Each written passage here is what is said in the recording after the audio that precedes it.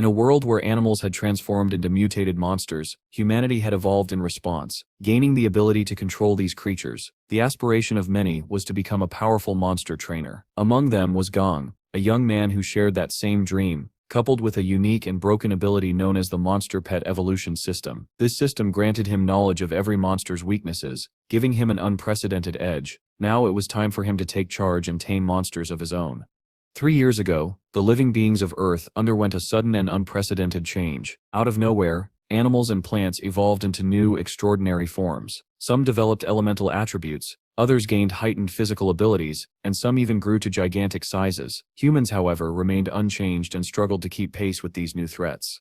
To prevent global extinction and maintain balance, nature gave humans a special gift, the ability to awaken powers that allowed them to control the very monsters threatening their existence. Those who possessed this power could command even the most dangerous creatures, provided they met certain requirements. People with this ability came to be known as Imperial Ambassadors. In Class 3 of Chang'an 3rd Senior High School, the head teacher, Morang Chui, addressed her students about this very phenomenon. She explained how the awakening of this power had ushered humanity into a new era. She also warned her students that all the information she shared would appear on an upcoming test. Morang Chui then mentioned a monster trainer exam scheduled for the following day, inviting any interested students to attend with their parents. With that, she dismissed the class for the day. Among the students was Gong Pang, an 18-year-old with a singular goal to become an Imperial Ambassador. Walking home through a narrow alley, he pondered a strange issue that had been troubling him lately. Not long ago, he had begun seeing a mysterious interface, resembling a guide window from a video game. It appeared during his daily life, introducing itself as the Monster Evolution System, and urging Gong to make good use of it. Doubt filled his mind. Was this real, or merely a hallucination brought on by stress? His thoughts were interrupted as he entered his apartment building and climbed the stairs. There on the landing, he came face to face with a giant spider. Its sheer size and detail left no room for doubt. This was real. Gong recalled that the creature was a pet raised by an old lady named Grandin, who lived in the building. According to Miss Morang, they were usually gentle. Yet, without warning, the spider attacked. Gong dodged and fled up the stairs, narrowly avoiding a web that shot past him. Panic surged through him, but he remembered the system window mentioning the spider's weakness, fire. Thinking quickly, he pulled a lighter from his pocket and flung it at the creature. The flame slowed it for a brief moment, but it was not enough to stop a giant spider. As the pursuit continued, Gong realized the spider was somehow angry with him, though he couldn't understand why. Still, he remained confident that if he could reach his apartment, he would be safe. He called out desperately to Big Purple, whoever or whatever that might be. At that precise moment, as the spider leapt toward him, a massive purple tentacle burst from his apartment door, slamming it open. Standing tall, the creature revealed itself, not a tentacle, but a gigantic centipede-like monster. Its presence terrified the spider, giving Gong the confidence he needed. Looking down at his attacker, he calmly asked if it still wanted to play, as the massive centipede loomed behind him, ready to defend him. The spider, terrified of the massive purple creature standing behind Gong, quickly scurried away. One couldn't blame it. Big Purple was intimidating, but as soon as the spider disappeared, the once formidable centipede underwent a transformation. Its massive, terrifying form shrank into a chibi version of itself. Gong blinked, stunned. He had to admit it, this tiny, adorable version of Big Purple was completely endearing. The threat had been neutralized, and Gong finally had a moment to interact with his companion. Big Purple, or Doi as Gong called him, communicated telepathically, a gift born from the recent evolution of both animals and humankind. Once a monster bonded with a person, they could speak to each other without words. And what did Doi say? The same thing every pet seemed to say: he was hungry. Though moments ago Doi had been terrifying, in this chibi form, he was utterly harmless. This was his non-combat form. Every monster had two forms: a combat form, designed for fighting, and a non-combat form, which reduced their size and energy consumption. This allowed them to conserve energy for battles, or even heal minor injuries over time. Delighted, Gong showered Doi with affection, patting his head and promising him a delicious meal. Doi, obedient and eager, moved to his designated cabinet as Gong stepped into the kitchen. Here, Gong's culinary skills would shine. He poured every ounce of talent into preparing an elaborate, mouth-watering meal. The food looked so tempting that even the centipede in his chibi form stared at it with hearts in his eyes. Doi struggled to eat slowly enough to avoid choking, but his enthusiasm was endearing. After the meal, Gong glanced at his status window, the Monster Pet Evolution System. A particular detail froze him in place. According to the system, Doi could be promoted from a normal quality monster to an elite quality one. In this new world, monsters were ranked by potential ordinary, elite, and perfect. If Doi could evolve to elite quality, perhaps he could one day reach perfect quality, breaking through the legendary barrier and potentially becoming a leader among monsters. Eager to seize this opportunity, Gang examined the promotion requirements. 3 core items were necessary to initiate the process. 2 Yin Sheng Zheng grass and thunderwood were relatively easy to acquire with some money. The third, a thunder crystal core, was a far greater challenge. These cores were created from the remains of fallen monsters and were exceedingly rare. Even ordinary cores were extremely expensive, and a thunder core could easily cost 10 credits or more. To put this into perspective, each credit in the unified global currency system was worth 10,000 affiliate coins. When Gang's parents had passed away in an accident, he had received 20 credits as compensation. He had lived frugally ever since, spending only 9, leaving him with 11 credits to his name. While this meant he could afford the Thunder Crystal Core, doing so would leave him nearly penniless. A sudden realization struck him. If the monster pet evolution system was truly accurate, and it had been so far, he could use it to become a top-tier monster trainer. With access to such detailed knowledge, he could master monster promotion, a mystery that had baffled trainers for years, and earn unimaginable wealth. Remembering head teacher Morang's warning about the upcoming monster trainer exam, Gang acted quickly. He logged into the school website and registered as an examinee with just minutes to spare.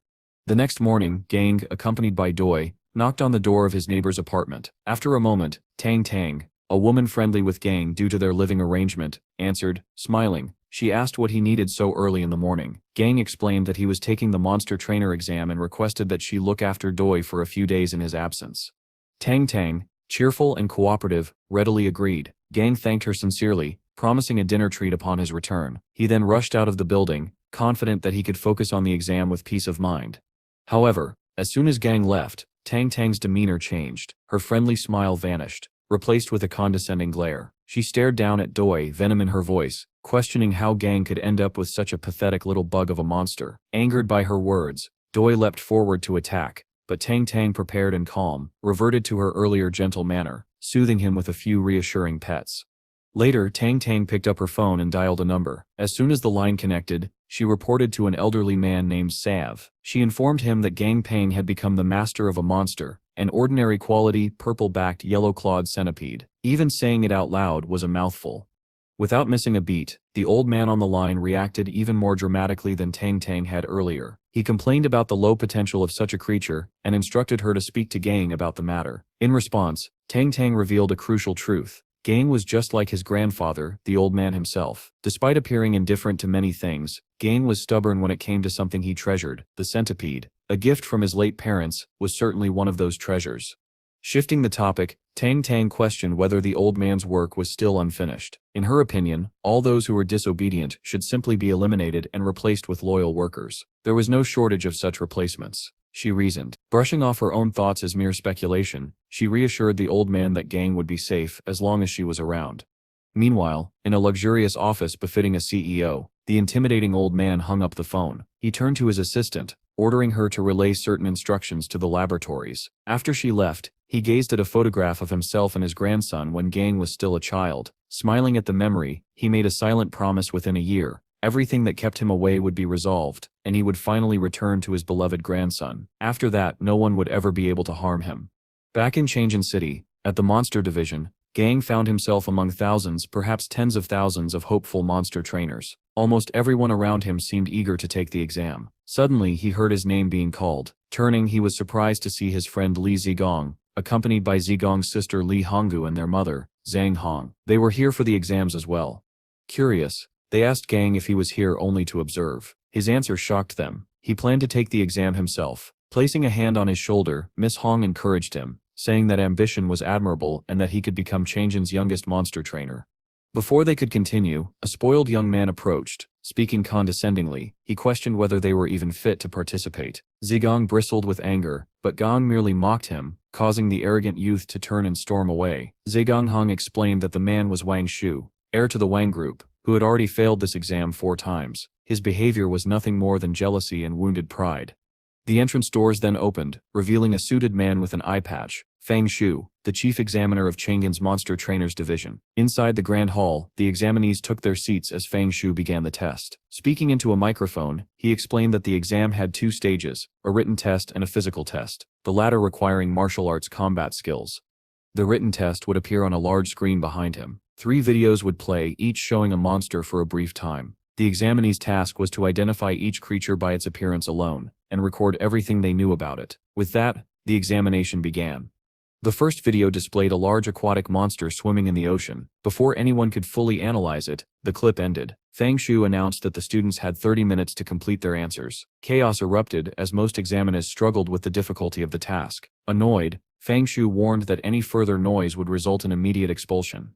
Among the crowd, Wang Shu maintained a smug smile. Despite the test being exceptionally difficult, he had obtained the questions in advance, a clear display of corruption. However, his confidence faltered when he noticed Gong Pang, the very boy who had mocked him earlier, smiling and exuding confidence. For Gong, this test was straightforward. With the monster pet evolution system and his own subconscious knowledge working together, he could see everything about each monster, its name, preferences, diet, and even weaknesses. Calmly, he recorded his observations, starting with the storm dolphin, then the mighty gorilla, and finally the S-mantis. As the time limit approached, Gong's pen moved swiftly across the page, completing the written portion with ease. Fang Shu called for the collection of their papers. Gong Pang, fully confident, knew he had aced the written test. After all, he had the entire encyclopedia of monsters at his disposal through the system. An hour later, all exams had been graded and the results tallied. From his position on the stage, Fang Shu began announcing the names of the examinees who had passed the first stage. Name after name was called, including Zhang Hong and Wang Shu. Slowly, Gang's confidence wavered. He hadn't heard his own name yet. Finally, the list seemed complete. Wang Shu immediately mocked him, assuming that Gang had failed, but Fang Shu spoke again, asking, "Who is Gong Pang?" The entire room fell silent. Smiling, Fang Shu congratulated Gang on achieving a perfect score. The hall erupted into a mixture of envy, awe, and surprise. Gong turned his attention to Wang Shu, locking eyes with him. With a calm tone, he reintroduced himself and apologized for surpassing him, leaving the spoiled heir speechless. With the first stage complete, the thousands of examinees had now been narrowed down to a select few. Fang Shu led them to the location of the second stage, a massive circular arena, large enough to fit several houses within its walls. At the center, the examinees gathered as Fang Shu explained the task. Around the edges of the arena were monsters provided by the association. The task would last an entire week. They were to evolve the monsters assigned to them, increasing their rank within the time limit. The association would supply all necessary materials, but failure to improve the monster's quality would incur a severe penalty. The examinee would have to pay the full market price of the resources used. Overuse of materials would also count as failure. With a clap of his hands, Fang Shu summoned another official from the Chang'an Monster Division. The man carried a red-brown box containing rune cards, which the examinees would draw at random to determine their assigned monsters. In theory, this ensured fairness, but in practice, schemes and sabotage were common. When it was Gang's turn, a plan to undermine him became apparent. Wang Shu smirked from behind, while Len carried out a subtle sabotage, using a tiny invisible chameleon under his control. Len pushed a specific rune card into Gang's hand as he drew from the box. A faint smug grin curved Len's lips. Gong, however, remained undeterred. He and Zhang Hong would be sharing their room assignments. Following the announcement, they proceeded to their designated rooms as Fang Shu officially declared the physical exam underway. Outside room number 10, Gang met X1, a sincere man in charge of the room. X1 assured him that anything he needed during the exam would be provided. Swiping his room card, Gang entered and was immediately struck silent. Inside the cage was a beast engulfed in a shadowy aura of fear and anger, a Red River Ape.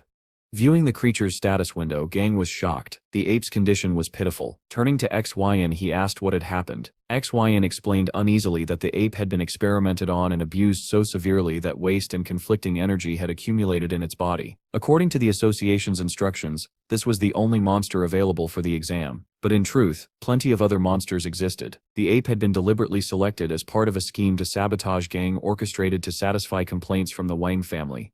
Despite the grim situation, XY assured Gang that arrangements could be made for the ape to take the physical exam next year, carrying over his written results. But Gang, undeterred by the challenge, was determined to succeed with this monster, no matter how difficult the task. Approaching the cage, he took in the state of the Red River Ape, feeling a mixture of disgust and resolve. People, he realized, could be crueler than any monster. The Red River Ape began howling in a mix of rage and fear, traumatized once again by its past abuse. To its surprise, Gong Pang simply reached through the cage bars and gently petted its head, smiling reassuringly. Calmly, he promised the ape that he would help it evolve. Eager to begin, Gong opened the ape's status window to review its promotion requirements. What he saw shocked him. Before him were not one but two promotion paths. One would result in a standard evolution, but the other was far darker, a path he had never even imagined possible for this creature. The normal evolution path required far too many resources to stay within the exam's limits. Considering the constraints, Gang's only viable option was to attempt the ultimate evolution and take a significant risk. According to the system, the dark lesions on the ape could be advanced to absorb yin energy, giving it a chance to evolve into an entirely new species, even from its lowest quality state. Studying the process in detail, Gang saw the steps required. The ape must consume a black candle herb in half portions with each of 3 meals per day for 3 days. Afterward, it needed to eat an elite-level undead monster crystal core. Finally, 8 units of luminous powder had to be mixed into sulfuric acid water in pairs, along with either 1 skeleton mushroom or 2 grass knots. When Gong handed the list to XYN, the man could only stare in disbelief. Every item was highly toxic. Was Gong attempting to train the ape, or kill it? Gong simply smiled and told him to have faith. After all, a strong disease required a strong cure, didn't it? 3 days later, several examinees had already failed and been removed from the facility. Some had made catastrophic mistakes, while others had simply been outclassed. Meanwhile, Gang and the Red River Ape were thriving. The black candle herb had healed the ape's external wounds almost completely and elevated its spirit and condition to their peak. Even the undead monster core had begun to take effect. All that remained was the sulfuric acid bath. Gang held the key to the ape's cage, given to him by XYN. Unlike most association monsters, this ape's mental state was highly unpredictable, so Gang would have to release it at his own risk. After making the ape promise to behave, he unlocked the cage. The ape barreled out, rushing straight at him, but instead of attacking, it leapt onto Gang and hugged him. Patting the beast's head, Gang instructed it to follow as he led it to the bathroom. Inside, he revealed the vat of toxic sludge he had prepared for the bath, a substance so caustic it could vaporize anything that touched it. The ape, cautious yet curious, tested it by dropping a hair into the bath. The hair disintegrated instantly. Shocked, the ape begged Gang not to put it in. Gang, impressed by its intelligence, gently placed a hand on its head and reassured it that this was for its own good.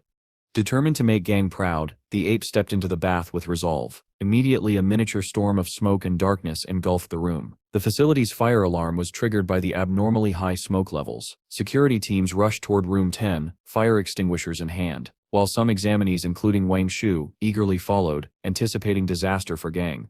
When the security team kicked open the door, they found no fire, only an immense cloud of black smoke. Emerging from the haze, Gang turned to see them and addressed XYN at the front. He apologized for the disruption, explaining that he had become completely absorbed in his task and hadn't even realized the alarm had gone off. Despite the chaos, he remained unharmed, a testament to his focus and the unusual bond he shared with the ape.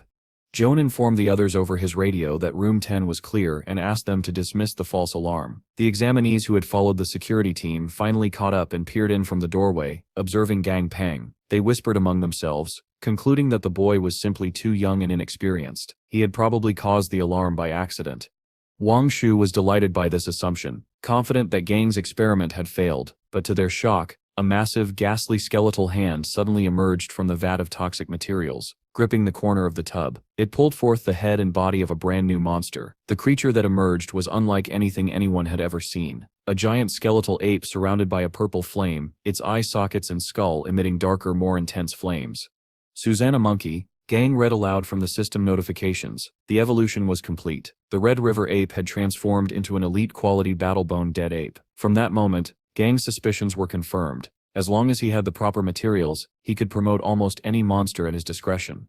He quickly began examining the ape's new form. Its larger body, metallic-like bones, and rock-solid aura made it an incredible specimen. Observers at the doorway shared his amazement. Lane was practically drooling, declaring that this was a previously unseen type of monster. Its status as a rare undead only made it more valuable. Fang Shu, however, regarded Gong Pang with a proud smile. While the monster's form was remarkable, it was even more impressive that the young trainer had achieved it. Realizing that the examiner was present, Gang quickly explained that he had completed the task assigned for the physical exam. Fang Shu's smile widened at the boy's enthusiasm and declared that Gang was proving himself worthy of being the first-ranked examinee. Suddenly the ape tugged at Gong's shirt, looking up at him with its new towering frame. Gong patted its finger and spoke to it reassuringly. Meanwhile, Legion schemed as usual, plotting to take the promoted monster for himself. Monsters evolved in the exam were usually given to association employees as rewards, but this one was far too rare and powerful to pass up. Before he could hatch a plan, Fang Shu intervened. Observing the bond between Gang and the ape, he recognized that the monster had grown dependent on Gang over the past few days, forming a connection that could not be ignored. Taking all factors into account, Fang Shu extended his hand toward Gang and declared that the ape would be given to him. Ziyan and Li Jin were flabbergasted. Such a decision had never occurred before. Gang, on the other hand, was left speechless.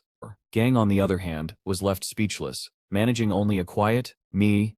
Fang Shu explained that the evolved ape was a completely new and unrecorded species. Its stats were unknown, but the evolution was successful. It was not a loss for Gang to receive it. Gang took a closer look at the ape's status window. Already at level 11, the ape, now elite quality, could be promoted to epic class once it reached level 20. Its appearance alone made it seem like an epic class creature. The trainer smiled, marveling at the success of Susanna Monkey. Joan approached from behind and encouraged Gang to accept the ape. It clearly wanted to stay with him. However, not everyone agreed. Lejin objected, citing association rules that such monsters should be reserved for employees. He also mentioned that the Red River Ape had already undergone 6 prior experiments, implying its promotion might be suspect. Wang Shu quickly chimed in, arguing that the monster should have been eliminated long ago, making it impossible for someone as young as Gang to have caused its evolution. Legion tried to formulate a proper argument, but Wang Shu interrupted furiously, insisting that Gong Pang must have cheated. Fang Shu addressed the room, calmly asking how anyone could possibly achieve such a feat in the controlled setting of the exam, considering the task set before them. Realizing Wang Shu's blunder, Li Jin attempted to salvage their argument by claiming that the difficulty of promoting the Red River Ape far exceeded the level expected for the exam. He suggested that Gong Pang had merely gotten lucky due to prior experience. Fang Shu, unimpressed, saw right through the flimsy excuse. He turned to Lei Jin, asking if he was seriously proposing to penalize Gang for simply demonstrating skills superior to the test. Flustered, Lei Jin scrambled for more excuses, but Fang Shu wasn't interested. Instead, he turned to Gang and encouraged the boy to go ahead and showcase his abilities as a monster trainer, effectively shutting down the opposition. Confident with Fang Shu's support and his own knowledge, Gang proceeded to mock both Lei Jin and Wang Shu. He explained exactly why the Red River Ape had been brought to such a pitiful condition. Experiments had forced yin energy onto it, which happened to be its natural weakness. Neither Lei Jin nor Wang Shu had known this, so they could no longer claim superiority. Gang then detailed the innovative method he had used to promote the ape. Impressed, Fang Shu approached Gang and granted him an intermediate monster trainer certification, rather than a beginner one. However, Gang would need to travel to the Yang'an headquarters to receive it, as it was beyond Fang Shu's authority. Fang Shu then addressed Wang Shu and Lei Jin directly, revealing that he had known about their cheating and backhanded methods all along. With X-Wine ready to testify against them, they had no escape. Wang Shu was banned from taking the exam for 3 years, and Lei Jin was fired, never to work in the field again. Cheers erupted from the other examinees, who were glad to see justice served. Following the commotion, Fang Shu invited Gang to his office for a cup of tea. He apologized for the chaotic day and gave the boy a small favor in line with the president's instructions. At the Yang'an headquarters, Gang received his intermediate monster trainer certificate, with the Red River Ape, now officially named Dumby, at his side. Dumby was the undead ape that had evolved under his care, giving Gang both a companion and a name to call it by. Reviewing the certification booklet on the bus ride home, Gang noticed an added bonus: having a certificate would grant him 3 full points on his college entrance exams. The monster trainer exam had provided him with an elite quality monster, a profitable reward, and even an identity token. He couldn't help but be impressed with the efficiency of the association. Normally, an organization of this scale would be far more bureaucratic and difficult to navigate. Fang Shu also had another request. He wanted Gong Pang to represent Shangan City in the World Monster Trainers competition. The city had a worryingly low number of competent trainers, and they had never ranked notably in the tournament. With Gong's potential, however, Fang Shu was confident he could make waves. Initially hesitant, Gong worried about jumping straight into a global tournament after just becoming a trainer. Fang Shu, knowingly or by luck, mentioned offhandedly that even ranking in the tournament's top 10 would earn a reward of 10,000 credits. An enticing sum, that was all Gong needed to hear. He eagerly accepted, ready to take on the challenge, reminding himself, the greater the power, the greater the responsibility. Back on the bus, Gang began second-guessing whether participating in the tournament was truly worth it. A curious passenger approached Dumby, reaching out to touch the undead ape's bones. In response, Dumby effortlessly wrapped the man in a cocoon of string-like threads, leaving everyone else on the bus watching in awe. Turning to his companion, Gang petted Dumby and spoke gently. "This is all I can do to support you." He knew that with Dumby and Doi to feed and care for, it was his responsibility to provide for them. Despite the chaos, both monsters remained calm under his guidance, a testament to the bond they had formed and the trust they shared. Later, Georgia and Dumby were walking home after getting off at their station. As they moved along, Dumby suddenly shoved GA off the street and turned to face what he sensed as a threat. GA got up, walking back toward the ape, and thanked him for worrying, assuring Dumby that there was no danger. After all, the one Dumby had sensed was just another member of their little family, Dazzy. Except, Dazzy was very different now. Extremely different. Looking at the centipede, Georgia could only feel horror at the sight of the extremely fattened worm crawling toward him. What on earth had Tang Tang done to him? From the direction Dazzy had come, Tang Tang appeared, walking toward GA. As soon as she saw him, she told him that Dazzy and she had come to pick him up. When GA asked about Dazzy's state, she explained casually that she had simply made him healthy and strong by feeding him plenty of good food. After all, he had been far too skinny before. This, she explained, was the so-called feeder method. Terrifying. Gay glanced at Dazzy's status window. The words "extremely overnourished" stared back at him. There was no way this could be considered healthy. Tang Tang, ignoring his shock, asked how his exam had gone. Gay gave her a brief summary. Tang Tang was most surprised by the fact that he had jumped straight to an intermediate trainer from the start. Smiling warmly, she told him his growth rate had truly impressed her.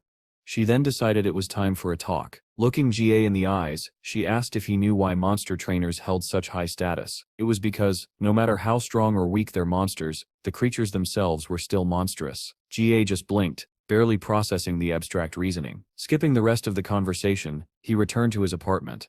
Inside, Georgia began performing the Imperial Monster Secret technique. With this ability, all damage received by a monster trainer could be transferred to their monster instead, though the range was limited and the activation required the monster's consent. It was a formidable skill, essentially granting near invincibility against normal attacks. As a monster evolved, its defense and vitality only increased, enhancing the effectiveness of the technique. With Dazzy, it felt almost like an invisible thread connected them. Sitting on his sofa, Georgia finally completed the ritual, forming the contract. He had to admit, it was strange that Tang Tang had obtained the scroll for him so casually. She must have a remarkable background. Looking down, Georgia saw Dazzy still in his extremely obese state. When he tried to speak to the centipede, Dazzy simply talked back. GA then had Dumby bring a mirror and placed it in front of Dazzy, forcing the centipede to confront his own reflection. The sight worked immediately. Dazzy was petrified by his appearance and collapsed on the floor, depressed. Feeling responsible, Georgia told Dazzy not to dwell on himself. Instead, he encouraged him to exercise and lose the extra weight. If Dazzy succeeded, Georgia promised to give him a quality upgrade and a promotion similar to what Dumby had received. In his mind, Georgia pictured Dazzy in his upgraded form, complete with wings, but there was no way that would happen until the weight was gone. The next day, Georgia joined Tang Tang as they headed to her company. Proud of his new monster trainer certification, Tang Tang had offered him a job there, which he was more than happy to accept. On the way, Tang Tang explained her previous business endeavors, failures all, but GA was amazed by her current company. Not only was it in the center of downtown with notoriously high rent, but it was also a luxurious building. Tang Tang casually mentioned the pay GA would receive for his work. Surprisingly, it was much higher than the market rate for trainer services, but she brushed it off. If it were anyone else, Georgia might have been suspicious. But Tang Tang had cared for him since he was an orphan 3 years ago. He trusted her. Moments later, they were greeted by a cute young lady named Shan Chuan Chuan, the receptionist. Tang Tang instructed her to show GA around properly before heading on ahead. Exasperated by Tang Tang's antics, but happy to be there, Georgia followed Chuan Chuan to the office. As she punched in his information, Georgia considered his rates for services. Given that his methods almost always guaranteed monster promotion, he felt the pricing was fair, though he knew he needed to earn a lot to repay Tang Tang someday. Chuan Chuan asked if he was sure about charging rates, triple the usual maximum. Before GA could answer, a man suddenly barged in, panicked, and demanded that GA cure his monster. He offered to pay 10 times the standard rate if GA could help. GA, unfazed, calmly told him that his registered triple rate was sufficient, especially for his first order. The man, desperate, presented his monster, a purple mouse with a severe injury on its side. GA examined the creature through its status window and recognized it as an elite-quality purple lightning rat. The system immediately warned him about dangerous conflicting mutations. Turning to the man, Georgia demanded to know what had caused this dangerous reaction. The man admitted to feeding the rat a blood jade mushroom to force a mutation, never expecting such a severe conflict. GA shook his head. Ignorance wasn't innocence, pal. Luckily, with the system's help, Georgia was able to formulate a cure. After gathering all the facts, Georgia realized that the rat was indeed in the process of evolving. The blood attribute from the mushroom and the rat's own lightning attribute were clashing for dominance, tearing the creature apart from the inside. Using the system's suggested method, Georgia could transform the conflict into a complementary coexistence, allowing the rat's evolution to complete successfully. Turning to Chuan Chuan, he requested 5 shadow fruits, a red maple heart, a pair of thunder gold leaves, and 1 blood bat monster crystal core. Man, they really suck at naming things in this world, he thought. Chuan Chuan rushed off to collect the materials while GA turned to Ma and reminded him of the rules for such services. All the materials would be paid for in full by the client. Ma, solely concerned with his pet's health, assured him that was no problem. Once the materials arrived, Georgia took them and the rat to the treatment room. There, he prepared a pot over the stove, and for dramatic effect held a butcher's knife over the rat. Horrified, Chuan and Ma stepped back, only for GA to plop the rat into the pot. Ma lunged forward in panic, but GA, laughing, assured him it wasn't stew or soup at all. It was a medicinal bath, and the heat from the stove would help the rat absorb the nutrients. 10 minutes later, the pot's lid exploded off as a purple blur shot out, tearing through the room. Thanks to GA's method, the conflicting mutations had harmonized, and the rat had evolved into a perfect quality lightning blood rat, a monster with dual attributes. GA informed Ma that with a little training, the rat could even become a litter-level monster. Overjoyed, Ma thanked GA profusely. Once the fees were settled, he asked to make another appointment for a different monster the next day. Unfortunately for him, Georgia had classes tomorrow, so he couldn't help. Curious, Ma asked what class he was taking, considering GA was already such an impressive monster trainer. GA calmly replied that he was a third-year high school student, then walked away. Both Chuan and Mei were left rooted in place, shivering at just how capable GA was, even as a student. Later, Tang was seen in her apartment, fiddling with a small golden crystal core of high quality. Turning to her personal monster, she instructed it to deliver the item to GA. The creature crawled across the outside wall and silently dropped the crystal core through GA's apartment window. Coincidentally, or perhaps intentionally, the core landed right in front of Dazi. Curious, Dazi crawled over and, without caution or concern for safety, chomped down on the crystal core like it was the tastiest thing he'd ever seen. Instantly, he began shivering violently in agony. Dumby watched from behind, terrified for his sibling. Meanwhile, Georgia was returning to his apartment after shopping for his monsters. With 15 pounds of cedar pine needles, he could feed Dumby for a solid month. Since Dumby had only just evolved to elite quality, Georgia planned to wait before attempting the next promotion. On the other hand, Dazi's promotion was a concern. He needed the crystal cores to promote him, which probably wouldn't be an option for a while. However, Georgia was in for a surprise. As he neared his apartment, he felt a sudden sense of distress through the telepathic link with his monsters. Panicking, he dropped the groceries and sprinted back home, slamming the door open. "Dumby," he yelled, terrified. But the ape was fine. The distress signal had been triggered by Dazi, who lay on the floor writhing in pain, drooling and foaming at the mouth. As Gay watched, a system notification popped up. Explaining the situation, Dazi was evolving after consuming a large amount of blood and flesh from the lightning Vajra centipede, along with a monster crystal core. Shocked, Georgia could only wonder where Tang had gotten such an expensive material.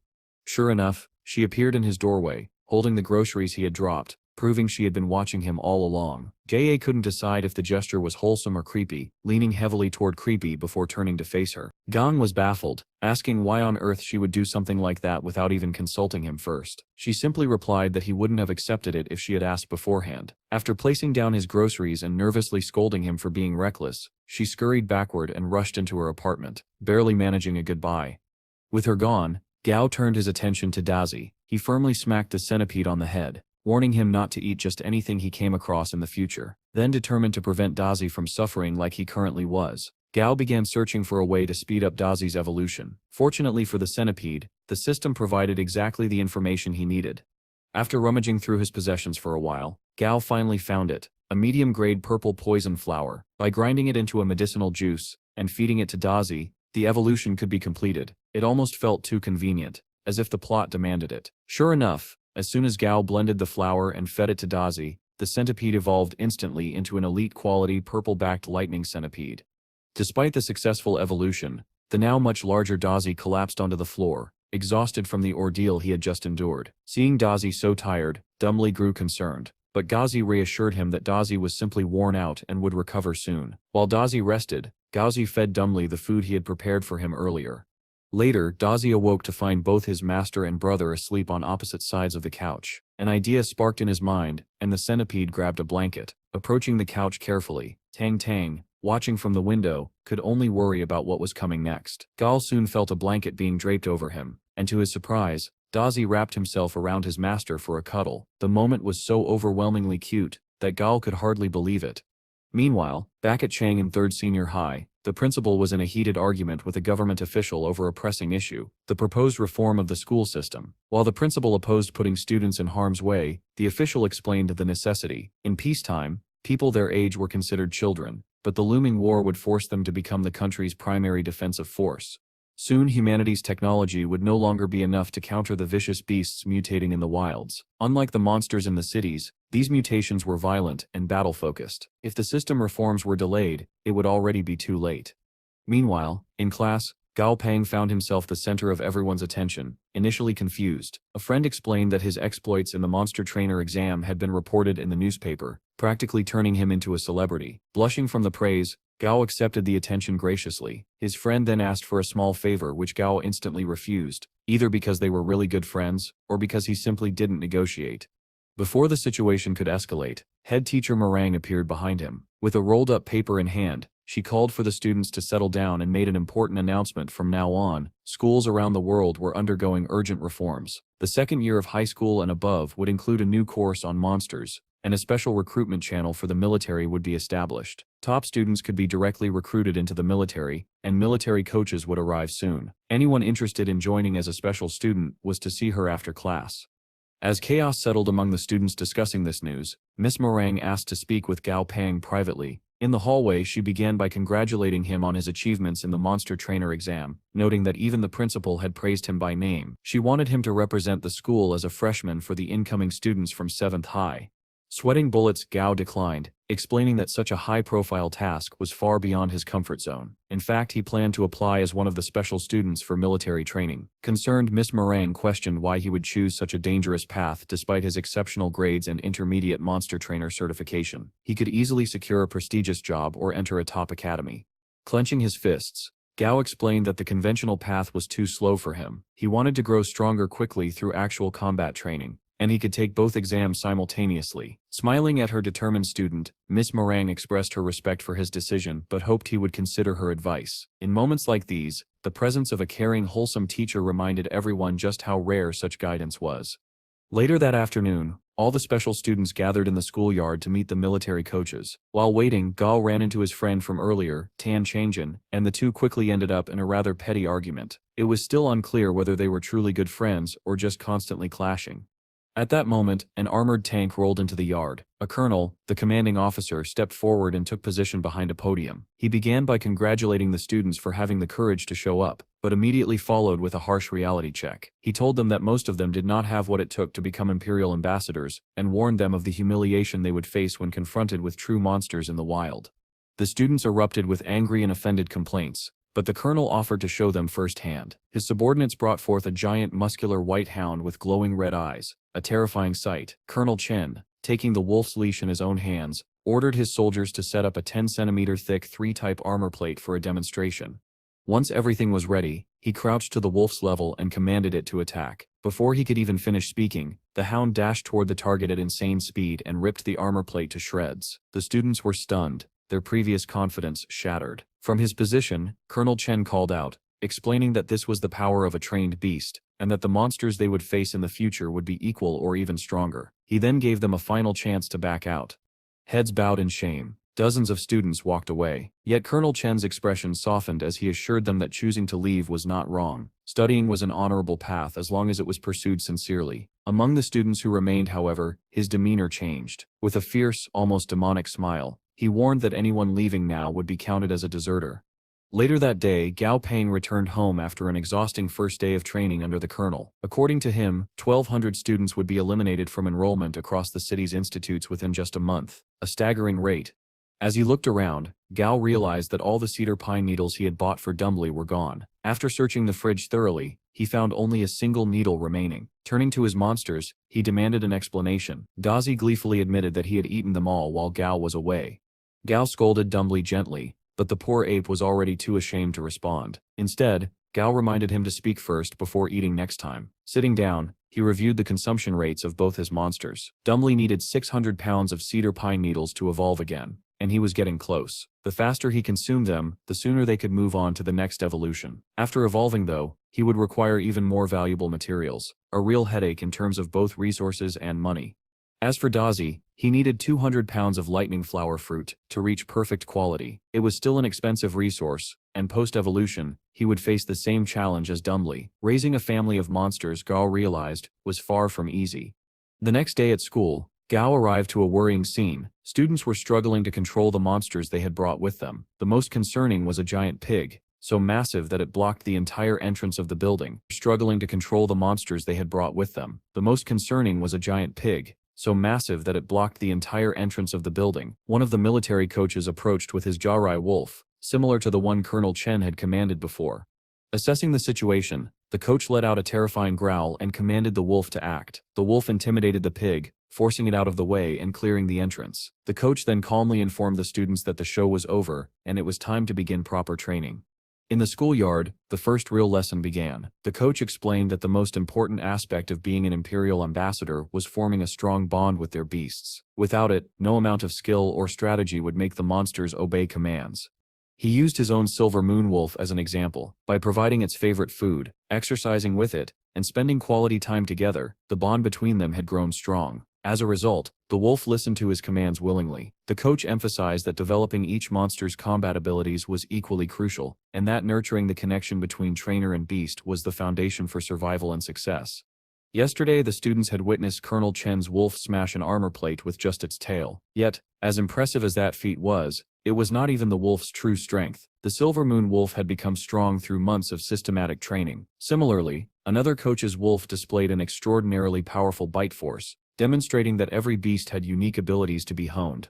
The coach explained that beasts were currently classified into 5 categories: attackers, defenders, supporters, healers, and field controllers. In reality, many species specialized in multiple categories, meaning that students needed to train their monsters to be at least capable in all areas. For initial training, they could use the materials shipped to the school to train by force. Gao, however, decided to focus on Dazi's defensive capabilities first. The art of body transfer allowed the centipede to absorb damage directed at Gao, making it his most important asset at present. As he considered how to strengthen this ability, Gao remembered reading about a species called fierce fist apes. Born with low defense, these apes were trained from birth to hit tree trunks with their own bodies. Over time, they progressed to rocks and then mountains, naturally hardening their bodies and forming thick calluses, effectively creating their own armor. Inspired by this method, Gao prepared to use a similar approach with Dazi. Pulling a massive hammer from one of the resource crates, he attempted to crush the napping centipede. Naturally, Dazi took off running, forcing Gao to chase him. When he finally caught up, he nearly dislocated his arm from the hammer's weight, realizing that perhaps Dazi wasn't the only one who needed training. A week later, Gao woke to the sound of Dazi smashing down his door, demanding breakfast immediately. Stepping out, he told the centipede to calm down and began cooking. Reflecting on the past week, Gao had to admit that the training had made both him and Dazi stronger and faster. Even Dazi had grown to level 10. Still, the intense training had taken a toll on his body and his wallet. Suddenly his phone rang. Eager to help, Dumbly picked it up and held it to Gao. On the other end was Lu Senin, the general manager of Blue Shield Security Company, a name Gao had never heard before. Curious, he listened as General Lu explained that he had an opportunity that could greatly benefit Gao and asked if they could meet in person. Despite having recently passed the monster trainer exam, landed a part-time consultant role at his older sister's company, and undergoing intense training to become an imperial ambassador, that night, he pondered the costs of feeding and evolving his monsters, and the next day he went to the Fune studio for the meeting. At the studio, Gao was greeted by Quan Quan and then introduced to Mr. Lu. Getting straight to business, Lu asked Gao to work as a monster trainer consultant for his company. Skeptical, Gao insisted they sit down and discuss terms first. He asked why they would want him when there were senior trainers in Chang'an City, not to mention other intermediate trainers. Lu, however, explained that he was looking for an up-and-coming talent like Gao, confident that his potential made him the best choice. Satisfied, Gao set his conditions. He would only work weekends, with exceptions for emergencies, and he would not sign any exclusivity contract. To his surprise, his terms were accepted almost instantly, and a contract was handed over. Gao could only wonder who owned the company to make such a generous offer without hesitation. Soon after, Quan informed Gao that Mr. Ma, who had an appointment with him, was waiting outside. Mr. Ma introduced his request. He had a level 3 plant-based beast, a flower demon which he wanted to evolve and enter into the Flower King competition in half a month. Gao was shocked that such a rare and majestic beast would be treated like a participant in a beauty pageant, but decided not to question it. Mei explained that this was his second beast, and he wished to provide it with the best possible life. Gao charged him the usual fee, triple the market value for such a service, and after obtaining the necessary ingredients from the store, he began the evolution process. After a short nerve-wracking wait, Mei and Quan returned to find that the flower demon had evolved into a regal level 4 beast, sitting confidently as if aware of its own majesty. Mei beamed with joy at the success. Gong Pang felt satisfied with the results, and Quan, flustered and blushing, watched the display in quiet admiration. Meanwhile, in an unknown location, a young lady listened disdainfully as others around her displayed their casual attitude toward life. She, however, had a single goal in mind, and was determined to do whatever it took to find a specific person. Back at the Cheney material shop, Gong Pang arrived to pick up his usual order of 30 pounds of cedar pine needles for Dumbly. Unfortunately, the store owner informed him that a shortage had occurred due to an infestation of villain spiders, which had appeared out of nowhere in the Black Ember Forest of Chan'an City. These spiders had destroyed crops and herbs, and were even devouring other monsters in the area. Filthy insects, Gao muttered, hungrier than me on a cheat day. As he left the store, Gao thought about recent events, the collaboration between the college and the military, the security company eager to recruit him, and now this outbreak. It seemed clear that something major was about to unfold. Just then his phone rang. It was Lu Sinan, summoning Gao to the Blue Shield Security Company building. Upon arriving, Gao learned that the new spiders, designated as brutal GY spiders, were attacking multiple resource sites in large numbers. To counter this, the government had mobilized several security companies and organizations to investigate and learn their weaknesses. Lu needed Gao to assist in strengthening their Imperial Beast reserves, noting that even reinforcing a few Devil Mantis would be a great boon. Gao was led to a floor housing about 100 Devil Mantis, and asked to put his best effort into selecting and training them. As he studied the mantises, Lu and a junior colleague discussed Gao's skill level, hoping it lived up to the high praise they had heard, as they were risking a lot relying on him. Just 10 minutes later, Gao had chosen the 10 most powerful mantises and requested they be separated into a lab, along with a list of resources for each. Lu was elated, seeing clear proof that Gao was indeed as impressive as promised, perhaps even more so. A little while later, before the day had ended, Gao had perfectly evolved the mantises into leader level 4 winged jade mantises. Lu's joy confirmed that recruiting Gao had been a remarkable decision. Meanwhile, at the training grounds where the colonel's team oversaw the students, Gao praised Dazi for his latest improvements in combat ability, while keeping an eye on classmates who had already begun slacking off. At that moment, a girl named Mutant approached him. Standing tall, she complimented Gao on how well he had trained Dazi and explained her purpose. With team battles scheduled for later stages of training, she wanted to form a partnership with him, seeing him as the only student as serious as she was. To demonstrate her strength, Mutant summoned her beast, Lotus Seed, a massive seal rhino with incredible defense, and one of only 2 elite quality beasts. Despite the rhino's extreme timidity, Gao recognized its potential as a tank. With Dazi improving his offensive capabilities, the rhino would perfectly round out their formation. Seeing that Gao accepted, Mutant was ecstatic and celebrated with a monstrous handshake that rattled him to his core. Outside, security teams had arrived at the Black Ember Forest to tackle the spider infestation. Manager Lu faced off against Captain Mu, a fierce rival, and after bickering, they approved a suppression shot into the forest. However, the Devil Mantis under Lu's supervision began acting terrified. Moments later, the reason became clear. A giant white-furred red-horned ape burst from the forest. This Lord-level monster, the true ruler of the Black Ember Forest, wreaked havoc on the Allied forces. Civilian members fled, but the military forces maintained their composure, deploying a golden killer beast, a giant bird monster with flaming breath, to force the ape back. Once the ape retreated, the security forces regrouped. A military officer instructed Lu to quickly gather his team, despite complaints about the need for civilian organizations. The superior officer reminded them that in the changing world, even civilians needed experiences like this to grow and prepare for an uncertain future. Later, a team of women worked through elite-class monsters inside a cave to conserve their beast's strength. Their leader arranged defensive beasts at the front, supporters in the center, and attackers on each flank. As they advanced, they eventually heard the sounds of fighting deeper within the cave. Rushing forward, they reached a high ledge that gave them an aerial view of the battle. Below, security forces were locked in combat with a mother spider that was birthing countless pests. Yet, this was only a hint of the true threat that awaited.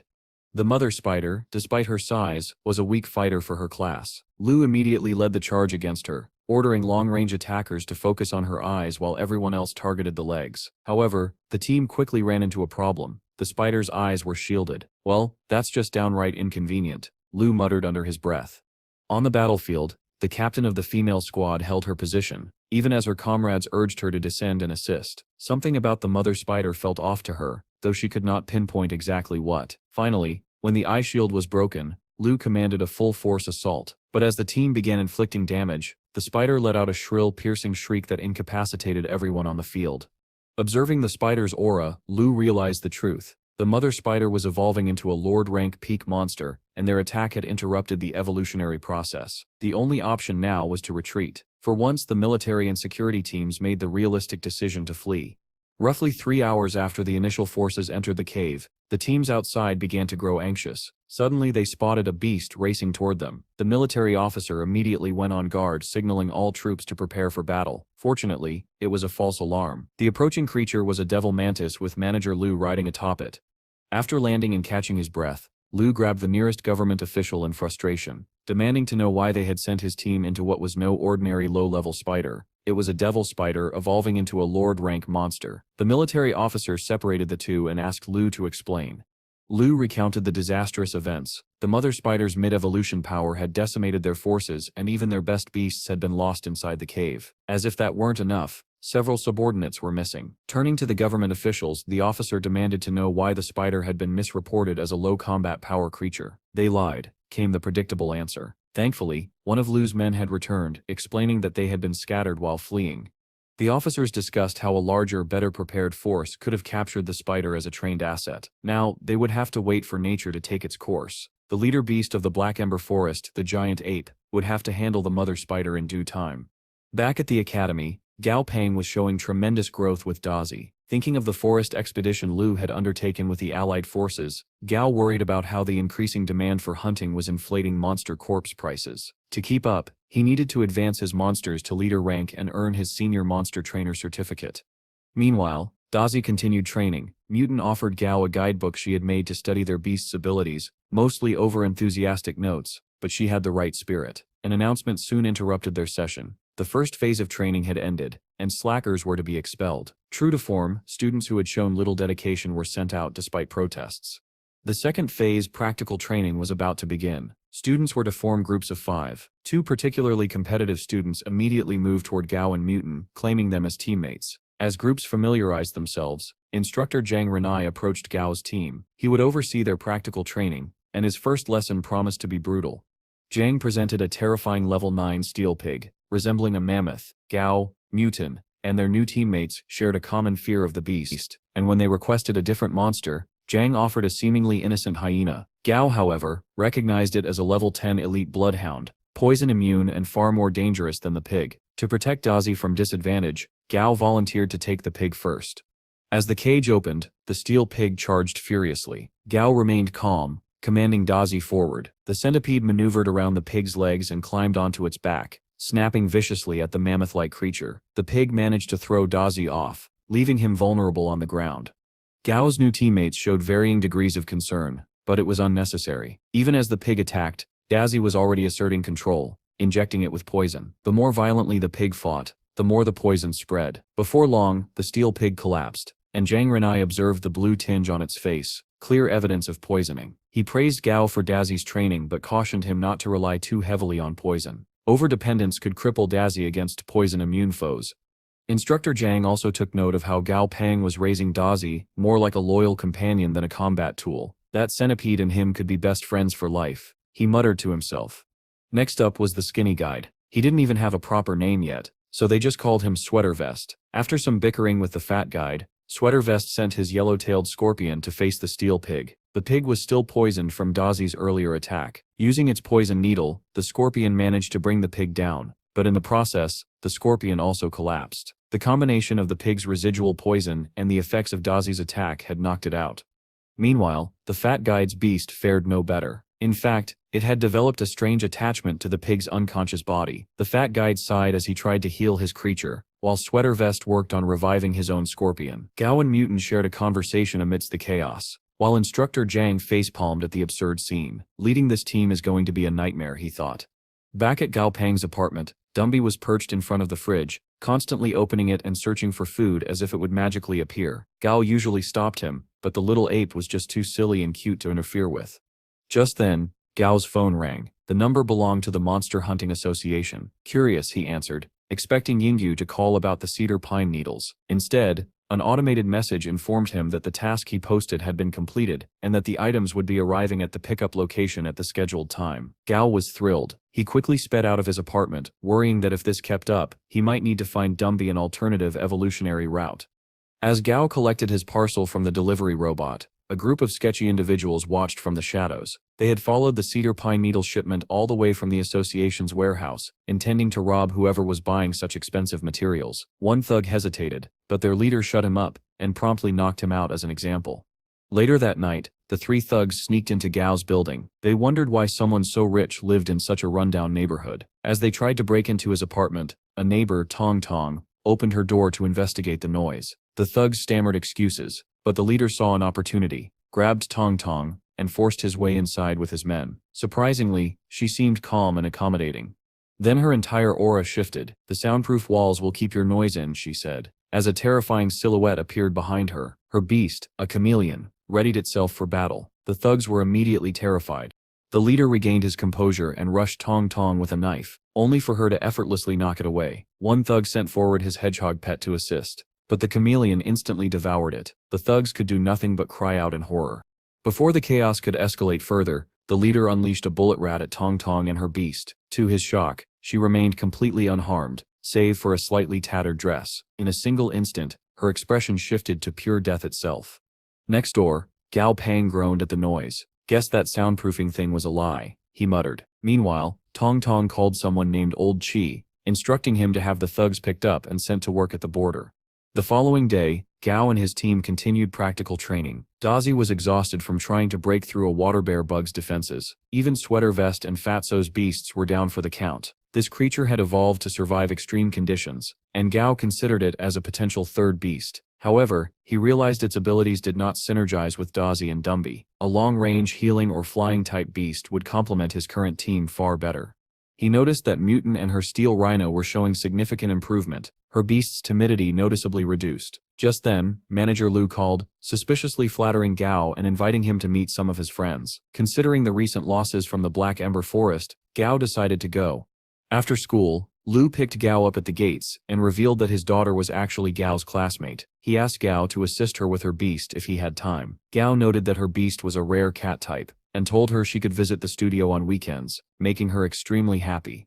When they dropped her off at home, Gao grew suspicious of Lu's intentions. "Who exactly are these friends?" he asked. Lu simply smiled and replied, "You will know when you meet them."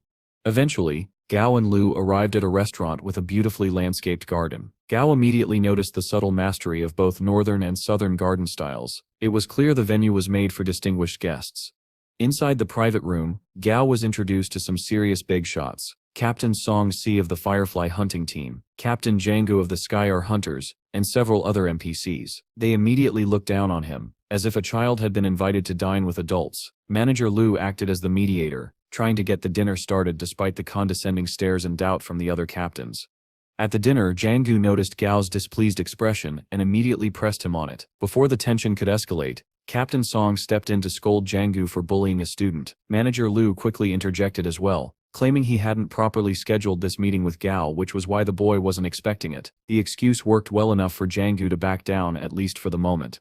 But things soon shifted in a different, equally frustrating direction. Django commented on how difficult Gao was to get in touch with and suggested that Gao could do him a favor someday, given his skills. The other guests quickly jumped on the bandwagon, one after another, making it clear this was no ordinary dinner. Gao realized the truth. This was not a friendly gathering, but a ploy to exploit his abilities. After all the value he had created for Lu, this was how he was repaid. As the meal continued, Django pushed further, bringing up the rumors of Gao's exceptional skill. Gao answered modestly, saying anyone could visit his company for a consultation. That only made matters worse. Django insisted that since they were all friends, Gao should provide his services outside of company dealings. The others eagerly agreed, voicing thinly veiled demands. Fed up, Gao stood and walked out. The group followed him into the hall, where Lu apologized and offered him a ride. Gao declined, saying he had already booked a car, and left without sparing a glance at the so-called captains. Once Gao was gone, Jianggu lingered behind. It turned out the entire setup had been orchestrated by Lu, whose aim was to sour Gao against other organizations and bind him more tightly to Blue Shield. Jianggu had played along because he owed Lu a debt. Even so, as he returned to the table, Jianggu couldn't help but reflect Lu truly lived up to his title of Old Fox. That night, back in his apartment, Gao tried to relax by watching the news. A report covered the Blue Devil genetic liquid, a new product from the John Bang Group, marketed as a wonder drug for beasts. It had turned into a disaster. The formula contained toxic ingredients that caused dangerous mutations and injuries, leading to a nationwide recall. As the broadcast continued, Gao's phone rang. It was Lu Sunlin. After a pause, Gao answered. As expected, Lu apologized for what happened at the restaurant, trying to take the blame himself. Gao said he wasn't too upset, but Lu continued flattering him, insisting that any disrespect to Gao was disrespect to himself. Gao cut him off mid-sentence and hung up. Standing in his apartment, Gao felt frustrated. He didn't blame others for trying to manipulate him. That was human nature. What angered him was his own lack of strength. If he were stronger, he could simply dismiss such people. For now, he resolved to play by the rules until the day he could act on his own terms. The news shifted to the latest Dog King competition. The champion was a 21-year-old who had raised his wolf beast to level 39, reaching the leader rank. It was a stark reminder of how far Gao still had to go. That weekend, Gao was in his studio, preparing a concoction for Dumby. After finishing the brew, he handed the ape a test tube and instructed him to drink. The mixture looked disgusting, but Dumby obediently swallowed it. At that very moment, Jia Yu Lu's daughter arrived at the studio with two friends. They chatted outside, commenting on the lack of customers and Gao's rumored high prices. But before they could step inside, an overwhelming aura washed over them, suffocating in its intensity. Inside the studio, Dumby had evolved again. He had transformed into a level 16 perfect quality skeleton dead ape, with a new acquired trait, Blood Silk Heart. The ability passively strengthened him, and when activated, allowed him to manipulate his heartbeat to devastating effect.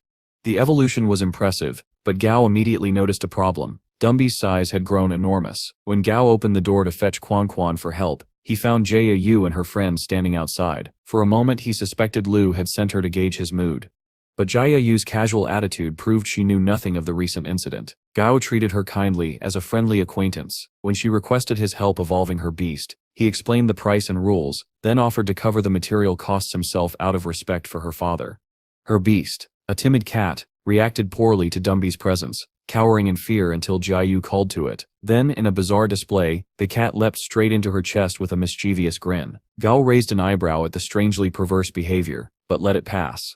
Meanwhile, his attention shifted to the pet of Jia Yu's friend, a floating jellyfish-like creature. She explained that it was harmless, but carried a unique spatial storage ability, essentially a living bottomless wallet. Gao immediately recognized the immense potential of such a beast. When she mentioned they were sold at Wuku Square's Commercial Street, Gao knew at once what his third beast would be. Gao arrived at Wuku Square, where vendors were busy selling jellyfish. The crowd around him was fascinated by the strange floating creatures. Unlike the others, Gao had a very specific request. He asked to see all of the floating jellyfish, so he could personally pick one.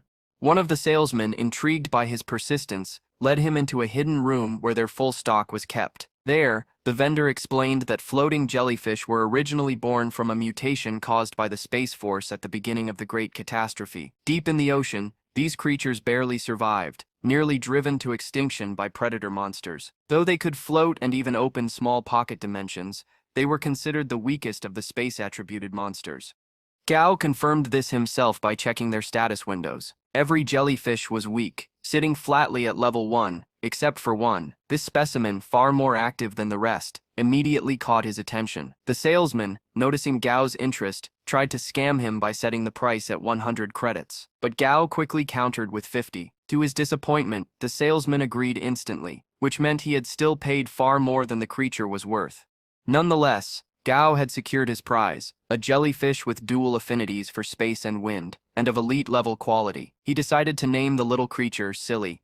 When Gao returned home, he proudly introduced Silly to Dai. To his surprise, Dai stormed into the bedroom, slamming the door in jealousy. Unwilling to tolerate such behavior, Gao lured him out with the promise of his favorite treat, only to give him a firm scolding once he appeared. With Dai subdued, Gao turned to his next task, forming a contract with Silly.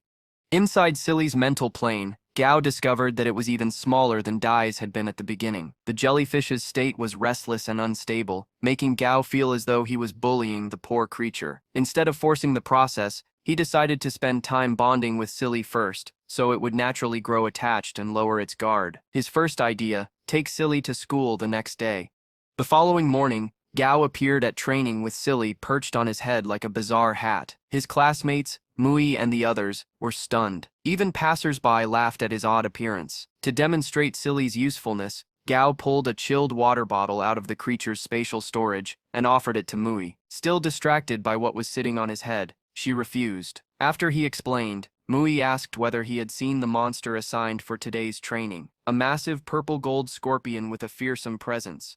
As usual, Mu assumed Gao would be the first to challenge it. Other students grumbled at this, complaining he always gained bonus points by going first. But Gao, to their surprise, announced that it wouldn't be fair for him to take the first turn every time. He would let someone else go. Seizing the chance, a young man stepped forward with his pet beast, a giant chicken with a rainbow-colored tail. Gao recognized it immediately, a chicken dragon, the only other elite-level beast present besides Dai, though it was only of normal quality. Instructor Zhang signaled for the match to begin. Almost instantly, the scorpion struck, piercing the chicken dragon with its tail. Luckily, Zhang explained that this particular scorpion wasn't poisonous, and the wound was shallow. The chicken dragon retaliated fiercely, pecking the scorpion and driving it back. But Gao's sharp eyes caught something alarming. The scorpion recovered quickly, clamping down with its pincers and crushing the chicken dragon's eggs. The painful blow sent shockwaves through every male watching, who instinctively grabbed themselves in sympathy. The chicken dragon collapsed, defeated. Before the scorpion could continue, Instructor Zhang's wolf stepped in, intimidating the beast and ending the battle. The chicken dragon, humiliated, fled the arena, with its master chasing after it. Turning to the other students, Zhang addressed their earlier complaints about Gao always going first. "Do you still think I favor him over more capable people?" he asked. Their silence was answer enough. They now understood why Gao, with his skills and grades, had earned his place at the front. At Instructor Zhang's questioning look, Gao stepped forward, still wearing his goofy jellyfish hat, and sent Dai into the cage to face the scorpion. The giant centipede rose into a vertical stance, towering over its opponent as the battle began. From outside, Mu discussed the strengths of both beasts with Gao. She pointed out how dangerous the scorpion was, likely still holding back its true strength. Gao agreed, but he placed his faith in Dai and all the training they had done together. The match opened with the scorpion's relentless strikes. Dai deftly evaded every attack, moving with practiced precision as Mu cheered him on. Off to the side, even Silly, the jellyfish, seemed to be watching in admiration, as if it had a little crush on Dai. Finally, the scorpion nearly landed a pincer strike, but Dai dodged at the last second and countered with a crushing body slam. The force sent the scorpion hurling to the ground. Without hesitation, Dai coiled its body tightly around the enemy, trapping it completely. Gao and Silly both smiled as they watched the clear victory. Mu burst with excitement, praising both Dai's power and Gao's composure. She believed Gao had remained calm out of confidence. Gao, of course, played along, maintaining his dignity, though the truth was that his heart had been pounding in sheer terror. From behind, Instructor Zhang called out, telling Gao to recall his beast immediately. There would be many monsters needed for training, and if Dai ate this one, Gao would have to pay for reimbursement. Sure enough, Dai was already chomping into the scorpion's hide. Several students looked on in fear, whispering that Dai was too savage and uncontrollable. At a single whistle, Dai instantly obeyed, slithering back to Gao and scaring away anyone in his path. Gao calmly wiped the blood from Dai's body with a handkerchief, gently reminding him not to eat anything recklessly. He warned that it could upset his stomach, and told him to stick to insect-type beasts since they were both nutritious and safe. Even Silly floated close, doing its part to help clean Dai off. The scene was almost adorable, at least to Gao. Unfortunately, Gao's words only fueled the other students' anger. They accused him of being cruel, claiming there should be limits. Mo tried to console him, but Gao didn't need it. He stood tall and addressed the class directly. He asked them whether monsters in the wild would ever show pity or hold back their cruelty. If their enemies fought without restraint, then they needed to fight just as viciously. Anyone unwilling to accept that reality might as well quit now. The students bristled at his words, but Instructor Zhang intervened, stating firmly that Gao wasn't wrong. Then, with everyone's attention, Zhang made an important announcement. Basic training was no longer enough. Starting tomorrow, they would begin a 1-week field training exercise. The registration fee was 5 credits. However, Zhang offered an alternative. Students could sign a contract with the military alliance, committing to 8 years of service. Admission to a military academy would reduce that time, since the 4 academy years would count toward the total. For students who had to complete 4 years of mandatory service anyway, the deal was appealing. But there was one more requirement. Each participant had to sign a death certificate. At a student's anxious question, Zhang clarified, while death wasn't guaranteed, if someone sustained a potentially fatal injury, they would be pulled from the training immediately. With the announcements complete, Mu approached Gao and asked if she could visit his company tomorrow. Gao smiled, agreeing with a fist bump, telling her he would be honored. The next day, a convoy of military vehicles rumbled through a rough road cutting across the dense forest. Inside one of them sat Gao, Mu, and several classmates. While most students gazed out at the mountains, the lush plant life, and the roaming beasts, Gao's mind was elsewhere. Earlier that morning, before leaving for training, Gao had knocked on Tong Tong's door but received no answer. She hadn't replied to any of his phone calls either. Realistically, he knew she was strong and capable of handling herself. Still, he couldn't help but worry. Was this tied to the secret she had never shared with him? His thoughts were cut short when the vehicle screeched to a halt, throwing several students forward in their seats. They had arrived at their destination. Once gathered together, the instructors explained the rules. Ahead lay a valley, cleared of all leader-level threats. Only normal and elite-level monsters remained inside. Each student had been issued a special watch with a positioning system and an emergency button. Their mission: survive inside the valley for 1 full week. Quitting midway would be counted as failure. When asked about supply points, the instructors mentioned scattered safe houses made of special steel, unbreakable to anything weaker than a leader-class monster. If a student managed to find one early, they could effectively camp out for the week. Finally, the gates opened. Students rushed inside with eager steps, eager to prove themselves. Unlike the others, Gao and Mu moved at a calm, steady pace, entering the valley side by side. As the training continued, Gao began observing the birds in the sky and the signs of various monster species living in the wild. Mutt, impressed, praised his sharp mentality, thinking he was already analyzing the environment while everyone else rushed ahead. But her admiration quickly collapsed when Gao casually admitted the truth. He was just waiting for the crowd to clear because it was too cramped with everyone around. Practical, yes, but not nearly as impressive as she thought. With the area less crowded, Gao and Mu picked up their packs and moved forward. Still, Gao couldn't shake a quiet unease. He was almost certain he had seen a figure watching them from the tree canopy just moments ago. As day 1 of field training unfolded, the pair explored deeper into the valley until they stumbled across a camouflaged safe house. Inside, they found a bunk bed and rations, enough to last the entire week if carefully stretched. Gao, however, scoffed at the idea. In his mind, anyone relying solely on dry rations might as well not be here. While he took stock of the supplies, Mu pulled out a full-body protective suit stored inside, designed to guard against mosquitoes and toxic insects. Gao couldn't help but stare before she advised him to wear one too. He declined, saying he'd rely on herbs and repellents instead. What he wanted was fresh meat, something more filling than stale rations. With the safe house secured, they decided to use it as their base. Calling on Lotus Seed in his full-sized form, Gao had the beast clear a path through the forest. Their first priority, he explained, was finding a source of water. While searching, Mu suddenly felt dizzy from a strange mix of fragrance and rot in the air. Gao quickly grabbed her forearm, signaling for silence. He pointed to a nearby tree and told her to have Lotus Seed ram into it. Confused, but trusting his judgment, Mu obeyed. Sure enough, a green tree snake fell from the branches. Gao explained that its flesh contained toxins only monsters could normally digest, but because of his damage transfer contract with Dai, Gao realized he could eat the snake safely. Dai would absorb the poison. The thought of delicious snake meat immediately filled his mind. Just then, Mu called out. She had discovered a large freshwater pond nearby. Gao was thrilled at the find, but as he admired their new water source, he felt something wet on his pant leg. Looking down, he saw a green frog floating at the edge of the water. It had spat on him. Disgusted, Gao decided to ignore it. Cleaning the pond was more important. But the frog spat on him again. This time, Gao's expression darkened. The smug little creature almost seemed to be smiling at him. Unable to resist, Gao spat right back at the frog's head. Childish as it was, he struck a triumphant pose, proud of his revenge, while Micah and Silly looked on in utter confusion. The victory was short-lived. The frog let out a shrill scream that echoed through the clearing. Within seconds, dozens of similar cries answered from every direction. Mo froze as Gao's horrified expression confirmed the truth. An entire army of frogs was closing in.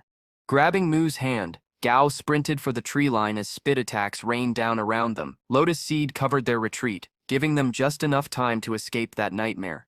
When they finally reached safety, the two paused to catch their breath. Gao then reassessed their surroundings. To the north lay the frog-infested pond. To the west the gate they had entered through. To the south a dense forest, teeming with signs of massive beasts. And to the east, a wide slope leading into an open meadow with herbivore tracks.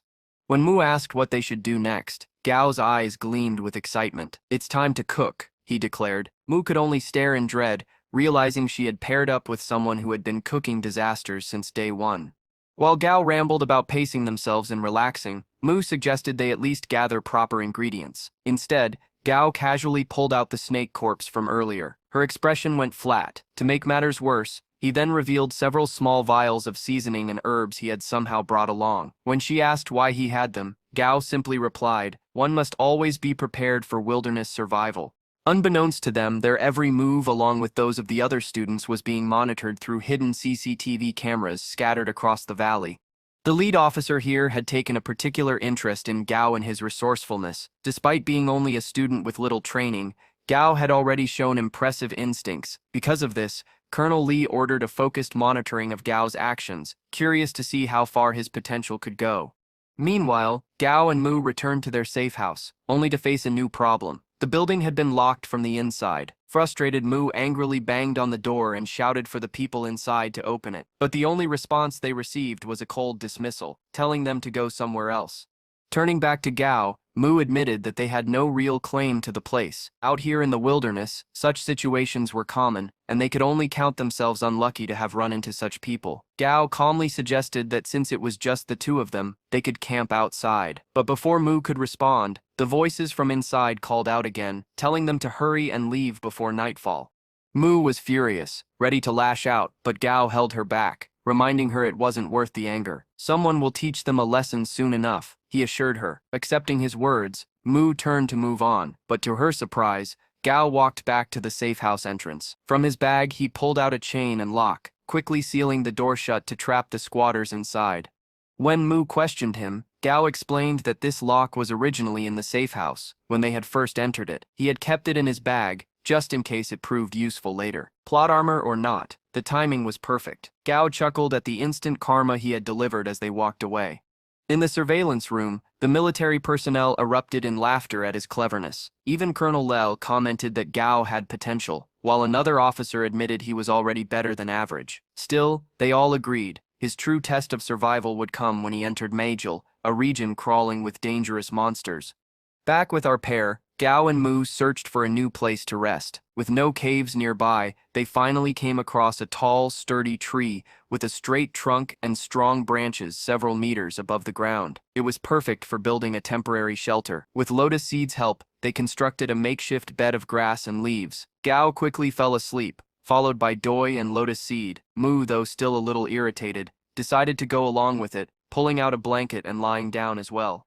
Unbeknownst to them, a shadowy figure was observing from a higher branch above. This figure, soon revealed as Tong Tong, quietly noted their lack of a campfire and night guard. Just as she was about to make a move, her eyes widened. She sensed something approaching.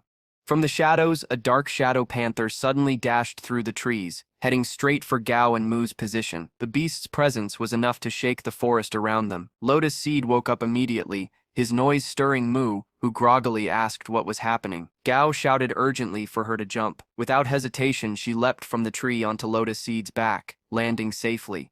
When she turned to Gao, now beside her on the ground, he told her simply to look forward. There, she finally spotted the shadow panther, its eyes glowing with hunger, unsure of its strength. Mu asked whether they should fight or run, but Gao, thanks to the system, could clearly see the beast's level and grade. Running would only make them more vulnerable, provoking the panther to attack more fiercely. The panther lunged, aiming a fatal blow with its claws. In that instant, Gao called out to Dazi. The centipede leapt forward, intercepting the attack. Though the panther overpowered him at first, Dazi quickly unleashed his electric abilities, paralyzing the beast just long enough to bite deep into its flesh. Gao smiled, mentally praising Dazi's growth, but the panther, though injured, broke free and retreated, perching on a tree branch. Before they could catch their breath, an even greater threat revealed itself. From the shadows, an enormous green snake coiled around the same tree. In a terrifying instant, the giant serpent struck, swallowing the shadow panther whole in a single snap of its jaws. The sight was horrifying. Gao and Mu wasted no time, leaping onto Lotus Seed's back and fleeing at full speed. Thankfully, the giant snake didn't pursue. Watching from her hidden perch, Tong Tong sighed in relief. It was fortunate she hadn't needed to intervene, or else her cover would have been blown. Back in the surveillance room, alarms rang as the system flagged the mutant giant jungle anaconda. The soldiers immediately asked if they should prepare to eliminate it, but Commander Yu shook his head, explaining that the giant jungle anaconda was naturally gentle and rarely fought unless provoked. Even then, its offensive strength wasn't too high. This encounter, he said, could serve as another trial for the students. If they can't handle even this, it's better they quit early, he concluded. Colonel Lei agreed, but still ordered the Golden Condor team to remain on standby for an emergency rescue if things went wrong. The next morning, Gao woke up Mu and told her they would return to last night's campsite to investigate. Mu hesitated, still fearful of the giant anaconda, but Gao insisted that their lack of information was the very reason they needed to go back. Understanding a monster's abilities, he explained, was a vital part of being a trainer. In these changing times, staying stagnant would only make them weaker.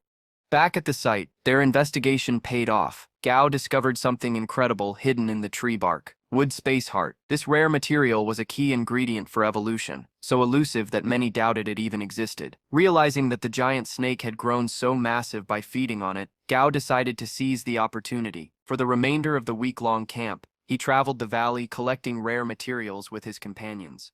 On the 7th day, the trainees gathered at the entrance and were congratulated for completing the training. Colonel Lee announced that the next session would take place in 3 weeks, free for those who had joined this one. They were also given a 3-day holiday before classes resumed. While everyone celebrated, Gao checked his phone, only to see a grim headline. A locust swarm was devastating the north.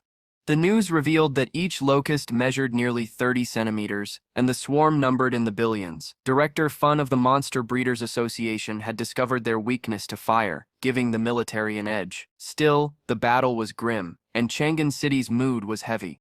As Gao watched, he received a call from Director Fun himself. After brief pleasantries, Fun explained that the military had sent a batch of voracious golden toads for evolution research, hoping to use them against the locusts. He invited Gao to assist in exchange for generous compensation. Gao immediately guessed their plan, and when Fun confirmed, he agreed, on the condition that he be paid with a commander-tier electric monster core crystal. The next day, Gao arrived at the association, shocking staff when Director Fun personally greeted him. Together, they descended to the basement, where the golden toads were kept. Gao noticed the fatigue under Fun's eyes, evidence of sleepless nights. On the 5th basement level, Fun introduced the research center and showed him the toads, descendants of horned frogs with terrifying jumping power and earth attributes. A worker brought skewers of grilled locusts, meant for feeding, but before anyone could stop him, Gao casually ate one himself, reviewing it like a gourmet critic. The nearest golden toad became furious at seeing its food stolen, only calming when Gao offered the skewer. In one swift motion, the toad swallowed not just the locust but the metal skewer too, its tongue and digestion proving incredibly strong. When Gao asked which aspects needed improvement, Fun replied, defense and digestion, though stronger offense would also be useful. He then showed Gao research results. The toads had high affinities with earth and fire. Gao compared this with an evolution path he knew, one involving fire orchid veins, and considered a modified formula. Using a cooking analogy, he explained evolution as a recipe, with toads as the main dish and materials as seasoning. Inspired, Fun suggested adding red-faced demon chili, and immediately ordered a batch to be fetched. Jen wasn't impressed by Gao's ridiculous cooking analogy, but to his credit, he didn't sabotage the experiment either. Respectable, in its own way. Following Gao's lead, Director Fun began refining the red-faced demon chili into an evolution solution, then injected it into a golden toad. Seconds later, the creature exploded. Undeterred, they adjusted the formula and tried again. Another attempt, Another explosion. By the third failed test, with 2 toads already dead, the researchers began doubting Gao's ability. At that moment, Gao quietly leaned toward Director Fun. Thanks to his system, he had known the proper path from the start, but revealing that would be too suspicious. Instead, he suggested one final adjustment: add black soft soil as a second main ingredient. Its damp yin nature would shield the toad's organs. Pair that with sparrow suava wood as a stabilizer, and the formula might finally balance out. Fun hesitated, but Gao's logic was airtight. After extensive testing, the lab technicians confirmed the formula's potential. With everything ready, Gao personally injected the new solution into a frail toad. The reaction filled the room with thick smoke, forcing him outside. Alone in the hallway, Gao sighed in relief. He hoped his knowledge hadn't seemed unnatural. To outsiders, this success had to appear as Director Fun's discovery, not his own secret advantage. Moments later, red smoke began pouring out of the lab. Gao re-entered to find cheering researchers and Director Fun celebrating. The experiment had worked. The golden toad had successfully evolved, but not without costs. Its earth attribute was gone, its muscles corroded, and its jumping ability diminished. The toad's offensive power had improved, yet its evolutionary potential was crippled. Gains and losses intertwined. Meanwhile, far to the north of Chang'an City, the military was locked in battle against the monstrous locust swarm. White phosphorus bombs tore through their ranks at first, but the locusts retaliated with a devastating sandstorm, nullifying the attacks. Soldiers marched forward with firearms, determined not to let civilians fall. Then came an unexpected turn. A swarm of massive crimson toads appeared, releasing a strange red mist. They petrified countless locusts mid-flight, halting the sandstorm itself. Soldiers watched in awe as the toads unleashed beams of searing red light, incinerating hundreds of locusts at once. Relief swept across the battlefield. The toads had turned the tide. Whoever had made this possible was a hero in their eyes. Back in Chang'an, the gratitude took form. A military convoy pulled up at Gao's apartment, soldiers marching in perfect formation to his floor. Neighbors watched wide-eyed as the platoon leader from the northern battle personally presented Gao with the promised commander-tier crystal core. Speaking with deep sincerity, the leader thanked him on behalf of his comrades. Soldiers did not fear death, he said, only dying without purpose. Thanks to Gao's work, their sacrifices had not been in vain. Those words struck deeply. For once, Gao found himself reconsidering his path. Perhaps it wasn't enough to quietly benefit from the system. Perhaps he should embrace more research, more experiments, anything that could help the front lines. Sensing his heavy mood, Dazi crawled over and hugged him tightly, a simple gesture that lifted Gao's spirits. But Gao hadn't forgotten his next goal. Using the crystal core he had earned, he prepared a dark, foul-looking soup. Shadows covered his face as he set the bowl before Dazi and commanded softly, "Drink this." To Gao's surprise, Desi eagerly gulped it down, savoring the taste of what looked like poison. As soon as Gao lets him, Dazi's body begins to change. The spikes on his head extend, and he is suddenly engulfed in a golden light. For a moment it looks majestic, until Gao realizes he's actually being electrocuted. In an instant, Dazi collapses, fried by the energy. Seeing his brother unconscious, Dumby panics. He rushes to the fridge, grabs some centipede meatballs, Dazi's favorite treats, and tries to feed them to him. Of course, this doesn't work. The poor centipede is completely knocked out. Gao calmly reassures Dumby, telling him that Dazi will be fine. All they can do now is leave him alone to recover. In the meantime, Gao decides it's time to finally settle his contract with Silly. When he calls the jellyfish over, Silly floats away rebelliously, clearly unwilling. Luckily, a simple bribe of juice does the trick, and the jellyfish drifts back in an instant. Gao can only sigh in exasperation. Every one of his pets is a total food addict. While Silly celebrates his juice reward, Gao pricks his finger and lets a drop of blood make contact, pulling him into Silly's mental plane. The place is still fragile and faint, but better than before. This time, Silly is actually willing to approach him. All those juice bribes hadn't gone to waste after all. When Silly draws near, Gao promises to give him the strength to stop being afraid of everything. Unsurprisingly, the jellyfish protests loudly, declaring that he doesn't want power, only more juice. Gao lets out a helpless sigh, but agrees. If it's juice Silly wants, then juice it will be. Just like that, the contract is complete, and Silly becomes officially bound to him.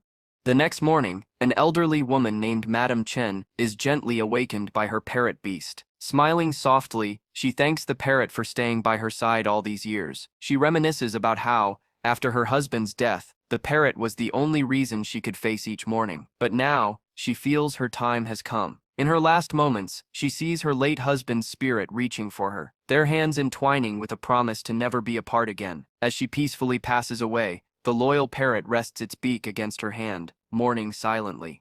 At the same time, Gao is awakened by the painful moans of Dazi. Rushing to his side, he realizes what's happening. The centipede's teeth are changing, or rather, growing. It's painful, but it's a necessary step in his evolution. Gao gently cradles him, assuring Dazi that he doesn't need to be afraid, because this pain is part of growing stronger. After settling Dazi down, Gao summons Silly, who perches half-formed on his head. He pulls up the system interface and begins considering Silly's evolutionary path. The support route would grant Silly spatial and healing powers, while the attack route promises devastating offensive abilities. Gao admits to himself that choosing support feels a little disappointing, but the attack path is far too costly for now. With practicality in mind, he decides on the support evolution, planning to explore stronger options later once they have the means. Stepping outside his building, Gao notices a crowd gathered. Looking up, he sees a massive soul guardian beast flying overhead. From the murmurs around him, he learns that Madame Chen has passed away, and this beast is carrying her soul to the afterlife. But Gao's concern is different. He remembers that Madame Chen also had an uncontracted gray plate striped spider. With her gone, the creature is at risk of going feral. Without hesitation, Gao rushes to her apartment. Using his deep knowledge of monsters, he quickly locates the spider hiding in the corner of the roof. He summons Dazi, who coils protectively around him. Seeing the massive centipede, the frightened spider loses its grip and falls. Gao notices the pain and fear in its eyes. This spider is grieving. It misses its master. Without hesitation, he extends a hand and gently pets its head. Smiling warmly, he tells it that if it wants, it can come home with him. Later, Gao strolls through the neighborhood with Dazi and the gray plate-striped spider. Their presence sparks whispers among onlookers, but Gao ignores them. Instead, he reflects on the need for a tank-like familiar. It seems absurd to use a spider as a meat shield, yet he knows this species has an evolutionary path that could turn it into one. The required ingredients aren't even too rare. As he rides the elevator up to his studio, Gao can't shake the thought of forming a blood contract with the spider and rapidly strengthening it. Doing so would grant him a great surge of soul power. With the combined power of Dazi and Silly, contracting Dumby would become far easier. Still, he feels a sting of regret for promoting Dumby's grade too soon. It now makes gathering enough soul power for his advancement more difficult. Outside the Fa Peng familiar studio, Gao unexpectedly runs into Qin Chuan, but instead of her usual respectful address, she calls him Little Boss, a clear sign of her frustration. She informs him that there have been countless inquiries about his whereabouts. Gao, sensing her annoyance, quickly assures her that he has time to talk today. Though still irritated, Qin Chuan reluctantly accepts the list of ingredients he needs. As thanks, Gao promises to make her some milk tea later.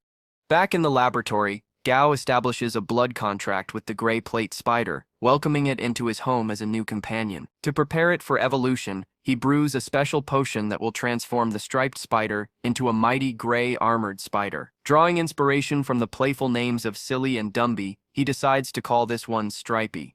Handing the potion over, Gao watches as Stripey writhes in pain. The soul transfer allows Gao to share a fraction of the agony, but he knows the creature is enduring much worse. Offering encouragement, Gao reminds Stripey that this pain will only make him stronger. Suddenly, Qin Chuan interrupts with news of a potential high-paying customer. Realizing he has another mouth to feed now, Gao quickly prepares to earn some money. He asks Qin Chuan to watch over Stripey's evolution while he steps away. He instructs her to pour the contents of a test tube into a container once the liquid changes to a lighter color. The customer turns out to be a man named Lushi, who greets Gao with admiration. Lushi explains that his herb garden was recently ravaged by gray devil spiders and is still under repair. Gao deduces he must be referring to the East City herb garden, which surprises Lushi. He didn't expect Gao to know about it. Lushi reveals that he once attended a military banquet where Director Chen praised Gao's role in the magma fire toad research, and since then he has held Gao in high regard.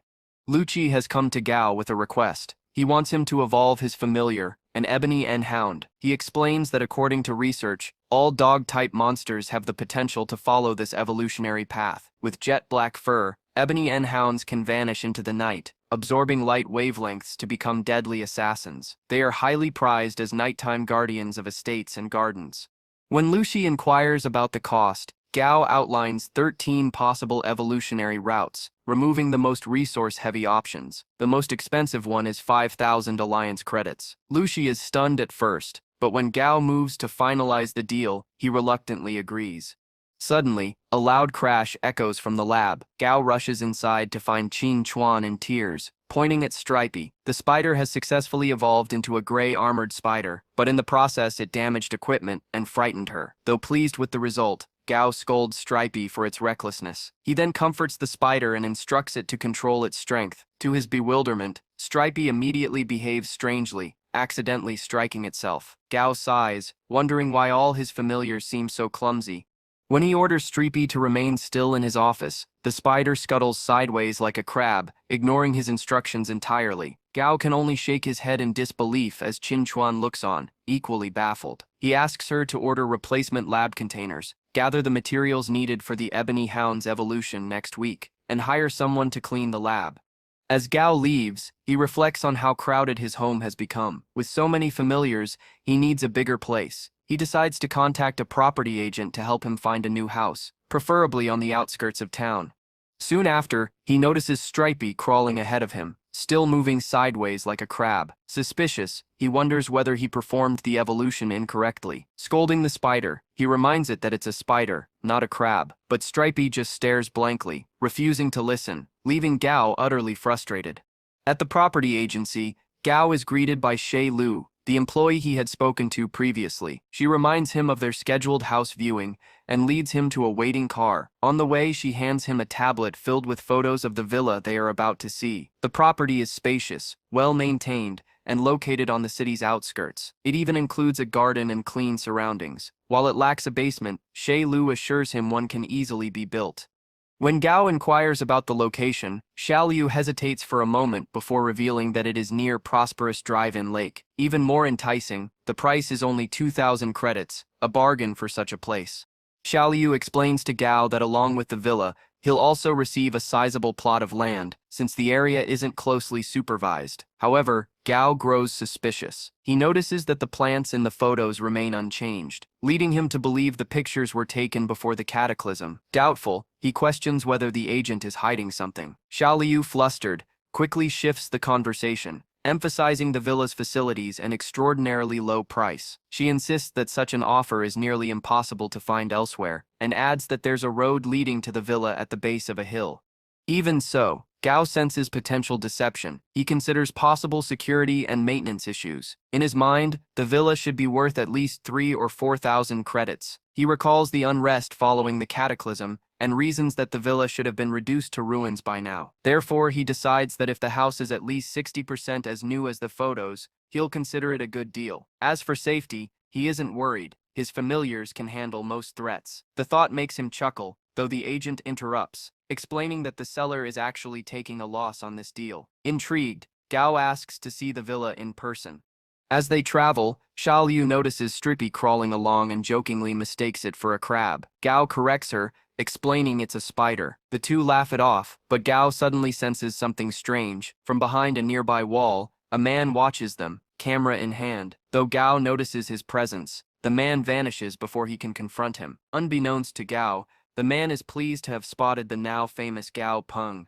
When they finally arrive at the villa, Gao is stunned. The exterior looks nothing like the photos, shabby and worn down. He wonders if it might just be the outside that's decayed. Upon entering, however, he finds the inside surprisingly neat. There's no dust. The furnishings are well kept, though they need some repairs. The state of the interior puzzles him. Why would the owner sell such a valuable place for such a low price? Suddenly, a voice calls Gao's name, startling both him and Xiaoliu. A man appears at the doorway, introduced as the seller. He explains he rushed over upon hearing Gao was coming. Handing Gao his business card, the man reveals he works in the Imperial Beast's business. He flatters Gao, calling him as famous as President Fan, the hero of the last military operation. To sweeten the deal, he even offers a 20% discount. When Gao questions the unusually low price, the seller reveals the truth. He originally bought the house for his retired parents who wanted to live in the countryside. But before they could settle here, the beast wave tragedy struck, and they passed away without ever enjoying the villa. Consumed by frustration, the man slams his fist into the furniture, venting his grief. He explains that he had planned to keep the house, but upon hearing of Gao's interest, he decided to sell it to him. He believes young people like Gao are the future of Charon City, and hopes they can prevent similar tragedies. Thinking of his own parents, Gao thanks the man for his trust and agrees to buy the villa. It's no longer just a house. It feels like a bond of shared grief and hope.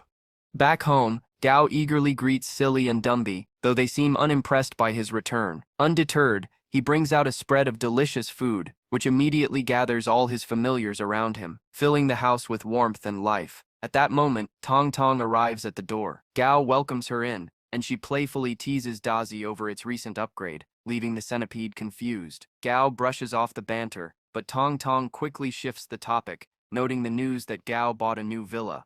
He explains that they can't move in just yet. The house needs repairs. Tong Tong chides him, insisting he should have asked her about decorations since he's inexperienced. She departs with determination, already planning to visit the villa ahead of time. Inwardly, she muses that when the moment comes, she could always buy the house next door.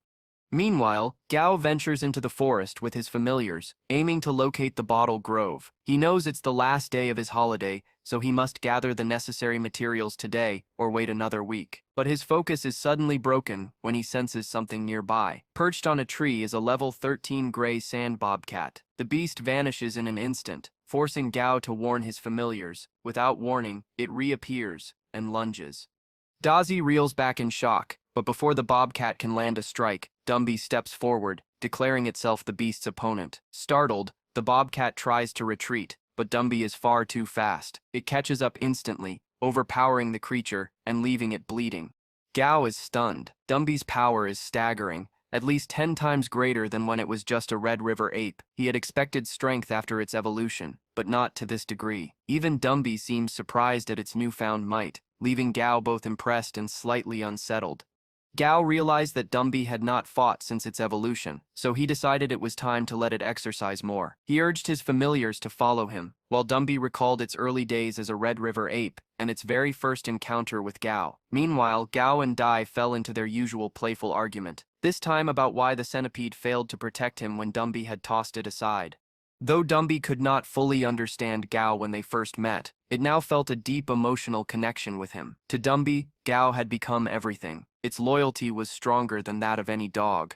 After 3 hours of wandering through the woods in search of hollow bottle trees, Gao finally stumbled upon them. At the sight, he noticed the same green snake he had encountered on his previous visit. Dumby spotted it too and quickly tore it apart, revealing a green gem hidden inside. Gao recognized it as the core of the green tree snake. Though only a minor discovery compared to their true goal, the spatial cores of hollow wood, he still smiled, appreciating Dumby's resourcefulness. Gao then instructed Dumby to punch one of the hollow bottle trees. With a single powerful blow, the tree shattered instantly. Gao and Silly were thrilled by the result, while Dai appeared somewhat envious. Gao retrieved the crystal core from the shattered tree and asked Dumby to strike again. Meanwhile, deeper in the forest, 3 men were searching for someone. They had received information about a young target. Their leader, accompanied by a rat familiar named Tutu, suddenly heard an unusual sound. Following Tutu's guidance, they pressed forward. Soon, a series of loud, rhythmic bangs echoed through the woods. Yawen, one of the men, remarked that it sounded like someone boxing, but his companion dismissed the idea. Who would practice boxing in a monster-filled forest? The boss quickly scolded them, reminding his men that their job was high-paid and dangerous. They could not afford carelessness. He ordered them to investigate further.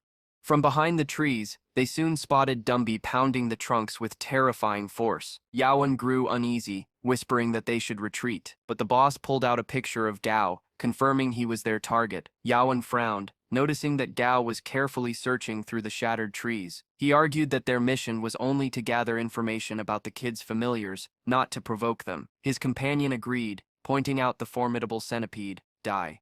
But the boss insisted they stay quiet and watch. He explained that they usually had to accept low-paying jobs because they were too weak to venture deep into the Black Ember Forest. This job was their chance to escape poverty. He speculated that Gao must be facing some problem if he was making such noise in the forest. Perhaps there was something valuable hidden inside those trees.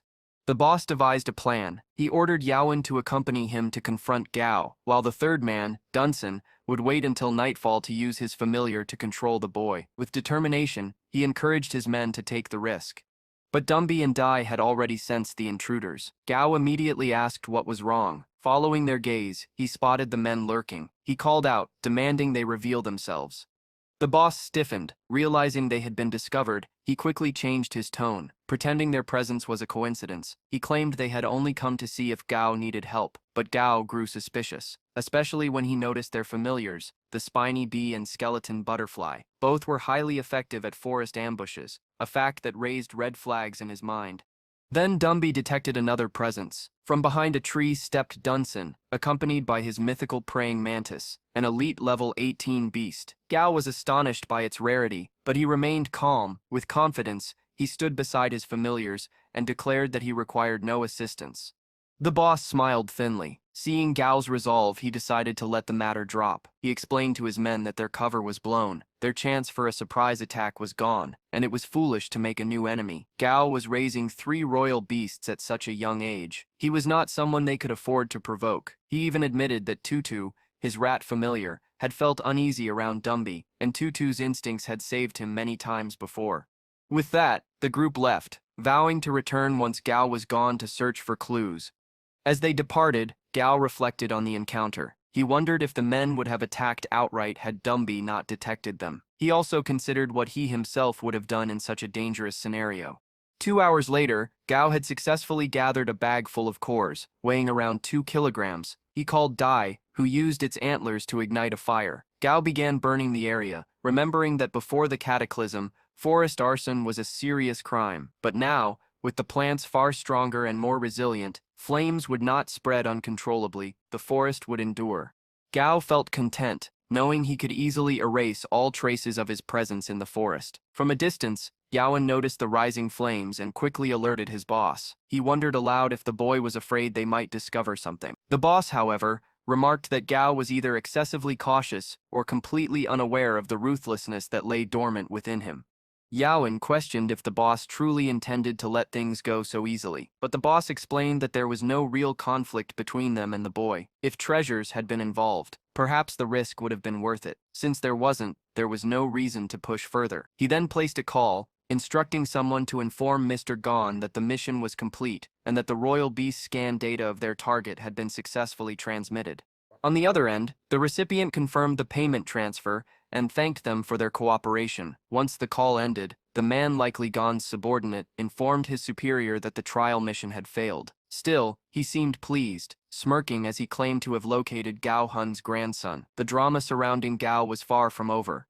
Back at home, Gao was greeted with a surprise. Stripey had grown rapidly, not only increasing in level, but also in size. However, Gao quickly noticed the spider's overindulgence. It was eating far too much. Curious, Gao speculated whether its exoskeleton might possess magical properties similar to the ancient beast skins described in old novels. While encouraging Stripey to eat and grow stronger, he also warned it to take a break. To make his point, Gao jokingly suggested that once Stripey grew fat enough, they could enjoy fried spider. Horrified, Stripey scuttled away from its food bowl, leaving Gao amused. His true intention was to prevent the creature from overeating, as excess consumption could lead to harmful buildup in its body. Reflecting on his progress, Gao realized he had gathered all the necessary materials, including the spatial core needed for Silly's evolution. However, unlike before, these materials required complex processing. At the Fa Peng Imperial Beast Studio, Gao discovered that Chuan Chuan had already gone home. Leaving him with welcome solitude, he set to work. The rare materials required cold storage, intense heat, and corrosive acids. Carefully initiating the process, Gao succeeded in creating a special potion. Convinced that Silly would find it delicious, he poured it into a container. Drawn by the sweet scent, Silly rushed in without hesitation. But Gao's satisfaction quickly turned into surprise as the potion's color shifted to a glowing green. He recalled how Silly always loved perching atop his head and began to question whether evolving it in this direction was wise. The fluorescent green light it now emitted was not to his taste. Yet Gao knew the truth. The materials needed to push Silly to epic quality were exceedingly rare, and for now, further evolution was impossible. Even so, Gao felt a surge of power within himself. Silly's promotion had strengthened his soul, and he was confident that with a bit more effort, he could form a contract with Dumby in the coming days. Just then, Silly shot toward him, ignoring his protests, and nestled itself firmly on top of his head. As Gao sighed at this strange but familiar behavior, his phone rang, wondering if it was the decorating company Tong Tong had recommended. He picked up only to be greeted by manager Li. The manager explained that the workers at the villa were facing difficulties. Mutant plants had overrun the area, and without their removal, the renovation could not proceed. Gao agreed to help but grew suspicious. When Lei mentioned that all the workers were laboring overtime late into the night, why would they go to such lengths for him? Lei brushed it off, claiming that was just how their business operated. But before Gao could probe further, another voice cut in, "Mr. Gang." He abruptly ended the call, leaving Gao uneasy. Unable to reach Tong Tong either, Gao decided not to take any risks. He grabbed Dai and Dumby, with Silly perched on his head, and rushed toward the villa. Half an hour passed, and Gao still hadn't arrived. Meanwhile, at the villa, one of Gang's subordinates voiced concern that the boy might have sensed the trap. Gang, however, reassured him. They had a meeting scheduled with Jiu's people, and preferred not to use force unless absolutely necessary. Gang admitted he was genuinely shocked to learn that Gao Hun, once thought to have no descendants, had a living grandson. His subordinate remarked that if this information became public, many would view Gao as a threat to be eliminated. John calmly explained the situation to his subordinate. He pointed out that Chi Hanu had no one else, and his grandson was still young. Meanwhile, the Southern Sky Group had already grown into a formidable force, backed by countless high-level factions. The subordinate questioned why they didn't simply kill Gao directly, instead of making so many attempts. Galen elaborated that there were likely powerful figures secretly protecting Gao. Acting recklessly could alert Chi Hanu. And besides, their true objective wasn't to eliminate Gao, it was to use him as leverage. Galen asked pointedly whether they truly believed themselves qualified to compete for control of the Southern Sky Group. Zhang admitted that killing Gao Hu's grandson would only provoke Chi Hanu's fury. In the end, the position of leader would not go to whoever struck the hardest, but to those truly deserving. Zhang explained further. Even his own research institute wasn't among the strongest. There were at least 30 others on the same level. Alongside them existed countless security agencies and rival institutions. Even if Gao Hu's heir perished, leadership would not automatically fall into Zhang's hands. To him, Gao was like a prince, someone destined to inherit the throne in the future. Jian emphasized that in this world, the line between friend and foe was never clear. Tonight, if he gained the resources to expand his laboratory, Gao might not accept his submission in the future. As the hour grew late, Jian sensed it was nearly time for Chi Hanu's people to arrive. He instructed his familiar to control manager Li, and proceeded with caution. Claiming to be a man of science rather than a barbarian, Jian ordered his butterfly familiar to release a strange white substance. Manager Li fell unconscious instantly. Jian told him to rest, implying that he would not be part of the coming events, or witness Jian's success. But before long, a commotion in the skies drew everyone's attention. John's subordinate urged him to look up. Astonishingly, Chi Hanu himself was approaching. Earlier, in the Chalan military district, the Golden Divine Hawk, long dormant, had suddenly awakened and sounded a warning. Guards speculated whether the Black Ember Forest Ape had escaped, but the chief clarified this was no beast, but someone from the Southern Sky Group arriving in Chang'an. He ordered his men to hold their posts and declared grimly that a storm was coming.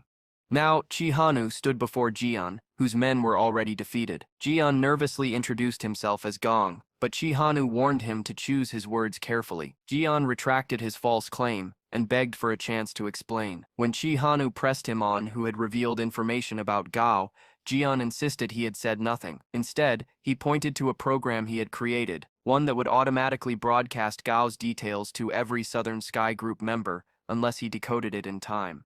Chi Hanu chose not to force the name of the informant from Jian and prepared to leave, but Jian called after him, finally confessing that it had been Secretary Liu who had leaked the information. Jian pleaded, saying he only wanted more funding, never to harm Gao. With more resources, he could make contributions to the Southern Sky Group.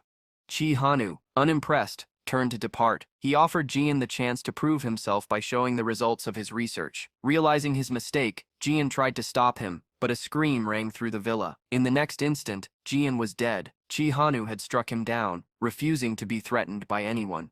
He then ordered his team to investigate Jian's activities and determine whether the dangerous program could be neutralized. In the worst case, Chi Hanu acknowledged he might have to reveal Gong Pang's existence earlier than planned.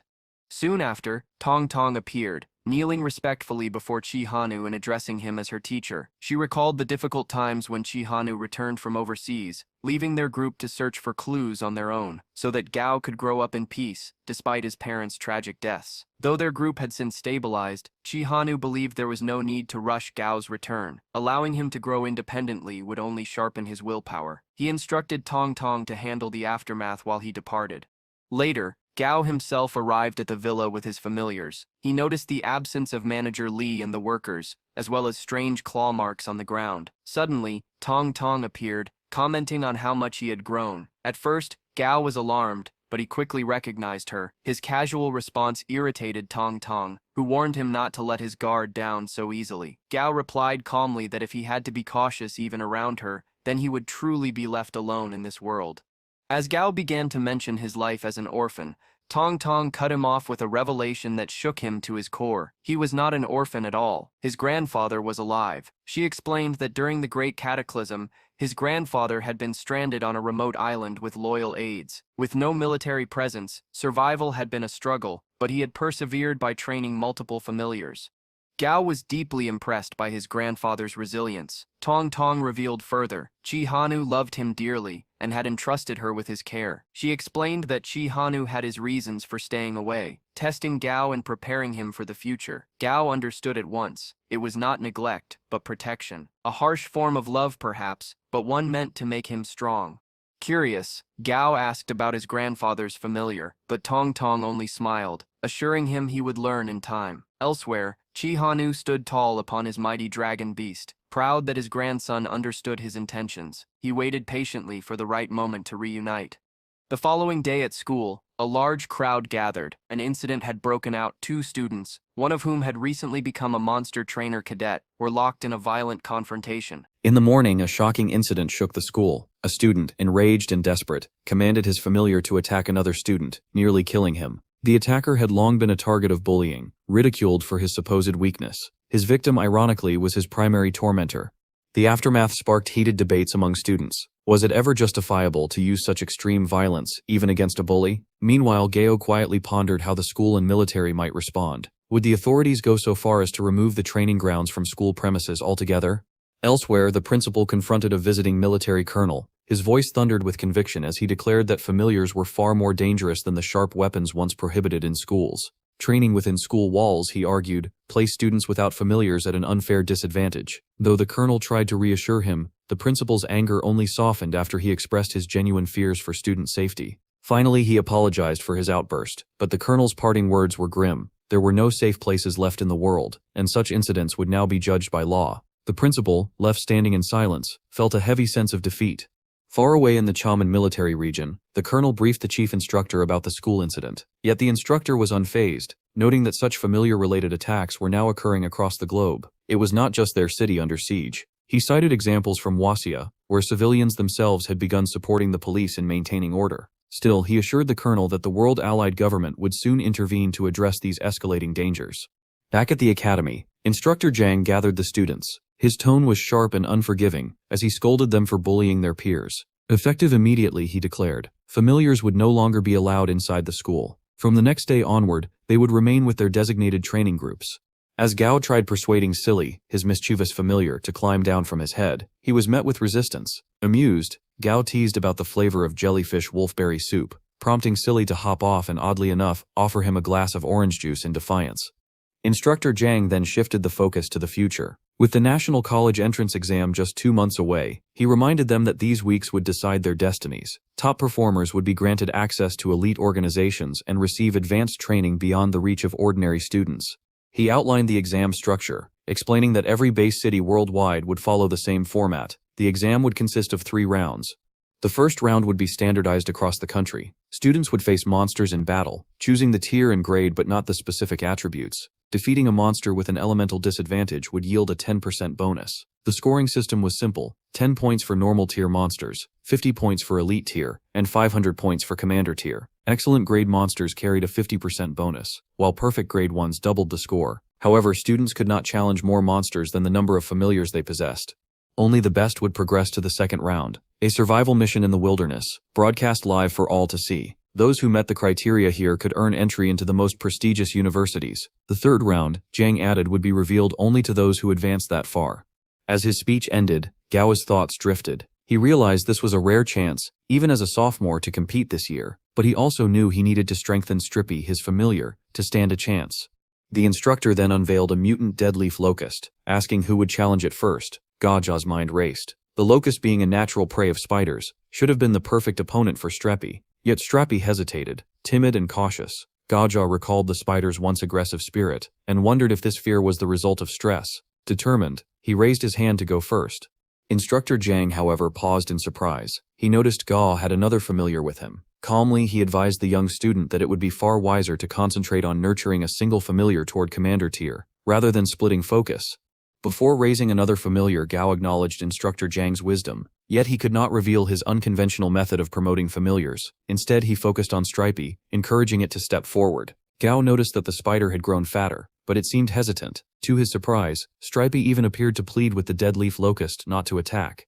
The other students grew restless, and Gao found himself reflecting on the personalities of his familiars. Dazi had been aggressive from the very beginning, while Stripey continued to show timidity. Gao understood that Stripey needed real combat experience to grow stronger. Suddenly, the deadleaf locust lunged forward, snatching Stripey off the ground. Gao's heart clenched with worry, but in that instant, Stripey released spider silk, countering the locust's attack. Though the insect eventually tore itself free, Stripey's quick defense impressed Gao. The students praised Stripey's effort, but Gao felt unsatisfied. Defense alone would not be enough. Stripey needed to learn to attack. Frustrated, he tried to motivate his familiar, urging it to climb the cage and strike. Yet Stripey struggled to climb, leaving Gao to confront the truth. Training familiars was a long and difficult process. Fearing abandonment, Stripey suddenly shifted. Its timid nature gave way to aggression, and it viciously attacked the deadleaf locust, severely injuring it. The other students marveled at its hidden strength, but Gao grew worried about Stripey's well-being. The system itself warned that such uncontrolled aggression could damage the familiar permanently. Without hesitation, Gao rushed forward, holding Stripey down. He whispered an apology, assuring his partner he would never abandon it. Stripey calmed instantly, returning to its normal state. In fact, Gao had already anticipated such a reaction, which was why he had insisted on entering the cage himself. Instructor Zhang, impressed by Gao's courage and sincerity, even remarked that someone like him should consider joining the military. After a week of rigorous training, Stripey shed its fear of combat. It slimmed down, reached level 13, and began to embrace its defensive strengths. Still, Gao knew he had to move cautiously. Inexperience could not be rushed. Meanwhile, Gao discovered that Stripey's discarded exoskeletons had medicinal value. Rather than waste them, he decided to cook them, despite the possibility of poison. The fried dish turned out surprisingly delicious. Dazi eagerly devoured it, while Stripey hesitated, uneasy as if reminded of something unpleasant. With his soul strength growing, Gao attempted to form a contract with Dumby. This time, the bond succeeded. Dumby willingly became his familiar, joining Dazi and Stripey as part of Gao's growing team. Soon, Gao boarded a train bound for the second wilderness training. Confidence swelled within him. He was no longer alone, with Dazi and Dumby by his side. On the journey, he overheard a troubling conversation. Some individuals whom Gao had once locked inside a safe house whispered about revenge, yet they did not know his true identity, and Gao remained silent. Upon arriving, Gao noticed that Dumby's powerful aura was intimidating other students' familiars. At his command, Dumby suppressed it, though some students mistakenly interpreted Gao's confidence as arrogance. This time, Gao chose to go solo, venturing into the valley with Dumby as his mount. "I'll protect you," Dumby assured him, a line it had picked up from a children's show. As they explored, a shadow darted across their path, disappearing toward a pond where Gao had once encountered green-skinned frogs. He turned to investigate, but soon found himself face-to-face with a giant jungle anaconda. It was their second encounter. Gao began to suspect this was its territory. The frogs themselves seemed terrified of the beast, their attacks against it utterly futile. Despite being only level 20, the anaconda's strength rivaled a commander-tier monster. Gao quickly realized that this creature acted as the true regulator of the valley's ecosystem. Fighting it would be reckless, so he chose to withdraw. Once the anaconda left, the frogs and tadpoles cautiously returned to the pond. Gao, ever resourceful, seized the chance to catch them for a meal. Just as he prepared his unusual valley picnic, Dazi suddenly grew alert. A black horse emerged. Level 14, excellent grade. Gao was impressed. It would have made a fine mount, but he restrained himself, unwilling to betray his bond with his current familiars. When Gao turned back, he discovered his meal had vanished. Dazi feigned innocence, blaming Dumby, but Dumby defended itself, winning Gao's pride. Then without warning, Dumby snatched Gao off the ground. The giant jungle anaconda had returned, attempting a sneak attack. Dumby's quick reaction saved both Gao and Dazi from certain death. Though grateful, Gao seethed with frustration. Why did this anaconda continue its unprovoked attacks, and what role would it play in his path forward? Gao turned to Dumby and asked a simple question. Could it defeat the monster? The ape didn't hesitate. Leaping into the trees, it maneuvered with surprising agility, circling around to attack the giant jungle anaconda from behind. Its first strike landed, leaving only a shallow wound, but the second blow carried far more weight, drawing blood. Gao watched, thoroughly impressed by Dumby's relentless assault. But the tide quickly shifted. The anaconda roared and went berserk, its massive body thrashing with wild fury. Game sensed danger immediately, and warned Dumby to be cautious. The snake revealed its hidden trump card, striking with sudden precision, and catching Dumby off guard. Game's voice cracked with anxiety as he called out, desperate to know if his familiar could still fight. Then something unexpected happened. Dumby pressed its hand against its chest, activating a mysterious ability. Gao's eyes widened in recognition. It was the blood thread heart, a supernatural gift awakened after Dumby's evolution to the epic grade. With this power, Dumby could remotely seize control of an enemy's heart. The anaconda writhed in agony, but before it could retaliate, Dumby tightened the grip. Blood poured from the serpent as its body convulsed. With one final earth-shaking punch, Dumby brought the beast down for good. Unbeknownst to Gao, military personnel had been watching the battle unfold. The chief officer, shocked by Dumby's abilities, immediately inquired about Gao's background, yet the file was encrypted, far beyond his clearance level. Startled, he realized that recruiting someone like Gao would not be easy. For now, he ordered his subordinates to ensure Gao's safety and prevent any accidents. Meanwhile, Gao directed Dazi to slice open the anaconda's carcass. To his surprise, the blade slid through with ease, as though cutting paper. Inside, they discovered a thick vine entwined through the serpent's body, explaining why it had seemed to float unnaturally. Dazi proudly handed over the core crystal, earning Gao's praise. But Gao also noticed that Dumby's heart had suffered damage from using the blood thread heart. He reassured Dumby that the organ would regenerate, though its strength would depend on proper training once it healed. Their respite didn't last. A thunderous noise echoed across the valley. Dazi quickly identified it, the big one from before. Gao immediately thought of Mu Ying, the girl carrying the lotus seed. Rushing to the sound, he found chaos. Wen was injured, and Wei Yi was supporting her, while Mu Ying fought desperately against a colossal worm monster. Mu Ying ordered the lotus seed to block its path, then carried Wen as she attempted to flee. But before they could escape, another worm erupted from the ground, cutting off their retreat. Surrounded and exhausted, Mu Ying braced for the worst.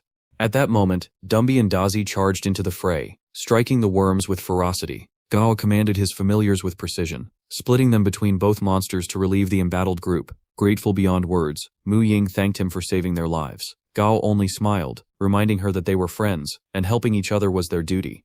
Soon after, an announcement declared the official end of the Wild Valley simulation training. On their way back, Mu Ying asked if Gao had noticed anything unusual. Gao confirmed her suspicions. Earthworms of this size and strength were abnormal. He suggested regrouping, taking the lead as they returned. His calm leadership left a lasting impression on the women. Later, Gao reflected on his instructor's warning. A new breed of formidable monster had appeared in the Dali Desert, driving the man-eating worms to migrate. Still, Gao felt reassured. He had already contacted Director Fun, who informed him that the government was working toward a solution. Students from the safe house blocked Gao's path. Rather than retaliate, he calmly advised them not to seek unnecessary conflicts. Still, Gao seemed disappointed when he noticed they had brought only 4 low-level monsters against him. He suspected that even Dazi alone could have handled the situation. Gao assured the centipede that he never underestimated it.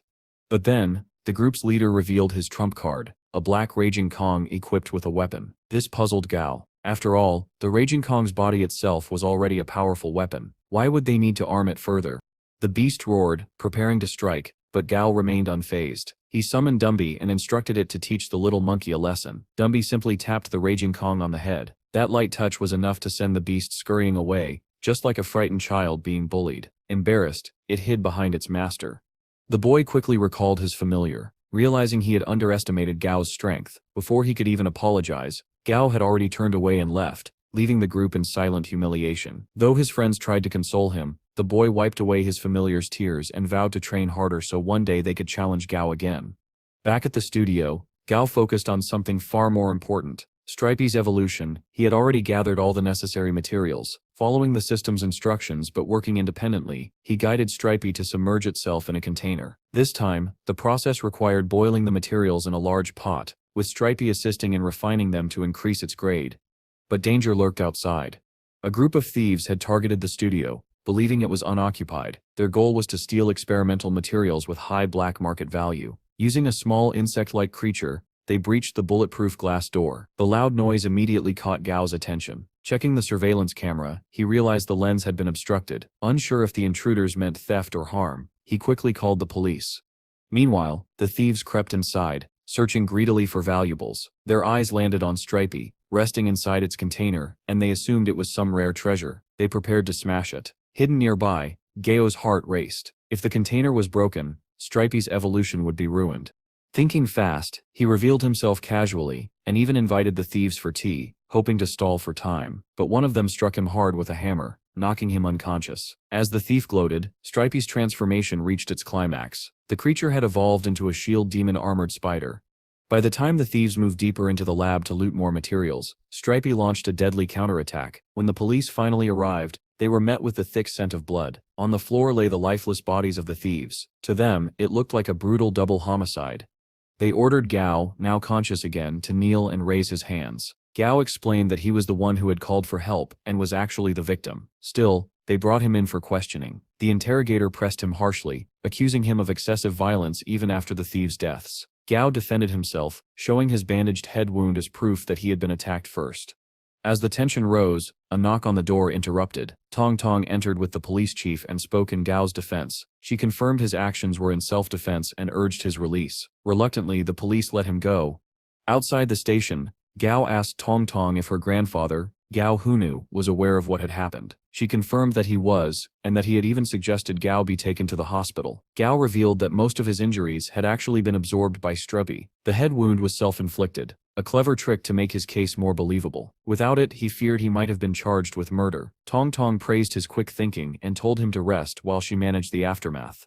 That night, lying in his bed, Gao thought the ordeal was behind him. Suddenly, he was ambushed. Narrowly dodging a knife strike, he was shocked to see the attacker. It was one of the thieves he had seen die earlier. The man's voice was filled with rage as he declared he had returned from hell for vengeance. He lunged again, demanding to know why Gao hadn't stopped Stripey when it still could have handed them over alive to the police.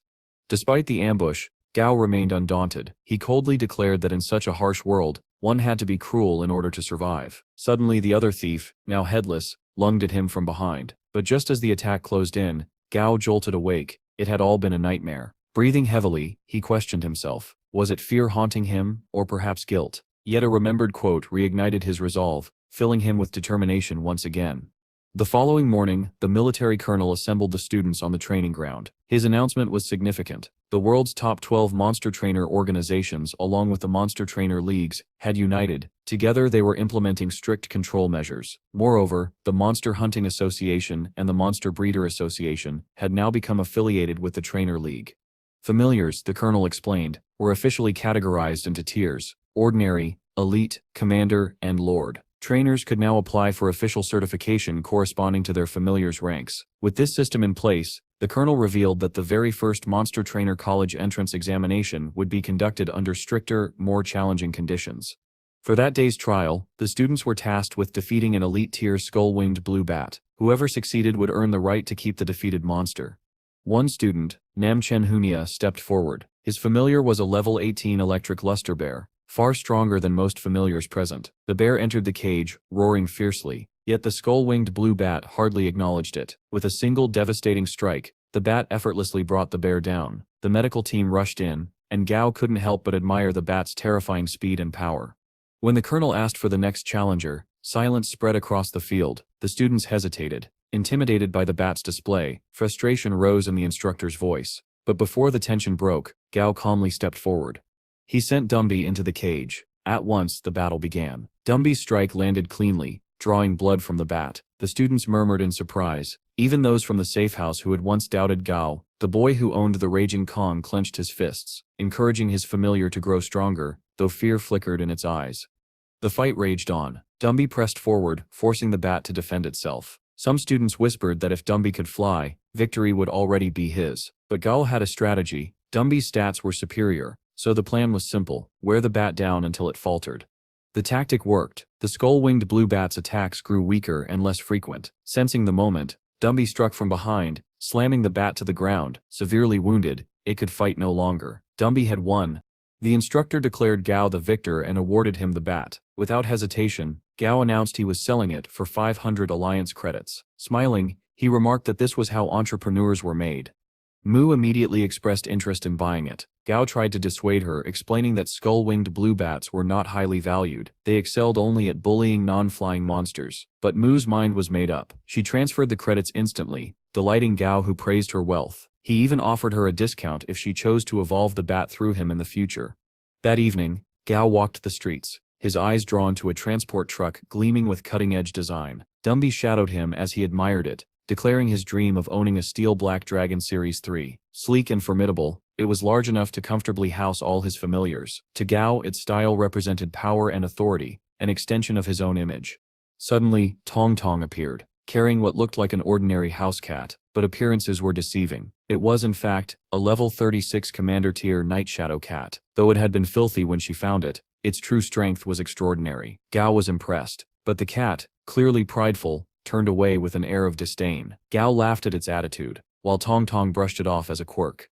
She then asked why Gao hadn't moved into his villa yet. He admitted he hadn't found the time. She urged him to make the move, reminding him how inconvenient his current situation was. As Gao returned home, he gazed at a photo of his parents, emotion welling in his eyes. He vowed to live independently and to support his grandfather. Finally, the long-awaited day of the monster trainer examination arrived. Gao arrived at the venue in his gleaming new truck, instantly catching everyone's attention. With confidence, he lined up with his familiars at the entrance. Guards inspected admission tickets and verified contracts with a special light, but when one student stepped forward, the light turned red, indicating a missing contract. Panic broke out as the student's familiar turned violent and tried to escape. Reinforcements arrived in the form of silver moon wolves, containing the chaos. The student pleaded desperately, explaining that the familiar belonged to his father, but the military officers were unmoved. They disqualified him on the spot, instructing him to try again next year. Gao was astonished by the audacity of someone attempting to cheat during such a critical examination. Soon after, he received his nameplate and reflected that in this test, victory would depend solely on individual strength. His plate was marked a 5, placing him in the highest bracket. He wondered if there were any participants with Lord-tier familiars, though he doubted it. What he did notice was the presence of 7 others in Area A, each commanding a powerful Commander-tier familiar. The competition was real. His eyes moved across the arena. Among the candidates, he spotted a girl commanding a black anaconda, and a boy with a rare tiger-type familiar. This shocked him. Tiger-type familiars were notoriously scarce. Area B was assigned to elite-tier familiars, while Area C held the ordinary tier. Though Dumby was technically elite, its strength already rivaled Commander-tier beasts. Gao felt exhilarated to be among such high-caliber trainers. Still, he compared himself to a husky suddenly thrown into a pack of wolves. This marked his official entry into the top 8 monster trainers of Chang'an City. The military personnel carefully observed these 8 young candidates, recognizing them as the city's most promising talents. Some of the instructors whispered that 2 of the candidates, aged 20 and 21, were not particularly strong, but the colonel retorted firmly, they were significant simply because they were among the only 8 out of 30,000 trainers who had achieved commander-tier familiars. The chief instructor reminded everyone of the cataclysmic signs detected a decade earlier. Authorities had downplayed them, claiming the changes began only 3 years ago to prevent mass panic, but the reality was far graver. These 8 candidates represented the city's hope for the future, and no mishap could be allowed. Soldiers reassured the colonel that every examination area was under strict surveillance.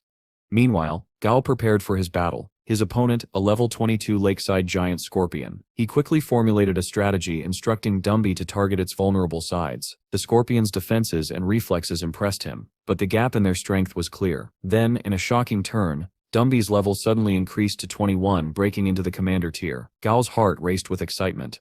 Still, the fight was far from over. Bound by the rules of a one-on-one duel, Gao could only rely on Dumby. The scorpion's close-range water ability made it difficult to counter. Just as Gao pondered his next move, Dumby awakened a new ability. By channeling its blood threads into its limbs, it gained the bone-hardened skill, strengthening both its joints and attacks. Though weaker than fire or thunder abilities, bone-hardened perfectly suited Dumby's fighting style.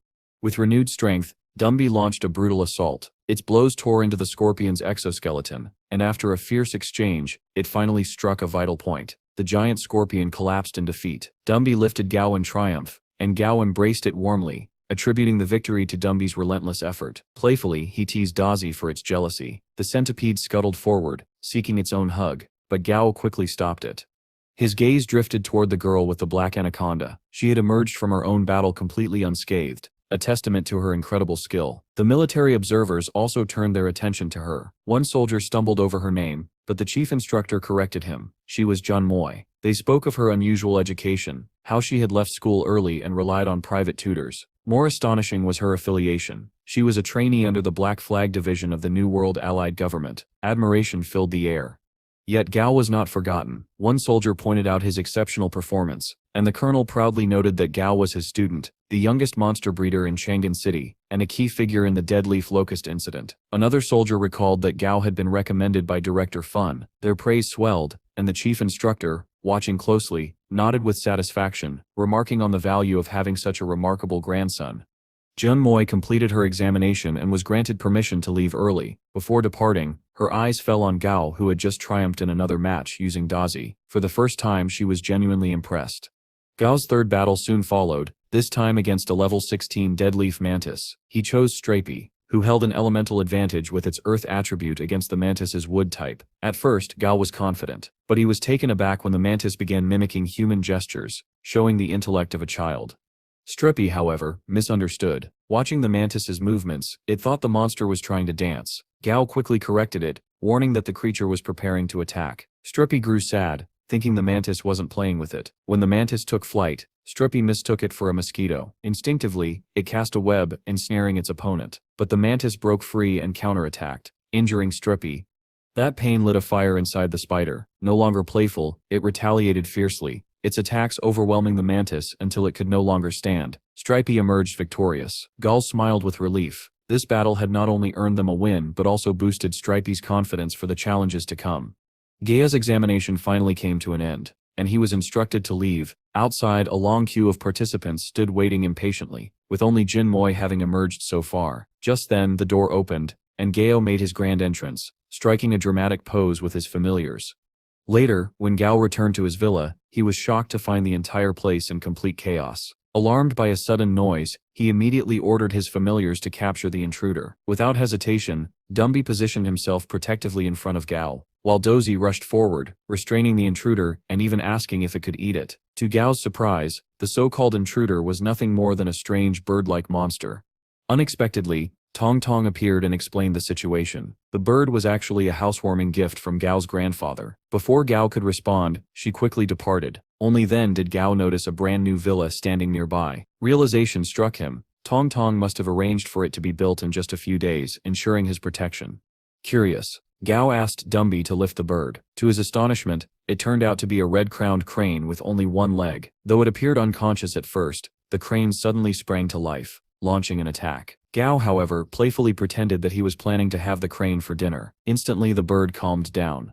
It didn't take Gao long to realize that this was no ordinary creature. It was a flaming red crane of epic grade, one destined to ascend to the Lord tier as it matured. Brimming with excitement, he decided to keep it. Meanwhile, Dozy and Dumby fantasized about eating the crane, but Gao instead fed it mealworms. Much to Dozy's irritation, naming it Flamey, Gao prepared to form a blood contract.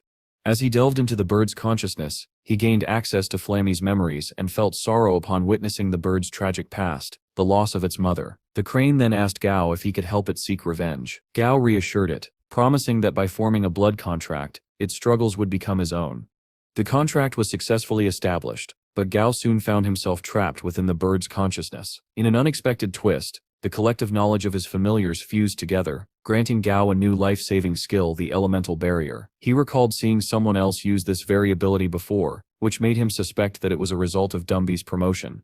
Amid these discoveries, mysterious words appeared, advising monster trainers to let their familiars handle battles while they themselves remained hidden. Gao began to reflect deeply on the true nature of blood contracts, the responsibilities of trainers, and the possibility of others like him existing elsewhere. Eventually, he dismissed these thoughts, realizing it was impossible to teach life-saving abilities to others.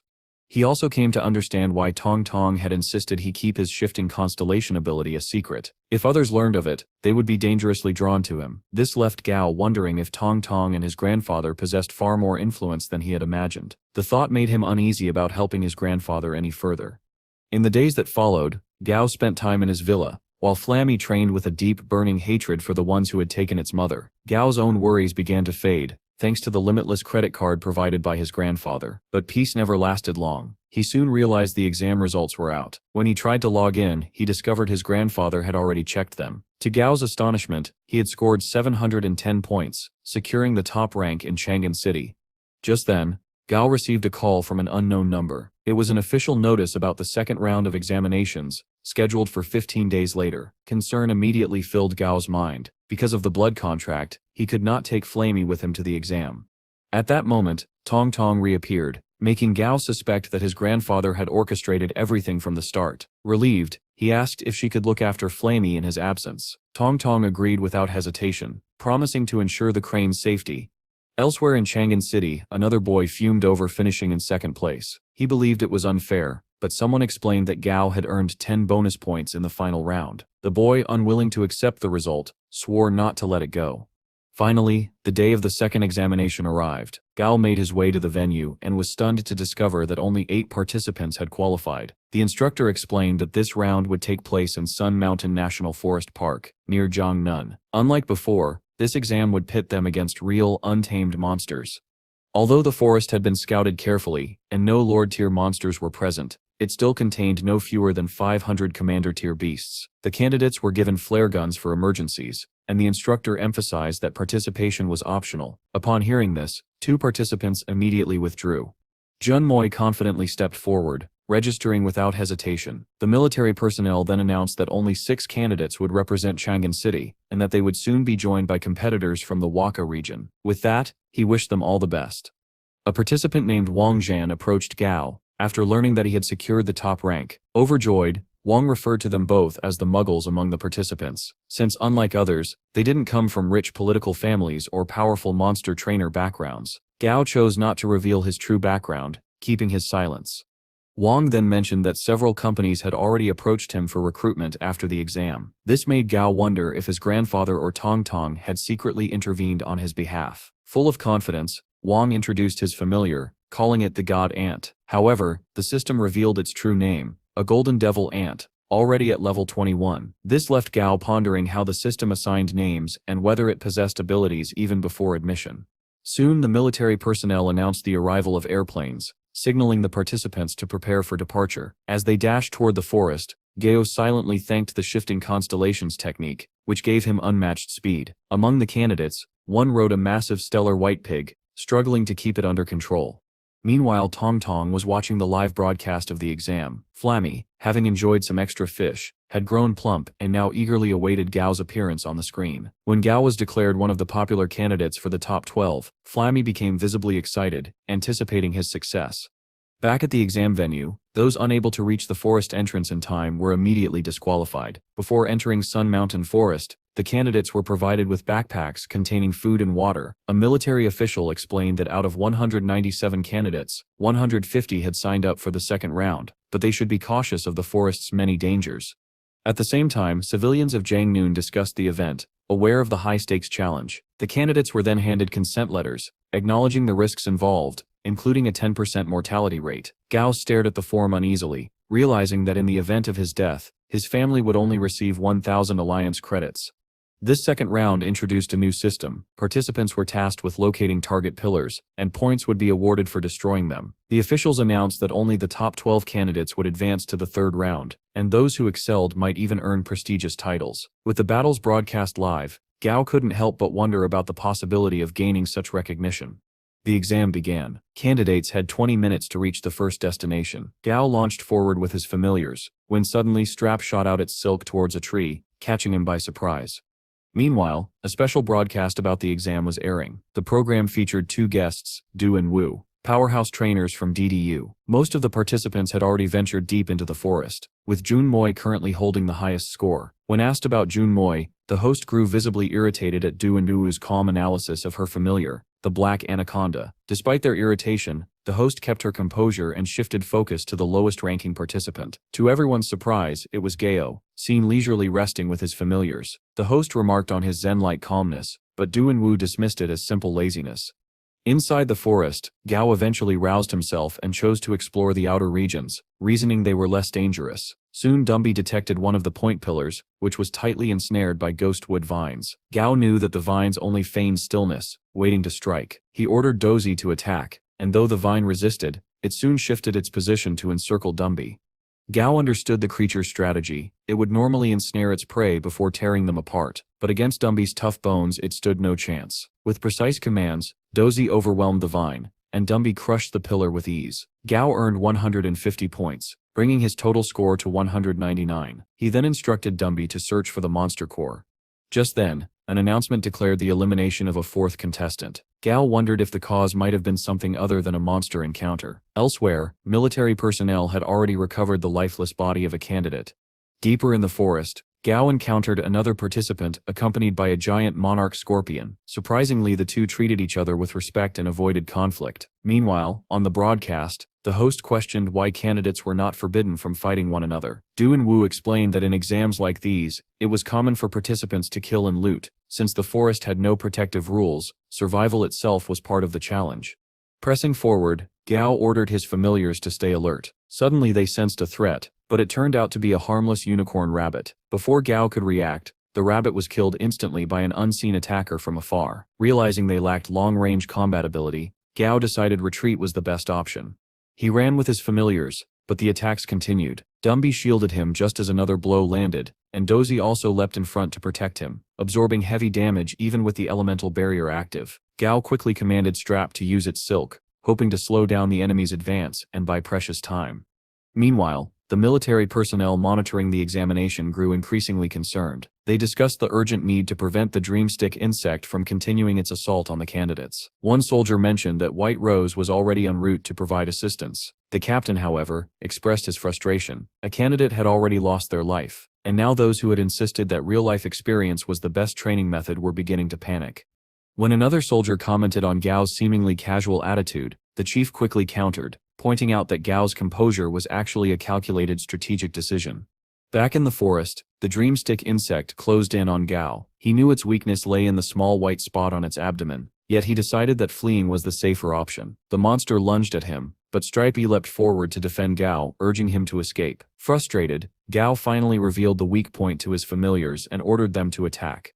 Dumby prepared to confront the dreamstick insect, but Gao hesitated. His familiar looked uneasy, as though unwilling to fight recklessly and risk the safety of its companions. Encouraging Dumby, Gao urged it to strike without worry. At that moment, Dozy's anger flared. The centipede roared, declaring that it would not allow the monster to bully its friends. White Rose finally arrived, hovering above on her familiar. Gao commanded Dozy to climb the monster's abdomen and strike at the white spot, but the dreamstick insect lashed out with its spear-like limb, injuring Dozy. Seeing this, Dumby became furious, severed one of the monster's limbs, and even used it as a weapon. Yet the creature retaliated with terrifying strength, knocking Dumby aside. Gao realized with dread that the monster's combat strength still exceeded their own. Desperate, he directed Dozy to target the white spot with an electric attack. The strike narrowly missed. Gao quickly devised a new plan. Dumby would act as the distraction, while Dozy prepared the killing blow. At that moment, White Rose called down to Gao, asking if she should intervene. Receiving the order to exterminate, her familiar, a level 38 light albatross, dove from the skies. With overwhelming power, it seized the dreamstick insect and carried it away, ending the battle instantly. Gao stood stunned by the sheer might of her familiar. Relief washed over the battlefield. A soldier remarked on Gao's possession of 2 commander-tier familiars, but the captain acknowledged that defeating the dreamstick insect had been beyond their current abilities. Another soldier questioned why they had intervened at all, since no emergency signal had been sent. The captain clarified that the higher-ups would not allow the number of young monster trainers to dwindle further. Back in the forest, Gao was relieved to discover that his familiars were already beginning to heal. Stripey had a broken leg, but Dozy surprisingly expressed the urge to consume it. Disheartened, the spider still offered its broken limb to the centipede, believing it would recover faster. Gao, however, received nothing but disapproving glances from his companions.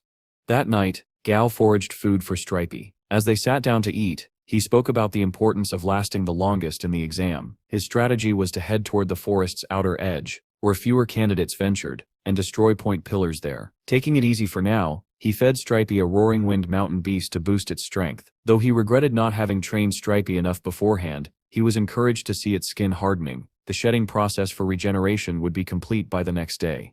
By morning, Stripey had awakened brimming with energy, its leg fully restored, and its level promoted to 20. Gao's joy was immeasurable. With its next breakthrough, he would have 3 commander-tier familiars at his side. Together, they continued their quest to destroy point pillars, collecting valuable items and defeating monsters along the way. While exploring, Gao discovered a pond filled with strange blue-skinned frogs. At first, he thought they resembled ordinary green frogs, but to his disgust, they suddenly began spitting wildly. As he recoiled from the grotesque sight, he noticed a drone camera hovering above. Meanwhile, on the televised program, the host marveled at Gao's unexpected climb to 15th place. Du and Wu expressed their admiration, pointing out that the current top 15 included participants who had already been eliminated, which meant Gao still had a chance to break into the top 12. The host also highlighted Jun Moi's consistent dominance, holding firmly onto second place. 15 days passed, and at last the second round of the exam came to a close. Gao felt relieved. While he hadn't discovered as many point pillars as he'd hoped, Stripey's promotion to commander tier had allowed them to defeat countless monsters. Gao was content, knowing he had given his best effort without regret. When the final results were announced, Gao secured the 11th rank. Elsewhere, in a hotel in Jiangnou, an influential man berated his son for failing to reach the top 12. Furious, he declared that his son would no longer have the chance to participate in the Alliance Youth Monster Trainer General Assembly. In desperation, the boy suggested using his father's connections. The man grew irate, ordering his son to lie low and stay away from rubbish friends. A few days later, as Gao walked through the streets, he received unexpected news. The Youth Monster Trainer General Assembly had been postponed for 3 months. The reason? Unsatisfactory performances in the previous rounds. To compensate, the organizers had extended the age limit to 20 years and 3 months, giving participants more time to grow stronger. While digesting this information, Gao was approached by one of the fellow candidates, Wang, accompanied by a few others, including Jin Moi. They warmly invited him to join them for dinner. Just as Gao was about to leave with them, another man appeared and handed him a briefcase containing 1 million Alliance credits. The man suggested they visit a nearby cafe to talk. Gao agreed, and Dabi accompanied him. At the cafe, the man's nervousness was apparent. He emphasized the importance of keeping their discussion private. Then, lowering his voice, he made a shocking offer. Someone was willing to pay Gao more than the reward for the first-place winner, if he agreed to withdraw from the competition. To prove his sincerity, the man shared insider information about a powerful trainer from District M, who had formed a contract with a Lord-tier familiar. Gao listened quietly, then smiled faintly. He understood that the person behind this offer must care deeply about their own child's success. But for Gao, the decision was clear. Money can't buy what I seek, he said. I'm aiming to reach higher levels. His calm refusal left the man speechless. That marked the end of this encounter, for now. Gao secured the 11th rank in the second round of the strongest youth monster trainer examination. Yet just when everything seemed to be going well, this strange bribery attempt shook things up. Even so, Gao's resolve remained firm. After Gao left, the man immediately made a call. He refused. He reported. His tone carried a mix of fear and resignation. The man mused that his client preferred action over negotiation, but he was only the messenger, not the mastermind. Moments later, the cafe grew eerily quiet. 2 towering figures appeared beside him, each accompanied by a powerful familiar. Alarmed, the man demanded to know who had set him up, but one of them simply said, "Mr. Zong, we already have control of your familiar. Don't set resist. Let sets cooperate." Zong began to realize the danger he was in. They escorted him to a secluded location, where he found Gao Hanwu, Gao's grandfather, waiting with his secretary. Without a word, the secretary tossed a card toward Zong. It contained 5 million Alliance credits. Overwhelmed, Zong confessed everything. He had been sent to persuade Gao to withdraw. He couldn't help but wonder who exactly Gao Hanwu was, and why such a powerful man was interested in a young competitor. Gao Hanwu questioned Zong about the details of the offer. Zong revealed the truth. The man behind it was the mayor of Ganling Bay City, Huan Ming. Realization dawned on him as he began to understand Gao Hanwu's true identity and influence. At that moment, a small girl entered the room, holding a man's hand. It was Zong's younger sister, Swan. She revealed that Grandpa had invited her here, promising ice cream in exchange for keeping a secret from her brother. Gao Hanwu chuckled softly, reassuring the nervous child. Once she left, Zong's frustration finally broke. He shouted at Gao Hanwu, demanding to know what he wanted.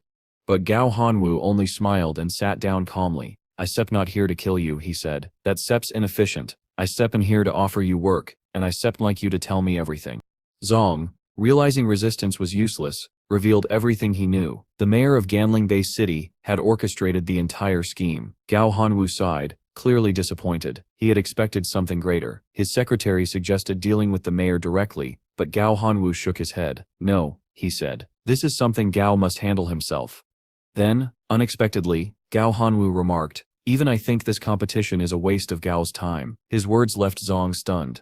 4 years had passed since Gao Hanwu had last seen his grandson. Meanwhile, back at Gao's home, the young man pondered over the mysterious forces working against him. Despite the growing web of intrigue, Gao decided not to dwell on it, at least not tonight. He lay down to rest. A sudden knock on the door broke the silence. Who is it? He asked cautiously. A familiar voice replied, That's not good for a young man to sleep so much. Gao recognized the voice instantly. When he opened the door, there stood his grandfather, smiling warmly. The two embraced, their reunion heavy with emotion after years apart. Sitting together, Gao Hanwu praised his grandson's performance in the competition, but Gao admitted that he still felt lacking, that he had remained on the sidelines. Hanwu, however, appreciated his grandson's restraint and strategy. Then, their conversation shifted to the recent bribery attempt. Gao Hanwu revealed the truth. The offer to withdraw had come from the mayor of Ganling Bay City, and it wasn't just a bribe, it was a prelude to war. The mayor planned to destroy Gao's reputation by framing him for a crime involving a young girl. Calmly, Hanwu reassured his grandson. You don't have to face this alone, he said. Then, with a teasing smirk, he asked if Gao was ready to give up his participation in the competition. To his surprise, Gao nodded. Yes, he said, his eyes calm but determined. It's time to call the organizers. The young prodigy had made his choice, and it marked the beginning of something far greater than the competition itself.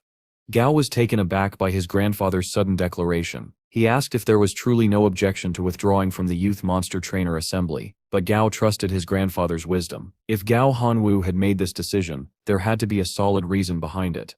Hanwu leaned back and explained his perspective calmly. Since the cataclysm 3 years ago, he began, the gap between individuals has narrowed. Age is no longer an advantage. Everyone now stands at the same starting line. The era we live in doesn't favor youth. It favors strength.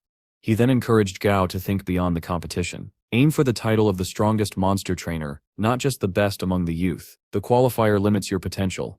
Gao was stunned. This revelation changed his entire outlook. His grandfather went on to explain that the world had entered an age of ambition, one where conflict was inevitable, and only those who dared to reach higher would survive. Participating in small-scale tournaments, he believed, would be a waste of Gao's time. Gathering his courage, Gao asked, Grandfather, in this coming conflict, where do you stand? Will you maintain order or disrupt it? Hanwu gave a faint smile, one that held both mystery and reassurance. Don't worry about that, he said. Whatever happens, I still protect you. Then, changing the subject, he offered something unexpected. 3 months from now, I can recommend you as a judge in the Youth Monster Trainer General Assembly. Use this time to train and improve yourself. Hearing this, Gao's eyes lit up. The idea of being a judge rather than a participant thrilled him. A few days later, Gao found himself in the bustling airport lobby of Chanbei City. He had plans to handle some personal matters before heading to Yuzhou. His mind was made up. He would apply to Yuzhou University. Not only was it prestigious, but it was also closer to his grandfather, which gave him extra motivation. As he pondered over his future, his phone rang. It was Director Fong. Gao, I need your help, came the familiar voice. Gao agreed without hesitation, mentioning that he also had some work to do at the Monster Trainer Association. But before he could ask more, Fong surprised him with a revelation. I've left the Monster Breeder organization, he said. What? Why? Gao asked, startled. Fong sighed. The organization's tests changed. It's now a subsidiary of the Monster Trainer League. Then, shifting tone, he added, I stem with the military now, and I want you to join me. The pay isn't great, but you still be compensated with rare materials. Gao smiled faintly. Just tell me what you need done. I still decide if it's worth my effort. Fong explained, excitement creeping into his voice. There's a commander-tier monster, a Shaquan man-eating earthworm, from the Del Desert. It's on the verge of evolving into a lord tier. Gao frowned. You plan to capture it? Not exactly, Fong replied. Our job is to make sure no other monsters interfere during its evolution. That made Gao suspicious. But isn't there already a lord-tier desert ruler there? There is, Fong admitted, which is exactly why we suffer interested. When two lords clash, their sepses always profit in the aftermath. Gao could tell this operation was risky, and not entirely official. Why me? He asked. You've got stronger trainers in the military. Fong chuckled quietly, because this is my own plan. The higher-ups don't stit approve, but I've got allies, and if things go smoothly, the golden deity itself might reward us. Then came the final detail. The evolution step's happening within 2 days. I still contact you again soon, just be ready. When the call ended, Gao sat in silence. This mission was far beyond his current abilities, but observing it could be a rare opportunity to expand his understanding of high-tier battles. Just then, his attention shifted. Tannen, he murmured, spotting a familiar face at the terminal. She was there to receive him, with her familiar Flammy by her side. Gao blinked in surprise. The creature had changed, resembling a chubby penguin-like beast. Soon after, Gao embarked on a journey toward the outskirts of Channon Base City. Accompanying him were Fong, Tong Tong, and several others. As they traveled deeper into the wild, Fong raised his hand. From here on, he warned, we'll be entering the territory of the Lord of Dark Ember. Stay sharp. Gao's eyes widened when he saw Tong Tong's familiar, a level 39 Shadow Japalura, possessing the rare trait of a shadow assassin. No wonder his grandfather had sent her along. She was formidable. Fong introduced the others as well. This is Li Qing, he said, motioning toward a sturdy man. He commands a level 24 thorny ironhide boar and a level 21 poison-blooded green snake. And this, he continued, pointing to a calm-looking woman, is Qin Yi, with her level 27 flaming bird. As they advanced, Fong stopped them. That sip's far enough, he said. We don't want to alert the man-eating earthworm, it's preparing for its level breakthrough. Before them stretched a vast area swarming with earthworms. Gao was awestruck. The sight was both horrifying and fascinating. Fong nodded, satisfied. These smaller worms instinctively protect their leader, he explained. Gao asked, so, is Setlord of Dark Ember Sits its actual name? Fong chuckled. Not quite. It sits just what we call the ruler of this entire forest. For instance, the Lord of the Desert Ruler got its title the same way, by dominating its region long enough. The group stayed alert as they pressed forward. Fong reminded them, stay vigilant. Other monsters might try to take advantage of the chaos. Then, suddenly Gao sensed movement. Something enormous was approaching. Moments later, a gigantic rooster appeared, its feathers glistening with golden light. Fong smirked. Chickens eat worms after all, and a soon-to-be Lord-tier man-eating earthworm, that sips a feast it can ignore. As the massive rooster lunged at the writhing mass of earthworms, Fong gestured for Gao to watch closely. Pay attention, he said. See how it breaks through the worm-sep's defense with ease. This, he paused, eyes glinting with excitement, is how true predators fight. The battlefield had fallen eerily silent. The swarming man-eating earthworms that moments ago filled the ground had vanished without a trace. Gao stared at the empty terrain, his brows furrowing in confusion. Where did they go? He asked. Fong folded his arms, his gaze sharp. They burrowed underground, he explained. That's their natural instinct. The commander-tier monster must also be hiding below, undergoing evolution. He glanced at Gao and added with a faint smile, You've got talent, but remember, there's still a lot for you to learn. Gao nodded humbly, careful not to appear overly confident, but before he could speak again, the earth beneath them trembled. With startling speed, several of the hidden worms shot up from the soil, latching onto the rooster's leg. Watch closely, Fong said, his voice filled with fascination. When the earthworms work together, even a powerful opponent like this chicken becomes helpless. The massive rooster screeched, thrashing desperately, but it was no use. In seconds, the earthworms dragged it down and devoured it whole. Gao winced. That bird lacked any real combat sense, he muttered. Fong chuckled softly. Oh, this is only the beginning. Before they could react further, Tong Tong raised her hand sharply. Quiet, she whispered. Something powerful is approaching. The group tensed. Then out of the dark forest, an enormous spider emerged, grotesque and menacing. Its body radiated a violent aura, its legs trembling with monstrous energy. Gao's eyes widened as he scanned its data. A level 40.5 violent female spider, he whispered. Recognition struck him. This was the same creature that had clashed with Lu Senlin and his squad. That battle had ended in tragedy, costing many lives and interrupting the spider's evolution. It was supposed to have died long ago, yet here it was, a half-promoted deformed Lord-tier monster. Fong Stay's tone grew grim. The military assumed the Lord of Dark Ember would have eliminated it by now, he said. Looks like they were wrong. We'll have to buy some time. Gao was startled. Buy time? Against that. But before he could protest further, Tong Tong Sit's calm, unwavering expression silenced him. They'll handle it, she said. On one condition, the violent female spider belongs to me.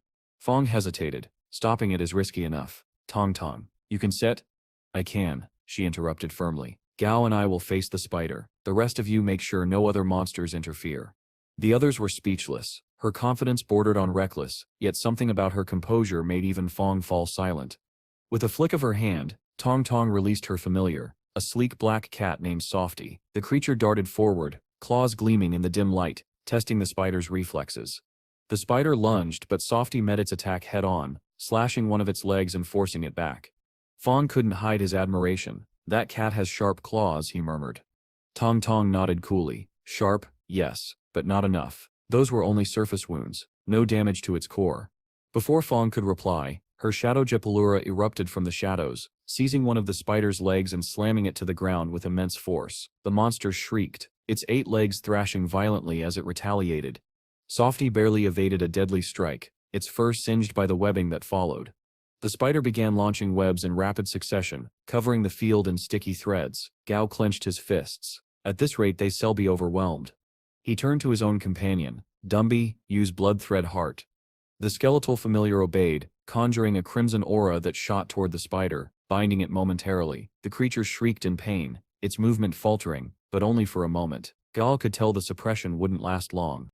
As he gritted his teeth, the ground suddenly quaked beneath their feet. "An earthquake," he muttered. Fongjet's eyes widened. "No, it sepsed here." The soil burst open, and from beneath emerged a colossal creature. The newly evolved Lord-tier Shakwan man-eating earthworm. Its massive armored body shimmered with golden light, its roar shaking the entire forest. It lunged straight at the violent female spider. "Ha! It worked," Fong shouted, his face alight with excitement. The evolution was successful. Gao couldn't help but smirk as the titans clashed. The earthworm was now a level 41 Lord-tier monster, a true behemoth. However, Fong Sis's excitement quickly turned to concern. No, don't Sis leave yet. We need it to clash with the desert ruler." But the earthworm, having crushed the spider into submission, began digging once again, retreating deep underground before the battle could escalate. The spider screeched furiously, slashing at the ground where its opponent had vanished. Gao crossed his arms. Seems like it lost track of its prey. Fong exhaled with relief. Good, mission accomplished. But before they could celebrate, Li Qing pointed nervously at the spider. Something's wrong with it. The creature had begun spinning wildly in circles, its movements erratic and unstable. "Its set's gone mad," Li whispered. Tong Tong observed carefully. "No, its set's starving. It burned too much energy in that fight." As they watched, the spider turned on the smaller earthworms nearby, trapping them in silk before devouring them whole. Gao frowned. "We can capture that thing." Tong Tong smirked. "You haven't seen anything yet." With that, she commanded Softy and her shadow Japalura to launch a coordinated assault. The ground shook, as the two familiars unleashed a series of rapid, violent attacks. Cuts appeared across the spider's carapace, shallow at first, then deeper. Still, Gao urged caution. "Its set's too strong, don't get reckless." Tong Tong Sit's eyes flashed. "Relax. It won Sit's gape." Just then, a shadow passed overhead. A massive bird descended from the sky, a majestic creature radiating crimson energy. Gao Sip's eyes widened. A Lord-tier bird. Fong Stis' face turned pale. The blood-eyed bearded vulture, level 42. It steps another Lord-tier. Everyone braced for a new battle, but instead of attacking, the vulture landed near the spider and bowed its head. "What is it doing?" Gao asked, bewildered. Tong Tong chuckled softly. "It sits mourning the fallen. Maybe it saw too many movies." Li Qing blinked in disbelief. "Wait. Is that your familiar?" Tong Tong smirked, brushing a strand of hair aside. "Of course not. Both a woman should always have her own means of self-defense." Gao exhaled slowly, shaking his head. At this point he muttered, "I wouldn't even be surprised if my grandfather had a dragon." Little did Gao know, the Lord-tier vulture began to move toward the spider, standing still as it fixed its piercing gaze upon the monstrous creature. Tong Tong, slightly irritated, remarked that the vulture was once again reverting to its old habits, a comment that immediately piqued everyone's curiosity. She calmly explained that the vulture still thought of itself as a scavenger. Because of that mindset, it struggled to consume live prey. What they were witnessing was the vulture attempting to adjust its mentality. This revelation left Fan and his men astonished. The creature they once feared was now acting on instinct and habit, not bloodlust. Tong Tong then issued a cold yet precise command to her familiar. The spider was not to be eaten, only wounded. Once the vulture understood her intention, it soared into the air, wings slicing through the wind, before diving back down with terrifying speed. With one decisive strike, the blood-eyed vulture tore into the spider, overpowering it completely. Fan and the others stood frozen in disbelief. A pseudo-Lord-tier monster, one that had caused so much devastation before, was subdued effortlessly. Tong Tong's voice cut through the tension as she instructed her familiar to disable the spider's leg tendons, ensuring that it couldn't escape. Once the task was complete, she exhaled softly and declared their mission accomplished. Gao, still processing what had just transpired, informed Fan that they would be taking the spider with them, a statement that left the soldiers stunned and confused. Later, back at Gao's villa, the battered and immobilized female spider lay before them, completely drained of its former menace. Gao assessed its condition and concluded that it was now useless. Curious, he asked Tong Tong whether she had any further interest in keeping it. She dismissed the idea, saying that the creature wasn't even remotely appealing and suggested giving it to Gao Hunu for experimentation. This remark caused a flicker of disappointment in Softy, but Tong Tong quickly reassured her familiar that she wasn't referring to it. Gao, amused, invited Tong Tong to stay for dinner, but she declined, saying she needed to find someone to take care of the injured spider. Once she left, Gao entered his villa where Dazi greeted him with boundless energy, circling him excitedly in hopes of getting some pork ribs. Unfortunately, none were available. Then, in a moment of mischief, Dazi pointed toward Dumby, Gao's skeletal familiar. Intrigued by the idea, Gao grinned and began preparing a large pot of soup. When he called Dumby over, the skeleton was thrilled, believing that Gao had prepared something delicious for it. Delighted that his master still remembered him, Dumby eagerly approached, only to be told that he would be bathing in the soup instead of eating it. Gao chuckled at his own cleverness. The temperature wouldn't harm Dumby, and this way he could make soup without using real ingredients. He instructed his familiars to enjoy the meal while Silly comforted the confused skeleton. The next morning, Gao's excitement was palpable. A new chapter awaited him. In Yuzhou City, boarding a flight with Tong Tong by his side, he soon found himself in the bustling metropolis. The Yuzhou airport reminded him of Chang'an, but with far more advanced technology and a sense of grandeur. Tong Tong informed Gao that his grandfather wouldn't be able to pick them up due to other commitments, but assured him that everything was fine. Meanwhile, far away at sea, Jianu, Gao's grandfather, faced off against a massive sea monster that had attacked his ship. Irritated that such a trivial threat was delaying his reunion with Gao, he ordered his men to take cover while commanding his powerful familiar the White Dragon to finish the fight. The dragon's roar echoed across the ocean as it battled fiercely, eventually slaying the creature. The logistics team immediately began salvaging the valuable corpse, while the Blue Monkey team prepared their hooks and cables for transport. At the same time, military observers monitoring the scene commented on how they could never clearly see the battle, only thick layers of mysterious fog. Their leader, a sharp-eyed man, watched quietly and muttered that Gao was a cunning one indeed. Back in Yuzhou City, Gao and Tong Tong arrived at the headquarters of the Southern Sky Group. As Tong Tong spoke with the guard, Gao noticed a Lord-tier white demon plant familiar stationed at the gate, an impressive but arguably wasteful use of power. Tong Tong smiled and told Gao to relax, saying that this place would soon feel like home. Just then, a woman behind Gao started laughing mockingly. Tong Tong turned sharply and asked what was so amusing, but the woman ignored her and walked away with a man, calling Gao a country boy. The man told her to stop wasting time, reminding her that they had someone important to meet. Gao smirked and teased Tong Tong for not being recognized. She shot back playfully that it was because she'd been in Chang'an for 2 years. Soon after, she warmly greeted a man nearby, calling him Old Hun. This surprised the snarky man from earlier, who couldn't believe she knew Secretary Hun personally. Recognizing Gao, Secretary Hun greeted him with respect and invited both of them upstairs, where Chairman Gao, the one and only, was waiting. Hearing this, the arrogant man turned pale. Gao took the opportunity to laugh softly at his discomfort. While the woman fumed in embarrassment, Gao calmly remarked that he didn't hold grudges, but preferred to settle things immediately. They proceeded to meet Gao Hunu, who was overjoyed to see his grandson. Hunu then arranged accommodation for Tong Tong with the chairman's approval. Once alone, Gao asked his grandfather if there was something important he needed to tell him. Gao Hunu explained that he would temporarily work at the Southern Sky Group. Gao expressed concern, thinking it might be too soon, but his grandfather countered that it was time for him to learn, since one day he would lead the group himself. Though hesitant, Gao nodded. His grandfather wondered if he'd been too strict but continued anyway. He told Gao that he would start in the HR department to learn the basics, and then be transferred to the research department after 2 days, where a special lab awaited him. Finally, Gao Hunu offered him a choice. He could hide his true identity if he wanted to, as many young people preferred to keep their capabilities low-key, but Gao refused, saying he had no interest in deception. A proud smile appeared on his grandfather Sep's face. Just then, Hun returned, announcing that all arrangements had been made. Gao Hunu stood and said, "Go with Hun. It's Step's time you saw a different kind of battlefield." And with that, Gao stepped forward, ready to face the next chapter of his destiny. Gao noticed something unusual ahead and paused for a moment. Hun, sensing his distraction, asked if something had caught his eye. Gao smiled faintly, replying that he had just run into some familiar faces, the same arrogant woman and man who had mocked him at the Southern Sky Group's entrance earlier.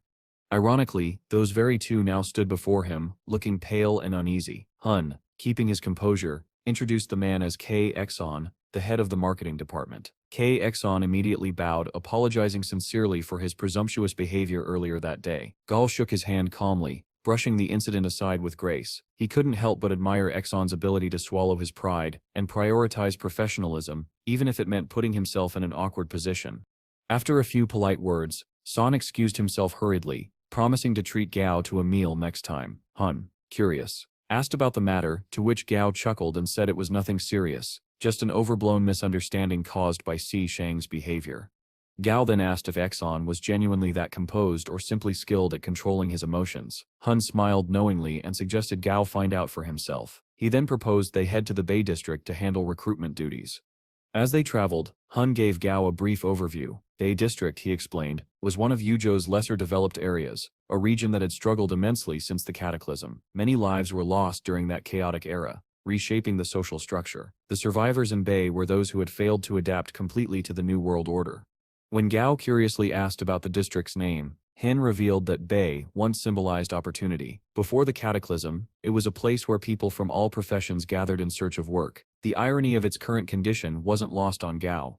Before Hun could continue, they arrived at their destination, the Bay District's branch of Human Resource Management. Gao immediately noticed the peculiar individuals loitering nearby and asked who they were. Hun replied with a wry smile, calling them Bay's best, but his tone hinted at pity. These were people who had long lost hope, their dreams buried under hardship. Inside, Hun introduced Gao to Section Chief Wang from HR Management Headquarters and Branch Manager Su. Both greeted him respectfully, addressing him as Young Master and Head Gao. Gao quickly requested that they drop such titles, insisting they were all colleagues. But his lineage, being the grandson of the wealthiest and most powerful man alive, was impossible to ignore. Hun reassured him that while the branch might appear disorganized, it provided an ideal environment for learning real management. After giving Gao a few words of encouragement, Hun departed to handle other matters, leaving him to explore the facility. Section Chief Wang offered to show him around. As they toured the branch, he took Gao through the warehouse and the training center for familiars. Wang, out of habit, continued calling him Young Master. Amused, Gao playfully threatened to deduct his salary if he said it again. When Wang repeated it anyway, Gao laughed in defeat. Inspecting the equipment, Gao asked whether every branch had similar resources. Wang confirmed, though he mentioned that these facilities were rarely used. Departments like Security and the Central Security Bureau had far better training grounds, often located deep within the forests. When Gao inquired about recruitment operations, Wang reassured him that subordinates were already managing everything efficiently, leaving Gao little to worry about. After Wang departed, Gao's attention drifted toward one of the machines in the corner, a training module streaked with faint tear marks. He summoned his familiar Flamey and mused aloud that once it reached the commander tier, it would solve his biggest problem, not having a flying-type familiar suitable for high-speed travel. "Think you can still fly, Flamey?" Gao asked with a grin. He pointed toward a set of metal rings hanging midair and instructed it to fly through them. Flemmy spread its wings and soared into the air, moving with impressive agility. But just as it approached the final ring, it clipped it by accident and crashed awkwardly. Gao sighed but quickly encouraged it not to give up. Again and again he urged the creature to improve its control. After several attempts, Flemmy finally glided through the rings flawlessly. When it landed, something unexpected happened. A wave of heat radiated from its body, and flames erupted around it. Gao's eyes widened in astonishment as Flamey underwent an evolution before his eyes. The air shimmered as fire swirled around the bird. When the light dimmed, Flamey had advanced to level 21, a perfect grade flying familiar. Its fire resistance had drastically improved, and it had gained a new ability. It could shed its feathers mid-flight, turning them into fiery explosives. Though the power was impressive, Gao's amusement quickly turned to concern. The explosions didn't originate from the feathers themselves, but from the ignition reaction, meaning each attack cost Flamey its plumage. The image of a bald, featherless bird flashed in his mind, and he shuddered. Still, he couldn't resist teasing the creature before calling for Dumby to join him. Hearing his name, Dumby dropped the dumbbells he had been lifting and shuffled over immediately, eager to follow. That night, as the training grounds emptied, a young boy quietly emerged from a hidden hole in the ground, his small rat familiar following close behind. He seemed ready to begin his late-night practice, when a calm voice interrupted him. "How long have you been coming here?" Startled, The boy turned to see Gao standing beside Dumby, his expression gentle yet firm. The boy stammered an apology, explaining he only wanted to use the equipment. Gao waved it off with a smile, telling him not to enter through the hole again. As the boy turned to leave, head hanging low, Gao watched him in silence. Despite the hopelessness surrounding Bay District, this child still carried a spark of determination, a will to grow stronger. Gao called out, stopping him mid-step. He offered to help the boy get an identity card so he could train here officially. If anyone questions you in the future, Gao said kindly, just tell them my name, Gao. The boy's eyes widened in disbelief, before slowly filling with hope. For the first time in a long while, someone had seen his potential, and that someone was Gao. The next morning, as Gao trained Flamey, Juan arrived, this time with the boy who now had an identity card. Gao asked for the boy's name, and Juan introduced him as Le Junong. Gao then instructed the boy to wash his familiar and begin his training. Lo Junong's familiar turned out to be a level 4 blood scavenger rat named Albi. It carried a mild injury, but Juan explained that the boy was quite lucky to have found such a monster in the sewers and successfully tamed it. Without that, survival would have been nearly impossible. Gao was surprised by this revelation. Juan elaborated that many monsters in the Bay District live in the sewers, feeding on discarded waste. Intrigued, Gao asked whether these underground creatures were allowed to reproduce unchecked. The section chief replied that, in the past, such monsters used to surface occasionally, but after being hunted by monster trainers, most retreated deep underground for safety. This revelation made Gao uneasy. However, Juan reassured him, mentioning that Chairman Yule had devised a unique solution. One of his familiars lived in the sewers and preyed upon these monsters, keeping their population in check. Gao found this system fascinating, especially compared to how things operated in Chang'an City. When Le Junong returned, he shared his story. While most city dwellers feared the sewers, he had ventured inside out of hunger. There he discovered the injured blood scavenger rat, which later became his companion, helping him find food and survive. Gao listened carefully, reflecting on the boy's hardship and the ongoing struggle to recruit workers for the factories. Eventually, he offered Le Junong a job, with a salary, food, shelter and training center access. Overwhelmed with gratitude, the boy accepted the offer with tears in his eyes. Later that day, Gao returned to his dormitory, only to be stunned. Daisy and Stripey, two of his familiars, had advanced rapidly in rank. He suspected that his grandfather might have provided them with rare materials to boost their growth. Meanwhile, Silly had reached level 20, but its progress was capped due to its grade. He remembered that Silly had acquired a wood-type healing attribute after evolving into a wood spirit jellyfish, and his curiosity was piqued. To test its new ability, Gao placed an injured lab rat in front of Silly. After half an hour, however, the rat was only partially healed. Gao sighed, disappointed, while Silly looked completely unbothered, which frustrated him even more. Still, Gao resolved to help Silly grow stronger, especially since his grandfather had already gathered the materials he requested. As he pondered over Silly's training, Gao noticed Dumby staring silently out the window. Concerned, he asked what was wrong. Dumby quietly confessed that it missed its hometown, and more importantly, its offspring. Gao was taken aback. He hadn't known that his familiar had already become a father. A family man, huh? Gao murmured, surprised. He then decided they would visit Dumby's hometown the next day.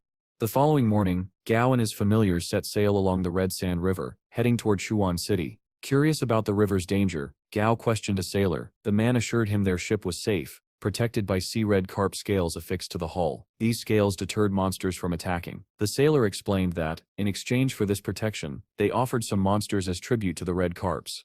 Gao was intrigued but uneasy. Such practices, if exposed, would tarnish the government's reputation and reveal its inability to protect its people. He pondered the stark difference between small cities like Chuan, where ships flew on Lord-tier familiars, and major ones like Yuju and Shannon, where monster trainers were far more common.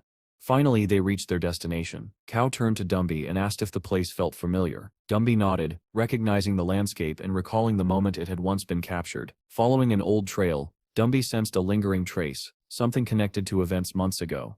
As Gao offered words of comfort, Dumby suddenly froze. It heard something, and then sprinted away. Gao quickly ordered Stripey to follow. The trail led them to a waterfall, where Dumby stopped abruptly. Below, in the shallow pool, a small group of apes bathed peacefully. Dumby trembled. His family was right there. Gao urged Dumby to go to them, reminding him of his former role as the tribe's king. But Dumby hesitated, aware of his undead form. They might fear me, he seemed to think. Gao suggested they simply watch from the trees instead. As Dumby gazed at his family, emotion filled his hollow eyes. He felt powerless, unable to protect them as he once had. Gao gently asked if Dumby wanted to bring his daughter back, promising she would live a wonderful life under his care. But Dumby declined. His daughter deserved freedom in the forest. Despite everything, he said he was content with his current life beside Gao. Suddenly, chaos erupted. The apes were ambushed. Hunters had appeared. Dumby's instincts kicked in immediately. Without hesitation, he charged forward to defend his family. 10 minutes earlier, the hunters had been discussing their plan. One questioned whether Red River apes were worth the risk, but their leader, Li, explained that Miss Jia of the Zhou family had developed a taste for their meat, tripling their market price. Once they spotted the apes, they fired the first shots, confident no strong monsters were nearby. But Li missed his mark, and the apes were alerted. He ordered his ironback wolf familiar to finish the job while his men hid. Unfortunately for them, the wolf never stood a chance. In moments, Dumby emerged. A gold-tier commander monster, towering and skeletal, radiating power and fury. The wolf was crushed instantly. As the hunters froze in terror, they realized too late. The skeleton before them wasn't just another beast. It was Dumby, the ghost ape king, the protector of his tribe, and Gao's most loyal familiar.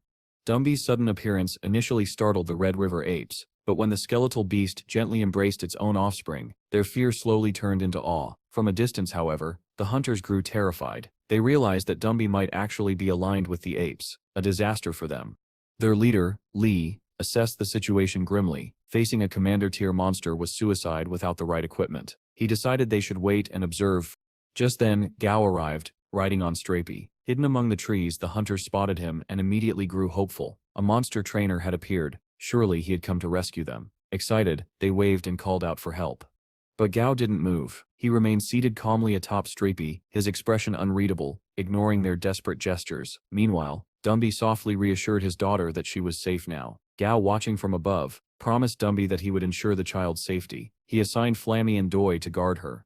Then one foolish hunter ruined it all. "The trainer is working with that gold-type monster," he shouted, pointing at Gao. The others instantly froze. His outburst had given away their position. Dumby turned sharply toward the sound. In one swift motion, he ripped a massive tree from its roots and hurled it aside, sending the hunters tumbling from their perch. Li landed hard, clutching his side and gasping. His ribs were broken. He looked around in panic and saw that his comrades were already caught in Dumby's massive skeletal grip. Desperate, he tried to crawl away. Finally, Gao intervened. He ordered Stripey to capture the escaping man. Within seconds, Stripey's spider web ensnared the hunter mid-run, suspending him helplessly in the air. "Please, spare me," the man begged, trembling. "My brothers are dead. My parents are old and starving. If I die, they'll have no one left." His voice cracked as he pleaded for mercy, offering to surrender all the apes he had hunted. Gaosep's eyes narrowed. "So you weren't set capturing them to make familiars?" The man shook his head frantically. "No, we hunted them because the second daughter of the Zhou family in Yuju City demands their hearts, for her familiar." Gao's expression hardened in disbelief, then anger. The idea of slaughtering innocent apes just to satisfy the twisted desires of the powerful Zhou family made his blood boil. The other two hunters quickly switched sides, praising the Red River apes and condemning their leader's actions to win Gao's favor. One even revealed that Li had been manipulating prices by killing apes before other teams could reach them. Gao said nothing. Instead, he looked at Dumby and simply instructed, "Handle this as you see fit." Then he turned and walked toward the riverbank, leaving judgment to his familiar. Li screamed after him, trying to invoke fear. "You don't understand. The Zhou family has influence. If you kill us, you still pay for it." But Dumby ignored him. Gathering the Red River apes, he raised his arm, bones creaking like thunder. His voice echoed through the forest, filled with rage and sorrow. "A tooth for a tooth." The apes roared in unison, their fury unleashed. Dumby carried his daughter on his back as his tribe charged forward, delivering justice to the poachers. Meanwhile, at the riverbank, Gao sat silently, calling his grandfather Ji Hanmu to share what had happened. "Grandfather, I don't know if I did the right thing," he admitted. Ji Hanmu's calm voice came through the line. "Do you regret your decision?" "I'm not sure," Gao confessed. "Then tell me," his grandfather continued, "if you had the chance again, would you stop Dumby?" Gao paused. "No, I wouldn't stet." A soft chuckle came from the other end. "Then there's steps your answer, fickle boy. The world out there isn't set kind. Be ruthless when you must. Sentiment won't set keep you alive. Strength will." Despite the stern words, Gao could hear the warmth in his grandfather Sep's tone. Ji Hanmu added, "I still arrange for the remaining Red River apes to be brought safely to Yuju and give them land to live on. Don't dwell on this." The call ended. Gao exhaled deeply, staring into the flowing red sand river. Soon after, the sailor approached and informed him that it was time for the tribute ceremony to the river's guardian, the Lord Tier Dragon Blood Red Sand Carp. "Address it as king," the sailor warned. It understands our language. He then showed Gao the offering site, explaining how people would present tributes, and the carp would grant its protective scales in return, each scale given in proportion to the quality of one's offering. Moments later, the water stirred. A colossal shadow emerged beneath the surface, and the mighty red sand carp rose, scales glimmering like molten rubies. People bowed low, placing offerings at the river's edge. The creature devoured the tributes, then released iridescent scales that floated gently to the surface. "Collect your scales according to what you gave," shouted a man, ensuring no one angered the River King. Gao stood mesmerized, watching the sacred exchange unfold. The creature's hydrokinesis was breathtaking. Water itself seemed to obey its will. It was like witnessing a living legend. He couldn't help but wonder about his grandfather's own Lord-tier familiar, longing to see it someday. But far away, in South Africa, the world was shifting again. A dire emergency had erupted. A high-energy spatial reaction had agitated the white-bellied spaceworm, signaling the birth of a spatial rift. To investigate, the authorities dispatched a red-spotted falcon and the same white-bellied worm, with a monster trainer mounted atop the falcon. He raced through the skies, anxious about the threat ahead. His fears were justified. From the rift, a strange monster emerged, slaughtering the trainer and his beasts within seconds. Back in Jihanmu's villa on the outskirts of Yuju, Gao watched the breaking news with his grandfather. The tone of the broadcast was grave, yet Jihanmu seemed oddly calm. "Why do you look so optimistic?" Gao asked. Jihanmu smiled faintly. "Because danger is opportunity, boy. During the early cataclysm, these spatial rifts appeared often, but we haven't seen one in 2 years. For strong trainers, this means a chance. New worlds, new familiars." He handed Gao an access card to the Villa SIP's laboratory. "Most of the materials you asked for are ready, but for advanced breeding methods, consult the company SIP's senior monster breeders, learn from them." Gao nodded with gratitude, though a secret weighed on his mind. His grandfather still had no idea about his unique system. As Jihanmu stood to leave, he placed a hand on Gao SIP's shoulder. "Rest for 2 days. The world will only grow more dangerous from here." Gao looked out toward the horizon, where the river shimmered under the fading sun, and beyond it, the unknown storms that awaited him. When Gao asked about seeing his familiars, his grandfather smiled mysteriously and told him to find White on his own. After searching through every corridor, room, and balcony of the villa with no success, Gao finally wandered to the backyard lake. The calm water shimmered beneath the sun, and he decided to set his search aside for a moment, taking a refreshing dip instead. The cool water eased his fatigue, but then something strange happened. His body suddenly began to float upward, slowly lifting off the lake's surface, as if an invisible force had caught him. "Totally normal, right?" Startled, Gao shouted for help, summoning Flamey. The little familiar darted toward him but froze midair, trembling violently. Its eyes widened as it spotted something massive moving beneath the water. Without a second thought, Flamey bolted upward, refusing to look down. Before Gao could even comprehend what was happening, Jihanmu arrived. With his usual calm tone, he said to someone unseen, "Be gentle with my little master." Gao blinked in disbelief. Little master, he thought. Before he could ask what that meant, Flamey swooped in, grabbing him by the shoulders and hauling him out of the water. Then he saw it, and his jaw dropped. From the depths of the lake, a majestic white dragon emerged, water cascading from its gleaming scales. Its body was long and powerful, eyes glowing with divine brilliance. This was White, his grandfather's familiar, a level 50 Lord-tier white aquatic dragon with a perfect grade and 3 evolution paths. Gao's heart pounded with awe. "This thing, it's far stronger than the dragon-blood red sand carp," he exclaimed, marveling at the dragon's presence. Its passive abilities enhanced speed, agility, and even the destructive power of its claws and scales. But as he stepped closer, the dragon's gaze turned sharp, cold, and commanding. The air around it grew heavy. Gao froze, realizing he might have gone too far.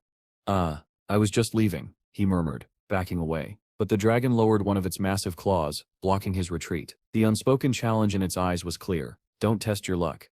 Swallowing his pride, Gao decided to retreat to the villa's laboratory. He still had more pressing goals, like raising Silly's level, along with Dozy and Stripey. Inside the lab, Gao began concocting a red-tinted serum, recalling how the previous one had turned Silly green. He hesitated. Will this change its color again? He wondered. Silly sniffed the serum curiously before diving right in. A faint fragrance filled the air, like green apples. When it resurfaced, its jelly-like body shimmered with a brighter green hue, even more vivid than before. "Perfect," Gao muttered dryly. "Now you stir practically glowing in the dark." Silly, now a level 20 dimensional jellyfish with perfect grade, floated up and gently landed on his head, oozing contentment. Gao sighed while his other familiars chuckled at the sight. The next day, Gao arrived at the Bay District Branch Training Center, pleased to see Li Junong already there, punctual and eager to work. It brought him quiet satisfaction. His decision to help the boy hadn't been in vain. He began Flammy's training, watching the familiar's flames burn hotter and denser, but the summer heat made every session torture. Training a fire type in this weather feels like punishment, he muttered. Soon Wang, the section chief, approached. Chairman Gao, he reported. The recruitment process for orphans and single-parent children has begun, as per your request. Gao nodded, delegating the monitoring to Wang, who praised him for giving underprivileged children a chance. But Gao reminded him firmly, character comes first, skill can be taught. Their discussion was interrupted by a commotion nearby. Families had gathered outside the factory gates. Wang quickly explained, there's been a monster attack. The families of missing workers are demanding answers. Gao immediately went to investigate. He found Jiang, the security supervisor, managing the tense crowd. What's the situation? Gao asked. The missing workers were found alive, but seriously injured, Jiang replied. No fatalities. The monster retreated into the sewers. Then seal the area and check the underground defenses, Gao ordered. Jiang hesitated. There aren't any, sir, just an alloy gate for waste discharge. Gao Sep's face darkened. No defenses, in a factory this size. The supervisor shifted uncomfortably, mumbling excuses. Displeased, Gao decided to handle it himself. Take me there, he ordered. Reluctantly, Zhang led him to the factory yard, a grim damp space near the waste outlet. Gao remembered that his grandfather's familiar also lived in the sewers, which usually kept other monsters away. Still, something didn't feel right. Zhang tried to sound confident. My devil mantis can handle this. It adapts well underground. I trust your familiar, Gao replied evenly, but remember, even familiars have limits. Keep watch above ground. I shall investigate below. With that, Gao descended into the tunnels, accompanied by his familiars. The air was thick and foul, every sound echoing eerily. Stay alert, Gao warned. This isn't a game. As they advanced, Daisy suddenly stiffened, sensing movement. From the darkness, a giant cockroach lunged straight at Gao. Before it could reach him, Stripey shot a web, pinning it mid-air. Dozy unleashed a burst of electricity, stunning the creature. Stripey twitched excitedly, drawn by the smell. You want to eat that thing? Gao asked. Before he could decide, the cockroach sprouted wings and tried to escape, only for Flamey to unleash a stream of fire, burning it to ash. Nice aim, Gao praised, genuinely impressed by Flamey's reflexes. They moved deeper, finally reaching the alloy gate. The passcode machine beeped as Gao activated it, and the gate slowly opened with a metallic groan. But as the stench of decay seeped out, Gao froze. Dozens of glowing eyes flickered in the darkness ahead. The sound came next, a chittering, crawling echo that filled the tunnel.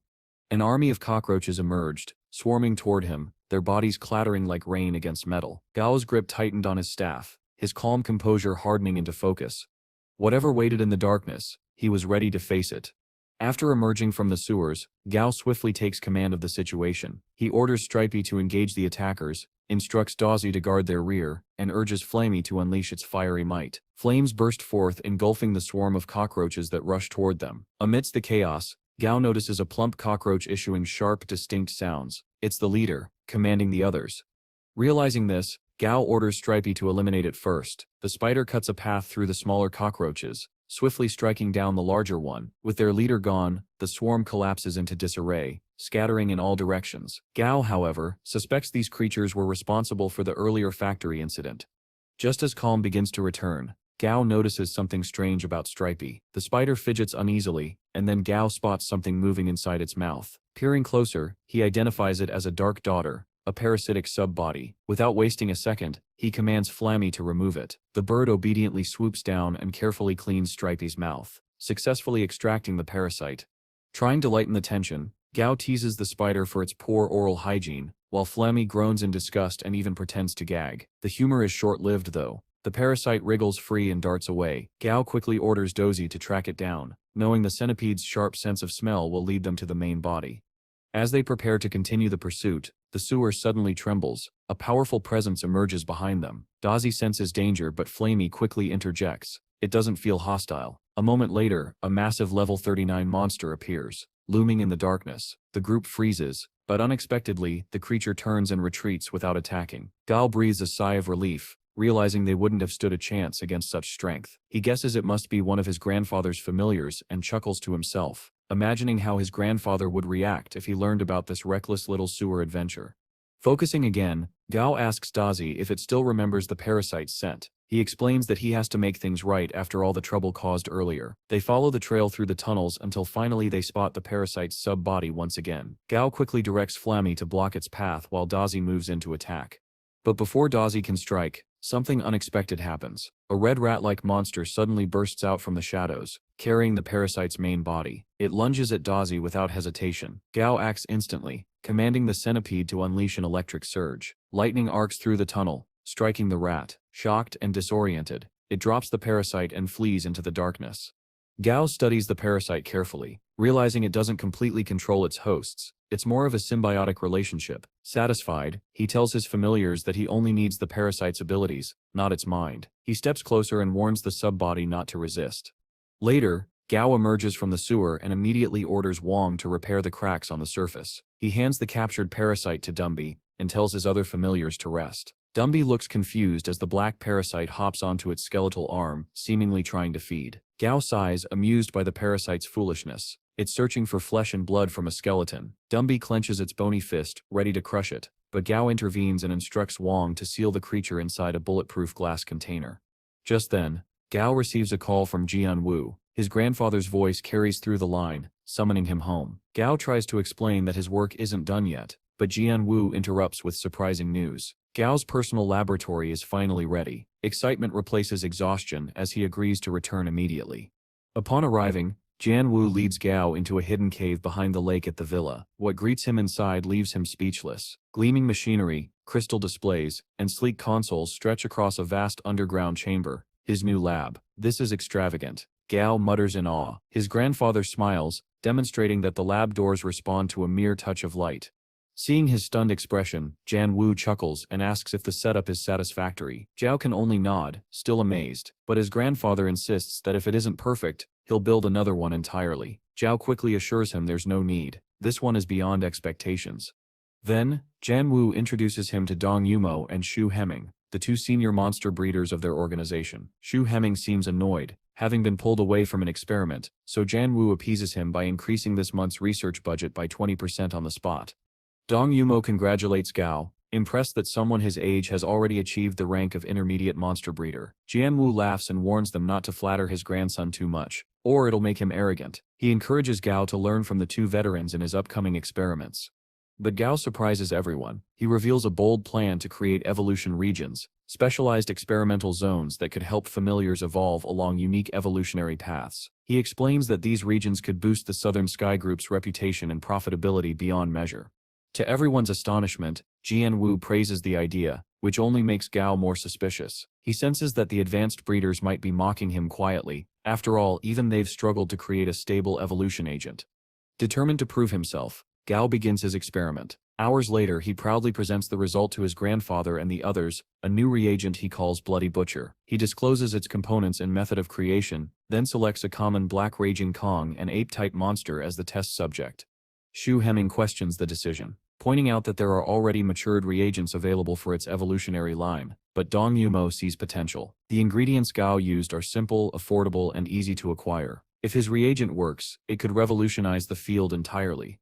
Gao was determined to make a lasting impression. He began by emphasizing to everyone present that his experiment would be intense and would require a considerable amount of anesthetic. Without hesitation, he injected the reagent into the ape-like monster using a specialized machine. What followed left even the most experienced breeders in stunned silence. Before their eyes, an unprecedented reaction unfolded. The unconscious ape began to evolve. Dung, one of the senior breeders, couldn't hide his astonishment. Even if the experiment were to fail, he felt confident that valuable insights could still be gained from Gao's process. Moments later, the transformation completed, revealing a level 10 blood-raging Kong. The room fell silent before erupting in disbelief. Dung immediately acknowledged Gao's exceptional method, confirming that such a species had never been recorded before. Intrigued, he asked Shu to verify the evolved monster's grade using a soul crystal, obsidian. Shu explained that the crystal could determine a monster's grade as long as it was below the Lord tier. As the test was performed, the crystal shimmered and turned blue, signifying an excellent grade. Watching this, Ganwu's expression turned serious. He glanced at the other reagent tubes on Gao's table, realizing how dangerous it would be if the public discovered the extent of his grandson's talent. To protect him, Ganwu immediately declared the experiment's results a company secret, strictly forbidding anyone from revealing the details. He then asked Gao to name the newly evolved monster. After a moment of thought, Gao smiled and declared, Bloodring Kong. He explained that the name was part of his branding approach. So far, Gao had successfully created 3 reagents: Earth-type I, Petrochemical-type I, and Royal Reagent. Without wasting time, he moved on to the second experiment. He had already injected the petrochemical reagent into a giant ant, explaining that early-stage monsters often lacked long-range abilities. While agility was difficult to modify, defense could be strengthened with the right combination of compounds.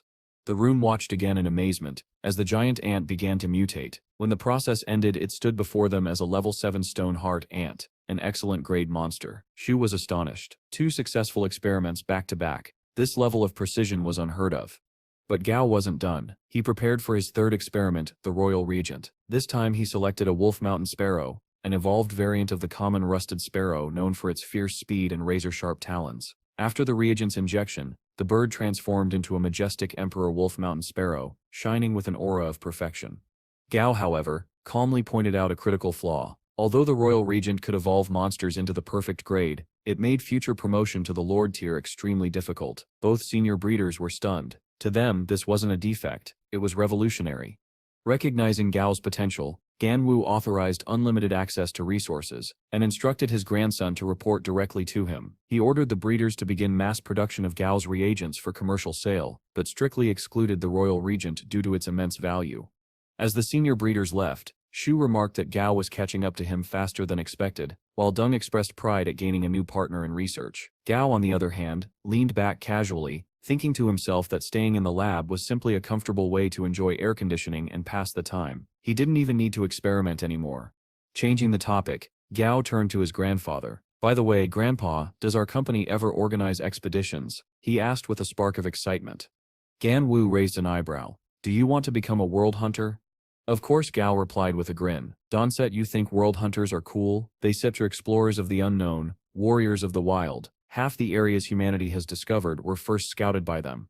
Ganwu chuckled, recognizing his grandson's adventurous spirit. You've always been restless, he said. But remember, you don't step into the wilderness without my permission. If you disobey, his voice turned stern. You face consequences. Gao sighed, already imagining what consequences meant. The shifting constellations technique, his grandfather mentioned, probably meant breaking his familiar's legs to stop him from sneaking out. Still, Ganwu wasn't done. He scheduled special training for Gao's familiars the next morning at 6. True to his word, Gao arrived right on time, only to be rewarded with 30 push-ups for being punctual.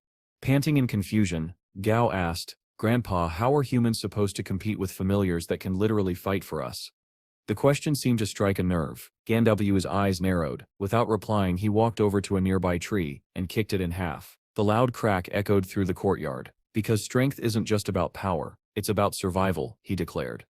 Gao stared, speechless. His grandfather continued. A monster trainer's life is priceless. As long as the trainer lives, the battle can still be won. Never rely solely on your familiars. And remember, the strength you receive through your familiars' feedback is tied directly to their levels.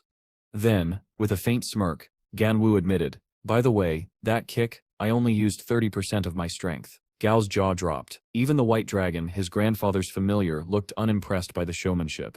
To drive the point home, Ganwu summoned another of his familiars, Thunder God, a level 39 Thunder God snail of epic grade, discovered deep in the ocean. He introduced it warmly, saying Thunder God isn't particularly strong, but it has a gentle heart. Turning to Gao Sep's centipede, Dai, he said, listen carefully, this one Sep's your senior. Dai hesitated, clearly intimidated. Gao sighed and ordered Dumby to hold the centipede still. Coward, Gao teased. Dai protested, I learned cowardice from my master. Chuckling, Gao turned to Thunder God. Alright, teach my disobedient familiar a lesson, he said confidently. Donset hold back. Then, glancing around, he added with curiosity, now, where are the others? Gao Hanwu mentioned that Flemmy would train with Dai, and then asked about Gao's plans for developing Stripey. Gao expressed his desire for the spider to focus on defense and control. Hearing this, Jianwu decided to train Stripey in control and counterattack abilities. He summoned the white dragon and assigned it the task of training Dumby and Stripey. Silly, upon seeing the massive white dragon immediately fainted, mistaking it for a gigantic fish. Gao Hanwu, however, confidently declared the beginning of their training. Soon, the training was in full swing. Dumby and Stripey struggled to keep up with the white dragon's relentless drills. Stripey attempted a tactical move trying to dig a hole and hide, but failed miserably when the white dragon caught it and tossed it aside. Gao could only sigh, realizing that dragons weren't easily fooled by amateur tricks. Stripey became increasingly agitated, worrying Gao. The spider made a bold attacking move, but again it was swiftly thrown away. Dumby, on the other hand, managed to land a hit on the white dragon. Even though it was quickly defeated afterward, it was a small success, but progress nonetheless. Meanwhile, Janwu personally trained Gao. Dozy and Flammy trained together under the guidance of a thunder god snail. The snail gently encouraged Dozy, showcasing its own remarkable natural talents. It humbly described its abilities as innate, much like Dozy's gift of walking on multiple legs, something Flammy lacked. This comparison upset Flammy, but the thunder god snail tried to motivate the bird as well. Inspired, Dozy attempted to unleash its hidden power. However, instead of a dazzling electric display, it accidentally released a fart. The group burst into laughter, though a bit of disappointment lingered in the air. Silly, however, remained terrified of the white dragon, refusing to get close. Half a month passed, and noticeable improvements began to show. Dumby had become significantly stronger and now engaged the white dragon in fierce battles. Even Jianwu's familiar acknowledged Dumby's growth, noting that its reflexes and speed had reached qualifying standards. The dragon advised Stripey to endure more attacks to strengthen its resistance. Flammy had also improved greatly in controlling its flames, though Dai still required more training. Meanwhile, Silly had reached the commander tier, expanding its portable space considerably. With the training objectives completed, Jianwu prepared Gao for his next challenge, his wilderness expedition. He handed Gao a map, a tablet, and a compass, emphasizing their importance in the untamed wilderness. Jianwu encouraged him, reminding Gao that his flying-type familiar would give him a significant advantage. Before leaving, Jianwu assured his grandson that he would always have his back. Deeply moved, Gao promised to return safely.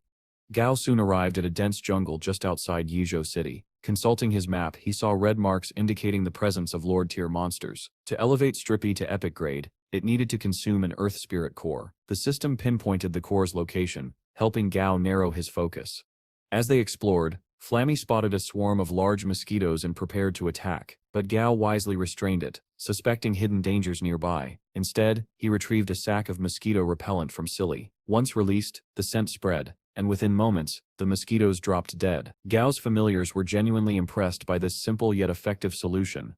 Continuing their journey, the group was suddenly ambushed by a storm panther. Dumby immediately shielded them, while Stripey counterattacked. The panther retreated, and although Flammy wanted to give chase, Gao stopped it, wary of potential traps.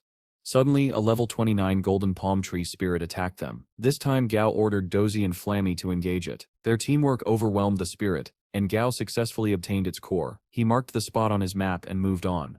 Later, while seeking shelter in a mountain cave, they heard an odd croaking sound. Inside, they found a small duck. Gao tried to quiet it down but was astonished when the system revealed its status. It was an epic-grade creature. Surprised, Gao jokingly told it to quack properly, before deciding to leave the cave.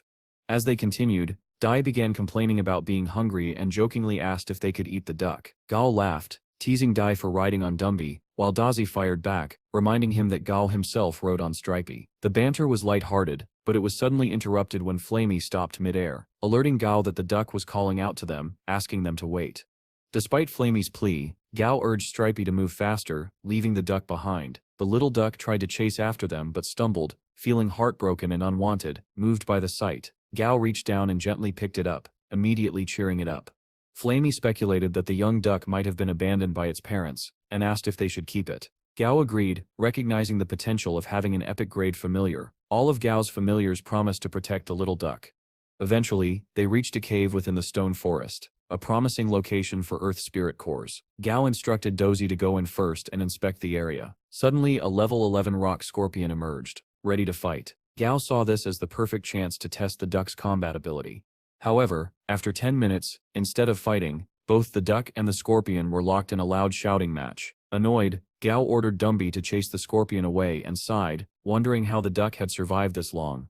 Just then, Dai returned from the cave, proudly holding a small Earth Spirit core in its mouth. The group was finally one step closer to evolving Stripey, and their wilderness adventure had only just begun. Gao now stood before the massive duck, feeling a tinge of apprehension because of its size. Still, he gathered his resolve and moved to a suitable area to begin testing. Handing the Earth Spirit Core to Stripey, he instructed it to burrow underground and sleep alongside the core for the night.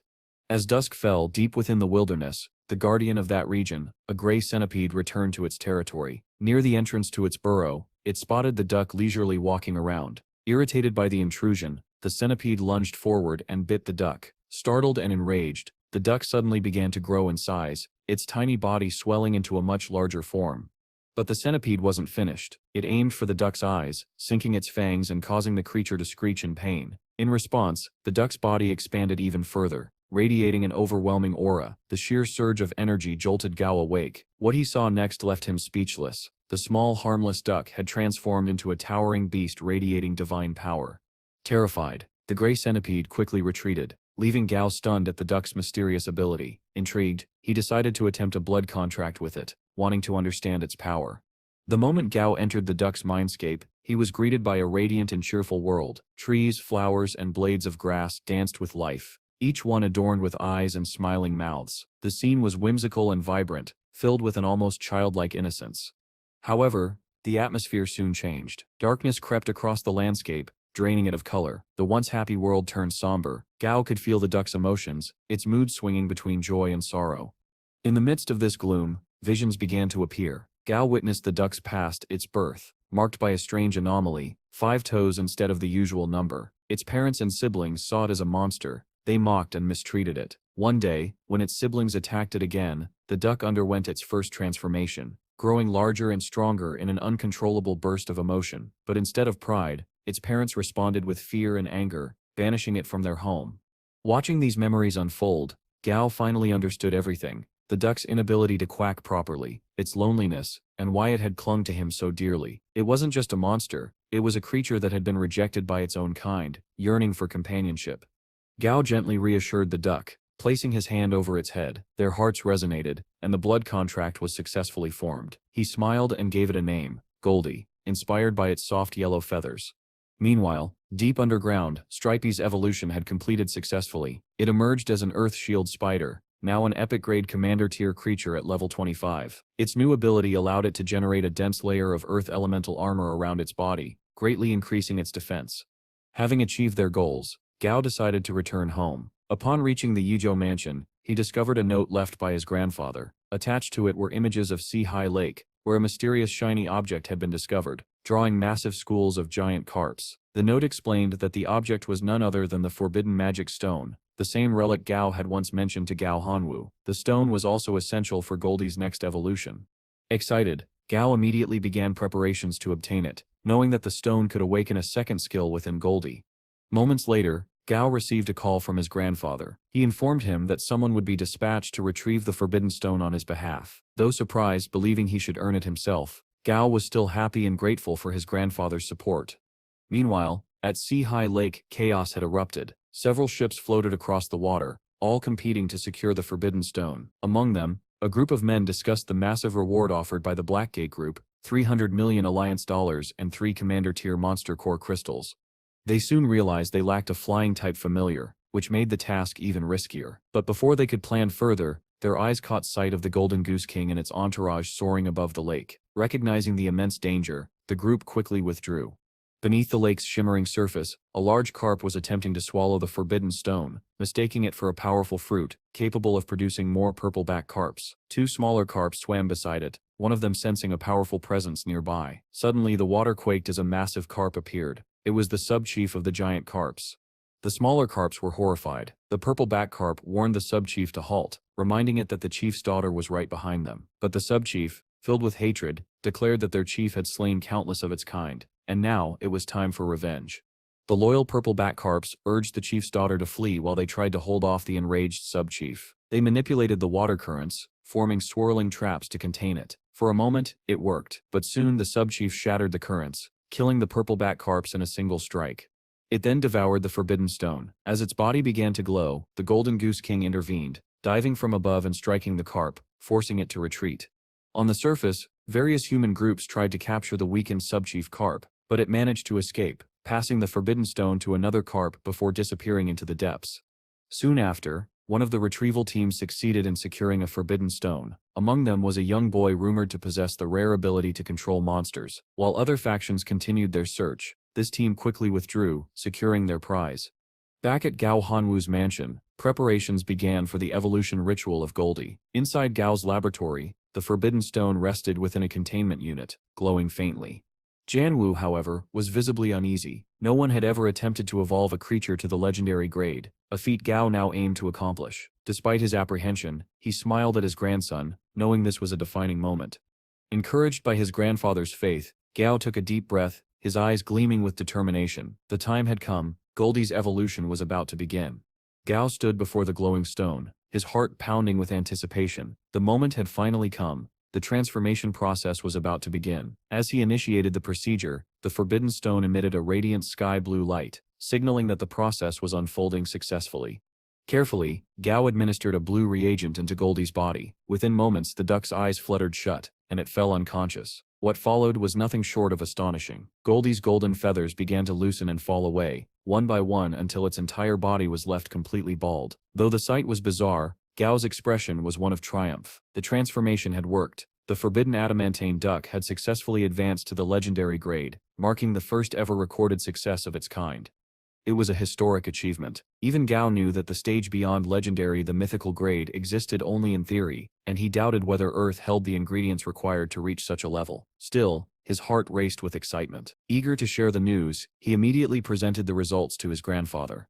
When Jianwu saw the outcome, his eyes shone with pride. "You've done something no breeder in history has achieved," he said, his voice filled with admiration, but his tone soon shifted to caution. "This success must remain secret for now. Power like this can draw dangerous attention." Gao nodded in agreement, understanding the gravity of his accomplishment. After offering a few words of guidance, Jianwu left, entrusting his grandson with the task of further developing and training their familiars. Moments later, Goldie began to stir. The duck stretched its wings, radiating a newfound strength. Gao smiled proudly. "You look incredible, Goldie." But when the duck caught sight of its reflection in a nearby mirror, it froze, then burst into uncontrollable laughter.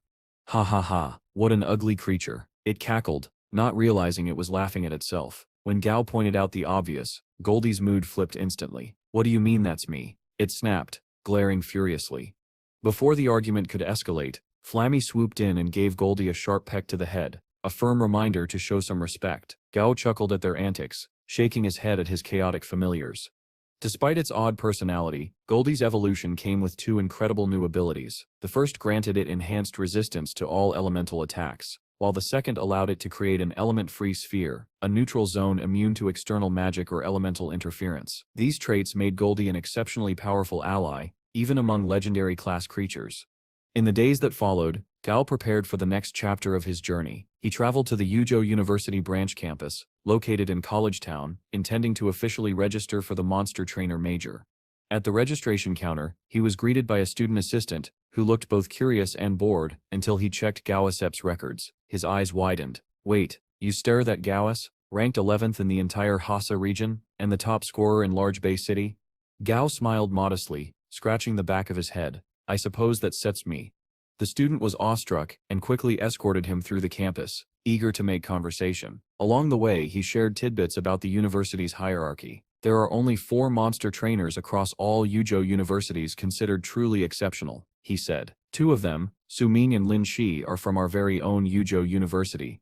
As they approached the dormitory complex, Gao couldn't help but notice how luxurious it was. The student proudly explained that the facility was donated by the university's chairman, none other than Mr. Gao Hanwu. Outside the dormitory stood a grand statue of his grandfather, cast in gleaming metal, portraying him standing firm with a dragon familiar beside him. "That's the man who protected Yuzhou City from countless monster attacks," the student said reverently. "Your grandfather saved us all." Hearing those words filled Gao's chest with warmth and pride. His grandfather's legacy wasn't just alive, it was monumental.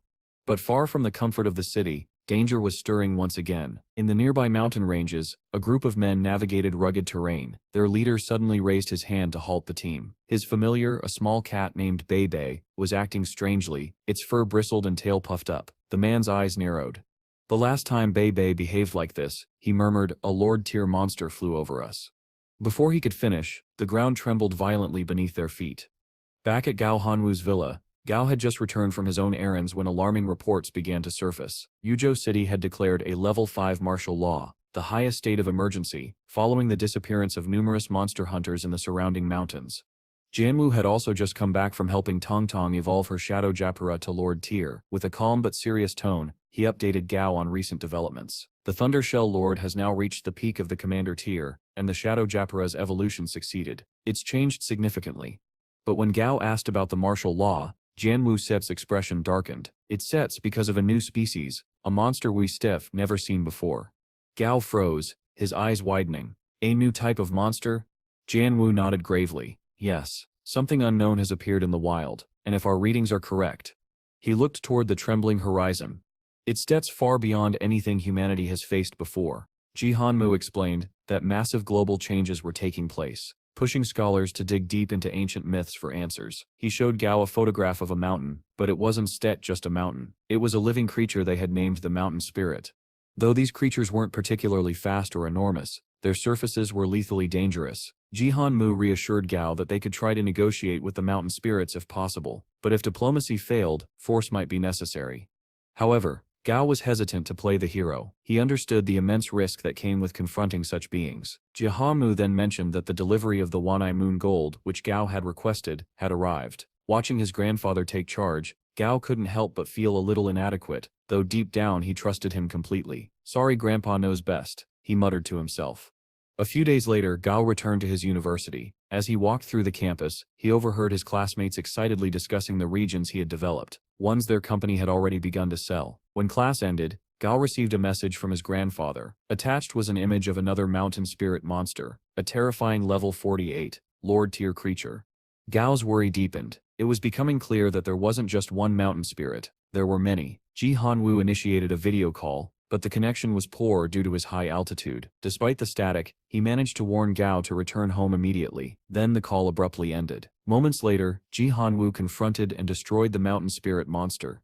The military quickly collected its core and reported back to their commander. Observers praised Ji Hanwu's balance. Humanity was willing to negotiate, but would never yield. The commander then issued new orders: send reinforcements to remind the monsters who truly ruled this world. At the Southern Sky open-air testing site, a researcher approached Ji Hanwu. He informed him that the sample results from the mountain spirit would soon be ready and revealed that the military had managed to broker a temporary peace treaty with the monsters. Ji Hanwu, however, wasn't convinced. He explained that once the mountain spirits realized the extent of their power, communication would become impossible. True negotiation, he believed, could only happen when those creatures witnessed the fall of their own kind. The researcher was impressed by Ji Hanwu's insight and strong perspective.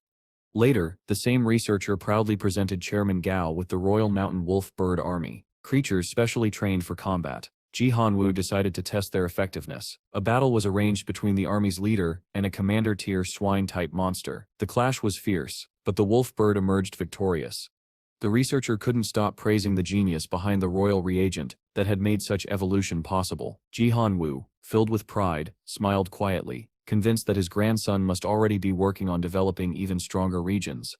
Meanwhile, Gao was preparing for Dumby's next evolution. Holding the Wanai Moon Gold in his hand, he could feel its chilling energy. Carefully he gave it to Dumby to absorb. Suddenly, a dazzling transformation began. White bone steel formed around Dumby's body, while dark silhouettes appeared, bowing as if in reverence to their king.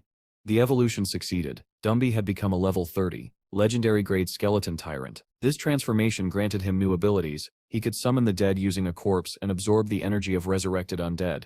All hail the skeleton tyrant, Gao whispered, awed by his familiar's power. Curious about Dumby's new strength, Gao asked Daisy to bite its thigh bone to test its hardness, but the moment Daisy bit down, its tooth shattered. Tears welled up in the creature's eyes as it ran off, feeling weak and useless. Now most of Gao's familiars had reached epic or legendary grades, all except Daisy and Silly. While Silly seemed unmotivated, Daisy was desperate to grow stronger, but Gao lacked the materials needed to trigger its evolution. He comforted Daisy, assuring it that its turn would come soon, before asking Dumby to demonstrate his new summoning skill. He provided Dumby with a dead wolf to resurrect, but the creature that appeared had the soul of a husky instead, amusing Gao slightly. Still, his resolve remained firm. He would soon find the materials needed for Daisy's evolution. Before Gao could set out, Ji Hanwu warned him to be cautious. The mountain spirits were unpredictable. He also suggested Gao take Tong Tong with him. After a quick call, she arrived with her familiars. Gao was stunned to witness her phantom, Japala, transform into a Lord-tier being, a majestic creature resembling a mythical dragon. "Looks like it's time to step up your familiar game, Gao," Ji Hanwu said with a grin. Even Goldie, one of Gao's familiars, seemed fascinated by Tong Tong's powerful blood-streaked vulture. Gao noticed something immediately. Tong Tong had become even more beautiful since the last time he'd seen her, but before he could say a word, she brought their focus back to the mission. Without wasting a second, she placed Gao on her vulture, Shadow Jora, while Dumby and Silly were carried by her phantom creature, Japura. Gao's other familiars were left behind, with a reassuring promise that they'd be reunited soon. In just half an hour, they arrived at their destination, Mirror Lake. The sheer speed of Tong Tong's vulture left Gao deeply impressed. As they circled the mist-covered waters, Tong Tong turned to him and asked about the lightning moths that flickered around the lake. Gao explained that these moths preferred dark, damp environments, usually close to an energy source, most likely electrical. He sighed, regretting not bringing Daisy along, since Daisy could easily detect electric elements. To make up for it, Gao whispered a clue to Dumby. Responding to his command, Dumby raised his skeletal arm and dozens of fish skeletons emerged from the depths. The dead lake stirred to life once again. Gao instructed the skeletal fish to search the lake bed for anything radiating strong spiritual energy. Tong Tong watched in amazement. "You really never fail to surprise me," she murmured, half in awe, half in confusion. Dumby's skill set seemed impossibly diverse. Gao smiled and explained. Reaching the legendary grade was only the beginning. Dumby Sep's abilities are limitless now. He could even trigger a zombie apocalypse if I allowed it. Moments later, the skeletal fish returned from the depths, bringing several strange items, among them a water spirit stone, gleaming with a strong water element. Gao immediately realized that there must be a water spirit stone vein beneath the lake. He instructed Dumby to let the fish rest. As Dumby released the summoned skeletons, a surge of power coursed through him. His level increased to 31. Gao was astonished by how efficiently Dumby could absorb the energy of resurrected creatures.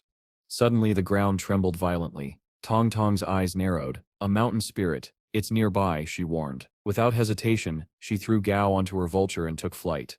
From above, Gao caught sight of it, a colossal living mountain moving on its own. The mountain spirit monster. Its presence was overwhelming, its form both majestic and terrifying. Then something unexpected happened. The creature spoke. In a deep, rumbling voice, it proposed a deal. It would share information about a rare material known as the lightning bell pine, a resource that could help Daisy evolve into a flying creature. In exchange, it wanted the blood of other monsters. Following the directions given by the mountain spirit, Gao and Tong Tong discovered a level 32 armadillo hidden deep within a rocky cavity. Gao was surprised. Armadillos, of all creatures, seemed oddly connected to the mountain spirits. He wondered aloud if they might be a natural threat to them. Tong Tong smirked. Maybe the mountain spirit just got tired of the same monster meat.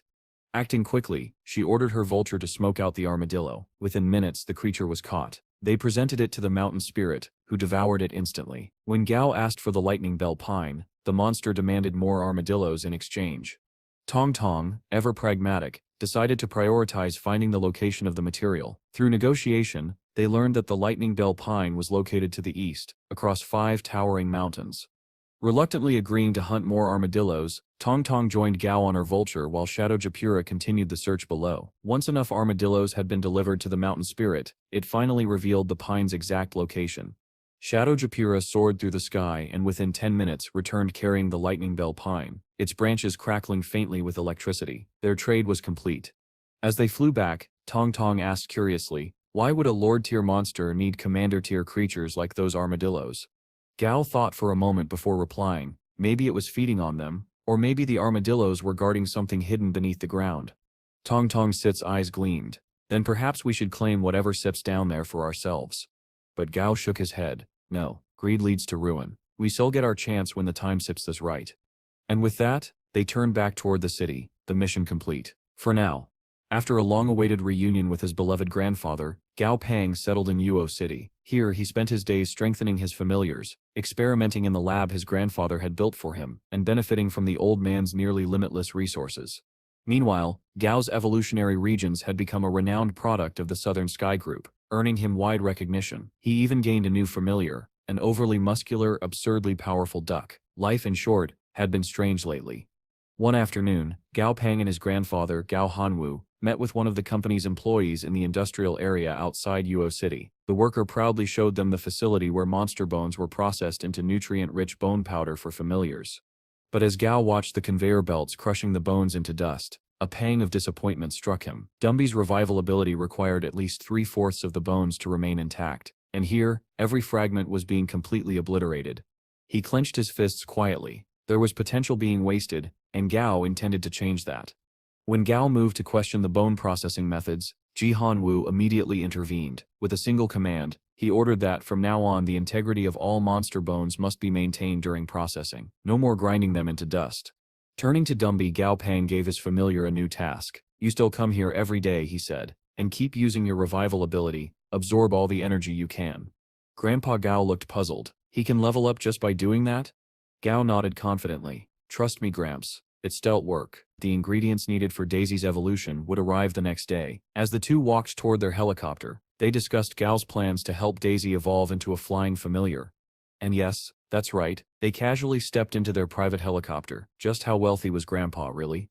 The next morning, Gao headed to his personal laboratory, the one his grandfather had built for him, bringing Daisy and all the evolution ingredients along. The first step involved preparing a solution from golden-winged insects known as sucus. As Gao began the tedious process of removing their delicate wings, he sighed. Should have asked for an assistant, he muttered, and as if summoned by his frustration, one appeared. A young woman entered the lab, Su Yingxi, the niece of Professor Su from the company's research facility. She was currently interning at the Southern Sky Group for hands-on experience.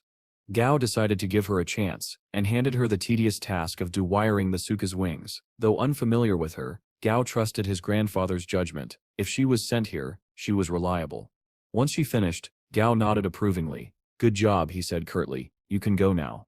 Without wasting time, he mixed the golden wings into a pre-prepared solution and added fruit from the lightning bell pine, the same one he had recovered with Tong Tong. The mixture began to crackle with electrical energy. When it reached its peak, Gao gestured for Daisy to enter the picture, but before her curse could settle, a thunderous explosion of energy burst from the lab. Moments later, a radiant figure emerged through the smoke. Daisy, now transformed into a six-winged thunder centipede. His evolution was a complete success. The creature's wings shimmered with arcs of electricity, each beat resonating like thunder. Gao grinned. The evolution had exceeded expectations. Soon, Daisy's wings could even evolve further into permanent thunder wings. As Daisy basked in his newfound power, Gao's thoughts drifted to Dumby. How was his skeletal familiar faring back at the factory? Meanwhile, at the processing facility, Dumby was doing exactly what Gao had instructed, tirelessly reviving and reabsorbing monster corpses to grow stronger. The factory manager, noticing the unnatural spectacle, quietly ordered the security team to erase all surveillance footage from the day. Dumby's activities were to remain a secret. Once Dumby finished draining energy from the current batch of corpses, he pressed a button on the control panel, summoning workers to bring in the next load. Efficient, mechanical, and utterly relentless, it was level grinding at its finest. Elsewhere, at Uo University, Gao Pang was walking across campus, deep in thought about Daisy and Dumby's rapid growth. That's when he ran into a familiar face. Jun Moai, his fellow participant from the Young Monster Trainers competition. Gao, she called out. The student association just found a new monster type. Want to check it out? Intrigued, Gao asked. I am not a member of the association. Is that a problem? Not at all. Gao, she called out. The student association just found a new monster type. Want to check it out? Intrigued, Gao asked. I am not a member of the association. Is that a problem? Not at all, she said. They are open to guests for this. That was all the encouragement he needed. The scene shifted to a buffet restaurant near the university, where the student association had arranged a meeting with a scruffy, exhausted-looking man named Lu, an alumnus of Uo University. Luce explained his situation. For nearly a month, he'd been unable to return home. It all began with strange noises from his apartment. At first, he'd assumed it was just his upstairs neighbors arguing, and even found it mildly amusing. But then he remembered something chilling. He didn't have any upstairs neighbors. Curiosity got the better of him. Accompanied by his golden retriever, he went up to the roof to investigate. But when he got there, he found nothing. After hearing him out, the association members promised they'd uncover the source of the disturbance, no matter what it was, ghost or monster. Gao, however, wasn't so eager. He quietly instructed his familiar Goldie, if things go south, grab me and run. A reasonable precaution, really. A short while later, the group arrived at Lu's apartment building. As they prepared to enter, Gao asked Jun Moai about her black anaconda familiar, the one she'd used during the competition. It's too big for Yuo City's streets, she replied with a shrug. The team ascended the dim stairway and reached Liu's apartment. The moment the door creaked open, a foul, nauseating stench filled the air, the unmistakable smell of rot. Liu's face turned pale. Without hesitation, he bolted inside, shouting for his dog. The others stayed by the doorway, nervously discussing possibilities. It's probably a low-level monster, one said. Otherwise, it wouldn't set be hiding. Gao sighed softly. You people really don't set learn. And then, the lights went out. A chilling scream echoed through the dark, followed by frantic footsteps. Liu stumbled out of the back room, eyes wide in terror, begging for help. As Gao turned toward him, his expression froze. A ghostly hand was reaching out of the shadows, clutching at Liu's shoulder. The members of the student association gasped as a ghastly figure emerged from the darkness, a twisted humanoid monster with pale, flickering eyes. And just like that, their little ghost hunting trip had become something far more dangerous. A strange monster called a green haunt appeared, a creature known for its level 1 illusion skill and its ability to feed on fear. As the system described, it began using its illusion to conjure a thick white fog, spreading terror across the area. The association leader, caught off guard, mistook it for a commander-tier monster. Panic filled his voice as he shouted for everyone to run, declaring that he would stay behind to hold it off. But his fear only made things worse. The monster absorbed all that terror and transformed into an even more horrifying form, its power feeding on their panic. While everyone else fled for their lives, Gao Pez, Pun calmly walked forward, Goldie by his side. At Junit Sip's worried question, Gao simply asked, "What Sip's there to be scared of? It's Sip's just a monster. That means it has a weakness and can be beaten." With quiet confidence, Gao ordered Goldie to attack. Seeing this, the association head yelled for him to stop, insisting that the creature was far too powerful. Gao only sighed and replied coldly, "Just shut up, you stir embarrassing yourself." Ignoring the panicked leader, Goldie launched forward with a flying kick and activated his forbidden domain. Instantly the white fog and the illusion were blown away, revealing the green haunt's true form, a small, goblin-like creature hiding near the window. Before anyone could react, Goldie leapt again and Spartan kicked the monster straight out of the window, killing it instantly. Gao sighed in frustration. He had actually planned to capture and raise the little thing, but after that fall there was no chance it survived. Just then, Junmoi silently appeared beside him, startling Gao with how quietly she moved. She reported that her familiar had already captured a man attempting to steal a monster corpse downstairs. Realizing the police were on their way and would confiscate everything, Gao decided to leave. Studying the body was now impossible.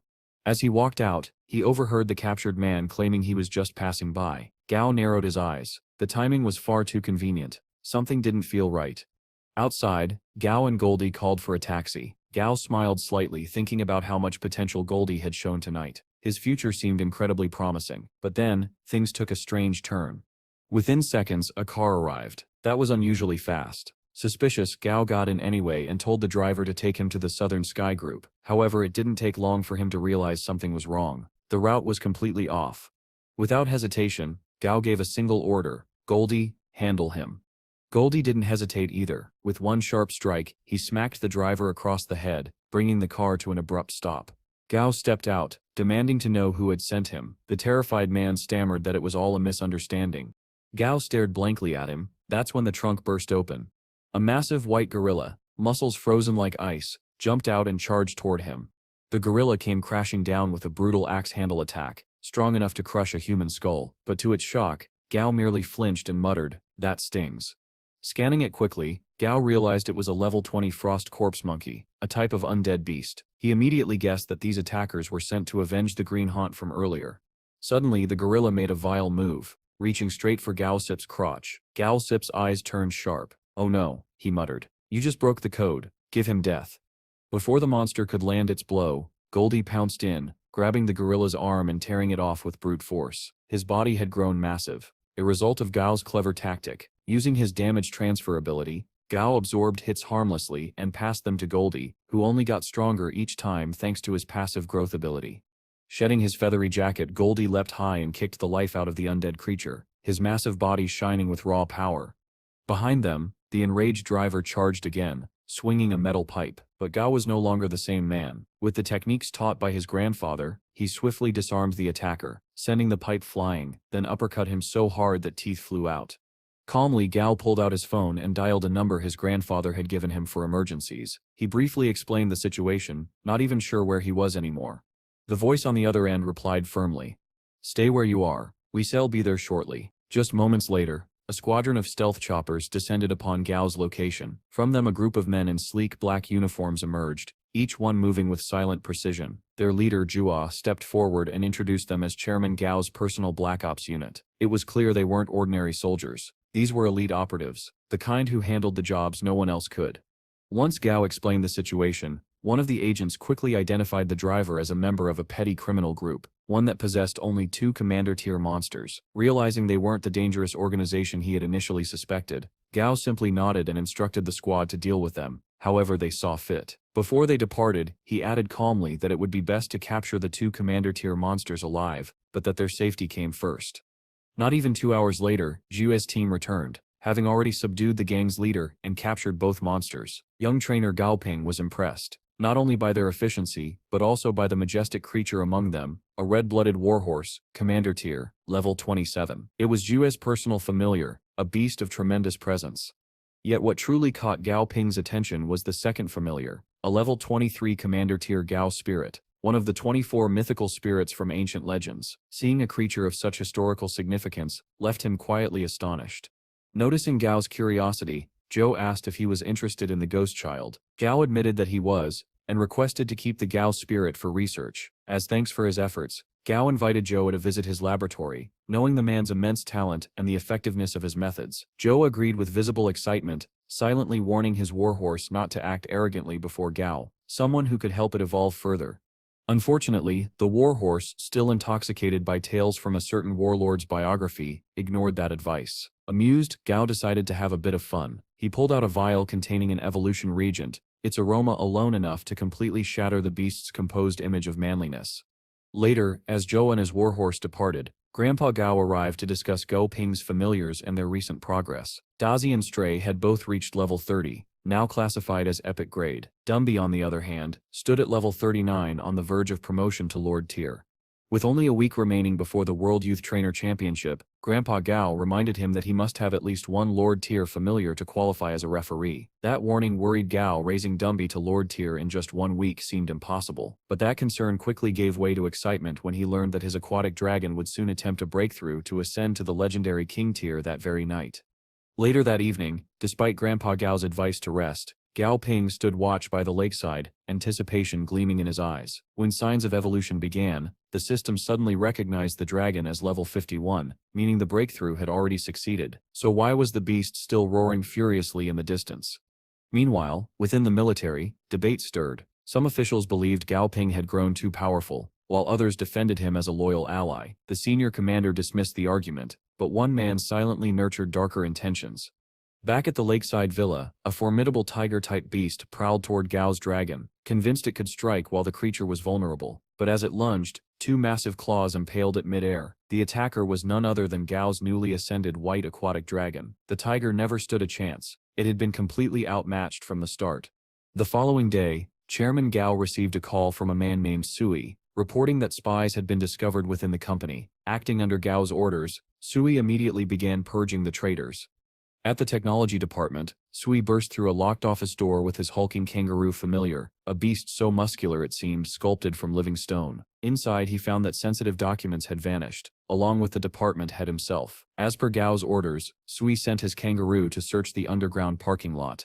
There, the missing department head, Zhao, was attempting to flee with the stolen documents, planning to trade them to a rival company for a promotion. It was also revealed that he was the one who had sent the tiger to assassinate Gao's aquatic dragon. Unfortunately for him, the entire setup had been a trap. The dragon had already completed its evolution.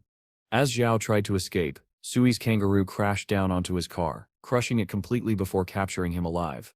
Later, Gao Ping was introduced to Sui T, Chairman Gao's right-hand man, and the father of Suin Shi. But even more remarkable than the man himself was his familiar, a golden, dazzling boxing champion kangaroo, nicknamed the Light. Gao was fascinated by its special ability, extraordinary sixth sense, an invaluable trait for a close-range fighter.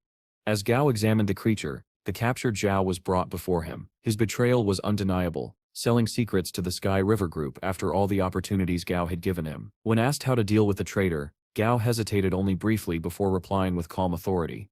He must be made an example of. And with that, Xiao was dragged away, pleading for mercy that would never come. Later that night, Gao stood quietly beside the lakeside, watching over the aquatic dragon as it rested beneath the moonlight. His thoughts were heavy. When his grandfather approached, Gao admitted what was on his mind. He was thinking about what might have happened if they had let Xiao live. Would people have seen that as weakness? Would others have followed in Xiao's footsteps, betraying them too? Grandpa Gao sighed softly. He told his grandson that he never wanted to involve him in the darker side of things, but as his successor, that burden was inevitable. For now he instructed the White Dragon to capture a few high-level monsters to help Dumby train and level up faster. A few days later, at the Imperial Airport, Jun Mo was preparing to board her flight for the final round of the Young Monster Trainers Championship. As she and her friends exchanged farewells, they suddenly spotted Gao in the crowd. Confused, they wondered what he was doing there, especially since he had withdrawn from the competition after the previous round. If only they knew. While the others speculated, Gao waited patiently at the pickup area. His grandfather had told him that someone from the capital would be arriving to escort him, but when they did, Gao was left speechless. A full bus of guards and security personnel had come to receive him, making him stick out like a sore thumb in front of everyone.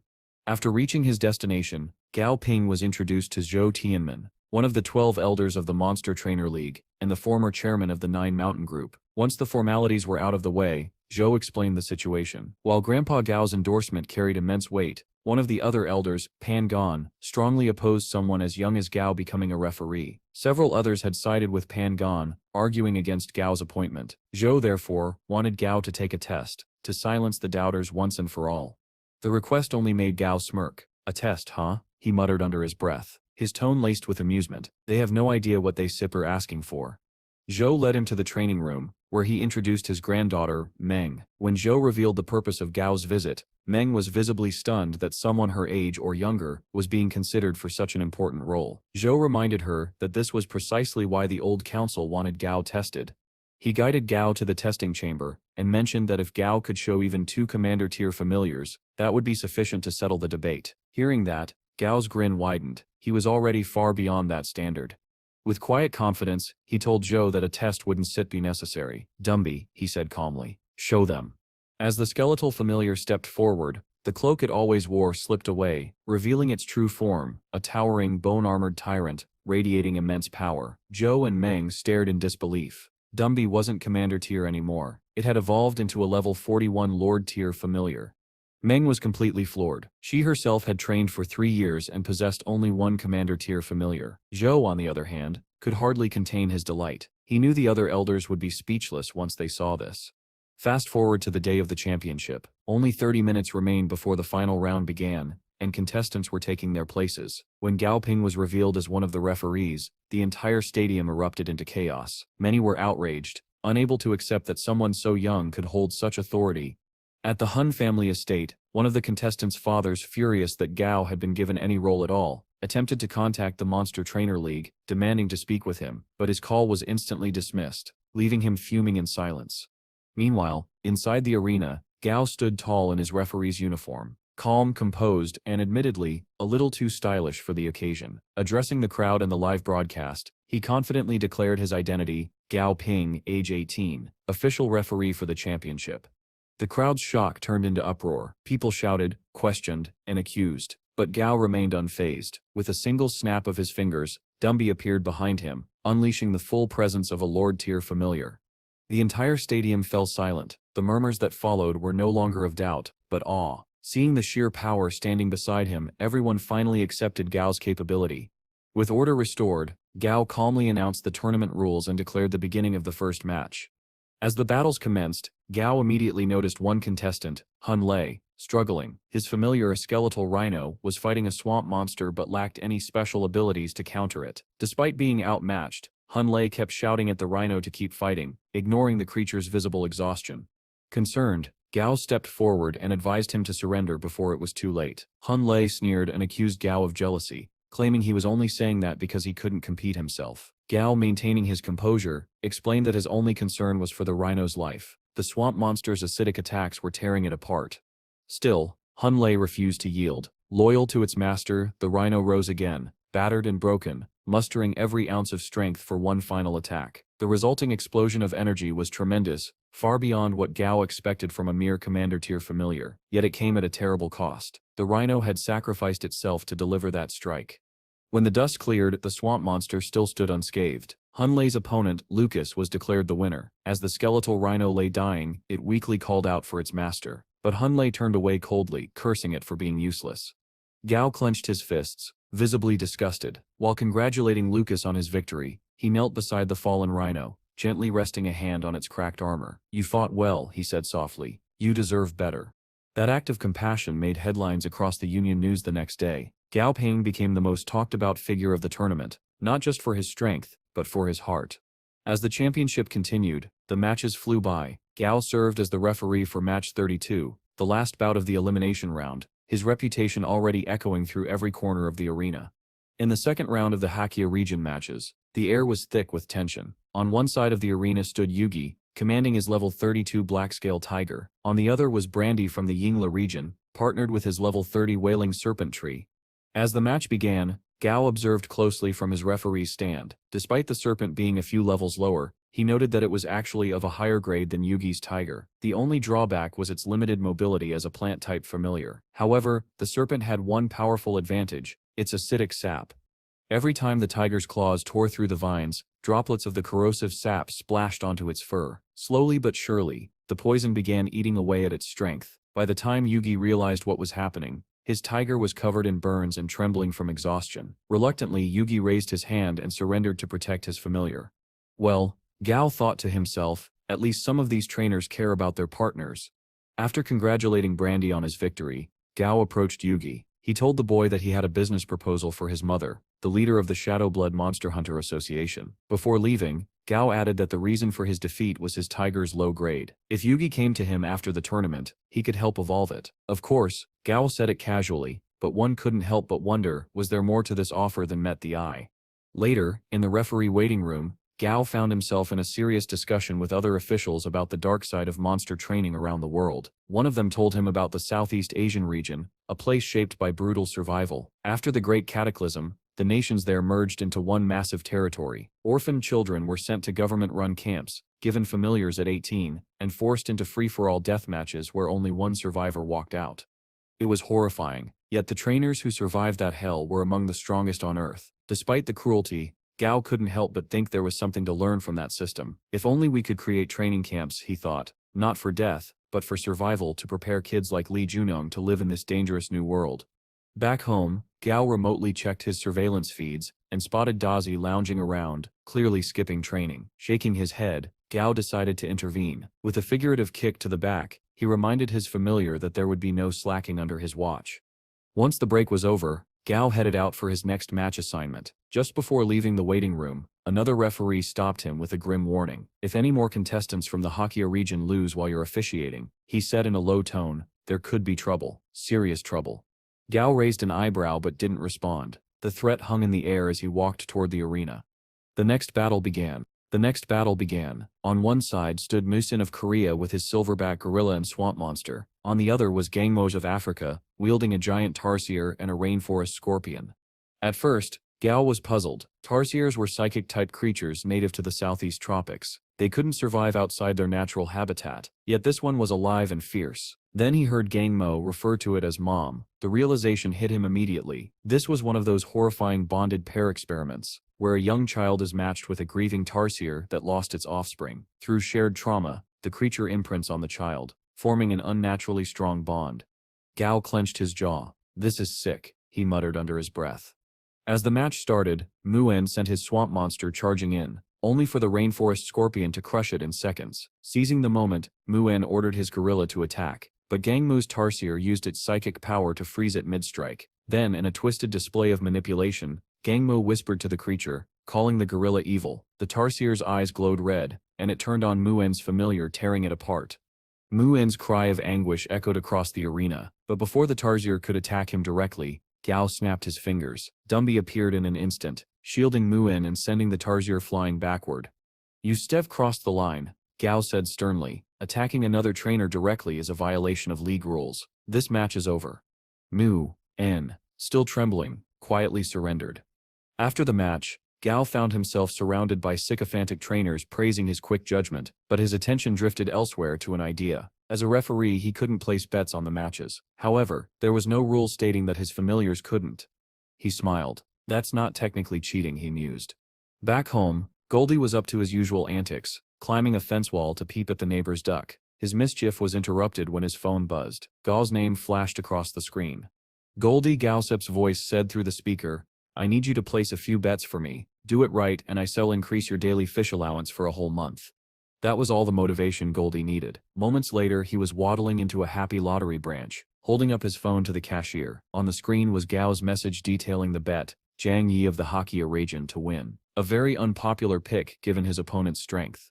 Still, Goldie followed instructions and placed over 5,000 alliance credits on the underdog. After collecting his lottery ticket, he exited the shop, whistling proudly. Inside, the cashier laughed with his coworkers. Some fool just bet a fortune on Jiang Yi. Poor guy Sip's gonna lose it all.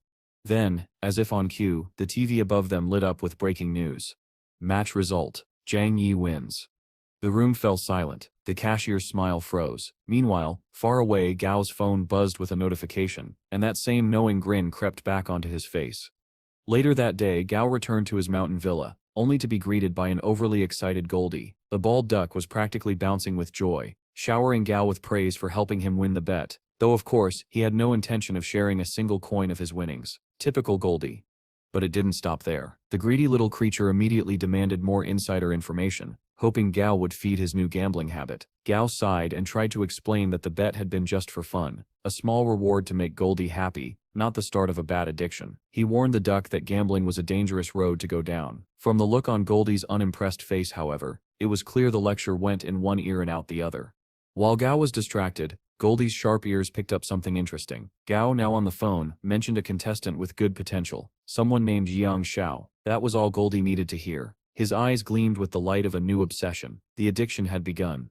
The next day, Jiang Yi, the contestant Goldie had previously bet on, won the first match of the third round. He silently thanked his luck that Gao wasn't the referee this time. Rumors had begun spreading that Gao was biased against contestants from the Hakkia region, and those whispers were getting louder with each passing day. But to Jiang's horror, his next match was suddenly reassigned, and Gao would be his referee. Seeing Jiang's terrified reaction, Gao could only wonder how people believed such ridiculous gossip. Still, he pushed the thought aside and checked the day's matchups. One name caught his attention: Daisy from Britain, who fought alongside her sea dragon familiar. Based on the schedule, Gao suspected she'd face Jiang Yi's Skyfire Hound eventually. Even though the arena environment didn't favor Daisy, her sea dragon's sheer size and elemental advantage meant the battle could go either way. As the rounds continued, the tournament's ranking list started to solidify. Daisy moved up to the 11th spot, Long Binu secured 7th, and Jun Moi held 5th. But all eyes were on the final match of the day, a showdown between Jiang Yi and Daisy for the #1 position.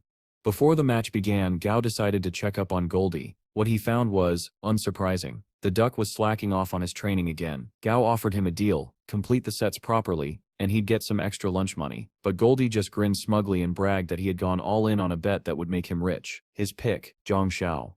Unfortunately for him, Gao had bad news. Zhang Shao had lost that morning, meaning Goldie Sip's money was gone. Every last credit. Gao gave him a look that said it all. Let that be a lesson. Quit while you stare ahead. Trying to cheer him up, Gao promised that if Goldie could gain 7 levels within a month, he'd reward him with 300,000 alliance credits and a raise. But Goldie wasn't thinking about rewards, he wanted revenge. He demanded to know who beat Jiang Shao so he could teach them a lesson. Gao immediately shut that down, reminding him that the battle was fair and the opponent had simply fought better. While Gao was still consoling the sulking duck, another referee approached. He asked if Gao really wasn't going to officiate the final match. Gao shook his head firmly. Not a chance. With the rumors of bias still fresh, refereeing that battle would only give people more ammunition to attack him if Jiang Yi lost. Even in this world, it seemed cancel culture couldn't be escaped. And so, the long-awaited final of the World Youth Monster Trainer Championship began. Jiang Yi entered the arena with his 3 familiars: a goldenback wild boar, the Skyfire Hound, and a blackthorn opium poppy. From his spot at the spectators' table, Gao observed the poppy with keen interest. It had a dangerous ability, releasing a gas that caused any creature who inhaled it to become hyperactive and immune to pain. A clever tactic when used on his own familiars, but highly risky. If they became addicted to the gas, it could destroy them from within. Across the field, Daisy stood ready with her powerful sea dragon and 2 river otters. The sea dragon wasn't just massive, it was a rare Dipor variant, blessed with heightened vision and powerful aquatic abilities. Gao could only hope Jiang Yi won this match. If he didn't, the crowd would somehow still find a way to blame Gao. As the battle began, Jiang Yi's blackthorn poppy immediately released its gas. The golden back boar charged forward in a frenzy, smashing through the arena, but Daisy's otters quickly summoned a shimmering wall from the ground, blocking the strike. The Skyfire Hound leapt above it, only for Daisy's sea dragon to crash through the wall itself, raking its claws across the boar. The boar, still standing under the gas's influence, refused to fall. Now surrounded, the sea dragon unleashed a devastating skill, flooding the entire battlefield in a temporary sea. With the boar slowed, the dragon used towering water pillars to shatter the hound's momentum. Then gliding beneath the surface, it surged upward for a fatal bite that ended the boar's life instantly. Enraged, Jiang Yi lost his composure and ordered his hound to kill one of Daisy's otters out of spite. But the sea dragon was faster. In a single motion it struck down the hound, forcing Jiang Yi to surrender. The crowd erupted into cheers for Daisy's stunning victory, but not everyone celebrated. In a shadowy corner, a few sketchy individuals whispered among themselves. They decided not to report Jiang Yi's loss directly. Instead, they'd spread the story that Gong Pang had somehow interfered, throwing the blame on him yet again. Gao, sitting calmly at the spectator table, watched the chaos unfold. He hadn't even refereed this match, yet he knew what the headlines would say by morning. Gao sat watching the live news feeds, his expression darkening with each passing second. Every major channel and online outlet was slandering him, twisting stories, spreading lies, and turning public opinion against him in real time. The man hadn't even refereed the last match, yet somehow, he was the villain of the story. Just as his frustration peaked, Goldie waddled in, puffing out his chest like he owned the place. At first, Gao barely paid him any mind, until an idea struck him. A wild, ridiculous, brilliant idea that might just fix everything. Later that day, during the grand awards ceremony, where Daisy was being crowned the World Youth Trainer Champion, Gong Pang arrived unexpectedly, flanked by Goldie and Toa. The entire stadium buzzed in confusion. The chief referee leaned over to whisper to the chairman that the Southern Sky Group had made an unusual request. After a tense pause, the chairman decided to let the situation play out. Down on the stage, Goldie began yelling, furious at Daisy for making him lose all his bet money. The crowd laughed at the absurd sight of a bald duck scolding the new world champion. But while everyone was distracted, Gao stepped up to the microphone, his calm voice echoing through the arena. He began by warmly congratulating Daisy for her victory. Then, with a mischievous glint in his eye, he gestured to Goldie and announced, "This little fellow here has a small problem with our new champion." Laughter rippled through the stands. Gao continued, pretending to introduce Goldie as a disobedient peasant duck from the countryside, a mere mid-commander tier creature. Turning toward Daisy, he politely asked, "Would the champion of the world kindly teach this unruly bird a lesson?"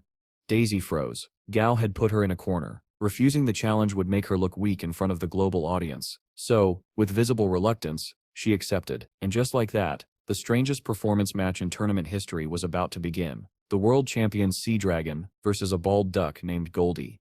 The arena flooded instantly as the Sea Dragon activated its terrain-shifting ability, transforming the ground into a roaring sea. But instead of floundering, Goldie dashed straight through the water, which parted around him as though he were a living force of nature. With a burst of speed, the bulked-up duck leaped forward and slammed his fist square into the Sea Dragon's jaw, sending ripples across the stadium.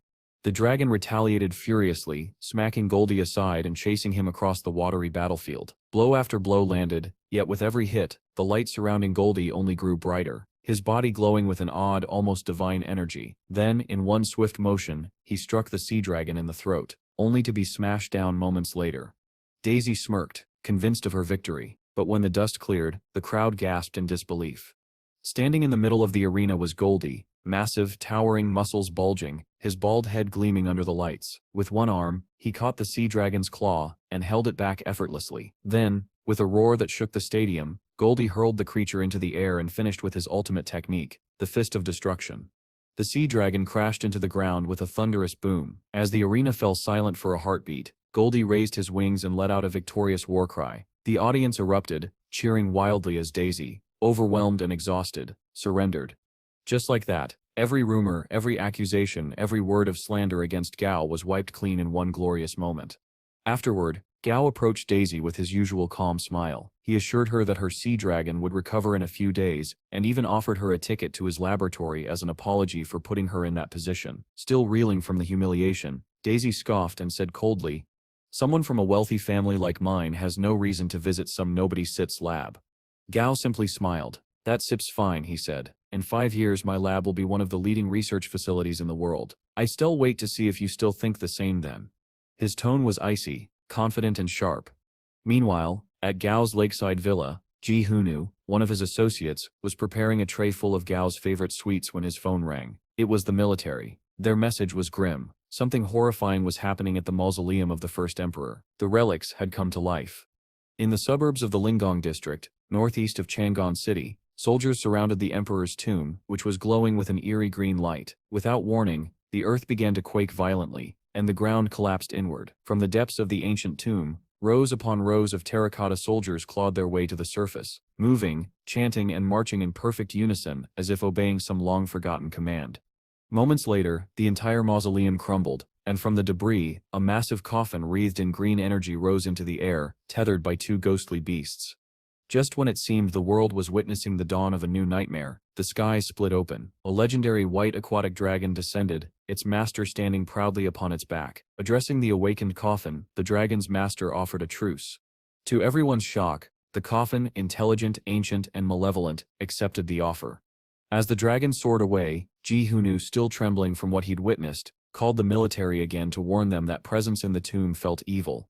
Back at his villa, Gong Pang sat in silence, lost in thought. He pondered the mysterious agreement between his grandfather and the alliance government. Whatever it was, it clearly gave the Southern Sky Group immense privileges, but it also placed his grandfather in great danger. What would happen if one day he faced a threat, even he couldn't handle?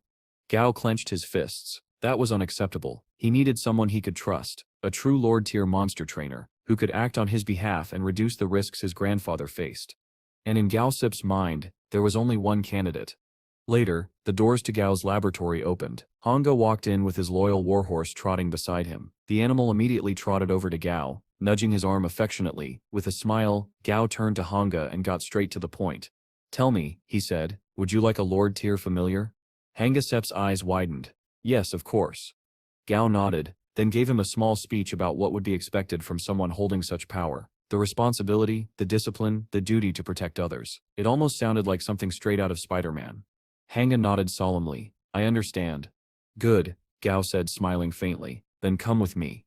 And with that, Gao Pong led him deeper into the lab, toward whatever destiny awaited him next.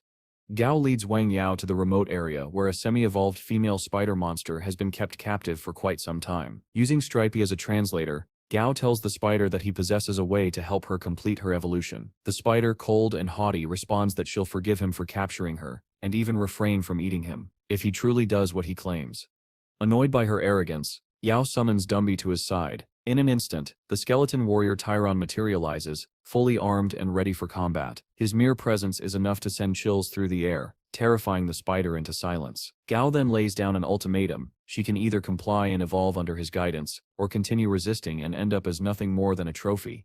Sufficiently cowed, the spider agrees to sign a blood contract. Following Gao's instruction, Wang Yao begins the process, but there's still some resistance from the monster. Without hesitation, Gao commands Stripey to beat the spider into submission. Only then does the contract seal successfully.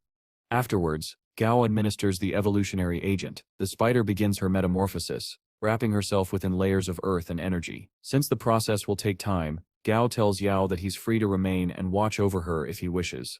Meanwhile, far away in the mountains on the outskirts of Yo City, a trio of mysterious figures is plotting something sinister. They've come in search of the legendary mountain spirits mentioned in their sacred texts. When the most fanatical among them speaks up, they decide it's time to meet the spirit themselves. Back in Gao's lab, the evolution finally completes. Through the security feed, Gao watches the cocoon break apart. The newly evolved monster is revealed, and the system identifies her as a horrifying, murderous female spider. Despite her terrifying title, she now appears strikingly beautiful. Even Gao can't help but mutter in disbelief at how they somehow made her hot. Wang Yao practically glows with joy, thrilled that his familiar has reached Lord Tier. Gao smiles and tells him to train hard, and if he wants, to take his new companion on a walk around the city to show her off. Later, as Gao is busy in his lab, he receives a call from Su Qingxi. She explains that a friend from the monster trainer department wants to meet him, someone known as one of the 4 stars of Yai. The moment Gao hears the title, he immediately guesses the name, Lin Sinu.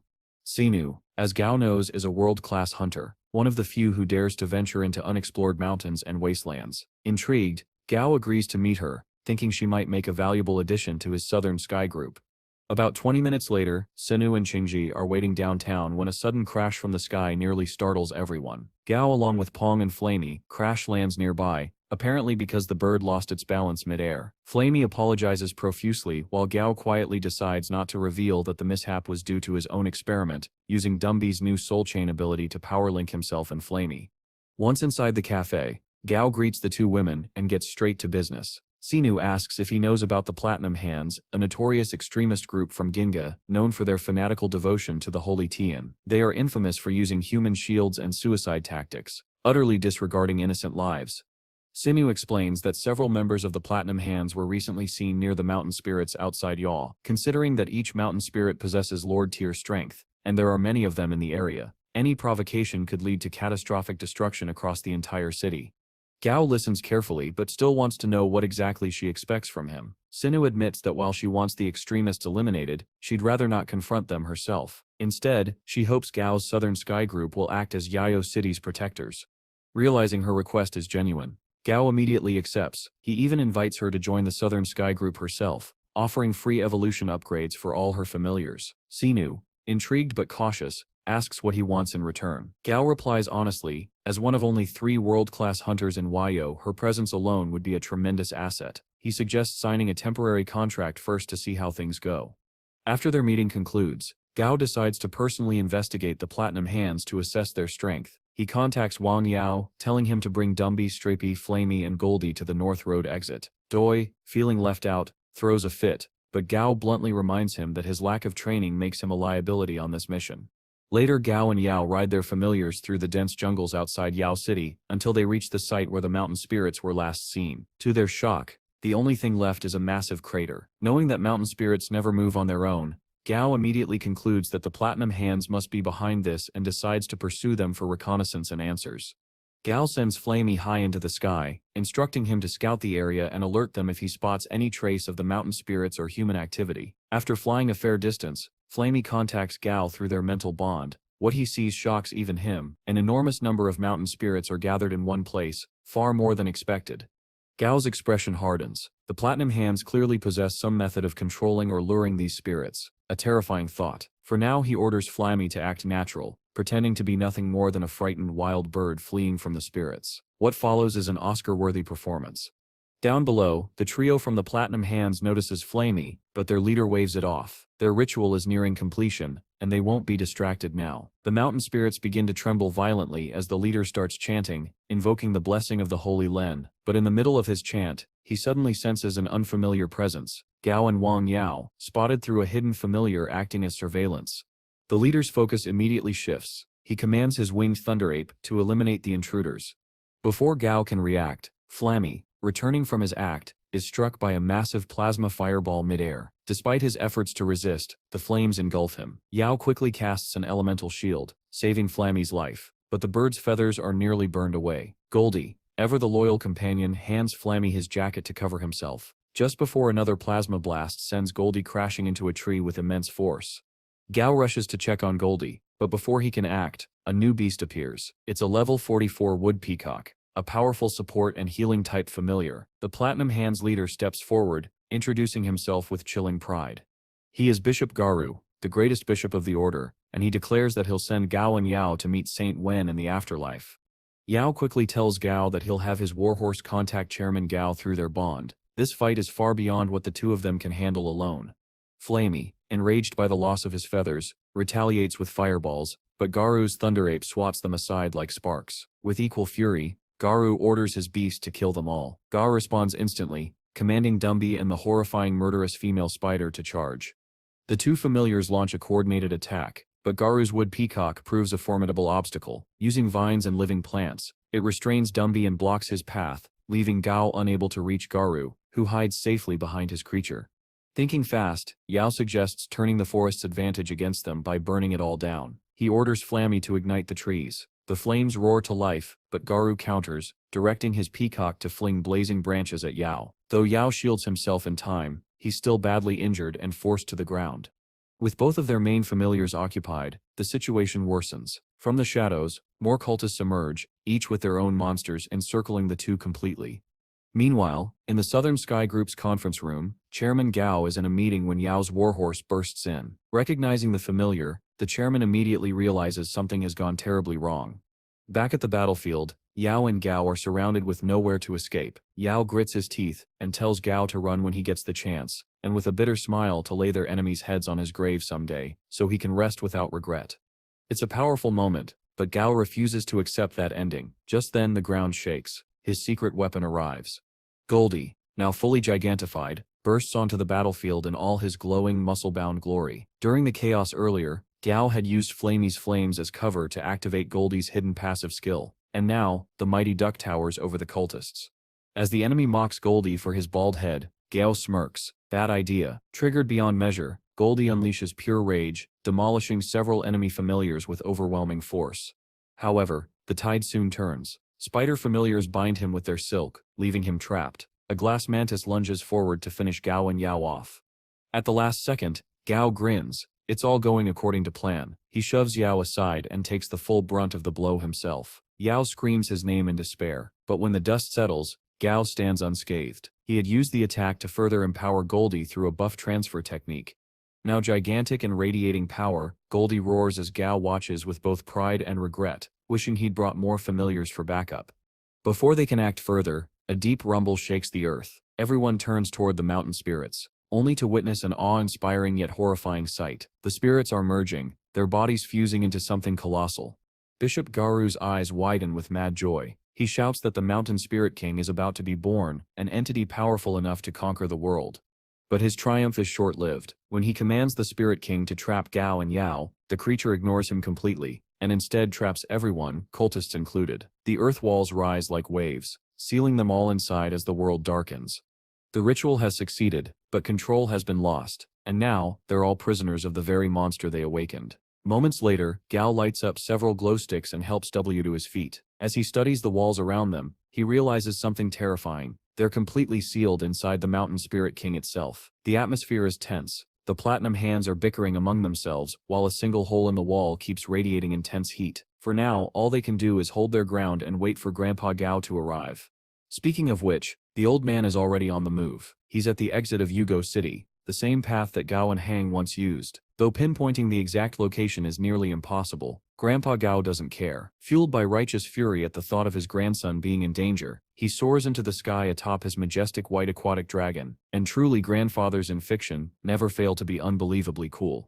Back inside the Spirit King, the Platinum Hands are struggling. No matter what they do, their attacks can't even scratch the walls, and their familiars are burning out fast. Gao orders Flemmy to keep lightly pecking at Goldie, just in case he needs to boost him later. Suddenly Garu walks up and proposes a temporary truce. They can settle their differences later, but right now, survival comes first. He explains that the hole in the wall leads directly to the Spirit Mountain King's core. The creature is trying to evolve and needs a massive amount of energy to do so. If they offer it a sacrifice, the core will consume it, stop radiating heat, and buy them more time. Gao is confused at first. Where would they even get a sacrifice? But then it hits him. Garu isn't talking about enemies, he's talking about their familiars. Without hesitation, Garu sends one of his own familiars into the hole as a sacrifice, then coldly demands that Gao do the same. Horrified, Gao refuses. There's no way he'd ever sacrifice one of his family. But before he can react further, Stripey, his spider familiar, suddenly rushes toward the hole. Ignoring Gao's desperate shouts, Stripey declares that he'll do whatever it takes to help his master and leaps in. A nearby cultist sneers, mocking Gao for his supposed hypocrisy. That's the last straw. Gao's fury explodes. He spins around and punches her square in the face, threatening to tear her apart if she ever dares to speak like that again. Without wasting another second, he charges into the hole after Stripey, with Goldie right behind him. But before Gao can get far, the wall around them trembles violently. A massive explosion of rock and dust reveals the colossal white arm of Grandpa Gao's dragon tearing through from outside. The old man has arrived, and hope flares in Gao's heart once again. With the white dragon's incredible strength, they crush through layer after layer of the Spirit King's walls, only to find yet another hole below. Gao calls out desperately for Stripey, but the only response is a faint, exhausted voice. Stripey saying how tired and sleepy he feels. Gao's heart sinks. He begs him to come back, pleading for his survival, but there's no reply. Knowing he can't do anything more right now, Gao decides to let his grandfather take over. As he helps load the injured Have onto the dragon's back, he notices members of the Platinum Hands attempting to escape. He points them out to the dragon, and with one devastating swing of its arm, the group is crushed to death in an instant. Witnessing this, Gao has a harsh realization. He's been too focused on the grades of his monsters instead of their levels. He believed that higher grade familiars could overpower anyone, but in truth, experience and tier matter far more. Suddenly the Spirit King's evolution stops. Its vitality begins to fade, and with it, Stripey's life force as well. Thinking fast, Gao uses the White Dragon's help to gather several mountain spirit cores, feeding them to the king in hopes of stabilizing it and saving Stripey. But something goes wrong. The system flashes an error. A new life form is being born inside. Gao can feel it, a powerful, desperate will to survive emanating from within. He suspects that this new being might actually be Stripey himself, reborn from the fusion. He's overwhelmed, helpless and furious at his own weakness. Grandpa Gao comforts him, promising that they'll find a way to save Stripey, but for now they must retreat and plan their next move. As they leave, Gao vows through gritted teeth that if Stripey truly dies, he'll exterminate every single mountain spirit in Muzhou to avenge him. Half a month later, Gao stands silently as his familiars train relentlessly. Since losing Stripey, every one of them has been pushing their limits harder than ever, none more so than Dai, who's always the first to start and the last to stop. And as for Stripey, he's still alive, barely. Their blood contract confirms it, but even the search teams scanning the Spirit King's body haven't been able to locate him. Just as Gao reflects on this, an overwhelming surge of power suddenly wells up inside him. His senses sharpen, his strength skyrockets, and amid that storm of energy, he hears Stripey's voice. Shocked but overjoyed, Gao realizes the truth. Stripey must have absorbed the Mountain Spirit King instead of being consumed by it. That would explain Gao's sudden power boost, and from the faint, distant tone of Stripey's words, Gao knows one thing for sure. His loyal companion is still out there, alive and evolving into something far beyond imagination.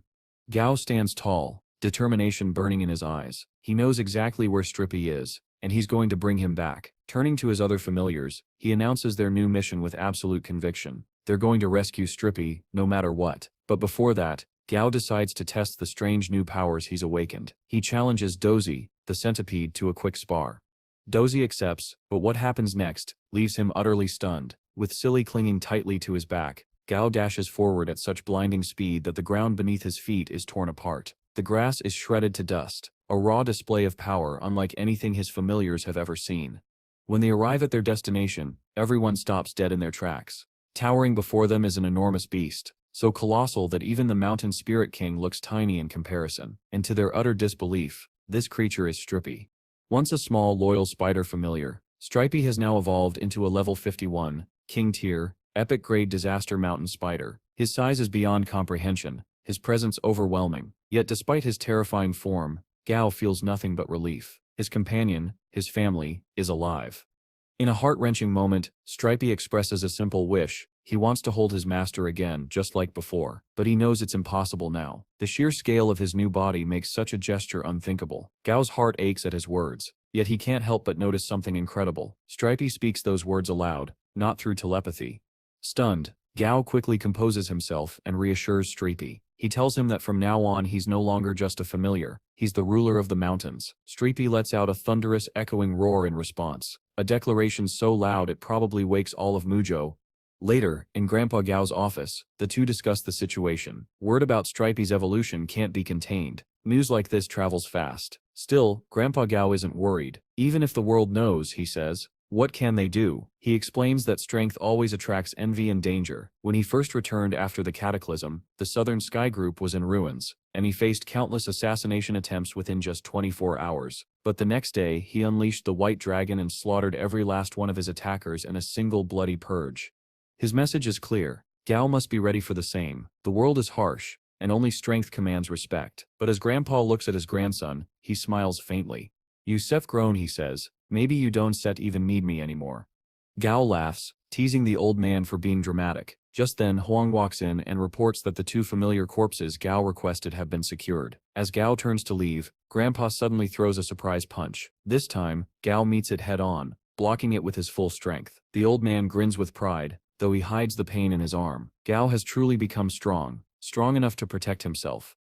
That night, Huang shows Gao the remains of the winged thunder ape and the wood peacock once used by Garou. Gao summons Dumby and orders him to use his revival ability on both. The results are mixed. Dumby fails to revive the wood peacock, leading Gao to theorize that Dumby can only resurrect familiars of lower level than his own. His theory is proven correct when the thunder ape, weaker than Dumby, comes back to life. However, Dumby erases the creature's memories, finding them too chaotic to handle. What rises in its place is a new being, a skeletal winged version of the Thunder Ape, now a servant of the skeletal tyrant. Gao notes that the revived creature is one full level and grade weaker than its original form, confirming that resurrection always comes with limitations. For now, Gao instructs Dumby to gently move the wood peacock's body to the lab. Back there, he checks on Stripey using a surveillance drone, only to find that Dozy has pranked him by planting tangerine trees on Stripey's head. Gao sighs at their bizarre sense of humor. As the chaos unfolds, Gao receives a call from Hang. The school Gao funded is finally complete. The first batch of orphans, children left behind by the cataclysm, are ready to enroll. The school has been built near the Southern Sky Group's territory for safety. They'll grow up to lead better lives. Hang says, all they owe us is a bit of loyalty. Gao can't help but notice the unsettling gleam in his eyes as he says it. After the call, Gao meets Lin Shu, who has finally come to his lab. She wants to evolve her familiar, a level 40 gold-tailed divine shrimp. It has 6 possible evolutionary paths, but gathering the required materials will take time. Gao asks her for a week, and she nods with quiet confidence. I believe in you, she says before leaving. Meanwhile, across the city in the Adamantium Bridge district, investigators are baffled by a string of murders. The victims were killed by what appears to be a living statue. The creature has already moved to another area, the Magnet Mouth Commercial District. Coincidentally, Gao Pang happens to be there with Silly and Dozy, buying materials. He hasn't been able to find everything he needs, and he's even considering turning to the black market. But then something catches his eye, a statue of the ancient Chinese general, Guan Gong. As he studies it curiously, a system window suddenly appears before his eyes, identifying the statue as a level 41, L-tier animated bronze statue. What the hell? Gao mutters under his breath, eyes narrowing. He contacts his grandfather through a video call explaining the situation. Grandpa listens closely, frowning. Strange, he says. The government didn't warn you about this? They must be keeping it quiet, trying not to cause panic. Whatever's going on, one thing is clear. This isn't a random event. Something much darker is beginning to move beneath the surface. Before ending the call, Gao informs his grandfather that he'll be sending Thunder God to assist with the situation. While waiting on site, Gao can't help but draw a chilling connection between this animated statue and the ancient terracotta soldiers that once came to life near the first emperor's mausoleum. He silently hopes that isn't the case. Moments later, a secret government unit arrives, one Gao instantly recognizes as the Black Flags. Along with them come 50 commander-tier obsidian hounds, all prepared for battle. Together they engage the bronze statue, but it quickly becomes apparent that none of them are a match for a lord-tier monster. Within moments, the statue decimates their ranks, forcing the commander to order a retreat. Then, the ground begins to rumble. The soldiers stumble as a massive tremor splits the earth open, and from beneath, Thunder God bursts forth, drilling through the ground like a living thunderbolt. Gao's powerful familiar greets the Black Flags with a thunderous roar, his arrival shaking the air itself. The Black Flag soldiers immediately lower their weapons at Gao, demanding identification. Calmly, he gives his name and explains that Thunder God is his grandfather's familiar. The chief's eyes widen in recognition. He knows exactly who Gao Pang is. Without hesitation, he pleads for Gao's help to stop the rampaging statue. Thunder God doesn't waste a second. Sparks ignite across his scales as he unleashes a storm of lightning strikes, forcing the statue to retreat. But before it can escape, Thunder God ensnares it with a surge of electric chains, paralyzing it completely. Lightning, after all, is its natural weakness. As the battle ends, Gao notices the Black Flag chief angrily berating one of his soldiers for trying to claim credit for the victory. Gao quietly smirks. This is a man he might be able to work with in the future. With the situation contained, he loads both Thunder God and the immobilized statue into a transport truck. Before leaving, Gao tells the chief he can take full credit for the Lord-tier monster's defeat. Later, at the mountain behind his villa, Gao allows Thunder God to rest after the exhausting fight. But suddenly, the bronze statue breaks free from its bindings and lunges at him, its massive sword swinging downward. Gao stands his ground and catches the dull blade with one hand, stopping it effortlessly. Looks like those badass grandpa genes are finally kicking in. Before the statue can recover, Stripey emerges from behind it. With a ground-shaking roar, the enormous spider traps the statue inside a 60-meter-wide sphere of rock, sealing it completely. Gao decides to leave the captured statue in Stripey's care for now, as he takes an urgent call from Hang. Hang reports that statues coming to life aren't an isolated incident. It's happening all over the world. Gao realizes this means something deeper. The Allied government is losing its grip on global control as evolution and mutation accelerate at unprecedented rates. But Gao refuses to be intimidated. If the world wants to keep evolving, then he'll simply evolve with it, alongside his familiars. After the call, Gao decides to investigate the statue's strange weakness. Listed in its status window as the power of impurity, he tests everything from bird droppings to dog blood, but nothing works. Frustrated, he begins to wonder if the weakness refers to some undiscovered material or phenomenon. Before leaving, he asks Stripey to talk to the statue and try to extract information. Within minutes, Stripey Sip's endless chatter bombards the statue into submission. Overwhelmed, the creature finally speaks, confessing that it only killed people because they were hooligans causing chaos. Gao watches in disbelief. Somehow, Stripey has mastered the talk no jutsu. Later, Gao and his familiars ride atop Stripey toward the forest outside Yuzhou City, though they quickly regret it. Every time Stripey moves, his new body releases scorching black smoke that makes it nearly impossible to breathe. But Gao's mind is elsewhere, deep in thought. With the rate of mutations and evolutions rising exponentially, the wilderness must now be filled with new monsters and treasures waiting to be discovered. Normally, exploration teams can't venture too far. There are no safe zones deep in the wild, but Gao has a plan. If he can get the mountain spirits to cooperate, he can use them as mobile outposts, creating safe zones on the move. This would allow explorers to reach uncharted areas, and Gao Pang, as the service provider, would earn a massive profit.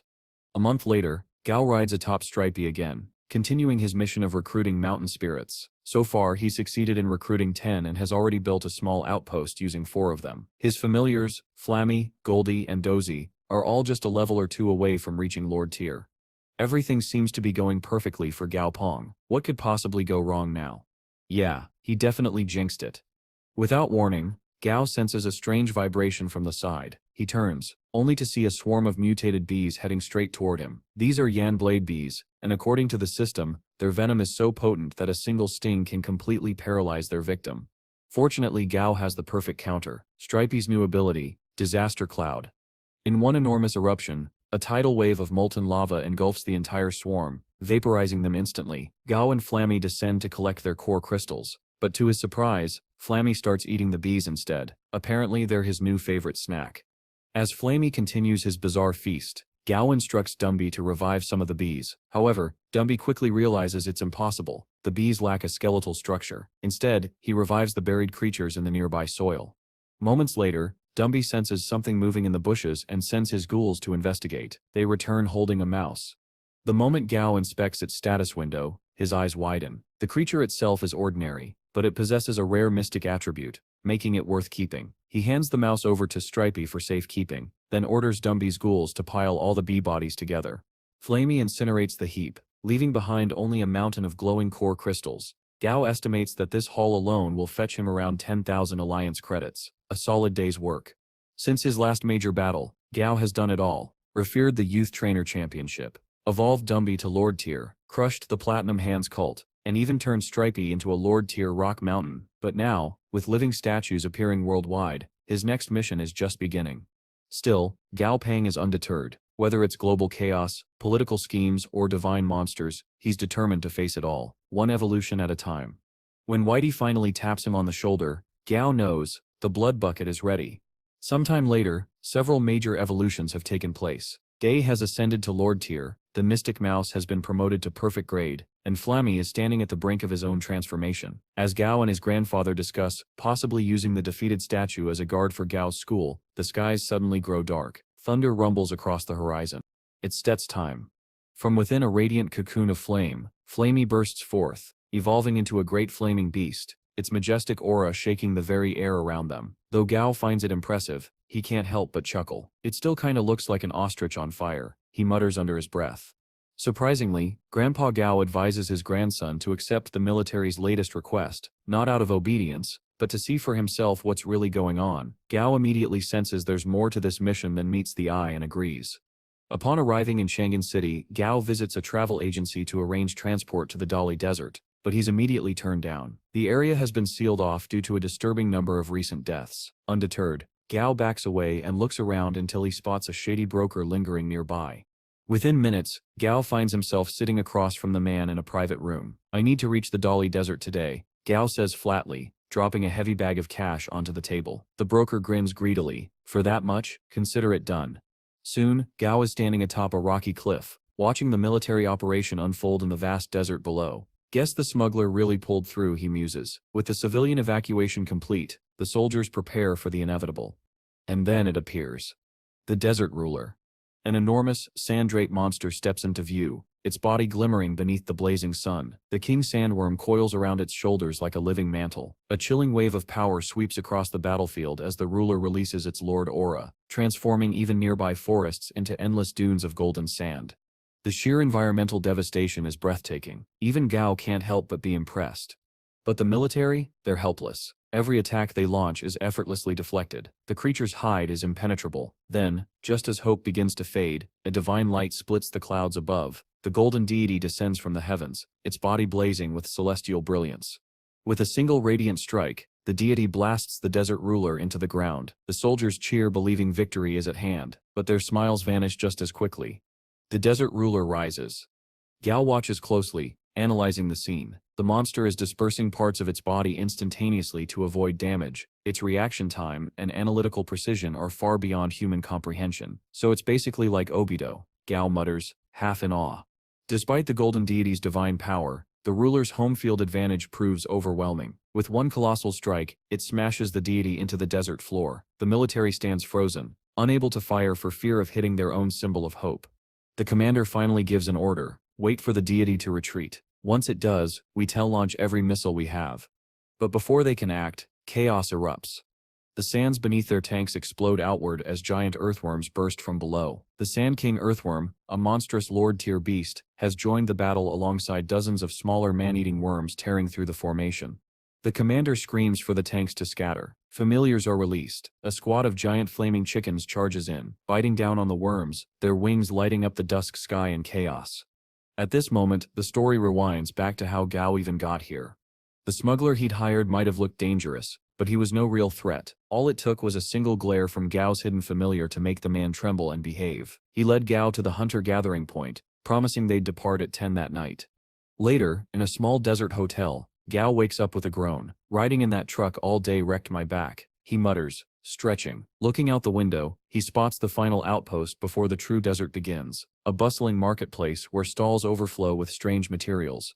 There are exploding cacti, sand-type core crystals, and sand soul stones being sold by the dozens. Gao raises a brow. Who in their right mind buys an exploding cactus? He wonders aloud. Later, as he eats in a local restaurant, Gao overhears a group of hunters gossiping about the military's lockdown. From what he can gather, no one is allowed to enter the desert anymore, suggesting that something far bigger and far deadlier is about to occur. He's right. The clash of monsters that follows will shake the desert itself. The next day, Gao and his familiars make their way into the vast dunes. It's rough terrain, especially for Dumby, whose heavy body sinks into the sand with every step. After some teasing from Dai, the flying familiars swoop down to help him along. As they trudge forward, Dumby suddenly stops. "Master," he says, his hollow voice echoing softly, "the sand here, it sets angry."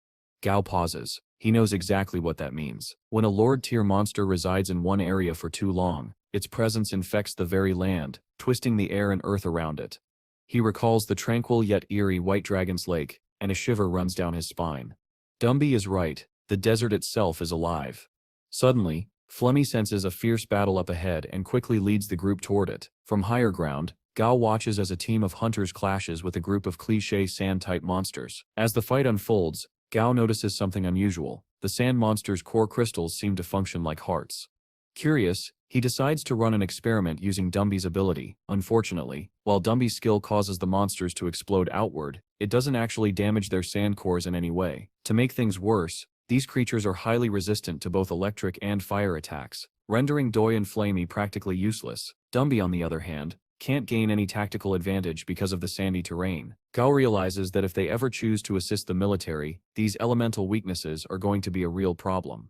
Back in the present, as they observe the military getting ambushed by massive sandworms, Flamey nervously asks if they should step in. Gao shakes his head, explaining that there's nothing they can really do right now. Besides, if the military has come all the way into the Dali Desert, they must have prepared something powerful. Perhaps that mysterious figure in the black robe. Judging by its sheer size, Gao can tell it's definitely not human.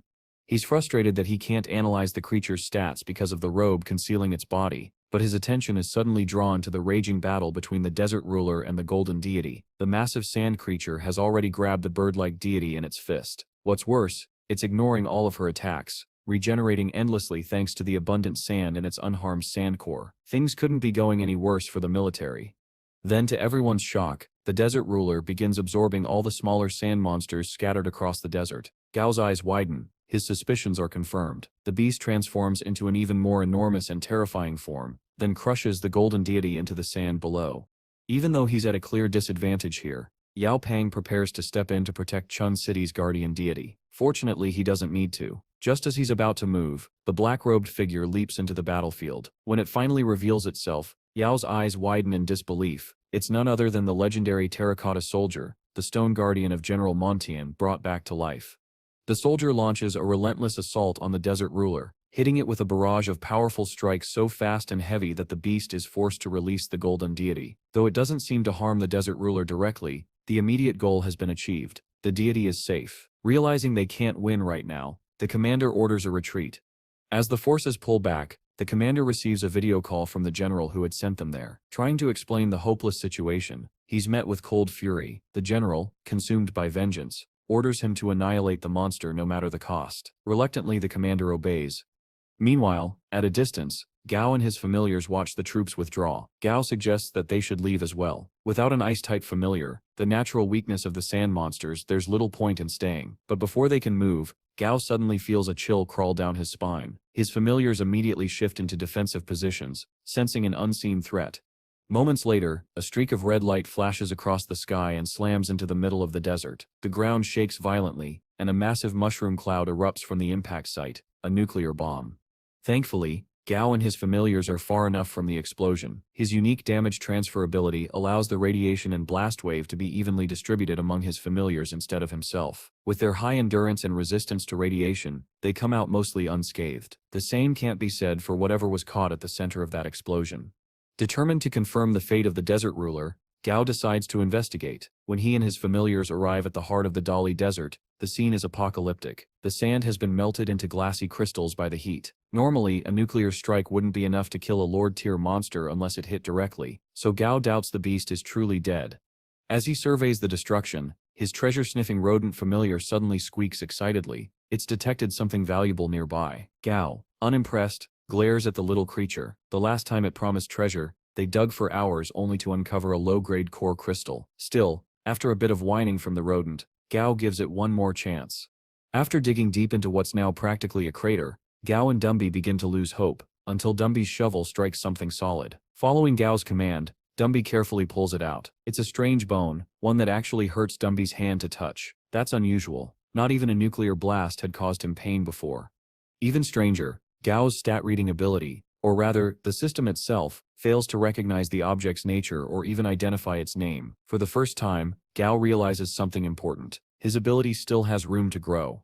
Gao praises the little mouse for its persistence, and then gets an idea. What if Dumby were to assimilate the strange bone into himself? It might unlock something new. However, the moment Dumby tries to absorb the bone, a violent reaction occurs. He's forced to drop it and stumble backward as a shockwave ripples through the air. Concerned, Gao rushes to Dumby's side, but before he can even reach him, his vision suddenly blurs. In an instant, he's pulled into a surreal image of a colossal monster drifting across a starry void, a being so vast and otherworldly that he can't even comprehend its full form. The sight is overwhelming, terrifying, yet breathtaking. Whatever that thing is, it's beyond his understanding. As the vision fades, Gao gasps for breath, shaken by what he just saw. Regaining his focus, he immediately checks on Dumby, asking if he feels any pain. Thankfully, Dumby shakes his head. But there's something new. A dark, swirling pattern now spirals across his arm, identical to the one etched on the mysterious bone. Even more astonishing, Dumby has gained a brand new ability, Level 2 Dark Flame Mastery. To test it, Dumby ignites his hand. A strange black flame bursts forth, cold, steady, and silent. It covers his arm completely but doesn't burn his cloak or the ground. The fire seems to consume nothing. Gao's curiosity deepens. Whatever this power is, it's extraordinary. He instructs Dumby to take the bone along with him, and they head back for now. The next night, Gao is in his hotel room when suddenly the city alarm blares. A state of emergency is declared. Moments later, soldiers appear at his door. They announce that all monster trainers are being summoned to help repel a level 5 threat. That phrase alone sends a chill down Gao's spine. The last time such a level of danger had occurred was during the White Dragon's evolution.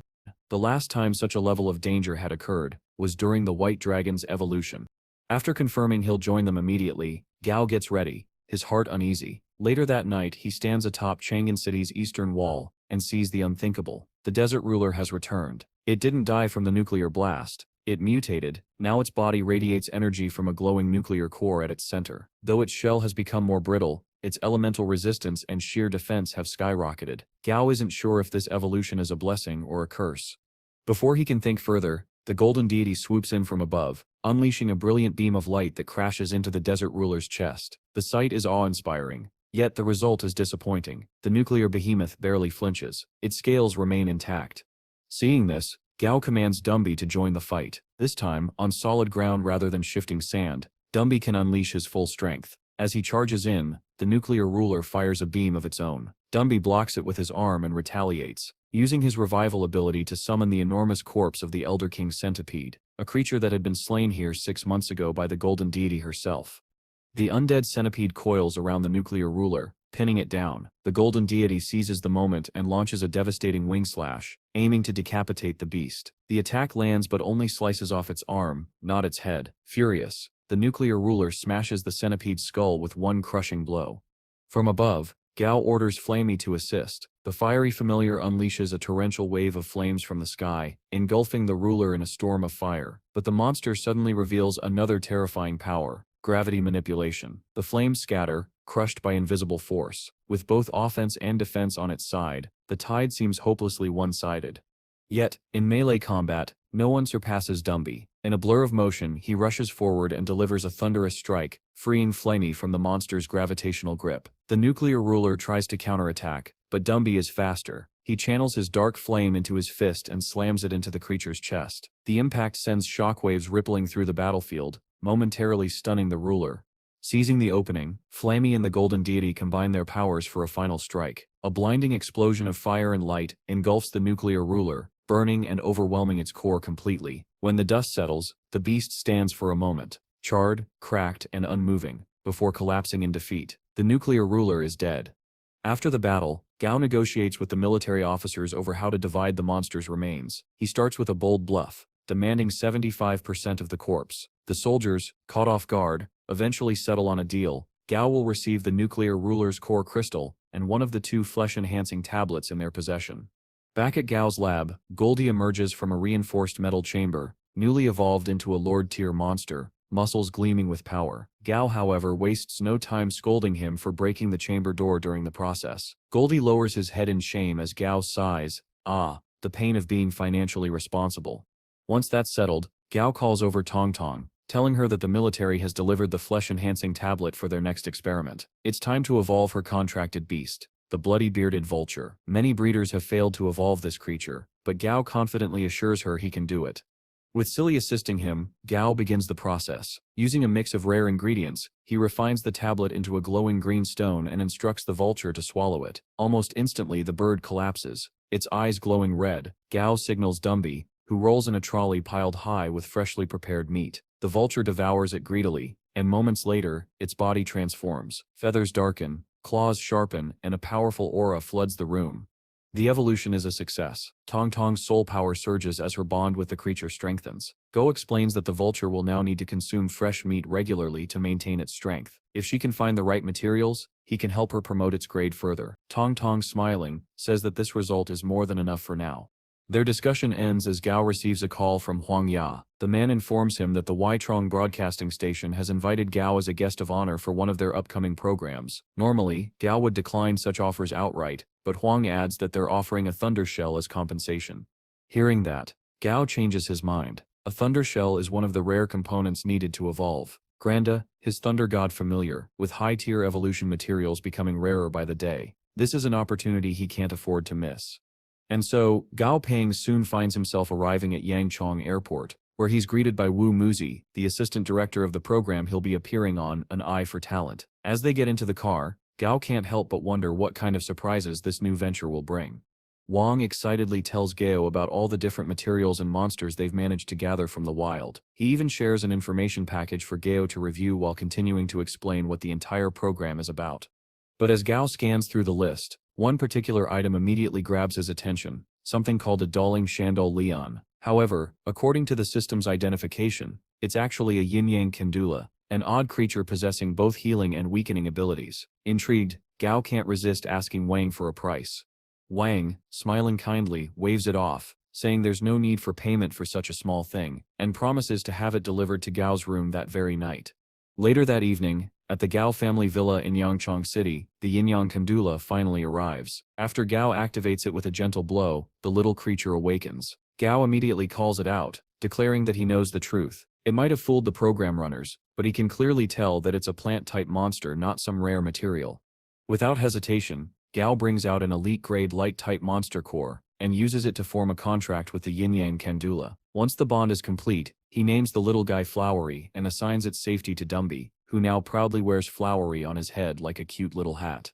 Meanwhile, somewhere far away, strange eggs begin to tremble and hatch.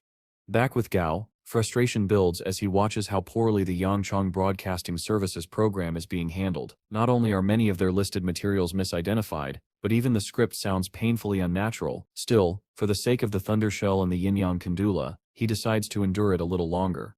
Just then, Wang Muzi appears and apologizes for the show's strange inconsistencies. He explains that the director is just a pampered rich kid who's dumped all the work onto him. Gao softens up, realizing Wang isn't a creep, just massively overworked. After comforting Wang, Gao checks his phone, and his expression changes. Dozens of missed calls flood his screen, including several from his grandfather. When he calls back, he learns that the Yangchang branch of the Southern Sky Group has come under attack by a wave of monsters.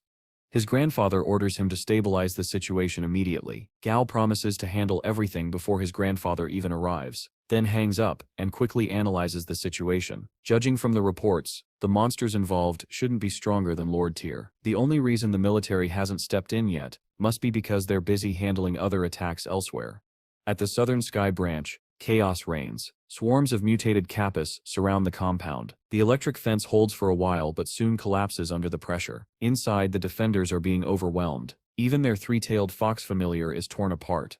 As the men try to flee, a Kappa leaps to strike, only for its head to explode in an instant. That's Gao Pang's arrival, his familiar Goldie landing a devastating punch from above.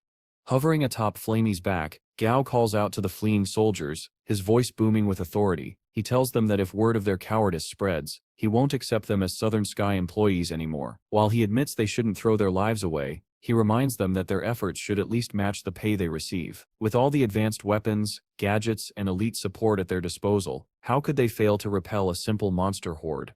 "Are you people stupid?" he growls. His words hit like thunder.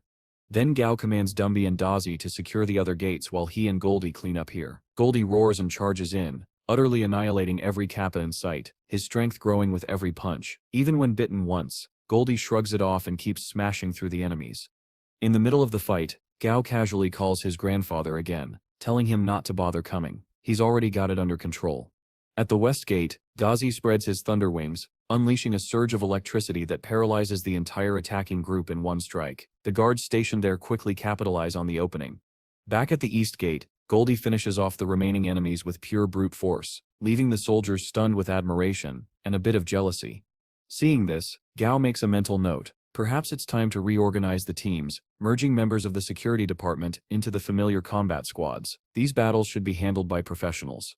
Still, something feels off. It's unnatural for monsters to invade a city like this, especially to target specific company branches. But for now, Gao pushes the thought aside and focuses on regrouping. He gathers the defenders who fought bravely and commends them for their efforts. As for those who fled, he offers them one final chance at redemption. Capture the remaining Kappas alive. Each one they catch will earn them a single point. The defeated men, however, only sneer dismissively, clearly they haven't learned a thing. At first, some teasing comments from another squad member finally light a fire under the lazy soldiers. Fired up by pride, they rush to redeem themselves. Much to Gao's relief, he doesn't mind giving people second chances, especially if they're willing to make amends. But for those who still refuse to change, Gao can only wonder who's going to play bad cop next time. Once all the Kappas are captured, Gao notices something unusual. The system now displays their evolutionary pathways in far greater detail than before. He figures it might be because of his steadily increasing soul strength. As he's pondering that, one of his men arrives and reports that all his orders have been carried out. Following Gao's instructions, they prepare to sell off the dead Kappas while keeping the live ones for Southern Sky's research department, since the species doesn't fetch a high market price anyway. Next up are the six-legged antler turtles that Dazi captured at the west gate. Their antlers are special. They regenerate and can be used for multiple purposes. Gao orders that they be raised and harvested regularly. With that, Gao finalizes the reward distribution. Those who fought bravely are handsomely rewarded, while those who failed are penalized. 4 particular cowards are outright fired, their familiars confiscated. The rest, though shaken, only have their pay docked for 3 months. Gao also ensures that the families of those who died in battle are fully supported by the Southern Sky Group. With business settled, Gao mounts Flamey and takes off toward Manning Village, determined to find out where these monsters came from in the first place. When he arrives, the devastation stops him cold. The sight of the ruined village, torn apart by monstrous claws, reminds him of the cataclysm 4 years ago. His expression hardens. Something doesn't add up. Sensing a faint movement beneath the rubble, Gao orders Dazi to investigate. The centipede scurries off and soon returns with a small creature, a level 8 land clam. Gao sighs. That's underwhelming. He tells Dazi to release it, but the moment he does, the little shrimp-like creature collapses on the ground, playing dead. Of course, Gao sees through the act immediately thanks to the system's insight. Smirking, he pretends to leave while secretly having Flamey mark it with his scent. Now they can track it from afar. There's no way such a weak monster survived this massacre on its own. Something else is at play here.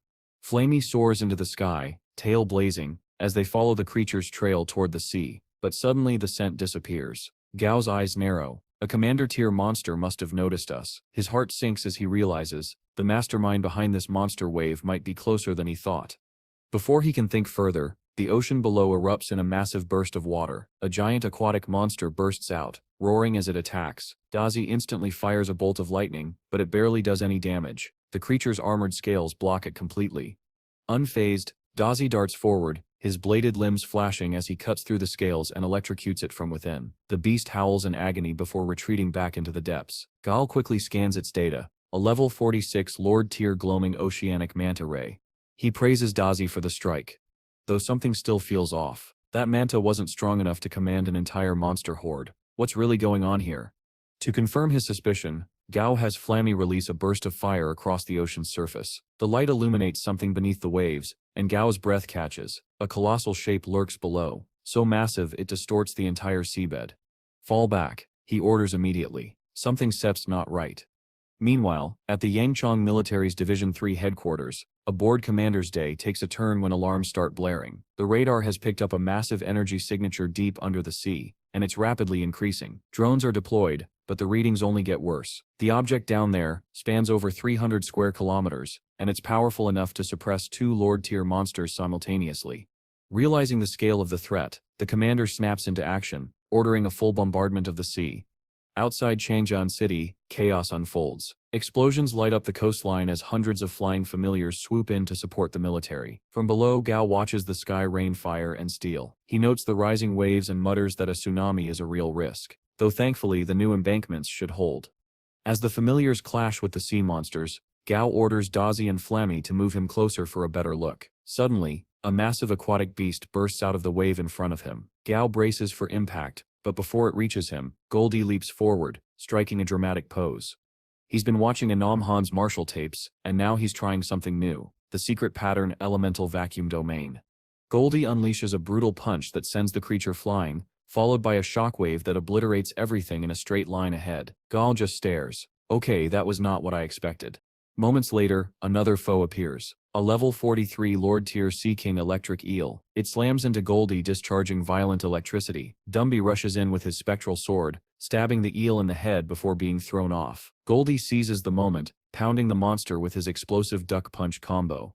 The eel retaliates with another lightning blast, but Goldie counters it with his energy nullifying ability before slamming one final punch straight to its face, sending it crashing back into the sea. But just when Gao thinks the battle is over, the entire sea begins to rise. Waves tower like walls, as something colossal ascends from below. And then it appears.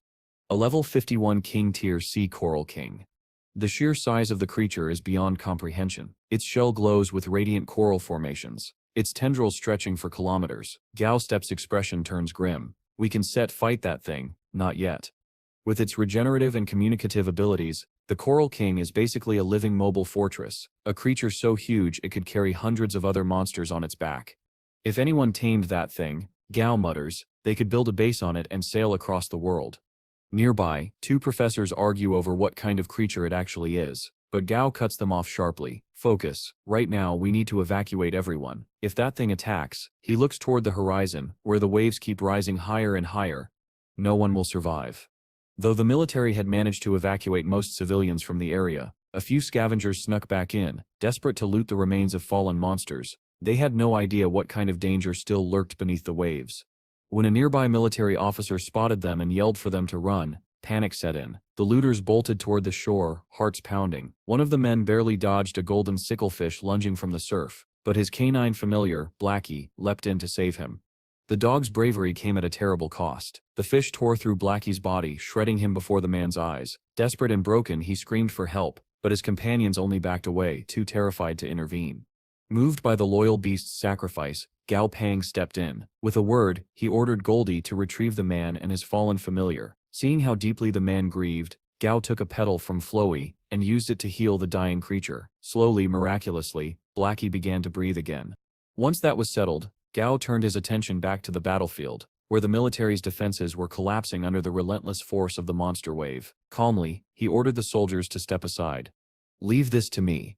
At his command, Dumby charged forward. The skeleton tyrant unleashed his dark flame mastery, his burning aura splitting the air as he pierced clean through a monster's skull. Then, channeling his revival ability, Dumby raised every fallen beast on the field, an undead army born from the monster's own corpses. Together, Gao's undead legion clashed with the monster horde, holding them back long enough for the generals to regroup and launch a counterattack. The tide turned. Moments later, the massive Coral King sank back into the depths, and the chaotic battle finally ended. While Gao took a call from Huang, Goldie was busy scouring the shoreline for fish carcasses to sell, his bald head gleaming proudly as ever. Gao could only sigh. "Never change, you greedy golden brute." Huang's voice came through the line, half in awe, half amused. Word of Gao's feats had already spread. Stories of the Lord of the Undead were making their rounds, but more importantly, Huang had news. The strange phenomenon Gao had asked him to watch. It had resurfaced. Reports spoke of ghostly soldiers walking the earth and establishing a base in Bingao City. Gao's mind raced. If those ghostly entities were real, they might hold materials powerful enough to promote Dumby to legendary grade. For now though, Gao simply told Huang to keep investigating. Later that evening, back in his Yugo City lab, Gao was busy preparing Flowey's evolution. After giving the little creature a stabilizing shot, he sealed him in a protective capsule and headed out to meet his grandfather, who had just arrived. Outside, Gao found the old man standing proudly beside Thunder God, who had completed his evolution. The once modest beast now stood tall as a level 45 legendary grade familiar, aptly renamed Thunder Shell God. His lightning mastery was unlike anything Gao had ever seen. Pure volatile energy rippled from his shell like living storms. While Gao celebrated this milestone, his grandfather's expression darkened slightly. Every day this boy's feats grow more incredible, he thought. Southern Sky may be peaceful for now, but if I'm to protect him, I'll need to grow stronger too.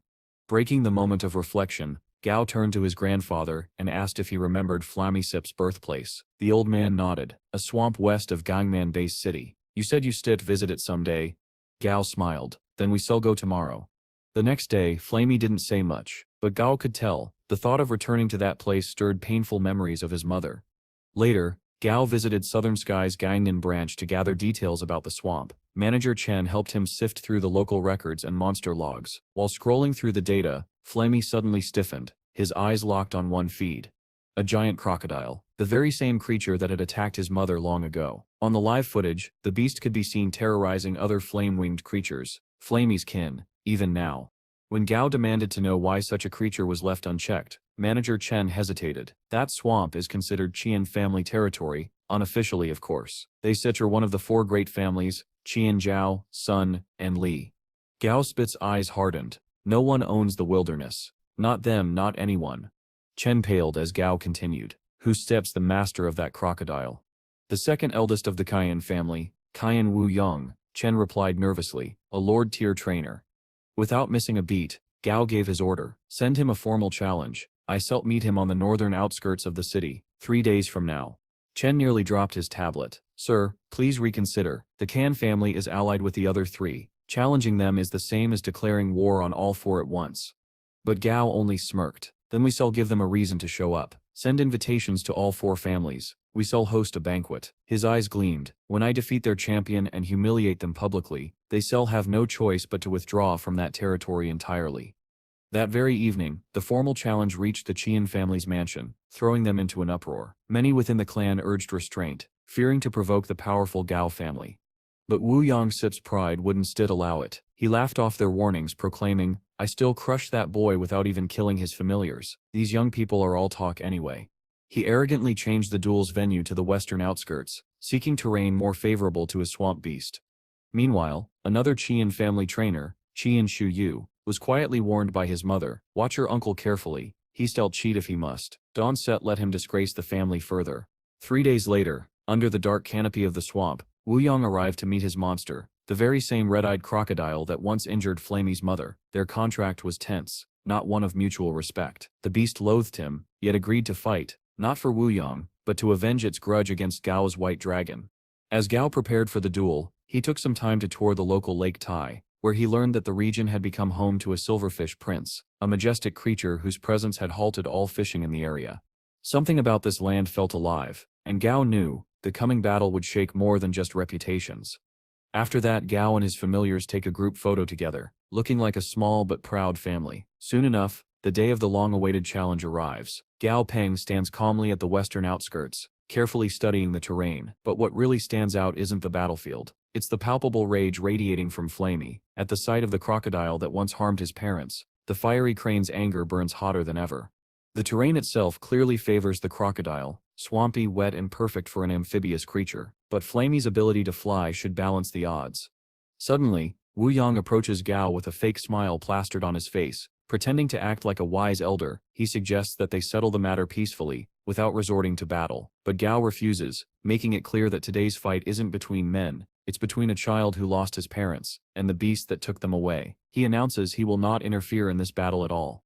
Everyone present is stunned. They can't believe Gao would let such a young crane fight alone, but Gao just smirks and calmly tells Flamey to show them what he's capable of.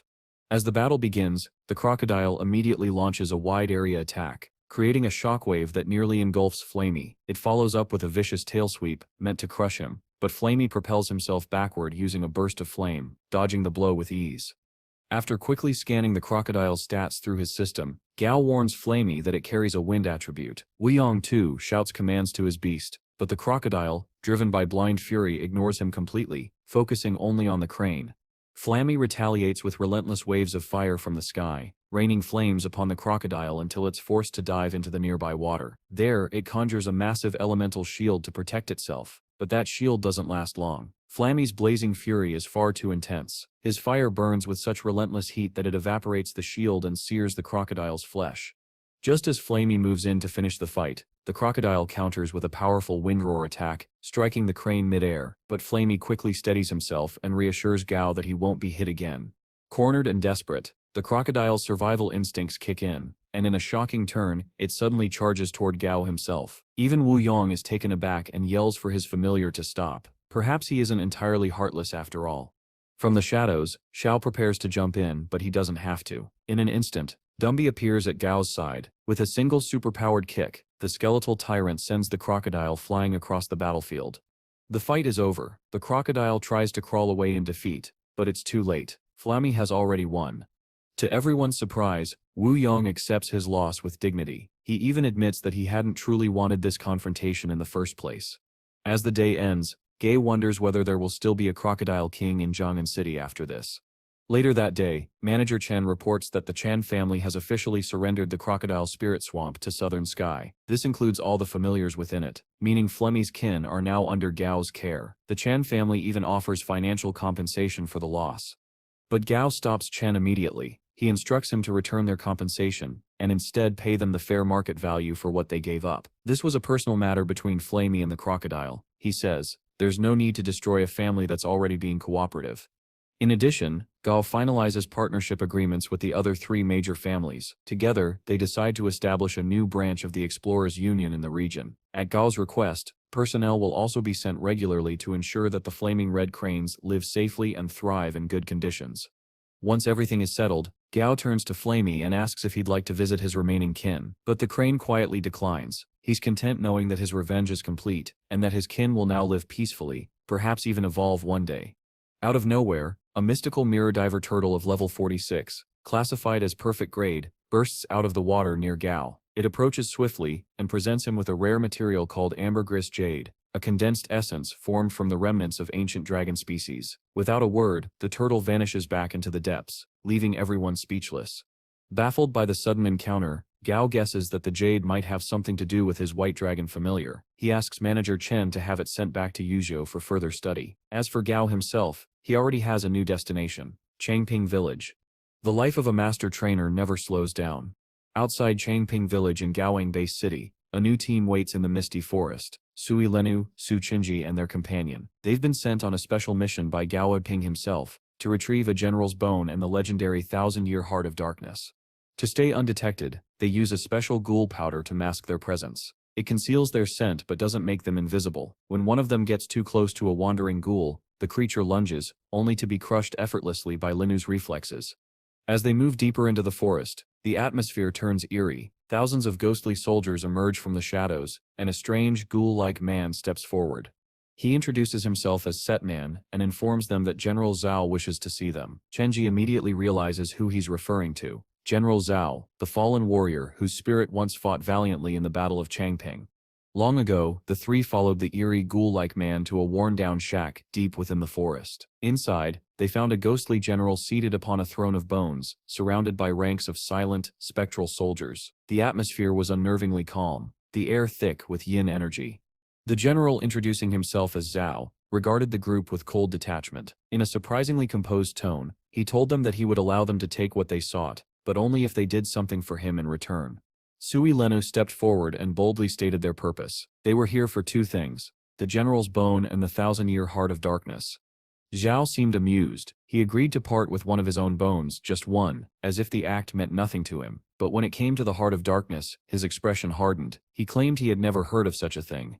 That was all Sui Lenu needed to hear. Her eyes sharpened, and she stepped closer. With a cold, decisive tone, she revealed the truth. The 1,000-year Heart of Darkness is your heart.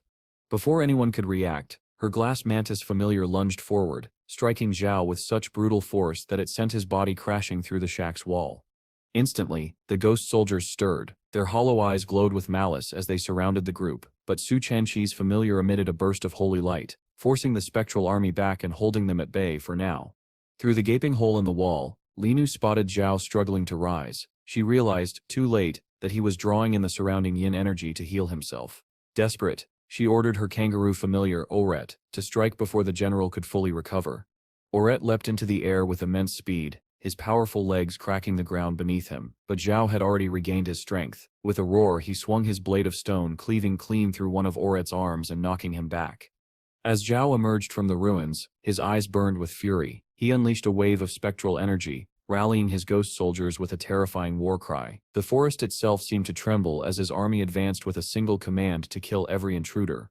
Sui Linu quickly noticed the crimson mist forming overhead. The yin energy Zhao had been gathering was turning into a deadly blood cloud. If they got caught in it, they would be drained of life before they could even escape. Thinking fast, Su Chenqi had his small hairball familiar release a thick fog of black smoke, masking their retreat. It wasn't much, but it gave them the chance to flee. The three mounted their flying familiars and shot through the forest canopy, the thunderous cries of undead soldiers echoing behind them. Just as they thought they might not make it out, the sky itself began to change. Bolts of lightning tore through the blood cloud, scattering the curse and purging the dark energy. And then they saw it soaring majestically above them. The white dragon, Chairman Gao, had arrived. With his appearance, the battle turned completely one-sided. The old man's calm, commanding voice cut through the storm as he directed his dragon to strike. White Dragon effortlessly deflected General Zhao's attacks and sent him crashing into the ground with overwhelming force. Defeated in bleeding spectral energy, Zhao could only glare up at Gao, cursing his name. Gao Pang merely sighed and told White Dragon not to kill him. They still needed his parts intact. Later, back at the lakeside villa, Gao Pang looked up to see the old man approaching. To his astonishment, the elder casually dropped the unconscious general before him like a sack of grain. "I didn't know how to extract the parts you wanted," the elder said, brushing off his hands, "so I brought the whole general." He also handed over the dark flames that Sui Linu's team had collected earlier. Gao Pang was momentarily speechless. Another essential material just handed to him with ease. Now he only needed one more item to promote Dumby to legendary grade. As they spoke, Gao teased the White Dragon about that mysterious ambergris jade incident from before. In response, she drenched him with a torrent of water before turning away. Before leaving, she gave him one final update. A spatial rift had appeared in the Baya district. At Gao's current level, it shouldn't be too dangerous, and she believed it would make a good training opportunity. Not long after, Gao arrived at the location. The building housing the rift was cloaked in thick black fog, pulsing with dark energy. Experts advised entering at noon when visibility was highest and the fog weakest. Inside, swarms of level 20 blackjacket geckos crawled along the walls. Since no Lord-tier monsters had been detected, Gao decided to send Goldie in alone. Moments later, Goldie emerged, brushing dust off his fists. Every single gecko had been dealt with. Gao couldn't help but sigh. "He seeps pretending to be a monk again," he muttered. "Someone take away his internet." With the area cleared, Gao led the Southern Sky forces inside. Deep within, he discovered the spatial rift itself, an unstable tier in reality, shimmering like liquid glass. Interestingly, the system listed it as an item. Gao considered collecting it to experiment with portable rift setups when suddenly something emerged.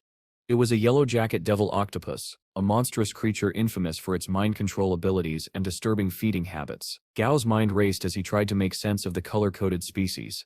Black is shadow, yellow is mind, he wondered aloud. Before he could finish his thought, Goldie stepped forward and punched the creature square in the face. "Stop copying my look," he shouted. The octopus never stood a chance. After confirming the area was secure, Gao questioned his subordinates. So far, no one had managed to explore what lay beyond the rift. Turning to Dumby, Gao ordered him to summon the Sea King eel skeleton to scout ahead. A few moments later, Dumby relayed that the other side contained only a few low-level geckos and nothing stronger. Gao entered himself to confirm, and upon hearing his approval, Flamey, Goldie and Dazzy followed behind. On the other side, the air was eerily still. There was almost no black fog here, just endless, twisting walls forming a colossal maze. As the Southern Sky forces began collecting data and samples, Gao studied the strange structures around him. Then, the ground trembled. A massive shadow fell over them as a creature emerged.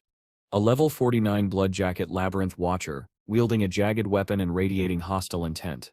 Gao stared up at it, realization dawning in his eyes. This wasn't just a chaotic realm of beasts and rifts.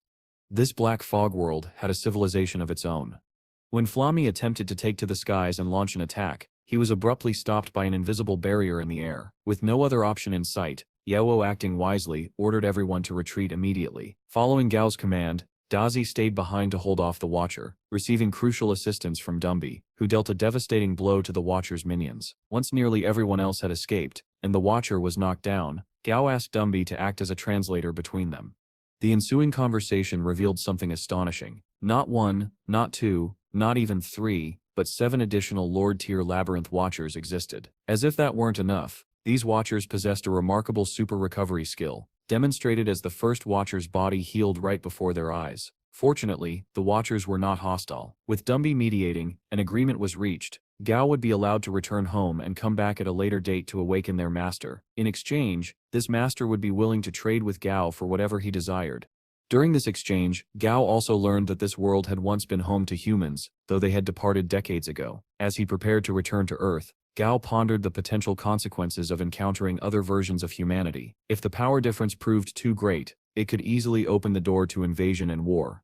Back at Gao's lab, the Yin Kula had reached level 31 thanks to the use of the extraordinarily expensive frozen crystal soil. The only requirement left to promote Dumby was the essence of the undying heart. However, a search in Champing proved fruitless. The resentment of the 400,000 soldiers who had perished there had corrupted the essence beyond use. As Gao contemplated this, Yao received a call from the school he had recently established. The man on the other end anxiously reported the appearance of a second bronze statue at the school gate. Upon arriving, Gao confirmed that a new statue stood beside the original one. Without hesitation, he had Dai paralyzed and bound, lifting the massive statue effortlessly with a single hand. He intended to spend some time with Stripey before bringing it back to act as a second guardian. Meanwhile, in the valley where Stripey rested, Gao placed the statue before the mountain ruler, declaring it a new toy. Instantly, Stripey crushed its fighting spirit, punishing it for acting aggressively. Stripey then pleaded with Gao, expressing his longing to leave the valley and embark on adventures alongside him once more. Gao, deeply affected by Stripey's heartfelt plea, promised that he would find a way for them to journey together again. Meanwhile, in Zambia, Africa, the Black Badger Group, led by a desperate leader seeking fame, set out on an expedition guided by instructions from a mysterious tablet of unknown origin. Back in the Baya district, Gao arrived with his familiars, Sweetie and Tong Tong's Softy, after passing through a rift. Using Dumby as a translator, he encountered one of the Watchers from before. Yao discreetly confirmed that humans of this world had possessed familiars as well. The Watcher led them to the location where their master was sealed, a grand hall frozen in time, filled with a massive crystal formation. The Watcher explained that their master had sealed himself inside, and that awakening him required a monster trainer to enter the hall. Gao entered with Goldie by his side. Thanks to an elemental barrier, they navigated the sub-zero temperatures without freezing. However, as they approached the center of the hall, Gao froze in shock. Just as he realized the situation was a trap, Flamey's voice called through their connection, confirming Gao's fears. Several monsters were attacking his friends. Gao prepared to return to their side, but paused briefly when he noticed the Frost Lion had awoken. Sui explained that the Watchers had attacked immediately after Gao entered the hall. They had survived only because Dumby summoned the Sea King Eel skeleton to seal the attackers and block the exit. Flammy had been badly injured by a surprise attack, and Goldie, enraged, rushed outside determined to avenge his friends, despite Gao's warnings not to act recklessly. Suddenly, Gao sensed the Frost Lion following him through their connection. Concerned, he felt Goldie being beaten by the Watchers and shouted in alarm. The Frost Lion continued attempting to get his attention. Exasperated, Gao decided to make a contract with it, allowing him to understand the creature directly. Though he skipped some steps, the contract worked perfectly, eliminating the need for further confusion.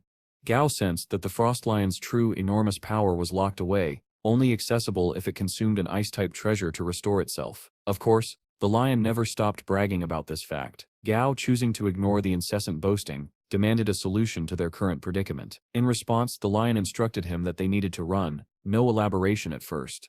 Realizing Gao needed more context, the lion quickly explained that he was the true owner of this labyrinth. He knew secret paths that only small monsters like himself and humans could navigate. Unwilling to leave any of his familiars behind, Gao instructed the lion to retreat for the time being while he focused on rescuing his companions. Empowered by the contract he had formed with Stripey, Gao struck one of the walls with a powerful kick, blowing it open. From there, Dazzy and Dumby executed a combination attack to disrupt the Watchers, while Silly tended to Goldie's wounds.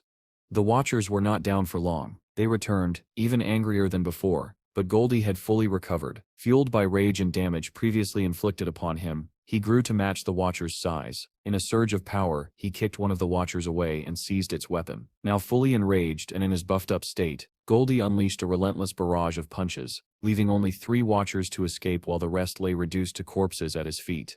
Recognizing the need to secure the scene, Gao ordered Sui to return home and bring reinforcements. He and his familiars would remain behind to guard the corpses, guided by the treasure-sniffing mouse and protected by Dumby. During their downtime, Gao probed the Frost Lion for information and uncovered several insights. For one, a familiar's skills could be developed further after awakening. Additionally, this world was still in the infancy of its evolution, as the cataclysm had occurred only 4 years prior. The best treasures and minerals had yet to surface, and with Gao among the strongest, if not the strongest, monster trainers in the area, he would have access to nearly all of them.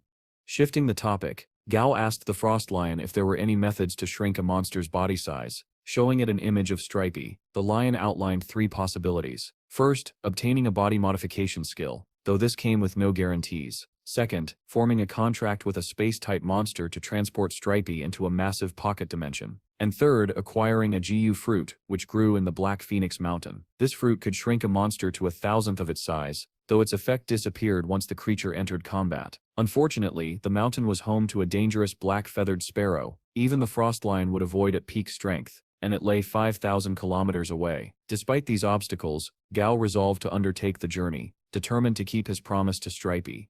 At that moment, Gao received word that the logistics team was en route. They would be bringing ice-type fruits for the Frost Lion. True to form, the lion tried to act arrogant and superior, but Gao simply had Silly store the fruits away, undisturbed. It was time to continue exploring the labyrinth.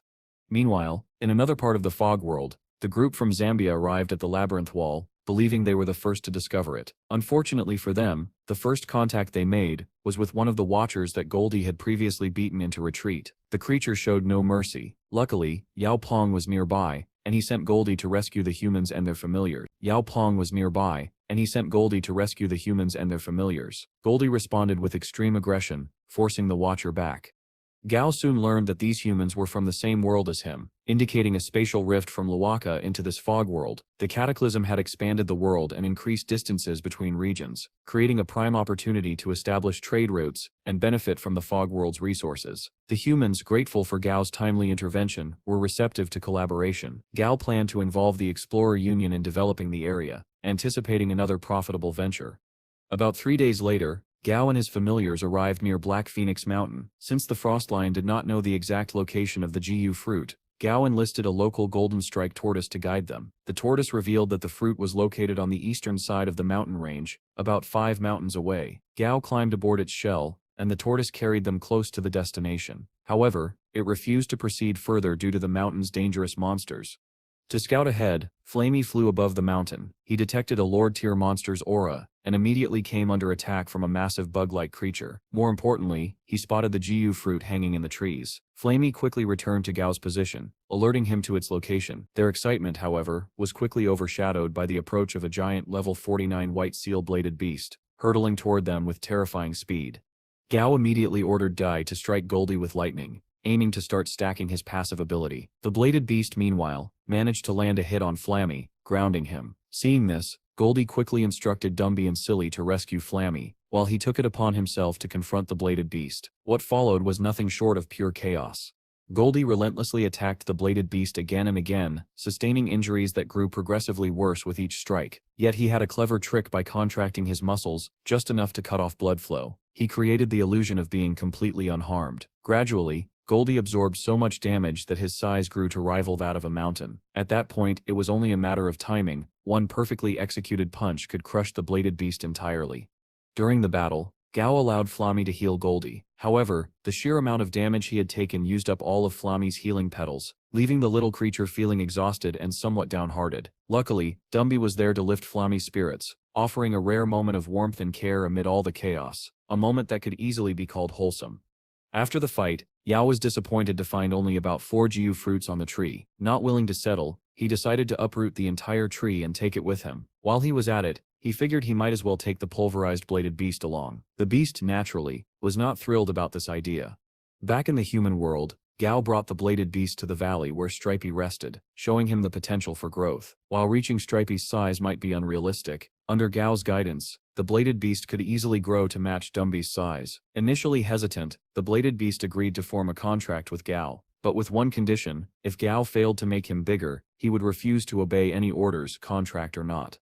After securing the contract, Yao Pong shared the Jiu fruit with Stripey, explaining that it would allow them to go on adventures together again, as long as Stripey refrained from fighting recklessly on his own. Even after being shrunk by the fruit, Stripey remained impressively large, but far more manageable than before. With his familiar now bonded to the newest member of their growing group, Stripey's morale was high.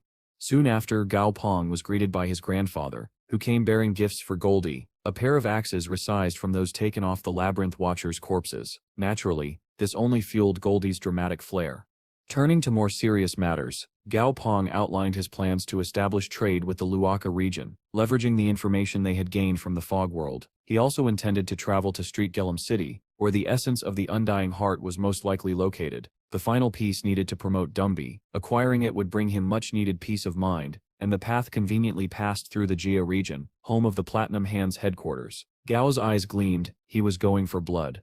Gao's grandfather, acknowledging that Gao was now an adult capable of charting his own path, blessed him. Silly's storage was already loaded with food and equipment for the journey, and with his grandfather's approval, Gao Pong set off on his latest adventure.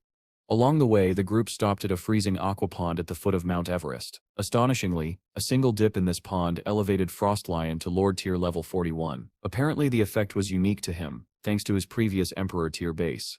Later, the group traveled through the Golden Sand Desert, where they discovered what appeared to be a town. Upon closer inspection, they found it inhabited by white-spotted herbivorous monkeys who amusingly dressed like humans. Curious about who might be raising such creatures intentionally, Gao investigated further. Behind one door, he encountered someone capable of speech, but intelligence was another matter entirely. The person fell for the most obvious trick imaginable, prompting Gao to destroy the door and reveal the true inhabitant. Gao Pang and his party entered the carnivorous monkey's house. His newly acquired bladed beast familiar, now named Slicey, expressed concern. Gao reassured him that the monkey didn't seem to have ill intentions, but still advised staying on guard.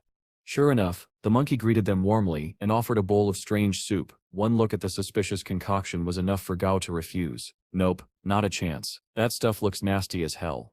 Sensing something off, Gao began moving toward a door in the back while jokingly asking how the monkey could hide the good food from his guests. But the moment he got close, the monkey suddenly snapped. With a furious roar, it lunged at Gao, raising its arm to strike him down.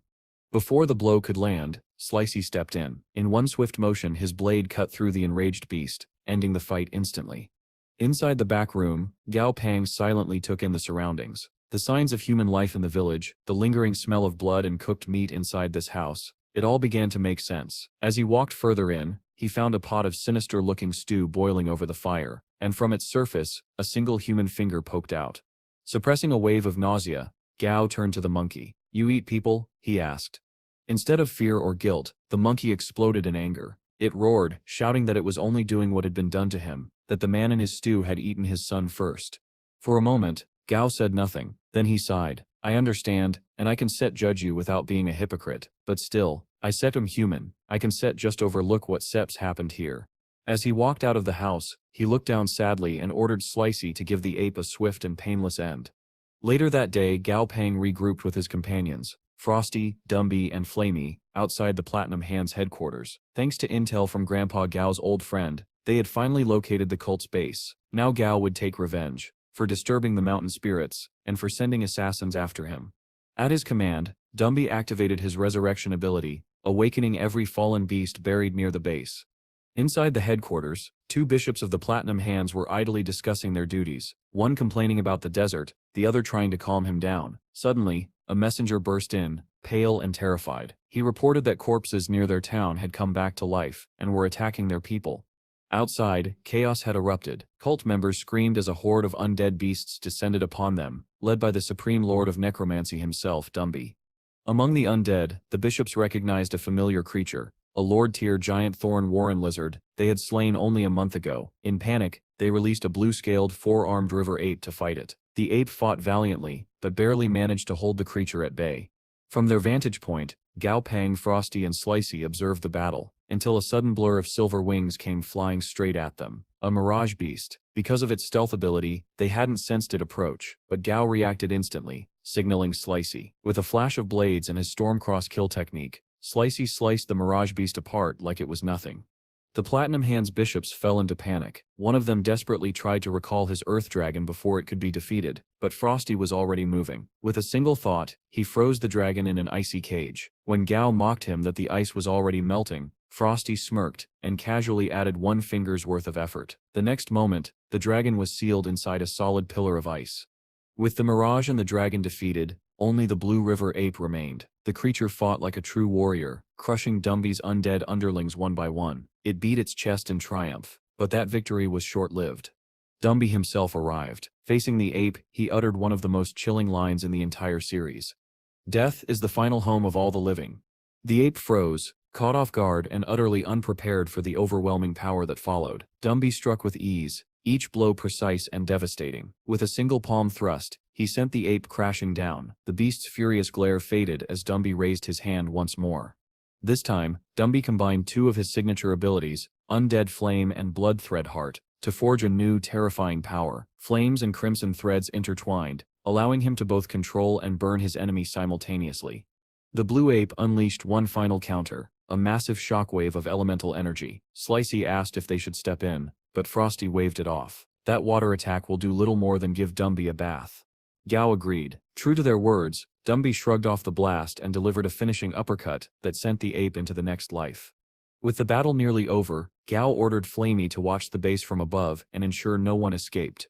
Inside, panic spread among the remaining bishops. The yellow bishop urged his comrades to flee through an underground tunnel, but when he turned, he found the blue and red bishops pointing guns at him. They warned that without their familiars they had no way to defend themselves. If Yellow planned to betray them, the only way any of them would survive was if he summoned his own Lord-tier familiar to buy time. A sinister smile crept onto Yellow's face. He raised his hand and summoned a flying carpet-like familiar, something eerily reminiscent of Doctor Strange's cape, but this was no gentle ride. In a flash, the carpet whipped through the air like a blade, decapitating the blue bishop instantly. The red bishop barely escaped by teleporting away at the last second. He landed in the desert, gasping, thanking his luck that he had kept his true power hidden. Unfortunately for him, he had jumped straight from the frying pan into the fire, because Gong Pang was already there, waiting. Frosty froze him in place, while Dumby tossed the unconscious body of the yellow bishop at his feet, holding the carpet, now revealed as Yellow's familiar, in his grasp. Seeing the brutalized remains of his comrades, the Red Bishop knew better than to fight. Gong Pang stood tall before him, the man who had single-handedly crushed the entire Platinum Hands. Ahead of him, only silence remained. Gong Pang glanced at the two surviving bishops before him, red and yellow. Their condition was pitiful, their value even less so. With a cold expression, he remarked that both were useless to him, even as hostages. He might as well finish them off now. The Red Bishop immediately panicked. Words spilled from his mouth in desperation as he groveled for his life. He promised Gong Pang anything: treasures, bases, secrets, everything that belonged to the Platinum Hands. All he asked for was mercy. Seeing potential in the terrified man, Gong Pang rubbed his chin thoughtfully. This bishop might be a treasure trove of information. After a moment of silence, he agreed to unfreeze him so they could discuss things further. But before the conversation could continue, Stripey's voice echoed telepathically in Gong Pang's mind. The beast's tone was sharp and urgent. Something was coming, something powerful, and if a king-tier creature like Stripey considered it dangerous, that meant trouble. Moments later, the sand began to tremble. Then from beneath the dunes, a colossal shadow emerged. It was a massive fish-like creature, a level 52 king-tier desert pillar monster of perfect grade. The Red Bishop's face drained of color. He knew this beast well. The Platinum Hands had only been able to establish their base here because they had received the Desert Pillar's blessing. Now, that same monster had come, and it was angry. As Gong Pang prepared to face it, the bishop's mind raced. If he could just keep up his pathetic act a little longer, maybe this naive youth would spare him. Surely someone that young wouldn't kill a man who begged convincingly enough. His thoughts were cut short when Gong Pang turned toward him and asked, "Where are the Platinum Hand SIP treasures hidden?" The bishop hesitated, trying to buy time. I'll need a moment to remember all the locations." Gong Pang SIP's tone hardened. "Then tell me how to subdue the Desert Pillar." The bishop froze. He couldn't give away that kind of power. If Gong Pang managed to tame another king-tier beast, he'd become unstoppable. So, the bishop lied, claiming he didn't know. Gong Pang sighed. "Then you specter of no use to me." Without hesitation, he ordered Dumby to crush the man. The ground trembled as Dumby's massive hand came down, reducing the bishop to dust. All he had to do was talk, Gong Pang muttered, shaking his head. He then tossed the frozen and battered remains of the fallen familiars towards Stripey. "Here, a snack for you." But before Stripey could respond, a deep booming voice echoed through the sands. The desert pillar had finally decided to speak. "Human," it bellowed. "Yusef ignored me long enough. Yusef aroused my interest." Gong Pang blinked. "Wait, what?" He shuddered slightly. That sounded disturbingly wrong. That was the final straw. With a roar of fury, the desert pillar unleashed a colossal shockwave of energy, tearing through the sands. Gong Pang stared, unimpressed. "Frosty, take care of this." Frosty nodded and began launching sharp icicles toward the beast. The desert pillar scoffed, assuming Yao was testing its power with a weak familiar. Deciding to capture him alive, it lunged towards Stripey, the largest threat nearby. Its pincers slammed down, but did nothing. The attack barely scratched Stripey's hardened shell. The massive earth spider didn't even flinch. Then, as the effects of its growth restraint wore off, Stripey began to expand, growing larger and larger until the desert pillar found itself dwarfed. Still clinging to the spider's back, the monster realized too late what was happening. Its strength was fading the higher Stripey lifted it from the desert floor. Then came the final blow. Stripey released a geyser of black fumes from his body, an explosion of scorching heat and pressure that sent the desert pillar hurtling into the sky, disappearing into the stratosphere. Watching the whole thing, Gong Pang couldn't help but chuckle. That thing just blasted off like Team Rocket. With the threat gone, Yao turned his attention to the golden thread-like rug creature, the same familiar once controlled by the Yellow Bishop, now resting in Dumby Sip's grasp. "This thing Sip's craftsmanship is incredible," he murmured. "I Sip to love to study it." Frosty raised an eyebrow. "Do you plan to make it your familiar?" Yao shook his head. "No, I just want to understand it. Besides, it Sip's already bonded to a master."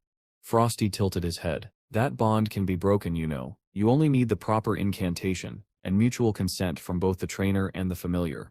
Yao's eyes widened slightly. The idea of a peaceful separation between familiars and masters intrigued him, but he quickly decided to keep that information to himself. If the world learns about this now, he thought, it'll cause chaos. It'll tell only grandfather. He handed Frosty a fruit, as thanks for the insight, and decided to gift the rug familiar to Huang Ye once they returned home. The next day, Yao Pang and his group continued their journey, this time to the Holy Light Religion's temple. The place was blindingly white, every wall and statue glowing with purity, but outside stood a strange reanimated statue creature, pitch black against the pale landscape. Yao frowned. Was this thing contaminated before mutation? Before he could ponder further, treasure-sniffing Mouse suddenly went wild. The little creature squeaked and jumped with excitement, clearly detecting something valuable nearby. Intrigued, Yao ordered Stripey to follow the mouse's lead. Soon they found themselves standing before a massive flame-faced mushroom glowing faintly in the heat. It was rich in fire-based nutrients, so rich that several monsters stood guard around it. Yao exchanged a glance with Dazi. The two instantly came to an understanding. Together they devised a quick plan, tricking Goldie into attacking the guards while they slipped in to snatch the mushroom for themselves. And just like that, with clever teamwork and quick thinking, they secured yet another powerful treasure. As the group caught their breath, Dazi looked at the glowing mushroom curiously. So what exactly is this thing, he asked. Gao Pang smiled faintly. This right here, he said, is a rare material that said'll help with Flameyset's evolution. Later that day, after a long journey through the endless sands, the gang finally arrived at their destination, the Temple of the Holy Light in the Yellow Desert region. But instead of divine calm, they were greeted by chaos. Before them stood a horde of twisted monsters, white birch tree demons, led by a towering blackened stone statue known as the Convicted. Gao Pang frowned. In the picture he had seen of this statue just a few hours earlier, it had only been at level 40. Now it radiated power at the Lord tier. Without hesitation, Gao Pang began issuing orders. Flammy, take care of the birch tree demons. Slicey, handle the statue. Flamey moved first, unleashing waves of scorching fire that roasted the tree demons like fried chicken in a feast of flame. Meanwhile, Slicey dashed toward the statue, his blades gleaming with deadly precision, carving through the stone body bit by bit. Gao Pang was surprised. After the first attack, any normal Lord-tier monster would have already been down for the count. Yet somehow, this statue still stood. Suddenly, the statue raised its arms and began to chant. The Convicted shall descend to hell, it roared, releasing a wave of darkness that flooded across the temple's front yard. Instantly, the white birch tree demons transformed, their bark turning black, their faces twisting into grotesque shapes. Gao Pang could feel the shift. Their strength had increased, and worse, their resistance to Flamey's fire had multiplied. Flamey, fall back, he commanded. Dazi, your turn. The mischievous centipede grinned. Time to show off what I learned from Grandpa Sip's Thunder God. Without warning, Dazi unleashed his new technique, Thundernet Storm. The air cracked with electricity as a web of lightning surged forward, dropping 4 birch tree demons instantly and heavily damaging the rest. Meanwhile, Gao Pang's ever-dramatic companion was losing his temper over a black stain on his shell. What is this filth? My beautiful shell, he wailed. Gao Pang rolled his eyes. Relax. That's just the darkness element from that statue. That'll vanish once we destroy it. But Slicey wasn't calm. The stain had sullied the shell he took pride in. Rage burned in his eyes. No one dirties my blade and lives, he shouted, unleashing his ultimate technique, 3,000 slashes of the endless hurricane. The air itself screamed as blades of wind tore the statue apart, slicing it into tiny pebbles. Gao Pang groaned. Slicey, you destroyed its core crystal. I told you to be careful. But Slicey just crossed his arms. It deserved it for staining my shell. Fortunately, the mistake turned out to be beneficial. Without the statue's dark power, the birch tree demons began to wither and crumble into dust. Gao Pang quickly realized that they had been feeding off the statue's energy all along. With it gone, their life force faded as well. With the enemies cleared, Gao Pang prepared to move on. Stripey, stay outside, he ordered. You won't fit in there anyway. The group stepped into the Temple Sep's dark interior. Inside they found a stone fountain, and within it, another statue, half hidden by shadows. But Gao Pang Sep's system vision pierced the darkness. That Sep's no decoration, he muttered. It's Sep's another reanimated monster. He sent Goldie forward to handle it, using the battle to stack his passive buff. Within minutes the statue was reduced to rubble. Gao Pang reached down, retrieved the glowing core, and fed it to Grassy. With this he said proudly, you should reach Lord Tier soon.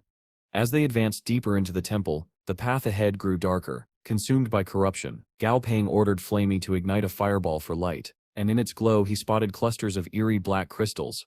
The system quickly identified them, crystals of the Undying Heart. Their presence meant that the true essence of the Undying Heart was nearby. Flamey intensified his flames, illuminating the path further. In the midst of the black fog, Dumby reached out and with a swift jab, pulled the essence free. Now they had everything they needed. Gao Pang set to work immediately. Goldie punched a crater into the ground, forming a makeshift mixing vat, while Gao poured several glowing fluids into it. "Dumby," Gao Pang said solemnly, "place the essence of the undying heart in your eye socket and the thousand-year heart of darkness in your chest." Dumby obeyed. The moment he did, a surge of overwhelming power erupted from his body, nearly knocking him to his knees. "Get into the bath now," Gao Pang ordered. Dumby climbed into the crater, submerging himself in the mixture as Gao Pang stepped back. A moment later, a massive pillar of dark energy shot up into the sky, shaking the very sands around them. The sheer force of it stunned Gao Pang. Then, from the swirling dust, Dumby emerged, transformed. The red markings that once adorned his arm now ran across his entire body, and his skeletal frame glowed with golden light. He had ascended. Dumby was now a mythical grade, Lord-tier skeleton dominator. Gao Pang stared in awe. Wait, does that make him the top now? It was a valid question. As he examined the new stats, he realized something shocking. Dumby's skill list included a level 5 ability, something usually only seen in king-tier monsters or higher. And with the combined effect of his Flame of the Undead skill, that meant Dumby now possessed 2 level 5 skills.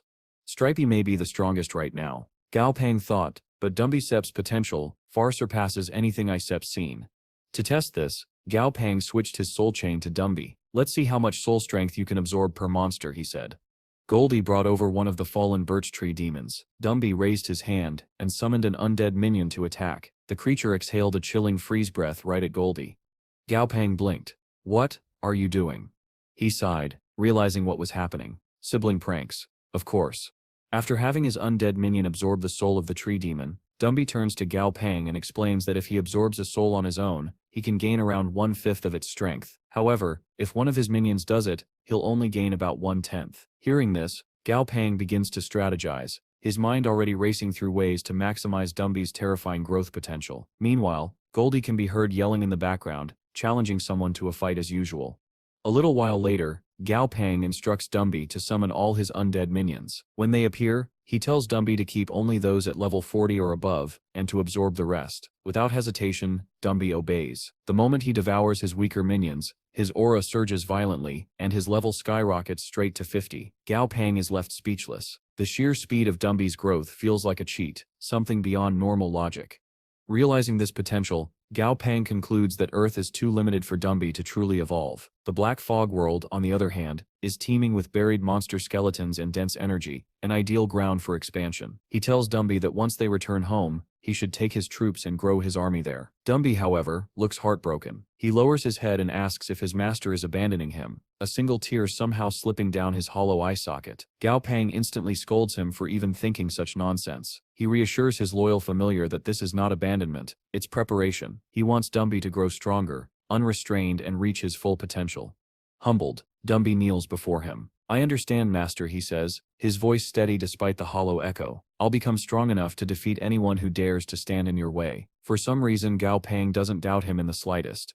Later, Gao Pang meets with Old Huang at the Black Dragon Base City Airport, before setting off on his next journey. Huang hands him a case full of resources Gao Pang had requested earlier and assures him that everything back home is running smoothly. The academy, the city. Gao Pang then has Goldie bring over the rug familiar he'd taken from the Yellow Bishop. Huang is shocked to discover that the rug is actually a living familiar, but that shock deepens when Gao Pang tells him that the Lord-tier familiar now belongs to him. He simply asks Huang to watch over Dumby in the Black Fog world and make sure Goldie and Doi return home safely.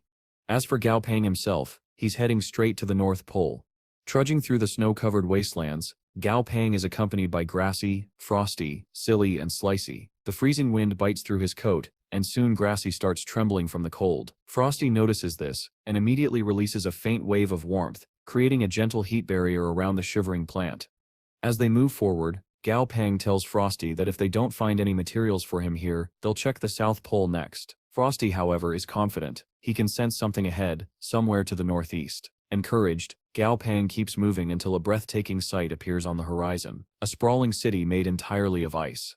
The walls shimmer like crystal, carved with patterns so intricate, they seem impossible for human hands. Gao Pang studies the design and realizes instantly, this is beyond human craftsmanship. Just then, the massive gate creaks open, and out steps a towering figure, a level 51 king-tier monster clad in azure armor, known as the Ice Azurea Knight.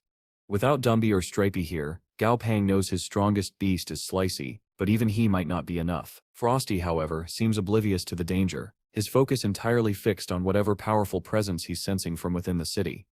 Nervously, Gao Pang bows slightly and requests permission to simply look around outside the walls, promising to follow every rule of this frozen city. The knight gives no verbal reply. It merely turns around and walks back through the gates. Gao Pang takes that as silent approval and begins to explore.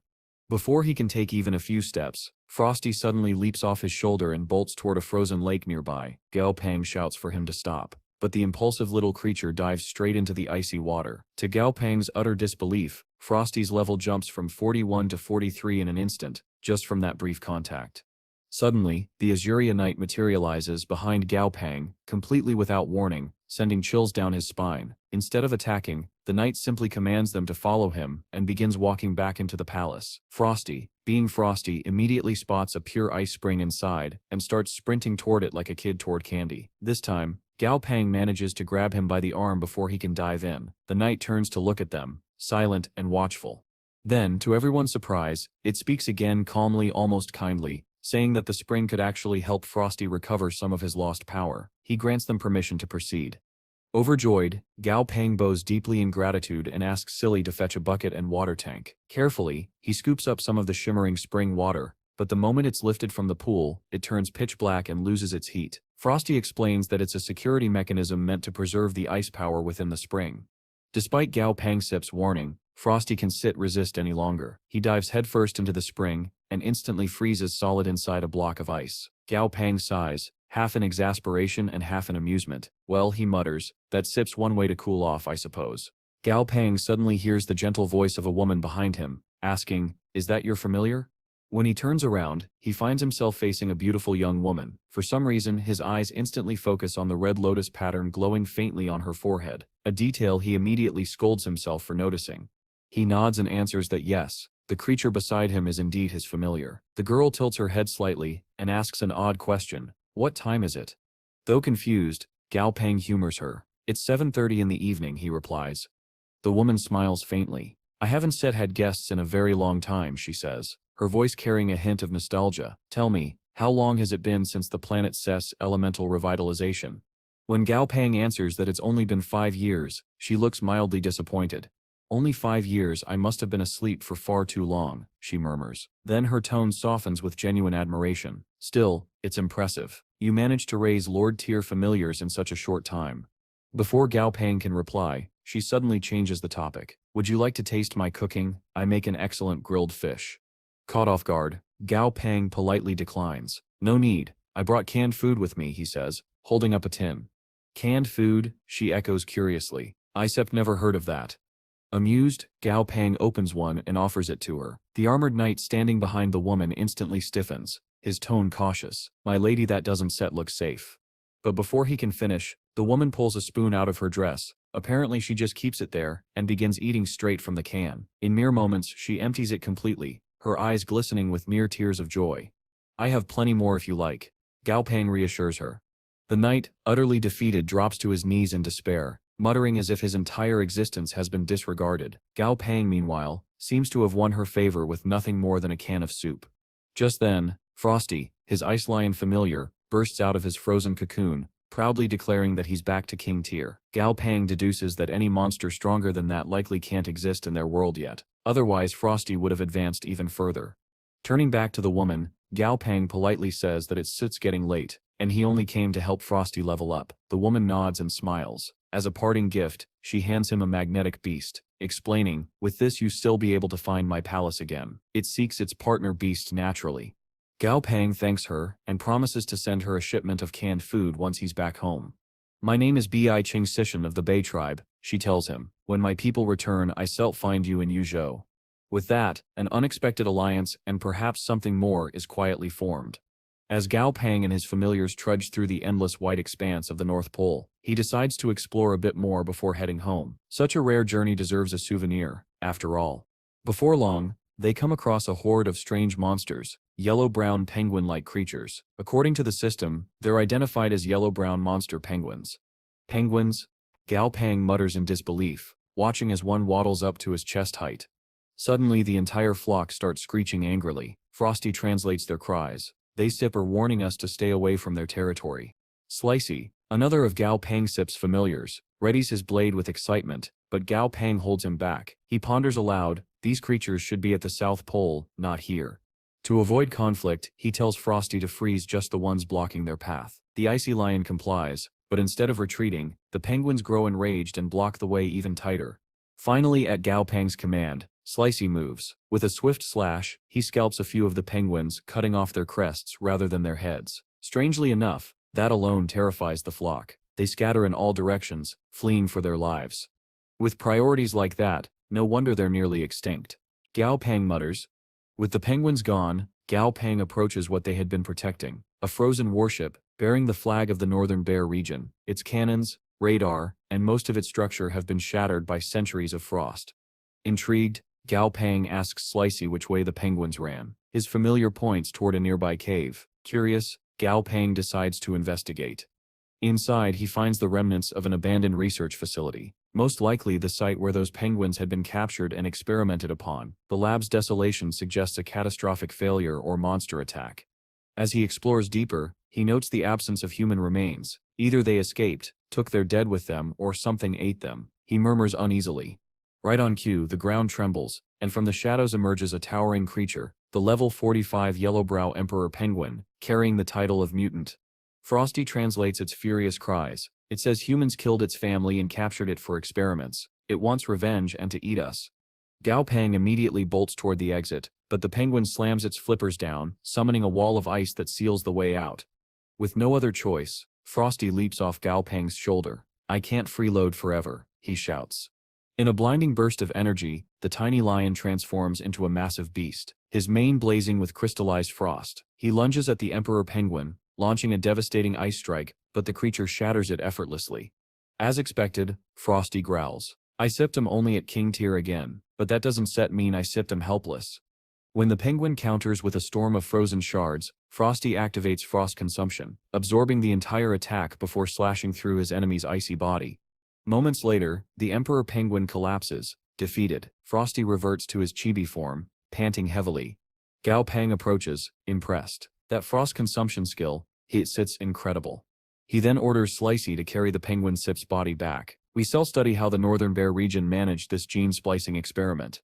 Frosty, still catching his breath, smirks. Humans and their experiments always trying to play God, and yet, they never learn. Gao Pang silently agrees. The frozen winds howl outside the cave, carrying the lingering scent of battle and the quiet warning of what humanity's ambition can create. Meanwhile, on the other side of the planet, chaos was erupting outside the Lucera spatial rift, the gateway leading into the Black Fog world. At the military base guarding the rift, the commanding general stood with a grim look as a trembling officer handed him a report. The message was simple but terrifying. A massive anaconda-like monster had appeared. Its name, Black Yermongandr. The creature wasn't just powerful, it was above king tier, a threat beyond what their world could normally contain. But instead of fear, the General Sip's mind filled with greed. If I can kill it, he thought, the core crystal will be priceless. My name will be written into history. Ah, the timeless curse of mankind, lust for fame and fortune, it blinds even the strong. Before he could finish his delusions of grandeur, the ground began to quake violently. Soldiers stumbled as alarms blared. The general barely managed to summon his massive lion familiar, who scooped him up just in time. A heartbeat later, the Black Yermongandr erupted from the ground, shattering the entire base like it was made of paper. For the first time, seeing the monster's colossal body in endless coils, the general's confidence collapsed. We're doomed, he whispered. Far away in the Northern Bear region's bustling Tom's Base City, life was still calm. The Southern Sky Corporation had just opened a new branch there, and inside the bright, modern facility sat Gao Pang and his trusted partner, Old Huang. Their first batch of familiars was ready for sale. I've been watching the people here, Gao Pang said. They value strength. If a familiar is powerful, it'll be popular. Huang nodded. That Sip's true. Oh, by the way, there's Sip's trouble in Lucera. The spatial rift was closed off. They say that Black Yermongandr was discovered in deep hibernation inside the Black Fog world, and some idiot tried to cut open its brain to steal its core crystal.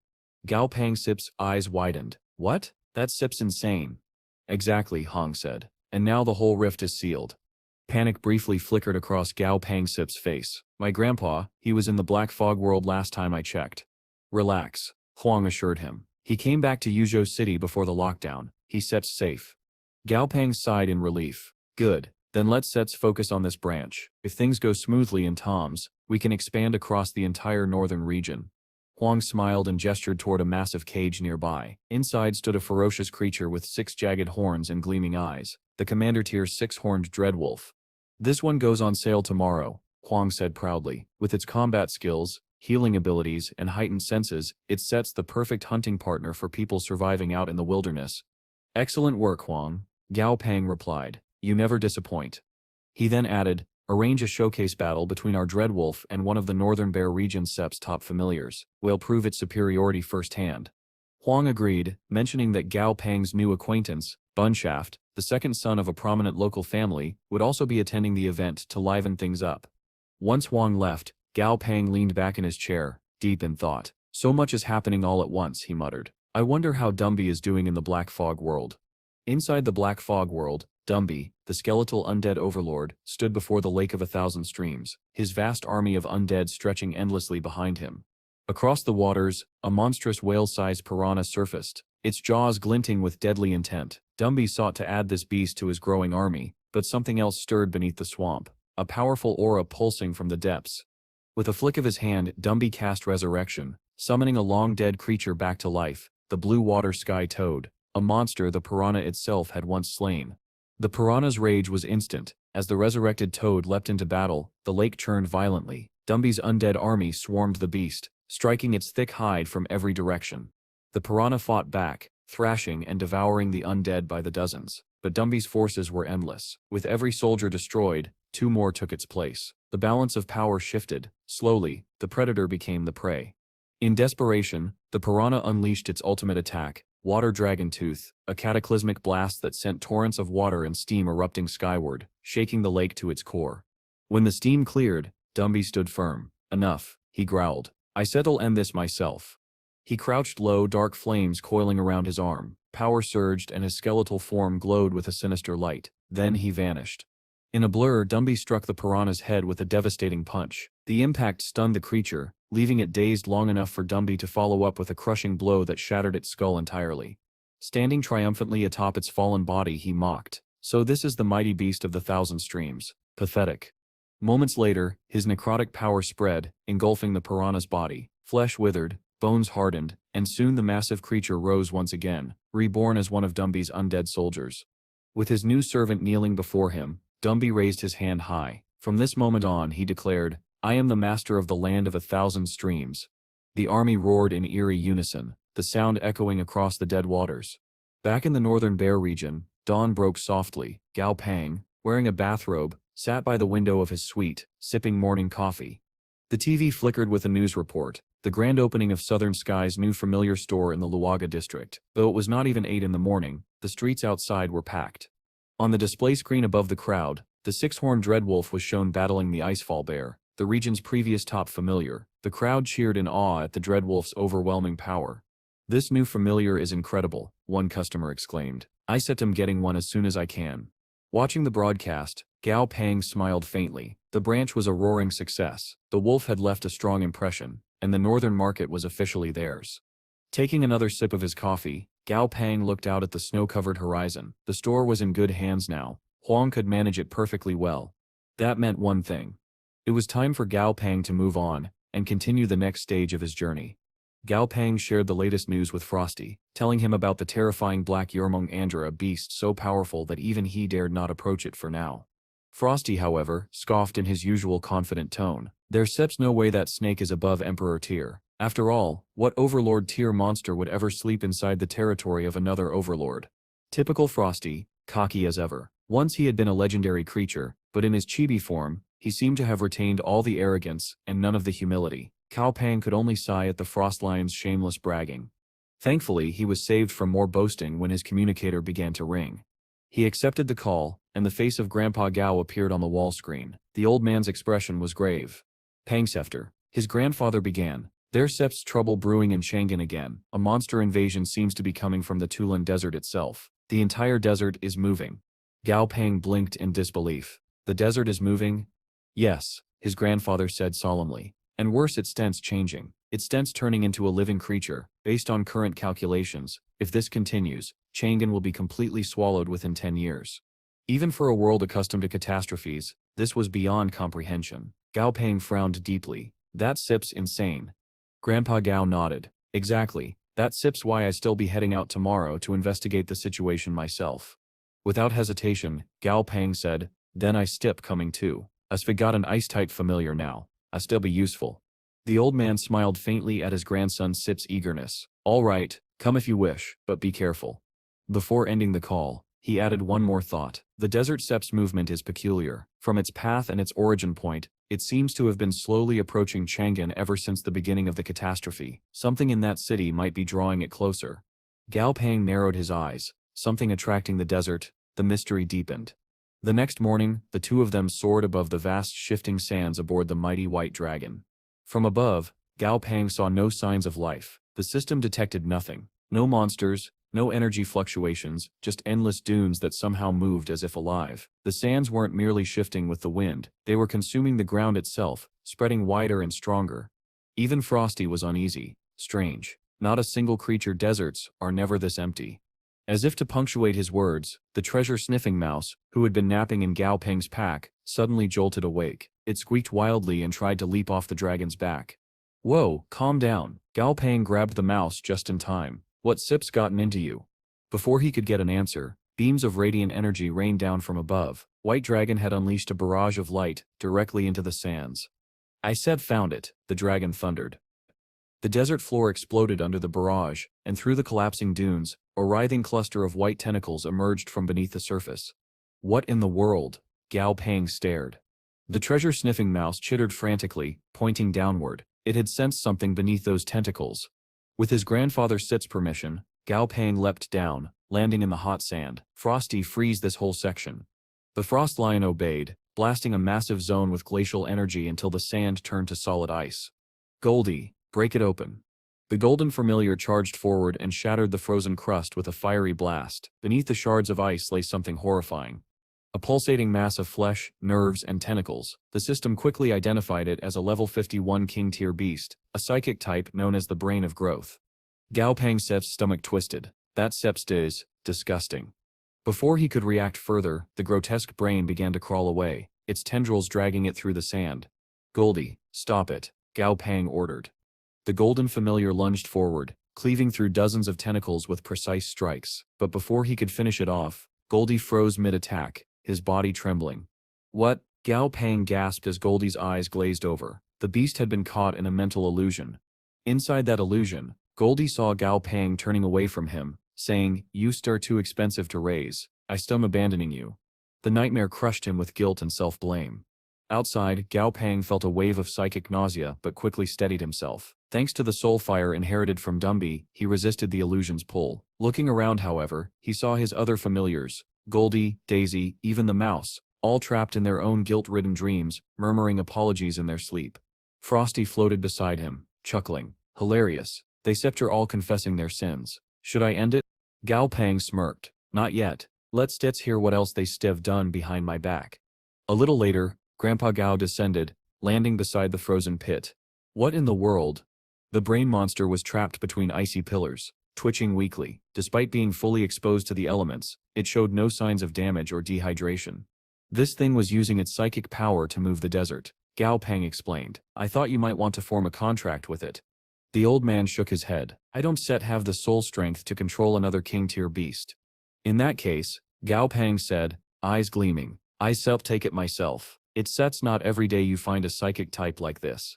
As he prepared to make the contract, a faint voice echoed in his mind. Please, wait. Gao Peng froze. The voice was that of a young boy. He realized the brain was speaking to him telepathically. Who are you? Gao Peng asked aloud. And why are you moving the desert toward Chang'an? The creature's form began to shimmer, and in his mind's eye, Gao Peng saw a human image, a weary man with sorrowful eyes. My name was Wang Jiang, the voice said. 5 years ago when the cataclysm began, I was hiking in this desert. A massive sandstorm struck, and I changed. The day it happened was a week before my daughter Sip's birthday. Before the catastrophe 5 years ago, it had been a man named Wang Jiang. While hiking through the desert, he was caught in a massive sandstorm that transformed him into this monstrous form. His daughter's birthday had been just a week away, and ever since, he'd been trying to return to Chang'an City to sing her a birthday song. Goldie was moved to tears, though Gao Pang stayed composed. Wang Jiang explained that he was the desert now, his consciousness bound to it. He could never leave. Gao Pang offered him two choices: surrender and become his familiar, or be fed to Dazi, who was already looking eager. The braincept's image shifted into that of a woman as it hesitated, asking what it would gain by submitting. Goldie lost his patience, slapping the creature Sip's psychic form and shouting, "How dare you negotiate right now?" Gao Pang Seps being kind. Eventually, the brain yielded and became Gao Pang's familiar, earning the nickname Brainy. Through their connection, Gao Pang glimpsed the inside of Brainy's psyche. Countless memories floated there, most from lesser creatures, but 7 belonged to humans, victims of the initial catastrophe, not Brainy's doing. Gao Pang learned that Brainy's eye served as both a visual organ and a mouth, capable of releasing memory fragments to fuel its psychic growth. Back in the real world, Gao Pang instructed Brainy to relinquish control over the desert. Though the sands would continue shifting, they would no longer move toward Chang'an. At that moment, Goldie asked if the treasure-sniffing mouse had survived. As if on cue, the mouse burst out of the sand, shouting about treasure. Gao Pang sighed, turning to Brainy for clarification. The brain explained that what lay below were merely parasitic creatures feeding off its body. Moments later, the parasites emerged, demonic sand trees, themselves infested by parasite beetles. While Gao Pang marveled at the bizarre ecosystem, the mouse began digging furiously. To everyone's surprise, it unearthed something incredible. A massive white jade bone slab etched with intricate red patterns. It was identical to the one they discovered earlier in the Dali Desert. Reactions were mixed. Grandpa was proud, Gao Pang was exasperated, and the mouse was disturbingly overjoyed. With the desert incident settled, Gao Pang and his grandfather prepared for their next stop, Hong Base City. 3 days later they arrived atop White Dragon. As they flew in, Grandpa began sharing a history lesson about the region. A dense tale of past prosperity, war, and mystery. Gao Pang barely managed to stay awake through it. What caught his attention, however, was the recent discovery. Strange noises and flickering lights had been reported near Mount Dun, along with the appearance of army tents and flagpoles. A Lord-tier monster trainer had been dispatched to investigate, but reported nothing unusual. Gao Pang quickly deduced that the truth had been hidden. His grandfather confirmed this. The official report was a cover-up. The trainer had found something, a flag on Mount Dun, and that flag had come to life. Puzzled, Gao Pang followed his grandfather to the mountain's peak. There, amid a military outpost, he heard someone shouting ridiculous slogans about bringing glory to the Hun dynasty and making enemies taste steel. When they reached the top, Gao Pang saw the culprit, a level 46 Lord-tier military flag, being held upright by a level 45 land terror alligator. He stared at the bizarre sight in stunned silence. A flag, a literal flag, was somehow a Lord-tier monster. Just then, a buff but kind-faced older man approached Gao Pang and his grandfather, striking up a friendly conversation. Grandpa Ji smiled and introduced him as Uncle Lu, the very friend who had shared information about the rare ingredient Gao Pang had been searching for earlier. Gao Pang bowed respectfully and thanked him, but Lu only laughed it off, his easygoing manner matching his broad frame. He then pulled out a strange-looking rock that he had discovered while subduing the confirmant flag. Recognizing it immediately, Gao Pang's eyes widened. It was a rare evolutionary material he had been seeking. He thanked Lu sincerely and promised his help in return if the man ever needed it. Lu just waved off the gratitude and invited them both to join him for dinner instead.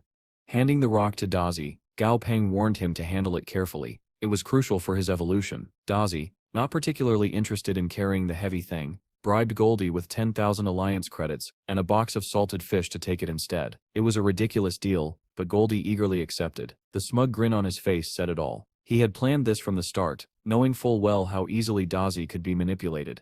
Later that evening, at Lu's home, Grandpa G teased his old friend for being unable to butcher the Ghostfire crow he was preparing for dinner. Lu defended himself immediately, insisting that the bird was Lord tier, and even cutting through its hide was an achievement. Curious, Gao Pang stepped forward and asked if he could give it a try. Lu, impressed by the young man's enthusiasm, handed it over. Within moments, Gao Pang had Dazi bite off one of the crow's claws, then used that very claw to craft a makeshift blade. Using the bird's own weapon against it, he expertly sliced through the thick hide and carved up the entire carcass in mere minutes, turning a difficult task into effortless artistry. Lu watched, wide-eyed, as Gao Pang worked. Even Grandpa G chuckled, clearly proud of his grandson's skill. Goldie and the others began preparing kebab skewers, though it was mostly Goldie doing the actual work while muttering about payment. Internally, Lu was stunned. Cutting through Ghostfire crow flesh, even with its own claw, was something only someone of immense strength and precision could do. Just then, a group of strangers burst into the room, interrupting the calm. Lu frowned and asked who they were. They introduced themselves as officials from Hunan Bay City and quickly explained that a plague had broken out, forcing the city into quarantine. Confused, Lu asked what he could possibly do about that. He wasn't a doctor, a valid point, but the lead girl insisted that monsters infected by the virus were growing violent, and Lu, being an elite trainer, was their best hope to contain them. Before he could respond, Grandpa Gi and Gao Pang stepped outside as well. Lu immediately tried to clarify the misunderstanding. He wasn't some great trainer. In fact, he admitted, he'd barely managed to form contracts with his two familiars by sheer dumb luck. He wanted to help, but he simply didn't have the necessary skills.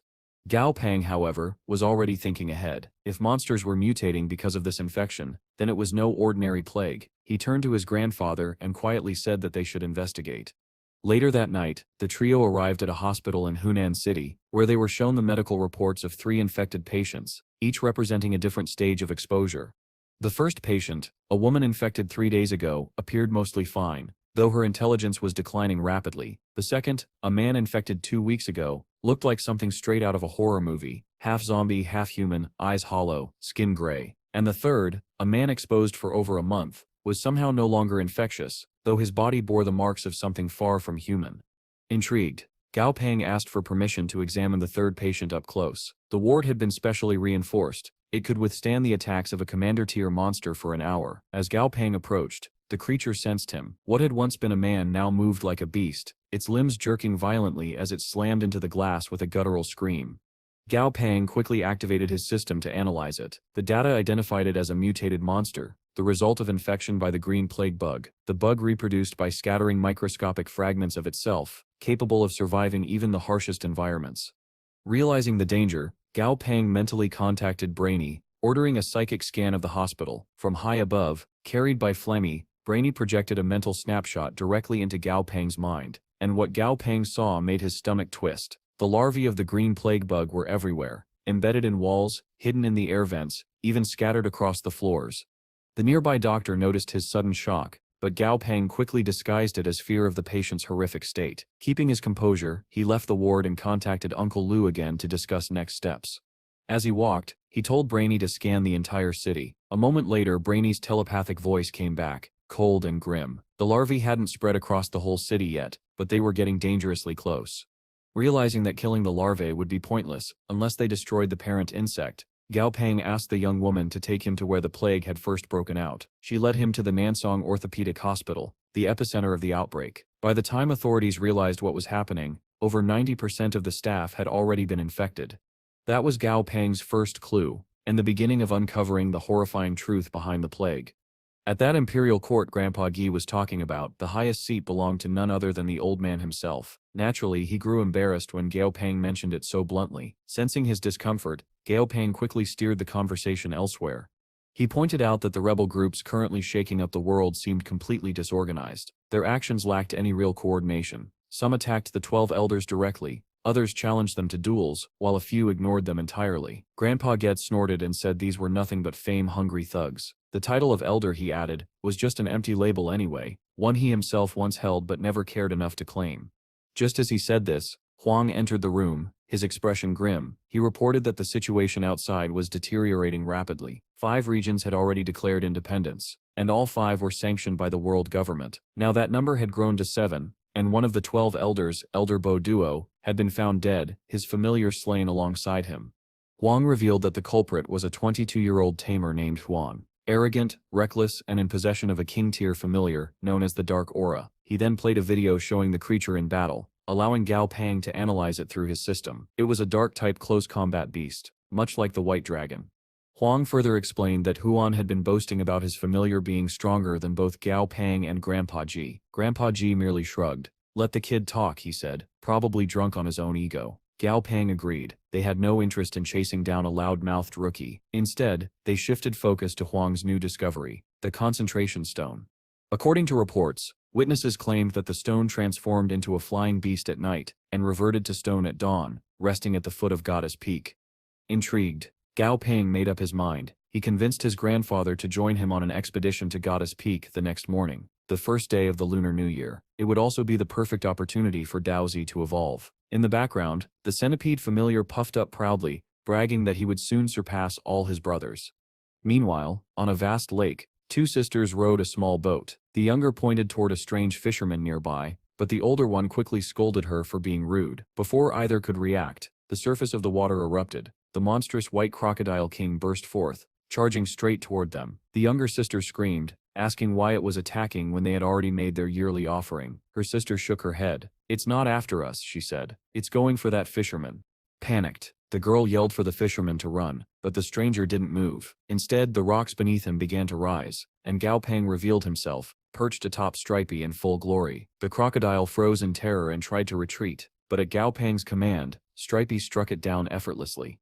The lake fell silent. The creature the locals once worshipped had just been slain in an instant. Later, while studying his map, Gong Pang concluded they were nearing Goddess Peak. Hearing the faint sound of pages flipping nearby, he went to investigate and discovered a mysterious mountain known as Fawn Peak, said to be where the Great Yu once stopped a flood using a sacred book. Jokingly, Gong Pang wondered aloud if a book would fly out of the mountain. To his astonishment, one did. The floating tome glided through the air toward Goddess Peak. Without hesitation, Gong Pang and his familiars followed. After some travel, and a quick snack for Stripey, they reached the mountain's summit. High above the clouds, Gong Pang saw what appeared to be a dragon in the distance, but as he focused his vision, the system's display revealed something even stranger, a pair of glowing scissors. It identified them as the concentration stone. Overjoyed, Gong Pang led his familiars forward, tracking the stone until they stumbled upon a hidden valley unlike anything in the outside world. There, he saw a woman gracefully dancing amidst the mist. Curious, he approached, only to realize the woman was nothing more than a stone statue. The dance an illusion. Before he could explore further, a powerful voice boomed through the valley. A level 50 Holy Spring spirit appeared, eyes blazing with hostility. "Die, trespassers," it roared. Gong Pang tried reasoning with it, but it was too far gone for talk. As he prepared for battle, a new threat emerged, a legendary grade monster known as the Dragon Decapitation Water Spirit. In an instant, countless mirage-like copies appeared, mimicking Stripey and other familiars. Fortunately, these clones were all under level 50, still manageable. The spirits unleashed a water barrier technique, attempting to drown Gong Pang and his partner, but the skill had no effect on them. Without flinching, Gong Pang countered. "Stripey, take them down but don't kill them," he commanded. And just like that, the battle for Goddess Peak began, and the chapter of the Dragon Decapitation Water Spirit came to an end. It might sound strange, but Gong Pang and his pets are currently battling rocks. Yes, actual living rocks. Fortunately, Gong Pang's companions are far too powerful to lose against such low-level creatures. Within moments, the rocky opponents are completely defeated. One of them, the Holy Lake Spirit, reverts into the form of a small blue teacup, a rather humiliating transformation for a once proud creature. Gong Pang raises an eyebrow as a system window appears above the cup, informing him that this monster can be fused. While he's still wondering what that means, another monster makes a break for it. It takes to the sky, casting an illusion that momentarily stuns Gong Pang, but before it can escape, Stripey attacks, unleashing Disaster Cloud, striking the creature down from midair. The fallen rock, known as the Goddess Stone, turns pitch black and emits the smell of smoke. Among its ashes, Gong Pang finds another system prompt, this one also claiming that this monster can be fused. Gong Pang can set help, but laugh to himself. What is this? A fusion monster bargain sale? Meanwhile, another enemy attempts to burrow underground using its earth attribute. Unfortunately for it, Stripey also commands earth powers, and far superior ones at that. In moments the creature is trapped, encased in shimmering crystal-like projections summoned from the ground.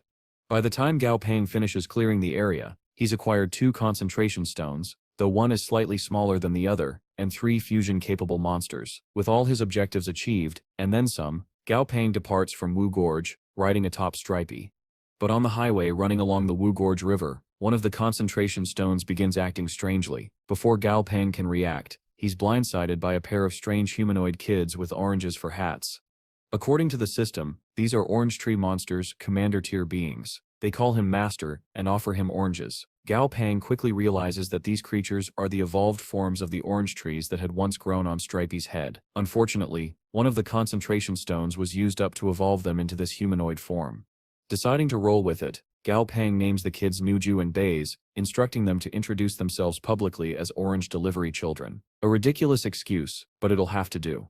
A little later, along their journey, Gong Pang unexpectedly reunites with an old high school friend, Chun Hun Chiaya. After convincing his uncle Lee to let Chun approach, the two friends catch up. Chun flatters Gong Pang endlessly and jokes around, while Noonju randomly offers him an orange. Chun laughs at how little Gao has changed since their school days.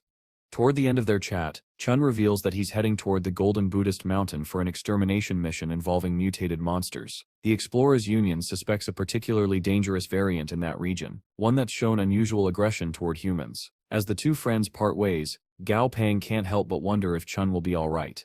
Later, Gao Pang returns to his Lake Villa laboratory with his odd little entourage. While the orange kids pester his lab assistant, Gao Pang prepares Dai, his pet centipede, for its long-awaited evolution.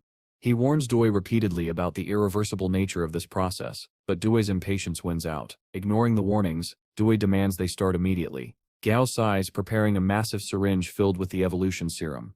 Just as he steps about to inject it, Doi grabs the syringe and drinks the fluid himself. Gao stares in disbelief. Wrong kind of shot, little guy.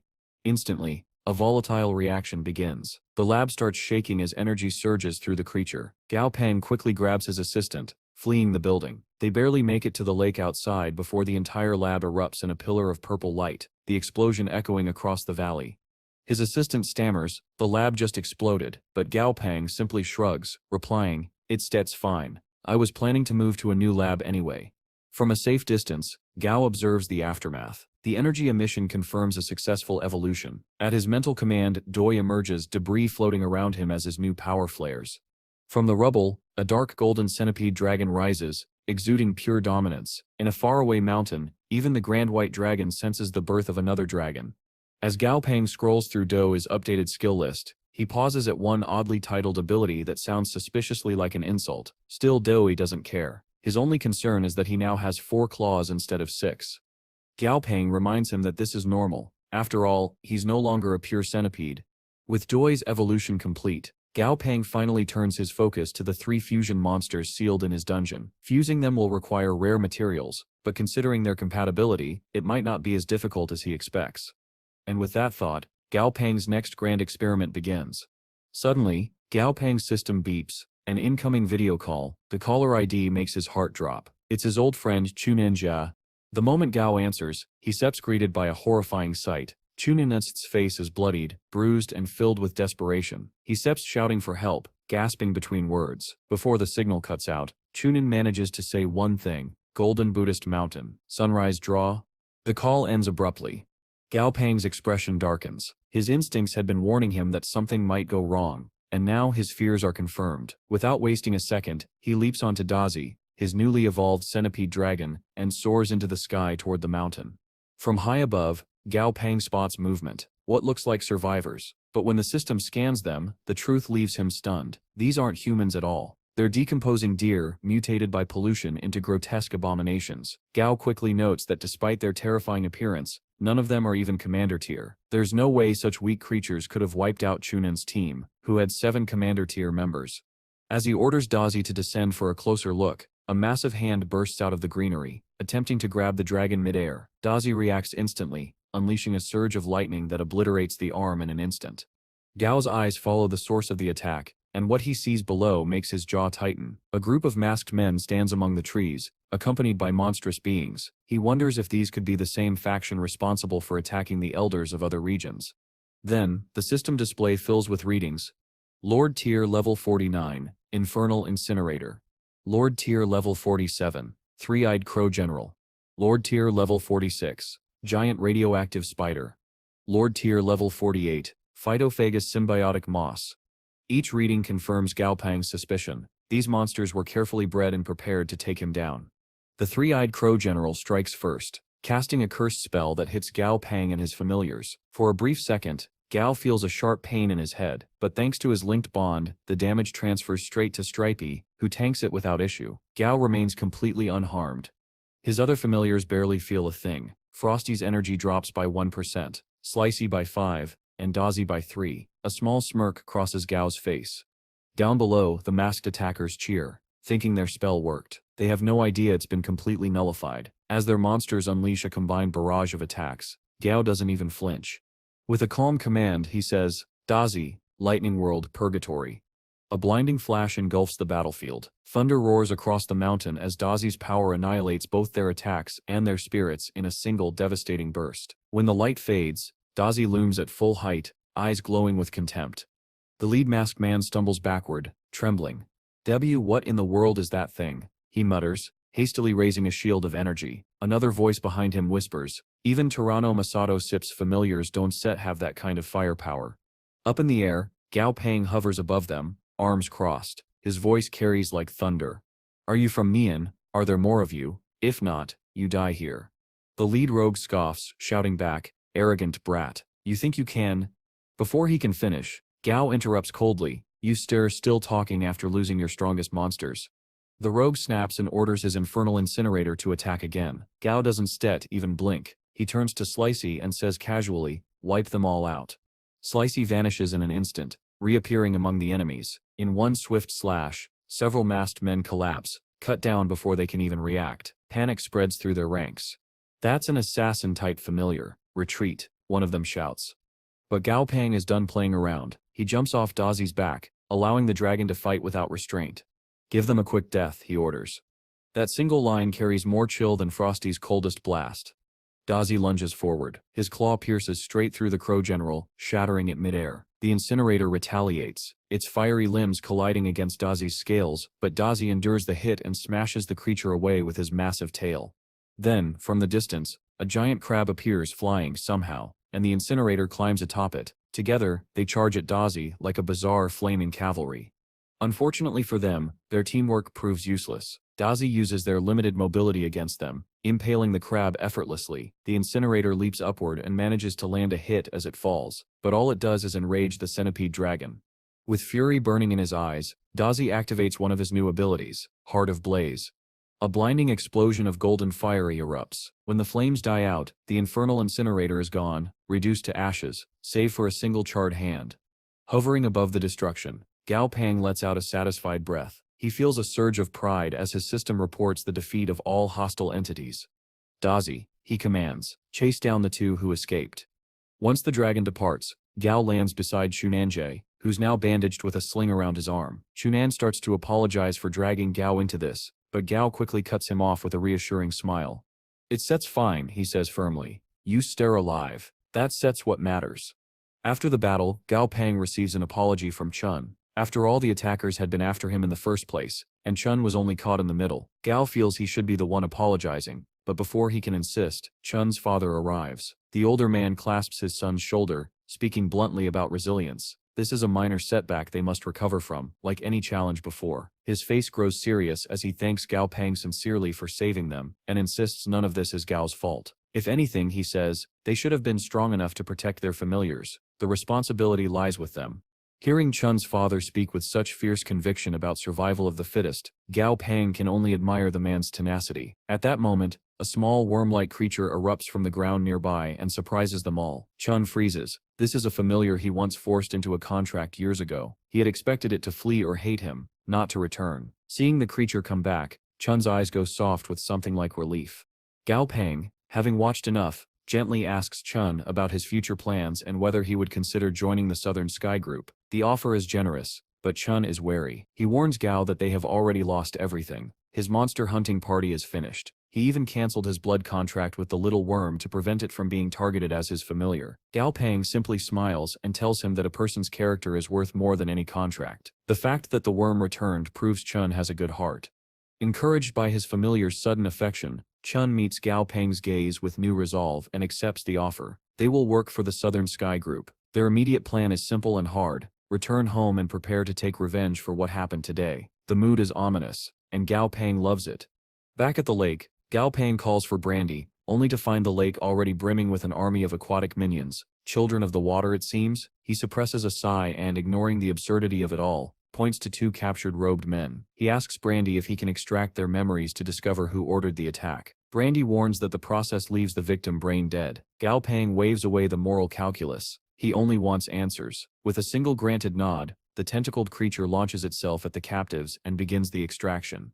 After the memory probe, Brandy reports what little useful information he could salvage. The two men were originally from the Yingyi region. After infiltrating Nihan, they were dispatched by the Nian region to assassinate Gao Pang. Their final orders had been to pose as agents of a nameless organization. That is all the captives revealed. There is no clear master behind the scheme, only confusion and gaps. Gao Pang frowns. The trail has been deliberately obscured. Behind him, Flamey urges action. If these men are enemies, he says bluntly, they should be disposed of. Primitive, perhaps, but not wrong. Gao agrees in spirit. He wants a reason, but for now, an excuse will suffice. They will use this as the spark for a response.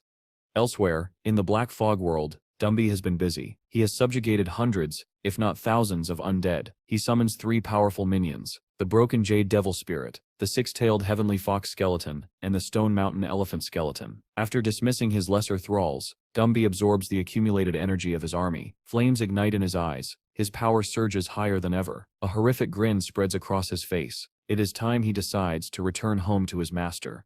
Back at the lake, Gao Pang's familiars suddenly sense a familiar presence. A spatial rift tears open before them, and Dumby steps through, kneeling before Gao Pang in deference. He announces his new strength. He is now level 59. Dumby praises his progress. Gao Pang embraces him with a shoulder hug and replies that, now that he has returned, it is time to go overseas for a mission. Rumors say a night parade of 100 demons appeared in the Neon region after the cataclysm. They will investigate. As they prepare to leave, the familiars bicker in the background about Goldie being a brainless buffoon. It is the usual sort of argument, annoying, familiar, and oddly comforting.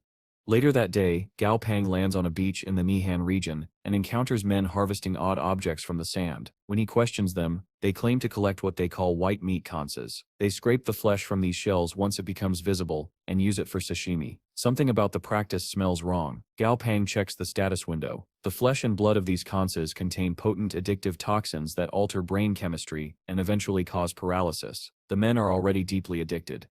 Gao Pang warns them to stop, but the addiction runs too deep. They offer him some, he refuses, telling them to keep their catch, and to point him toward the nearest settlement. They name the place Tissing Island and tell him he is still far from the capital. Gao Pang recalls the name Tyranno Masakato, the capital's enforcer, who had previously opposed him. Now bitter with a promise of payback, Gao Pang turns his thoughts toward the capital and what comes next.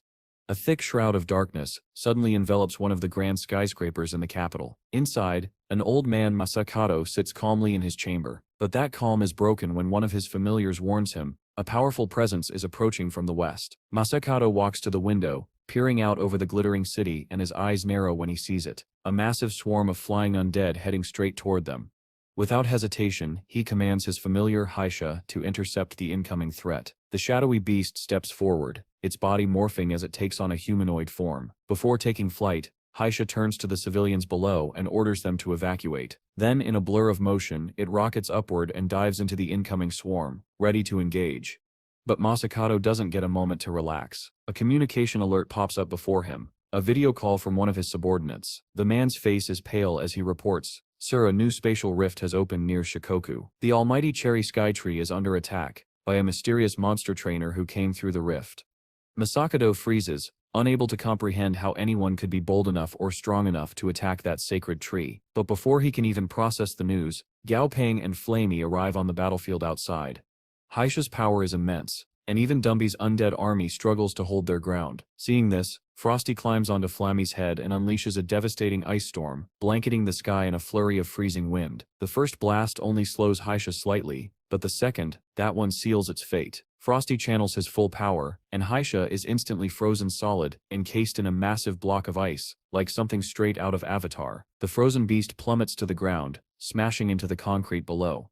From his rooftop vantage point, Masakato and his men are left speechless. The battle had ended in seconds.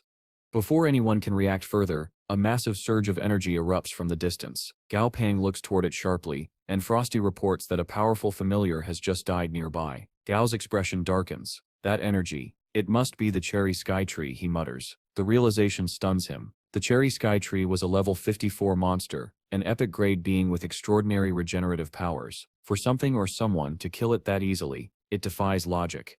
Still, Gao Pang pushes the thought aside for now. He descends gracefully onto the rooftop where Masakato stands and greets him in the native Mian language. Calmly, Gao explains that he's come because of an assassination attempt made on his life by people from the Japanese region. He even shows a video recording of the interrogation as proof, assuring Masakato that he wishes only to clear up any misunderstandings and prevent tension between their regions.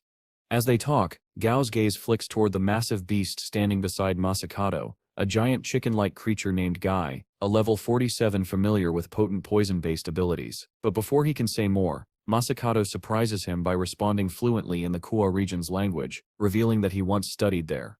Masakado's desk tone remains calm but firm. I am willing to speak openly, Gao Pang, he says, and I still overlook the damage done to my familiar, but then, his eyes narrow slightly. However, before that, there sips something you must see.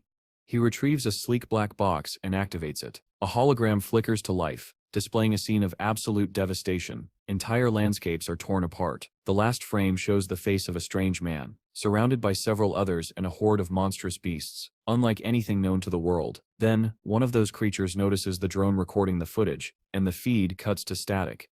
Masakado looks at Gao Pang grimly. We ran his face through every recognition database, every software we have, he says, but nothing came up. No matches, not even a trace. He pauses, and considering our technology is the most advanced in the region, there steps only one explanation. Something, or someone, far beyond their understanding has entered their world. Gao Pang has a theory of his own. When he traveled to the North Pole and met Bi Ching Yan, he pieced together a fragment of history. Long ago, Earth was home to a civilization of monsters and trainers. That civilization abandoned the world long before the cataclysm, but they planned to return once conditions became suitable again. Gao Pang suspects the newcomers they are facing now are descendants of that lost civilization, and their intentions are anything but friendly. Masakado admits his forces cannot match these invaders and asks Gao Pang for aid on behalf of both their regions. Gao Pang agrees, but on two hard lines. First, he will only communicate via real-time broadcast, no face-to-face parley. Second, if the enemy proves overwhelmingly strong, Gao Pang will withdraw from the region at once. Sensible, he thinks, he would have left already otherwise. Masakado accepts both conditions and immediately starts mobilizing the best fighters he can send. Far from the negotiation, over the edge of a major city, a group of green-haired individuals from the drone footage watches the skyline and speaks of conquest. Their leader Tang Mo scornfully judges Earth's inhabitants as inferior. Ying, the man whose face had appeared in the footage, prepares to test any approaching threat with his black lightning eagle.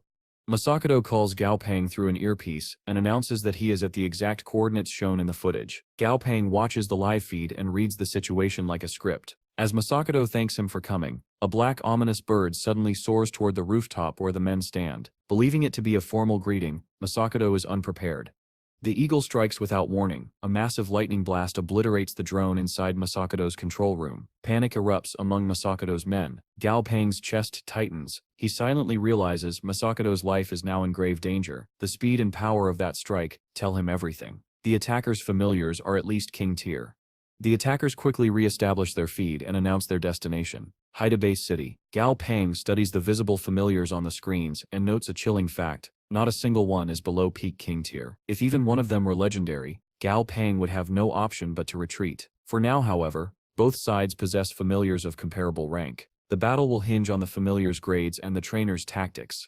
Outside Haida, the Tong group argue over strategy. Ling urges withdrawal. A city's population outnumbers their tribe. Powerful trainers must surely live within. This will be a dangerous place to provoke. Tong Seong echoes her caution. They have completed their reconnaissance. Leave now. But Tang Mo, a doctor-like strategist with an inflated ego, insists on making a show of force. He wants a strong opponent to challenge him. He unleashes his prideful weapon, a one-eyed giant demon he claims is the strongest familiar the planet has ever seen. 10 minutes pass. The Tongs stare at the city, perplexed by the lack of response. Tang Mo begins to scoff that the city must lack trainers. Then Ying calls out, "Someone is approaching from the sky." Gao Pang sits inside a military helicopter, piloted by one of Masakado's men. As soon as they enter range, Tang Mo's lightning eagle dives to strike. Gao Pang barely blinks. He orders Frosty into action. Frosty crystallizes the helicopter in an instant. The eagle slams into the frozen shell and is repelled. Tang Mo, stunned, misreads the scene and believes he is facing an ice metal dual attribute beast. He shrugs it off and commands his one-eyed demon to fire. The Cyclops' beam tears through the aircraft. The helicopter is wrecked and begins a death spiral. Gao Pang tells the pilot to eject and to survive. He will handle the rest. Gao Pang descends on platforms of ice conjured by Frosty, a display as majestic as it is tactical. As he arrives, Frosty seals Tang Mo's demon within a colossal iceberg.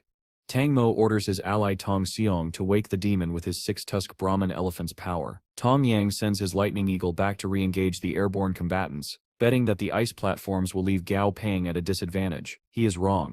Gao Pang summons Dumby to take the ground fight. The Tongs are stunned. In their world, only a holy figure can command more than one familiar, and Gao Pang now fields multiple. The battlefield above the city fills with more of Gao Pang's squad. The sight demolishes any assumptions the invaders held.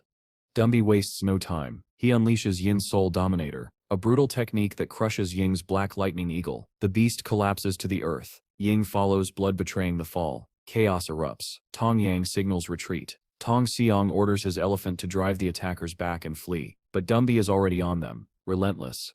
Panic grips the Tong ranks. Their plan to cow a single city has collapsed into a rout. Gao Pang's intervention has not only saved Masakado's side for the moment, it has shattered the attackers' confidence.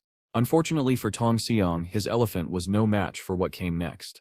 With terrifying ease, Dumby grabbed the massive creature with one hand and drew the soul right out of it. I should call her, he murmured, then stopped himself. Anyway, with the elephant out of commission just like that, Dumby made quick work of Tong Xiang and his comrades. When they were all lying unconscious on the ground, Gao Pang stood over them, cold and calculating. He ordered Dumby to tie them up before waking them. He wanted answers, and fast. While that was happening, Frosty Sip's attention shifted toward Tong Mo and his demon, both still encased in solid ice. Gao Pang glanced over and commented that they didn't really need any more hostages. Casually he told Frosty to shatter them. The cruel command caught the others off guard, but Frosty obeyed without hesitation. With a simple snap of his fingers, he killed them both. Later, when the remaining Tong warriors awoke, Tubby took charge of his group. He tried to plead with Gao Pang, speaking rapidly in his native tongue, but Gao couldn't understand a word. Thankfully, Frosty knew enough to act as translator. Through him, Gao learned that these captives were from the Tong tribe, children of their high priest and the vice captain of their hunting squad. Worse still, the one Gao had just ordered Frosty to kill was the son of their patriarch. Gao Pang froze. He immediately realized how bad the situation was. His mind began racing, analyzing, calculating, searching for options. But the longer he thought, the darker his conclusions became. Finally, he decided there was only one solution left: kill the remaining captives and delay the inevitable retaliation. At his command, Dumby stepped forward, his presence heavy and ominous. Tong Ying, defiant even in defeat, stared back and said, "The men of the Tong tribe do not fear death." Gao didn't flinch. "Then go ahead," he said to Dumby. "Fulfill his wish." As Dumby began drawing the soul from Ying's body, a sharp crack interrupted the moment. An ice chip struck Gao Pang's face. Frosty had thrown it. He scowled. "What Sip's your problem?" "Your emotions are out of control," Frosty replied. Dumby turned, backing him up. "He sits right," he said. "When I absorbed all those souls back in the fog world, a lot of negative energy came with them. I filtered most of it out, but when I shared your power back with you, that negativity hit you all at once." Frosty nodded. "It'll fade with time, but for now, you need to stay in control." Gao Pang took a deep breath and forced himself to calm down. "Fine," he said. "It was all a prank. I'll send them back to their tribe, if their elders provide me with one of the following materials." He listed them out. True Dragon Fruit. Great Destruction Origin Stone. Light of Z Degree. Body of the War God. Flame of the Sky. Tong Kang's response was as confused as it was relatable. Huh? He couldn't believe it. Who in their right mind called a death threat a prank? Sometime later, the group returned to the site of the Cherry Sky Tree, bringing the Tong captives along. The tree wasn't a combat monster, but Gao Pang considered whether its powers might help neutralize his lingering negative emotions. After some thought, he made up his mind. He landed before the tree, and ordered Dumby to resurrect it. Behind him, Tong Kang watched in awe. The power Gao commanded was beyond comprehension. He silently prayed that the elders of his tribe would never pick a fight with this man. Unfortunately for Gao Pang, the resurrection didn't go as planned. The tree came back mutated, corrupted into a hell tree radiating violent energy. "Well," Gao muttered, "at least it might strengthen the undead army. A grim silver lining perhaps." A month later, Gao Pang stood in his lab, surrounded by his familiars. His trip to the west had paid off. Flammy had evolved into a legendary grade, level 49 beast, now known as a sub-blood biff. Even more impressive though was Slicey Sip's transformation. The once snow-white creature was now a level 50 epic grade beast, covered in black armor and known as a black-armored blood-bladed beast, or as Gao liked to call it, Darth Bug. He watched as Slicey dashed toward the trees, thinking it was eager to train, only to realize it was simply measuring its own height. After a bit of bickering between Slicey and Doi, and a few moments of lighthearted calm, Gao decided it was time to check on something far more serious, the fusion monsters he'd kept locked away. He made his way to the back of the mountain, where Stripey had constructed a special confinement chamber. Cheerful and confident, Gao opened the door, only to nearly get punched in the face by a concrete fist. Dazzy tackled him out of the way just in time. The impact shook the entire mountain. Even Goldie and the others felt the tremor from afar. Gao stared, trembling at the rubble that had once been a wall. Whatever had emerged from that cell was not what he had left inside. The monsters had fused on their own, and now stood before him as a legendary grade King tier, level 56 creature known as the Dragon Slay Goddess. The name was long, but the power was undeniable. Gao was stunned by its form and the dragon-slaying water chapter embedded in its left arm, the likely fusion core of the entire being. Dazi, loyal as ever, rushed forward to protect his master, but Gao's warning came too late. The goddess activated her anti-dragon seal, nullifying Dazi's power completely. Of course, Gao muttered grimly, the Dragon Slayer mark, any dragon-type monster is useless against her. Before things could spiral further, Flamey and Goldie arrived, launching a coordinated attack. Flamey unleashed a wave of fire while Goldie delivered a mighty kick. But when the smoke cleared, the goddess stood unharmed, not even a scratch. The battle was far from over. The Dragon Slay Goddess didn't give Gao Pang much time to think. With blinding speed she lunged, aiming a crushing punch at Goldie before the duck could even react. Gao's eyes narrowed. He could tell at a glance while Goldie's grade was high enough, his level was far too low to stand against a creature like this. Before the blow could land, a blur cut through the air. Dumby appeared, his massive arm intercepting the goddess's strike. The impact sent shockwaves across the battlefield. Gao Pang exhaled in relief. Goldie, fall back, he ordered. Let Dumby handle this. Goldie hesitated, clearly worried for his friend, but Gao assured him, Flammy sips on support. It'll be fine. Almost on cue, Flammy unleashed a torrent of emerald green fire at the goddess. The flames roared across the field, but when the smoke cleared, the goddess stood completely unharmed. Not even a scratch, Gao muttered. Goldie Sip's eyes lit up with a sudden idea. Flammy, hit me with that flame, I can stack my passive. Flammy didn't hesitate, partly because Goldie had just mispronounced his name again. With a grin, he blasted a geyser of green fire straight at the duck. As Goldie cooked himself into power mode, Dumby and the goddess continued their brutal exchange. A clash that could only be described as JoJo-level intensity. Fists blurred, ground cracked, air exploded.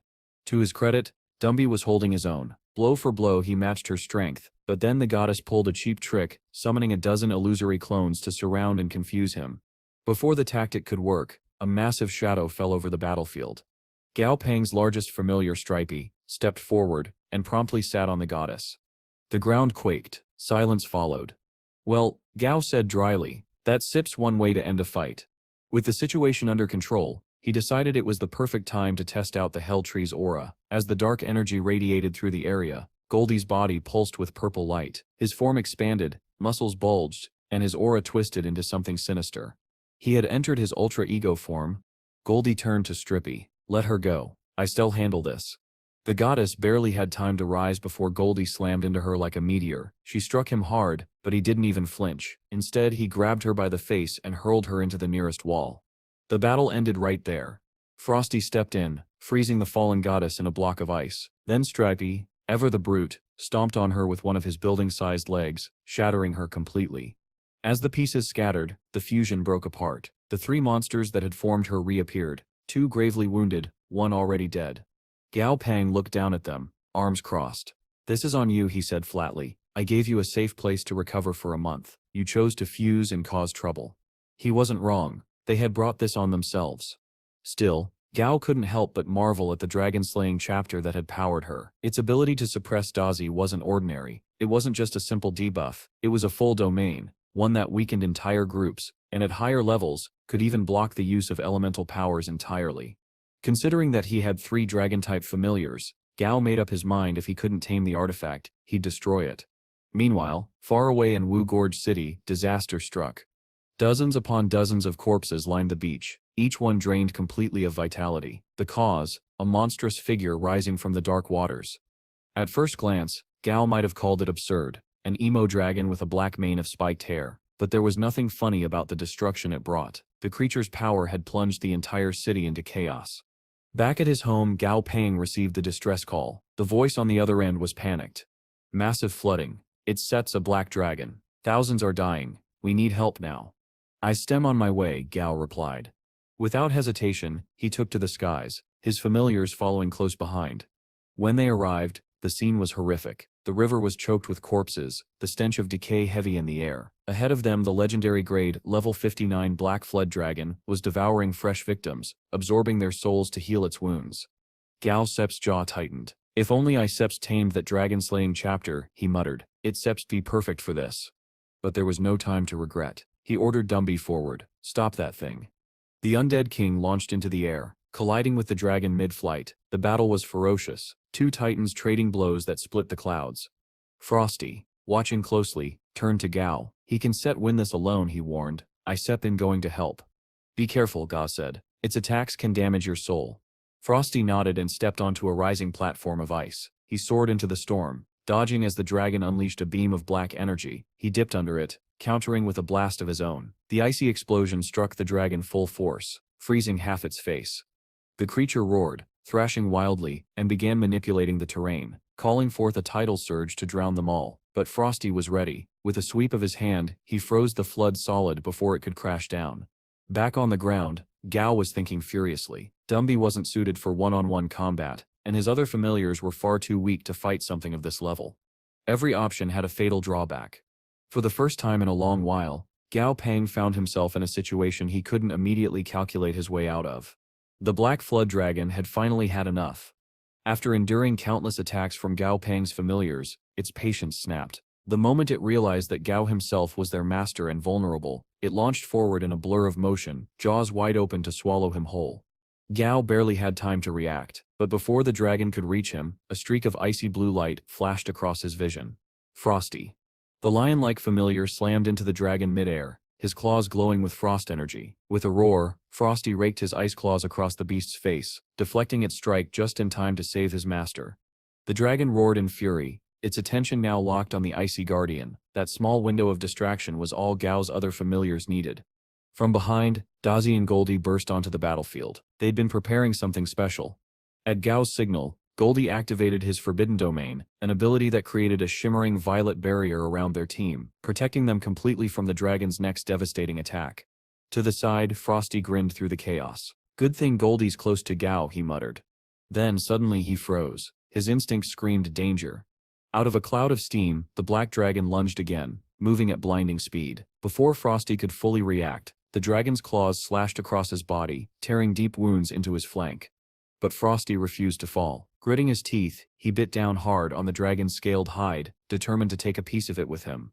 The dragon let out a guttural laugh. It twisted its massive neck and clamped its jaws around Frosty's body, sinking its teeth in deep. Frosty, Gao shouted. The dragon thought it had won. It didn't realize what Frosty was doing. Gao saw it. The way Frosty's aura was spiking, the cold air turning white and still around him, his heart sank. He sets trying to use it. Gao whispered. Eternal Frost Field. That same ultimate move had nearly killed Frosty once before, putting him into deep hibernation back in the fog world. Don't sit, do it, Dumby roared. You still freeze yourself solid. But Frosty didn't answer. His light was already building. Refusing to lose another comrade, Dumby gathered every ounce of his spiritual energy. His chest glowed red-hot as he unleashed a devastating spiritual shockwave at the dragon. The blast was powerful enough to knock out even peak Lord-tier monsters, yet the black dragon endured it, tightening its bite on Frosty's body. Gao clenched his fists. Even that didn't set work. Then Dumby made a choice.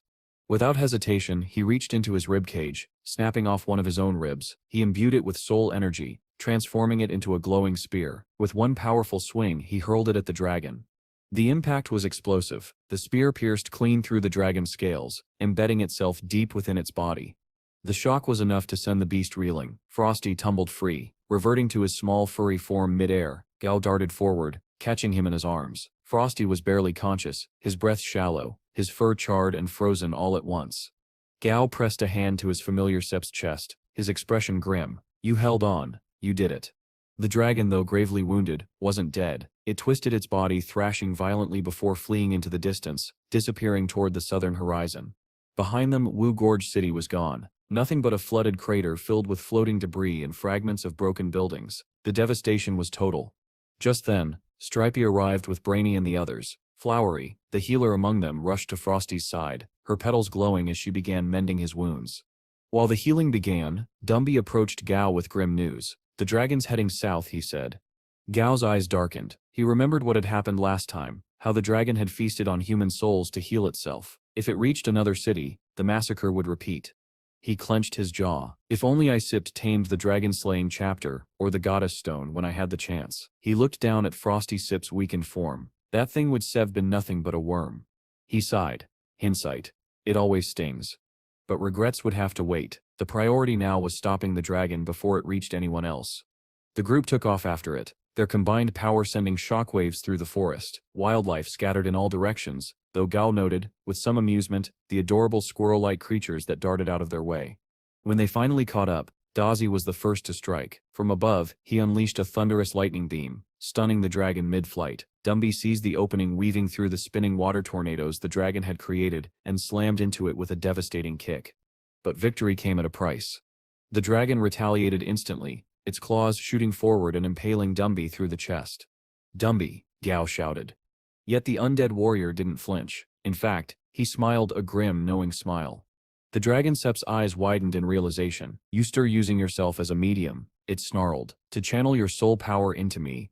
Exactly. By linking his soul to the rib spear still lodged inside the dragon's body, Dumby was creating a resonance, a chain reaction that would implode from within. "You are both insane," the dragon roared. Dumby Sip's voice was calm. "The resonance is complete." He looked the dragon dead in the eye. "It's Sip's time for you to die." But before he could trigger the explosion, the dragon in pure rage gathered all its remaining energy for one last suicidal attack. A sphere of black light swelled in its mouth, pulsing with lethal force. "If I fall," it bellowed, "I shall take your master with me." It fired. Gao turned just in time to see the beam streaking toward him. He knew immediately, Flamey wasn't fast enough to block it. This was it. Then the air trembled. A massive shadow loomed over him. An enormous hand, larger than a house, materialized before Gao and caught the beam, snuffing it out like a candle flame. When the light cleared, Dumby stood tall in the distance, his body surrounded by a colossal spectral aura. He had summoned his Titan avatar. And this time, the fight wasn't over yet. Gao Pang could hardly believe what he was seeing. Dumby's new Titan avatar loomed over the battlefield, a colossal figure wreathed in burning spectral energy. The sheer pressure of its aura sent shockwaves through the air. Even Gao's other familiars stepped back instinctively. It wasn't just powerful, it was terrifying. The black dragon sensed it too. Panic flickered in its eyes. Realizing it couldn't win, it turned to flee, darting toward the south, toward the nearest clusters of human souls. But Dumby was done running. "Enough," his voice thundered, echoing from within the avatar. With one earth-shattering swing of his massive fist, Dumby struck. The blow connected squarely with the dragon's skull. The resulting impact cracked the heavens themselves, shockwaves flattening trees, splitting rock, and sending waves rippling across the flooded plains. When the dust settled, the black dragon's body lay still. Its head was gone. The threat was over. Gao Pang stood speechless. Even after everything he'd witnessed, after the countless battles, the monstrous evolutions, he had never seen raw power like that. Then the Titan avatar flickered, its energy spent. Dumby's massive form dissipated into smoke, and his true body plummeted from the sky. "Dumby!" Gao shouted, sprinting across the battlefield. He found the undead warrior lying in a crater, exhausted but alive. Dumby's breathing was heavy but steady. Gao let out a relieved laugh. "You absolute monster, you really did it." He knelt beside him. "Do you remember what that was, that form you used?" Dumby shook his head weakly. "No, just instinct." Gao frowned, but decided to leave it for later. For now, there was something else to handle. They returned to the dragon's corpse. What was left of it anyway? The beast's head was completely obliterated. "Can you resurrect it?" Gao asked. Dumby shook his head again. "Not without a head." Gao sighed. "Probably for the best. Isep had enough of that thing." He contacted the nearest Southern Sky field team, instructing them to collect the dragon's remains for study. Once the call was done, he glanced back toward the horizon. "Let's go home." Back at the Southern Sky Group's experimental labs, two senior researchers, Huang and Chun, stood over the dragon's remains as they were being harvested. Gao's orders were clear: preserve the organs, marrow and spine. The rest could be distributed to the allied labs. Huang glanced up from the report he was reading. "Oh, and get this," he said to Chun. Gao Pang finally formed a contract with the dragon-slaying chapter. Chun blinked. "Wait, the same artifact from the goddess fusion?" "The very same." The moment Gao mentioned killing the black dragon, the chapter practically bound itself to him. Huang sighed. "Shame it didn't happen sooner. Wu Gorge City might have been saved." Elsewhere, Gao was on a live call with the mayor of the Allied World Government. The screen flickered with static, as the mayor Sip's voice trembled. "Wu Gorge City, not a single survivor. The world Sips in panic. Jiao, Great Britain, Jianghan City, Jinling, Mudu. They Sip all withdrawn from the alliance. They Sip are forming their own factions." Gao's best expression hardened. So it begins. The government sets losing control, she continued. If this keeps up, we fall back into post-cataclysm chaos. When the call ended, Gao sat in silence. The chaos outside was spreading faster than anyone could contain, and he knew it would only get worse. Moments later, a group of archaeology experts arrived, escorted by security. They had been summoned at Jao's request. One of them adjusted his glasses and asked, "Mr. Gao, where are the ancient texts you mentioned?" Gao smirked. About that. I don't have ancient scripts, but I do have 2 living examples. He gestured toward the containment wing. The experts followed and their jaws dropped. Inside the observation chamber were 2 individuals from the ancient tribes, restrained but very much alive. Their murmured reactions said it all. Impossible. Living ancients? Gao simply folded his arms. They've been quite helpful in my research. Later that night, Gao reviewed recent footage from global monitoring satellites. Across the world, king-tier monsters were appearing, each tied to a mysterious trainer who couldn't be identified by modern systems. 4 of them, all at once. Their familiars were impossibly powerful, their control over ancient energy unmistakable. These aren't new trainers, Gao muttered. They are ancient ones, returning. He leaned back, eyes narrowing. If they stir back, then the world about to change.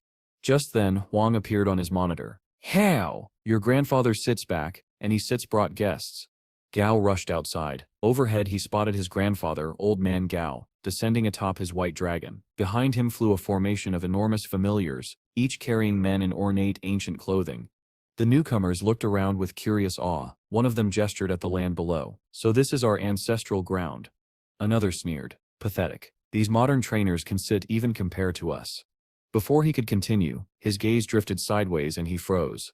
Stripey, in full colossal form, was standing just beyond the compound, towering over the trees.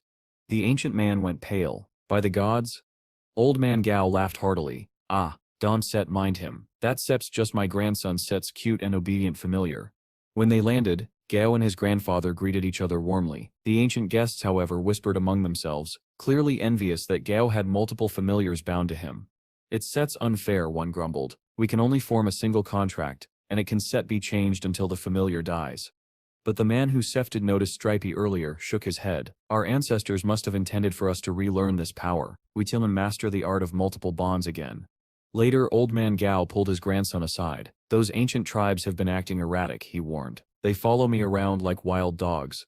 Gao chuckled. I've already captured 2 of them. Their language is being studied now. His grandfather nodded approvingly. Good, I handle the rest. You focus on learning their language and preparing for what next.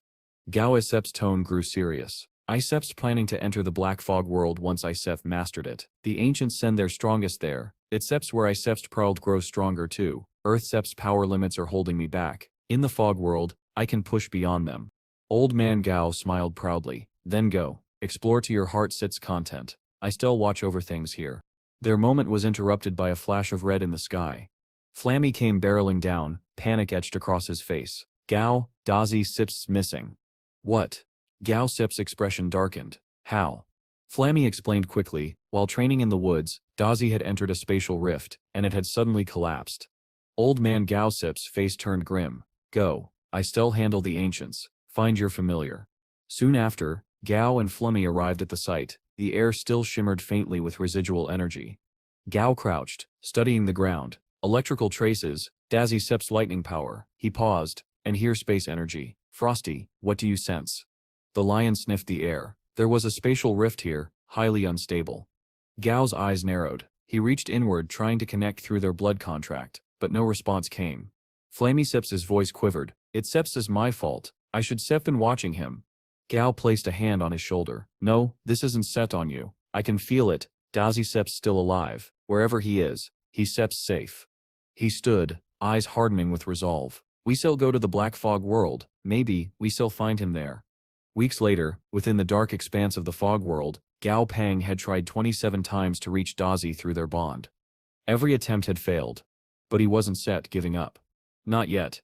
Despite everything, there was one small comfort for Gong Pang. The blood contract aura between him and Dazi still pulsed faintly. It hadn't changed. That meant Dazi was alive, at least for now.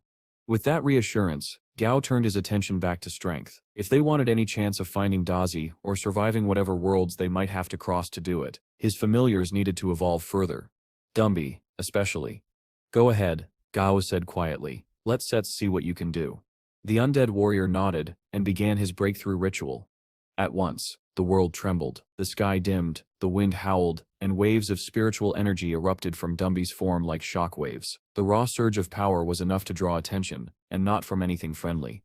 A massive level 64 black flame rock python slithered into view, its obsidian scales glowing with red heat as it closed in on the disturbance. But before it could strike, Dumby's eyes snapped open. His breakthrough was complete. The ground split beneath his feet as his aura spiked. The Emperor tier had been attained. He raised one arm, summoning ghostly white energy into the shape of an enormous blooming lotus. Bone prison, white lotus. The lotus petals shot out like blades, forming a cocoon around the python. The beast roared and thrashed violently, then was crushed inward, bones snapping, flesh liquefying. Silence fell. Dumby absorbed the fallen creature's essence, his level climbing rapidly to 61. Goldie clapped his feathery hands. Big brother, teach me that move. Flammy rolled his eyes. You only call him Sepig brother Cest when you want something. Goldie squawked indignantly. It's Sips called respect. Gao chuckled quietly. You three fight like siblings. From his perch on Gao Sip's shoulder, Frosty looked southward. Which direction now, master? Gao thought it over. North has an Emperor tier monster we can set handle yet. East is nothing but ocean, we set were not equipped for that. So, he pointed, south it is. After stowing away the python's corpse, the group began their trek through the southern wastes. Their path led them to a strange labyrinth carved into the black stone. The entrance was sealed with a massive iron door, and in its center a small hole. Before Gao could issue a warning, Goldie waddled up and poked it. The door creaked open. Goldie, Gao sighed. Do you ever not touch strange holes in ancient ruins? The duck shrugged innocently. Inside, the group was met with an eerie sight. Cauldrons, firewood, and even a corpse laid across a stone bench. Strange, Gao murmured. This place, it sets like they had their own civilization. Something about it felt off. The air was thick, charged. As they ventured deeper, Gao noticed the same flight restriction field that had appeared in the other labyrinths. Whoever had built these, they all followed the same pattern. Before he could ponder further, a thunderous roar echoed through the corridors. A swarm of monsters burst from the tunnels ahead, dozens upon dozens of red-skinned sanguine pig demons. Gao glanced at their system tags. Level 38, all of them, and something called a Stead Labyrinth God Sit. Rage pigs, he muttered. Of course. Dumby stepped forward and raised a hand. One pulse of dark energy later, and most of the horde collapsed instantly, their souls ripped free. The survivors tried to flee, squealing in terror, only to be crushed underfoot as their king appeared. The Pig King towered above the others, level 54, with twin axes and veins of molten energy running down its arms. Still, it was barely a threat. Dumby dispatched it with a single blow, then stood motionless, absorbing the essence of his prey while the mini-monster trio cheered him on. Show off, Frosty muttered. Gao clapped once. All right, let's check the center. If there's treasure here, that sits where it sits'll be. They eventually reached a large circular chamber. In its center stood a bronze altar, dark with soot and age. Gao approached carefully. Nothing seemed out of place, until he reached out and brushed its edge. A jet of flame erupted, scorching the tips of his gloves. He pulled his hand back instantly. A trap? Smash it, he ordered. Dumby was already halfway there when a voice shrieked from the altar. Wait, don't destroy me, I can grant power. But it was too late. Dumby's fist crashed down, and to everyone's surprise the altar didn't even crack. Even holding back, Dumby's blows could pulverize mountains, yet this thing didn't so much as dent. A glowing system message appeared before Gao Sep's eyes. Abyss plundering altar, indestructible artifact. Description: converts offerings into usable materials. Ownership transferring complete. At that moment, the altar pulsed with energy, and a tiny impish creature emerged from its flames, grinning smugly. I am the avatar of the Abyss altar, it announced proudly. From now on, I shall serve you, Master Gong Pang. Gao blinked. That Sips knew. He decided to test it. Picking up a wooden stick from the ground, he placed it onto the altar. Instantly, a burst of flame consumed it, leaving behind a rough wooden crystal, radiating faint life energy. Gao Sep's eyes widened. It broke the material down and refined it into its base essence. He turned to the imp. So you stir a food processor. The imp puffed its chest. A divine one. Gao grinned, then let's see how divine. He gestured to Silly, who obediently retrieved the python's corpse from storage. They placed it atop the altar. Flames roared, and moments later, 3 glowing pills appeared where the carcass had been. The system readout confirmed their properties. Nutrient pill, restores stamina and hunger. Earth resistance pill LV2, permanent. Fire resistance pill LV2, permanent. Gao Sip's jaw dropped. This thing it sips absurdly useful. The imp smirked. You sip barely scratched my potential, master. I step in a damaged state now, but once I regain my former glory. It grinned wider, flames flickering across its small form. Even the gods will envy what I can create. The more Gong Pang studied the abyss plundering altar, the more impressed he became. Its extraction ability was already remarkable, but the imp's promise that it would grow stronger as it recovered its power sealed the deal. If Gao had instead been convinced before, he was now. All right, he said, patting the altar sep's side. You start coming with us. At his order, Dumby carefully lifted the altar onto his back. The imp nestled into its place atop it, looking quite pleased with itself. Carry me gently, Bone Man, it said smugly. Dumby just sighed. But before Gao could respond, Frosty Sep's voice cut in from the edge of the clearing. Master, I asked him, sensing something nearby. Monsters are fighting for ownership of another labyrinth. Gao turned toward the direction Frosty indicated. Show me. From atop a nearby cliff, the group peered down into a vast valley where chaos reigned. Hundreds of level 67 dragon ants swarmed toward the blackened stone gates of another labyrinth. The earth shook beneath their combined charge. Through his system interface, Gao quickly pulled up their details. Dragon ants, he murmured, blood thieves. They steal dragon blood to trigger evolution into draconic forms. Before he could study them further, the labyrinth's gates exploded open. From the darkness emerged a monster so large it seemed to blot out the sun, a level 69 six-armed giant. Its entire body was covered in obsidian armor, each arm wreathed in dark flame, the air warped around it from sheer power. Even Gao, who'd seen some of the world's deadliest creatures, was stunned. That thing, it sets on a completely different level. The dragon ants charged anyway, hissing and screeching, but they may as well have been attacking a mountain. The giant moved with terrifying speed, crushing, impaling, and ripping them apart with its 6 arms. Every blow shattered the ground. Within moments the battlefield was painted in fire and blood. As Gao watched, Slicey stood at the cliff's edge, eyes narrowed, analyzing every movement the giant made. His vision sharpened, tracing the giant's weak points, the tendons, the shoulder joints, the small gap beneath its armor plating. But his expression fell. My blade's still not strong enough. Below, the massacre continued. The 6-armed giant fought like a one-being army, pulverizing anything that moved. And then, before anyone could stop him, Slicey moved. He leapt from the cliff in a flash of silver. Slicey, Gao shouted. But the little beast was already charging straight at the monster, his twin arm blades glowing. If I can set even land one cut, he yelled, then I set him useless. He dashed low, slashing clean across the giant's ankle. The blade connected, and to everyone's shock, it cut. The giant howled, its massive form collapsing to one knee as Slicey darted past and back toward safety. For a moment, Gao thought he'd actually pulled it off. Then a projectile, a massive shard of black stone, flew from the giant's hand. Slicey, dodge. The blade beast twisted midair, barely avoiding the strike. The blast exploded behind him, showering him in debris. Gao clenched his jaw. Dumby, get him out of there. The undead emperor surged forward, tearing an arm bone from a nearby carcass. He spun once and slammed it into the giant's ribs, sending the monster stumbling backward. Then, without missing a beat, he drew his spectral bow, firing a bone arrow infused with soul energy. The shot struck home, bursting against the giant's chest in a flare of white light. Using the distraction, Dumby grabbed Slicey by the scruff and dashed back to safety. Retreat, Gao ordered. Don't chase it.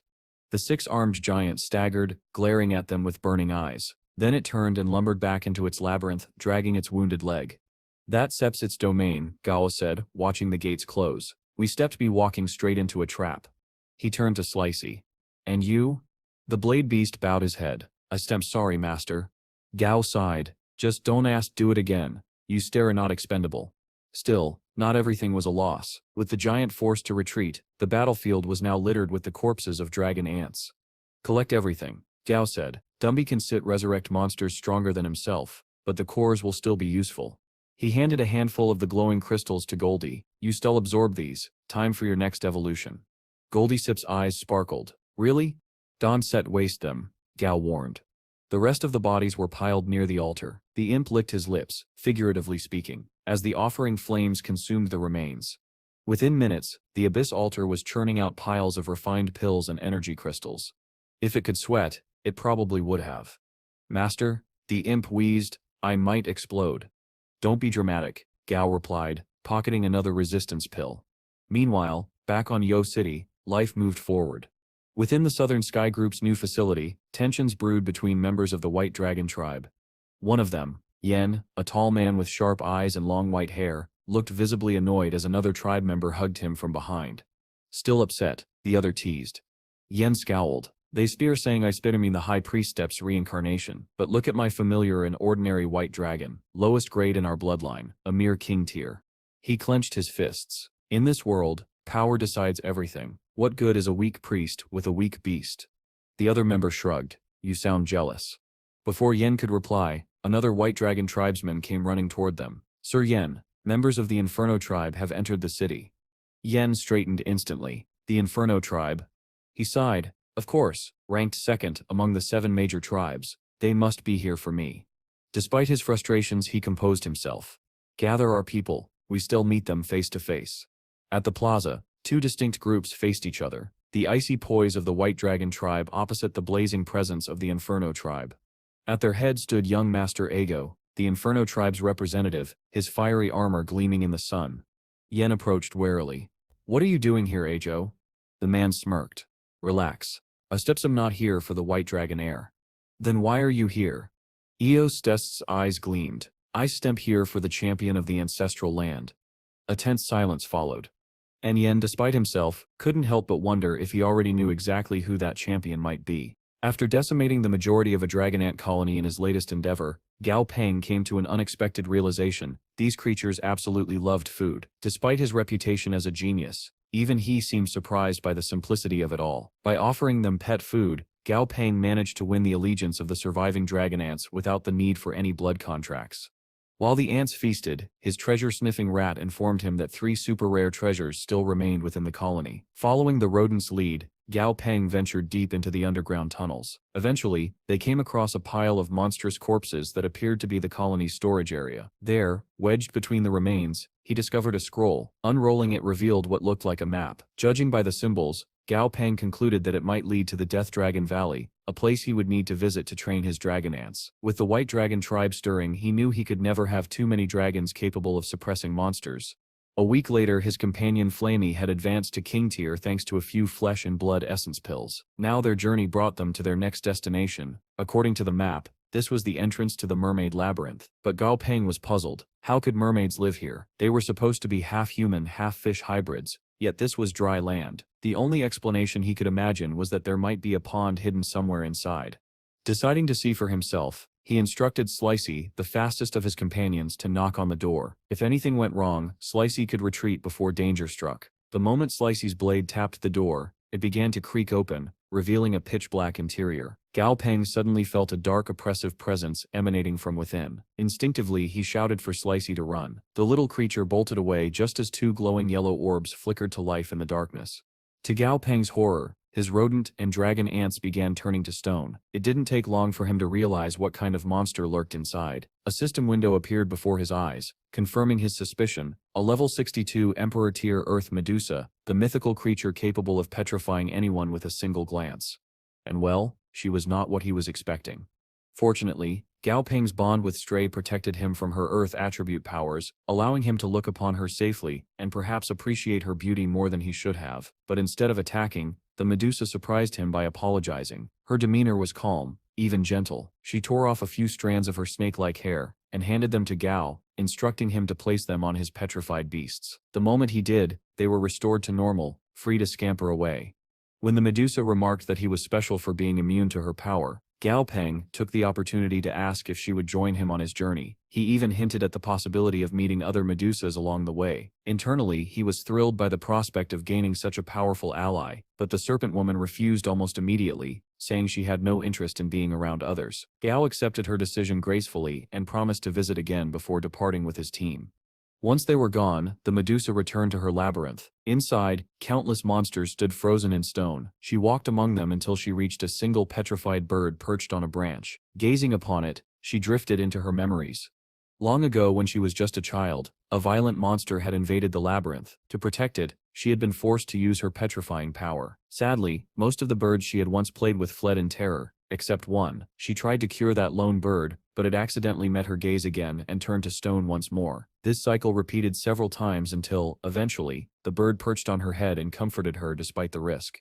Over the years, the two grew together. The bird aged gracefully by her side, until finally, at the end of its natural life, it asked to look into her eyes one last time. It was petrified forever, resting now as an eternal companion in her garden, one she still missed dearly. Meanwhile, outside the labyrinth, Stray and Goldie commented on how kind the Medusa had been to sacrifice part of herself to cure them. Gong Pang admitted it was the first time he'd met a friendly monster but respected her choice to remain alone. With that, they continued toward the next labyrinth. According to the map, the next location bore the drawing of a crab, but after the last mix-up with the mermaids, Gong Pang couldn't help but wonder if it was actually meant to represent a spider. He would soon find out it was not. Awaiting them was a level 68 Emperor tier Inferno King Crab. Gong Pang could only stare in disbelief as the creature displayed its overwhelming power, using its massive claws to stabilize itself and its body like an indestructible fortress. As Stray blocked the oncoming attacks, Gao quickly laid out a strategy. Dumby and Stripey would stay back while the others practiced coordinated combat. Flamey would unleash his flames on Goldie to activate his passive boost, while Flowery healed him. Frosty would engage the crab directly, darting across the battlefield with his ice constructs, while Slicey would target the crab's leg joints to destabilize it. The dragon-slaying duo, Chapter and Silly, were simply told to watch, and Gao made no effort to hide the fact that he thought they were useless. Frosty gave it his all, leaping across ice platforms and striking at every opening. Meanwhile, Goldie, ever the dramatic fool, sat still amid the chaos and muttered cringe-worthy lines about how he could barely feel the flames. And thus, the battle against the Inferno King Crab had truly begun. As the fight raged on, Frosty could feel himself beginning to lose steam. His body still hadn't fully healed from his previous injuries, and his strength was fading fast. He called out to the others, urging them to hurry. The Inferno King Crab, enraged by Frosty's persistence and the team's tactics, suddenly unleashed a massive wave of flames. The heat was so intense that it vaporized every trace of Frosty's ice. Gong Pang was stunned by the sheer power of the creature's element. In that moment, it all made sense. The scorched, desert-like state of this entire region was because of this furious monster. The Inferno Crab wasn't just a guardian of this labyrinth, it was the very creature responsible for burning the land until water and nutrients had all but vanished. The thing was practically a walking apocalypse, a fire demon straight out of legend. On the battlefield, Frosty's ice shield finally gave out, shattering under the relentless flames. The explosion of heat sent him flying backward. Slicey dashed in amidst the chaos, using the distraction to slash at the crab's legs, landing a series of solid blows that knocked the monster off balance. Gong Pang's hopes rose for an instant, until he realized his mistake. The crab was using its own momentum to launch itself upward. A heartbeat later, it came crashing down, aiming directly for Slicey.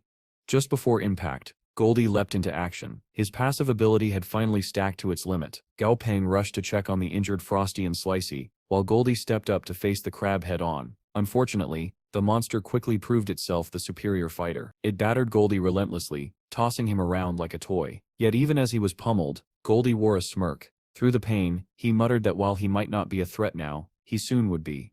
And then, Gong Pang saw why. With every strike the crab landed, Goldie's body swelled larger and his aura grew stronger. The crab paused, confused, as its opponent continued to grow more powerful before its eyes. Finally, with a roar, Goldie seized the crab in both hands, lifted it high, and slammed it into the ground with such force that its skull caved in. The fight was over. Goldie had won. In the aftermath, as the dust settled, Goldie and Flammy fell into their usual bickering, trading insults, as if nothing had happened. Meanwhile, Gong Pang instructed the altar imp to dismantle the crab's corpse, and see if any useful pills could be refined from it. To everyone's surprise, the imp managed to extract not 2 or 3, but 6 distinct pills. It turned out that the stronger a monster's emotional state and obsession were before being defeated, the more items the altar could refine from it. In this case, the crab's foul temper had been a blessing in disguise. The resulting treasures were a soul essence pill, a meat essence pill, a level 3 strength amplification pill, a level 3 flame resistance pill, and a level 3 flame control pill, all of them fire-related. And the 6th pill was something completely new, a flame power fruit. a rare item that could only be consumed by fire-type monsters. Without hesitation, Gao Pang tossed it to Flamey and told him to eat it. The moment the giant bird swallowed it, his entire body convulsed violently before collapsing to the ground, twitching in a seizure-like state. Goldie immediately panicked, shouting for Gao Pang to help, but Gao calmly explained that this was part of the awakening process for a new ability. They could only wait. So the group packed up their camp while keeping a close eye on Flamey. Before long, the former ostrich stirred awake. Goldie called out to Gao Pang, who rushed over and opened Flamey's status window. The bird was still a level 51 king-tier monster, but a new line had appeared in his stats. The Flame Devour skill, once belonging to the Inferno King Crab. Gao Pang exhaled in relief. The pill had worked, but then he noticed something else. The system listed a new note. Flamey now walks the path of usurping power. Concern flickered in Gao's expression. Flamey noticed it and nervously asked if something was wrong with him. Realizing how it looked, Gao smiled and reassured him that everything was fine. The note simply indicated a mutation in his new ability, nothing dangerous. Still, Flamey admitted that despite feeling stronger, there was now a strange voice echoing in his mind. It whispered, urging him to follow the path of usurping power. Before Gao could say anything, Goldie chimed in, mocking his brother for trying to sound dramatic. The irony was not lost on anyone. Pot, meet kettle. Flamey burst into flames, chasing Goldie in circles while Gao, mildly exasperated, turned to Frosty. He asked if the little lion knew anything about this path business. Frosty replied that he had only heard vague stories that it was some kind of life or death trial. That's when the altar imp finally spoke up. It explained that the path of usurping power was a form of battle, a competition for the title of the strongest. The imp claimed it didn't see the point, since it couldn't die anyway, and went on to mock monsters obsessed with power and status. Naturally, Flamey and Goldie didn't take that well. The fiery bird kicked the imp square in the head, and when the creature retaliated with insults, Goldie joined in, giving the imp another solid beating before stalking off in triumph. Meanwhile, in an unknown dimension far beyond their world, something stirred. Dazi awoke from his deep slumber to find himself in an endless, empty expanse. The only thing that broke the monotony was a colossal tree bearing strange, glowing fruit. True to his gluttonous nature, Dazi didn't stop to question it. He rushed forward and devoured as many of the fruits as he could, collapsing afterward in a satisfied heap. From the surrounding void, disembodied voices began to murmur, debating his presence. One voice, deeper and more commanding than the rest, finally spoke above them all. This, it said, is simply the work of fate. And far away, back in the fog world, Gao Pang and his companions had no idea what destiny was already setting in motion. Gao Pang and his team had finally arrived near Death Dragon Valley. As they approached a jagged cliff overlooking the area, the dragon ants he had befriended began chittering excitedly. They claimed to smell something delicious nearby. Before Gao Pang could even ask what they meant, a deafening crash echoed from below. The ground shook, followed by a roar so powerful it sent a gust of wind up the cliff face. The ants immediately scurried to Gao Pang, frantically informing him that a dragon was dying at the bottom of the valley. Without hesitation, Gao Pang called for Flammy, Dumby, Slicey, and his dragon-slaying companion White Paper to join him. He also selected 7 dragon ants to come along. Everyone else was to stay on the cliff as backup. He didn't want to risk the entire group when that last roar had radiated such overwhelming power. As soon as the team landed at the base, Slicey quickly dispatched a stray monster that had wandered too close, scaring off the rest of the local creatures. With the area secure, Gao Pang began searching for the source of the roar, only for an unexpected problem to arise. His stomach suddenly began to swell at an alarming rate, ballooning outward until he looked nearly 7 months pregnant. Panicked and embarrassed, Gao Pang hastily excused himself, claiming he needed to find a bathroom. Once alone, his composure broke entirely. He started pacing and muttering to himself, wondering if he was about to give birth to something. If he was, he decided he'd just lie and say he found it by chance, because apparently that was his biggest concern. Before he could spiral any further, a sudden blue portal opened in front of his stomach, flooding him with both power and knowledge. The skill he had received from Dumby's recent promotion had just awakened. His soul strength skyrocketed in an instant. Feeling this surge of energy, Gao Pang realized it was the perfect time to sign blood contracts with the 7 dragon ants. Once the contracts were complete, Gao Pang promised his new companions that they'd never go hungry while following him. To demonstrate his new ability, he used it without warning, and one of the ants instantly vanished. The others panicked, chittering in alarm, but Gao Pang calmly checked his new space-time pocket inventory. Inside, he saw 100 available storage slots. Any creature stored there was held in a kind of stasis, safe and unaging, though unable to grow stronger while inside. Satisfied, he released the ant back to the group, who immediately surrounded it with relieved squeaks. Eager to test the limits of the skill, Gao Pang asked Flamey to fly him back up to the top of the cliff. Goldie, watching this unfold, asked if he was done with his bathroom break. Gao Pang smirked and replied that he was just experimenting. Then, with a flick of his wrist, he vanished, Stripey into storage. Goldie lost his mind, shouting in disbelief while Gao Pang calmly examined the data. Stripey, despite his size, only took up one storage slot, the same as a dragon ant, so mass wasn't a limiting factor. Just as he released Stripey again, a sudden movement caught his eye. A massive shape was skittering down the cliff wall. It was a level 71 Overlord tier dragon ant with a rare iron dragon tail mutation. Gao Pang instantly realized it was heading for the dragon's corpse below. He motioned for Slicey, Dumby and Flamey to follow and took off after it. At the base of the cliff, he barely managed to avoid being spotted. Thinking fast, he hid behind a boulder and vanished all his familiars into storage to conceal his aura. From there he quietly followed the enormous ant as it crawled toward the source of the battle noises ahead. When he finally reached the clearing, the truth became clear. A massive smoke dragon lay dead at the center of the valley, its body still releasing thick black vapors that cloaked the battlefield. The surrounding dragon ants were working together to fend off other scavengers, taking turns ripping chunks of flesh from the corpse. Gao Pang watched in awe. Despite their brutal nature, dragon ants clearly had a sense of kinship. They protected their own kind fiercely. To test a theory, Gao Pang summoned one of his smaller ants and instructed it to approach the feast. The baby ant timidly climbed toward the corpse, its tiny mandibles clacking nervously. The overlord turned to inspect it, then simply moved aside, allowing it to eat freely. Gao Pang grinned. The sight of the baby ant greedily munching on dragon flesh was oddly adorable. When it eventually fell over from overeating, he sent another one forward. Soon all his contracted ants were feasting contentedly, completely accepted by the colony. Watching them, Gao Pang made several observations. Dragon ants showed a fierce loyalty to their own kind, but absolute hostility to outsiders. He saw one monster attempt to snatch a piece of meat and get its arm sliced clean off for the effort. Yet strangely, none of the ants touched the smoke dragon's head. That was where the dragon crystal would be, its most valuable part. Either they didn't consume crystals, or something about this one was off. 3 days passed since the feeding began. Gao Pang was pleased to see that 2 of his dragon ants had already grown in size. One, however, had undergone something even greater. It had mutated. The newly evolved Dragon Ant 6 had developed the ability to release and control smoke, using it for both offense and defense. As Gao Pang stood atop a rock, watching his dragon ants thrive in the shadow of the fallen dragon, he couldn't help but smile. Every battle, every encounter was leading to something greater, and with his new space-time power, the possibilities for his growing army had only just begun. While the rest of Gao Pang's dragon ants were busy geeking out over their newly evolved, smoke-wielding brother, a thunderous roar suddenly tore through the valley. The ground trembled, the skies turned blood red. Gao Pang froze, dread creeping up his spine. Even the dragon ants, creatures who feared almost nothing, began trembling violently. They could sense it. Something monstrous was coming.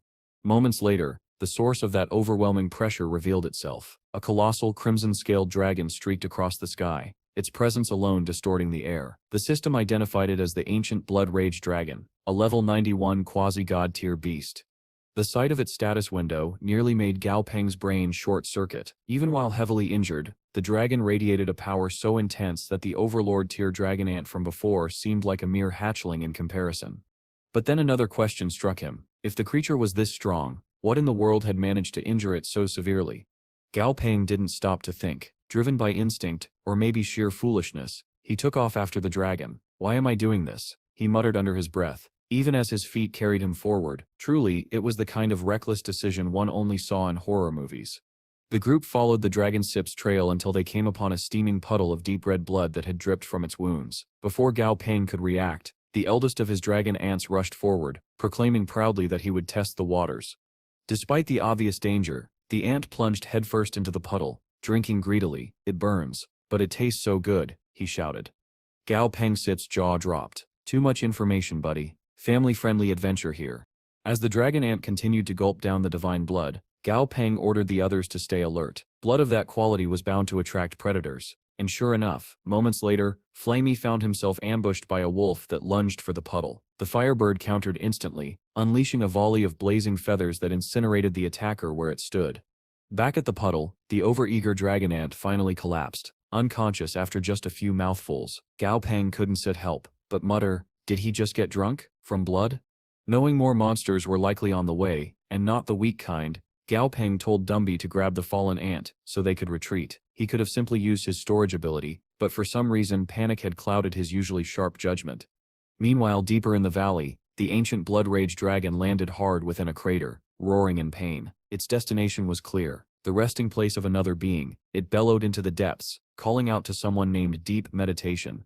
A moment later, the ground split open and a skeletal dragon wreathed in blue flame clawed its way up from below. The two ancient beings immediately began arguing. The skeletal dragon sneered, saying that the blood rage dragon had come here only to die and feed the valley's beasts with its corpse. "Watch your tongue, old bones," the blood-red titan snarled. "I came to be healed, not buried."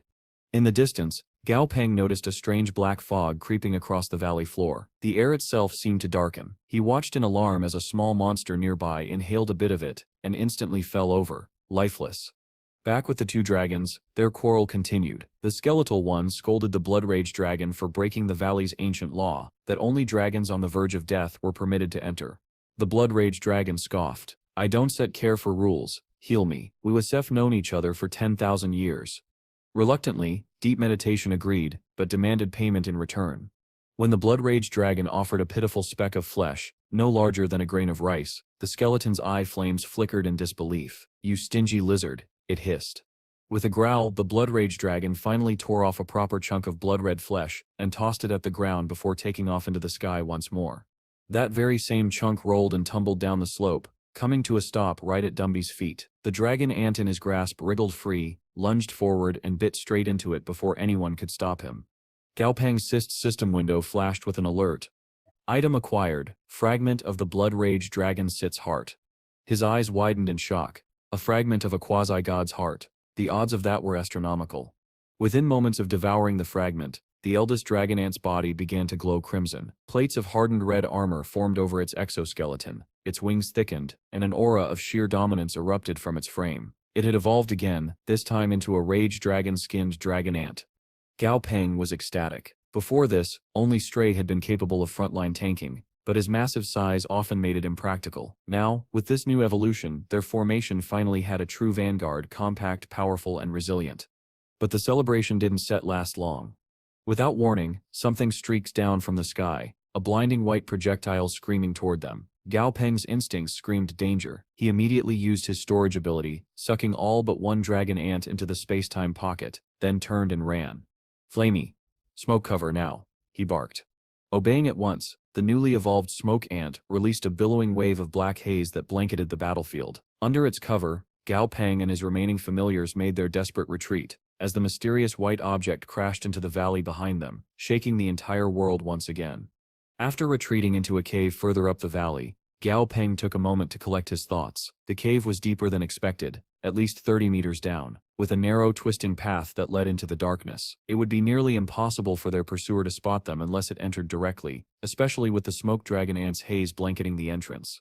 Just as Gao Peng was starting to calm down, a violent commotion erupted outside. The ground shook violently, dust falling from the cave ceiling as if the entire valley were quaking. For 10 long minutes, the noise continued. Roars, explosions, and tremors echoing from beyond. Then, just as suddenly, silence fell.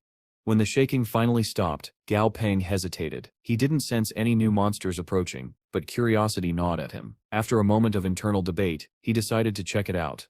What he found outside made his stomach drop.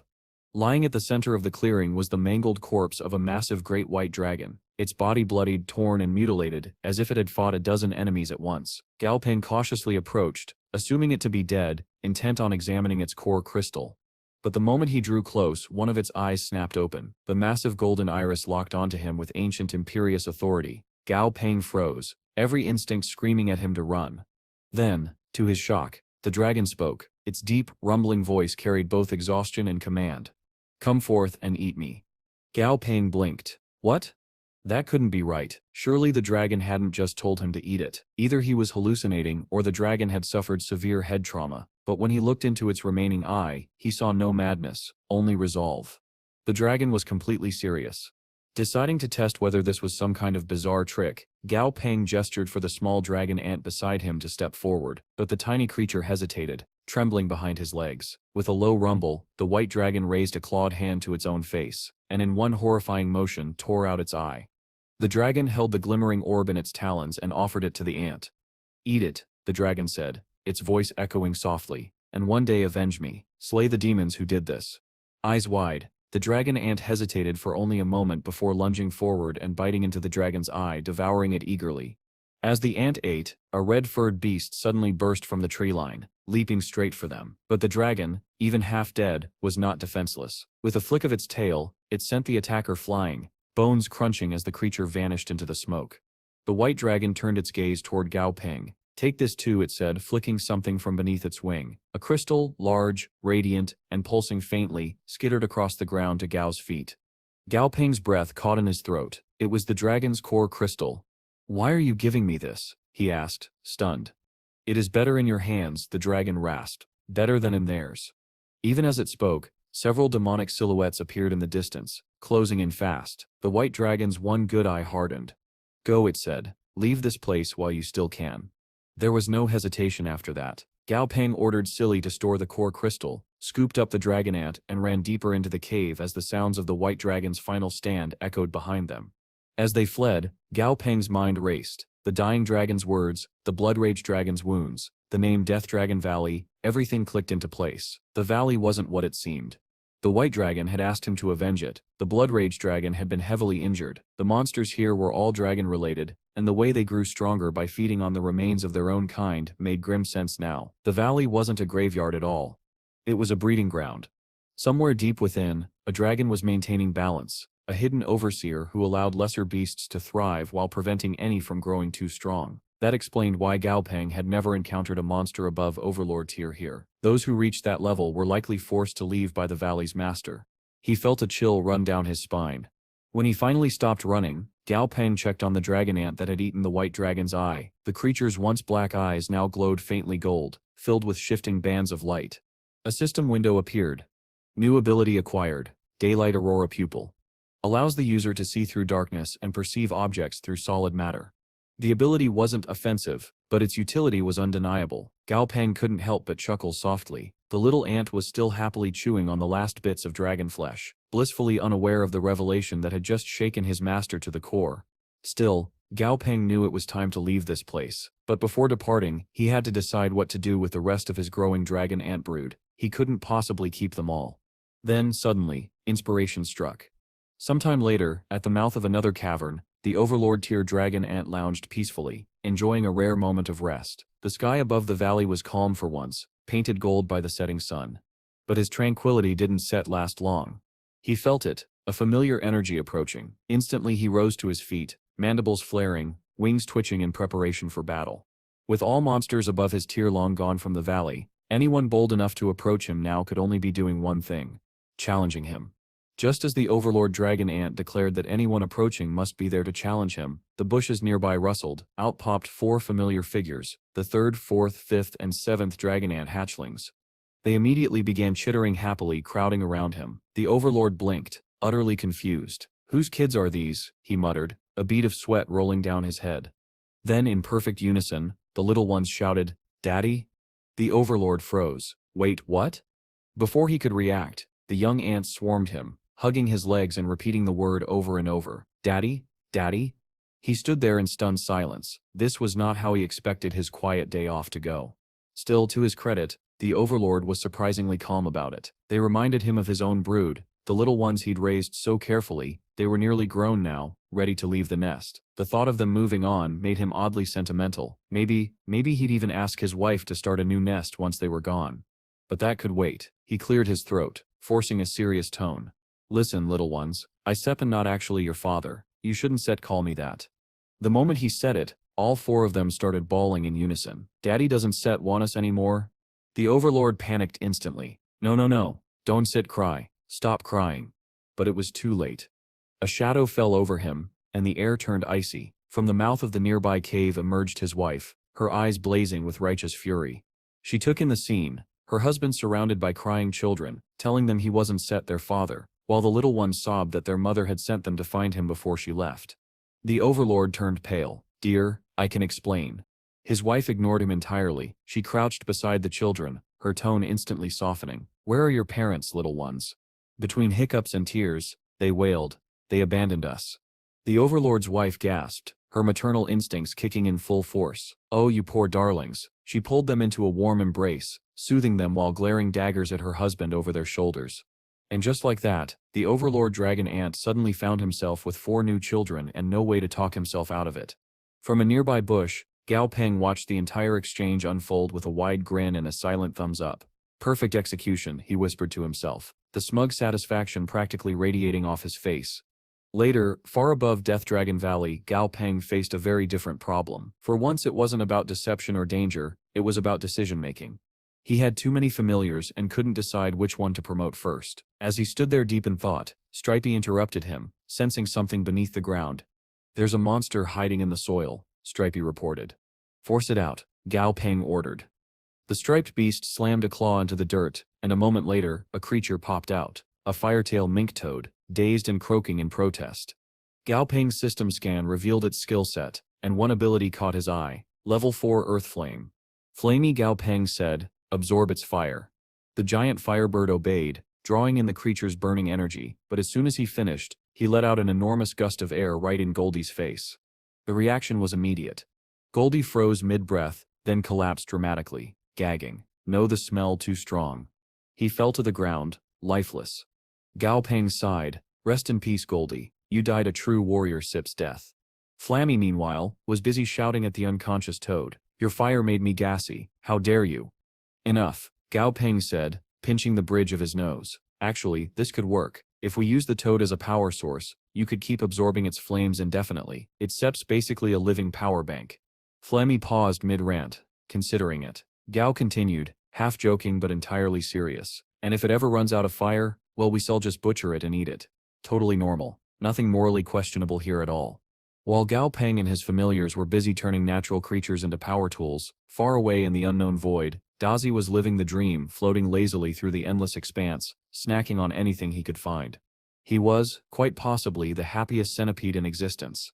But after a while, he noticed something strange. The endless buffet of cosmic snacks had stopped appearing. Not a crumb of food had spawned in ages. As he pondered this, a spatial rift suddenly tore open in front of him. From within, he caught a familiar scent, the smell of earth. Eyes widening, Dazi raced toward it, desperate to return. But as he neared the rift, a barrier repelled him. The Earth's dimensional laws prevented a creature of his immense power from crossing over. From the surrounding darkness, unseen voices began to murmur. They discussed his predicament, the danger of allowing his strength to keep growing unchecked, the imbalance it could cause to his homeworld. One voice suggested sending him to another realm, but another quickly dismissed the idea, citing the rules. When Dazi began to cry, lamenting that he might never see Gao Peng again, a different voice, older, calmer, spoke up. "The rules may be rigid," it said, "but they are not absolute." A second rift appeared beside Dazi. Hesitant, he poked one of his stingers through. To his surprise, it passed cleanly to the other side. Curious, he leaned forward, poking his head through, and was met with the sight of a vast, endless ocean stretching to the horizon. "Yeah, no thanks," he muttered, pulling back. "I step not drowning today." But the void had other plans. The same voices that had debated his fate gave him one final push, literally shoving his massive body through the rift and slamming it shut behind him. Dazi burst out into the ocean, thrashing to stay afloat. "You cowards," he shouted up at the fading tier in space, unleashing a colorful string of curses. Before he could recover, a massive shadow loomed beneath him. A giant fish lunged upward, jaws wide. Annoyed more than afraid, Dazi narrowed his eyes. "Really? You start picking a fight with me?" Electric energy surged through his body. A moment later, a colossal bolt of lightning struck the sea, vaporizing the water and frying the fish in an instant. As the smell of charred seafood filled the air, Dazi floated above the rippling waves, smirking. "One tray of fries," he said to himself, "and we sef got first-class fish and chips." After dealing with the whole fish and chips situation, Dazi, still fuming, took off across the horizon, electricity crackling faintly across his massive centipede form. He grumbled under his breath, muttering about stupid oceans and backstabbing cosmic jerks, completely unaware that dozens of enormous fish were lurking below, watching his silhouette fade into the distance. Back on land, Gao Peng suddenly froze mid-sentence. A crushing pressure washed over him, an overbearing, suffocating presence unlike anything he'd felt since leaving the valley. His first thought was grim. The monster from the bottom of Death Dragon Valley must have followed us. Not realizing what was actually happening, Gao Peng immediately barked out orders. "Everyone, battle formation. Prepare for contact." Flammy spread his wings, Dumby braced his shield, and the dragon ants assembled, ready to unleash everything at the first sign of movement. Gao Peng stood at the front, tension in every muscle. "Attack on my signal," he shouted. "Don sets let it get the first move." 10 minutes passed. Nothing happened. The sea breeze whistled softly through the cliffs. Flammy blinked and tilted his head. Boss? There stets nothing here." A long silence followed. Gao Peng crossed his arms, coughed, and said coolly, "Good. That means our deterrence worked exactly as planned." No one believed him. Even Silly, the quietest of the group, gave him a flat stare. Trying to preserve what little dignity he had left, Gao Peng quickly waved it off. "Anyway, we set her heading east. The south is full of labyrinths, and I could use a good water-type familiar. Might find something interesting near the ocean." Flammy squawked in approval, and soon they were moving again, Gao Peng lounging comfortably in a chair, strapped to Stray's back, enjoying the view like a man on vacation. He turned his attention to the treasure-sniffing mouse perched on his shoulder. "Good work finding that wolfberry grass today," he said, scratching its head. "That cell'll be perfect for Xiaohua Sep's evolution." Dumby perked up at the mention of his daughter. The little gorilla, Xiahua, was already level 30 and of excellent grade, a bright bookish creature with more interest in reading and studying than in fighting. Let Stets evolve her now, Gao Peng decided. No time like the present. He pulled out the necessary ingredients and began mixing the solution, his hands steady and precise. When the preparation was done, he handed the shimmering vial to Xiahua, who sat surrounded by her collection of books and notes. "Drink it," he said gently. The gorilla hesitated, then obeyed. Moments later she collapsed to the ground, writhing in pain. Dumby lunged forward, panic in his eyes, but Gao Peng stopped him. "She has to endure it," he said firmly. "You can protect her forever."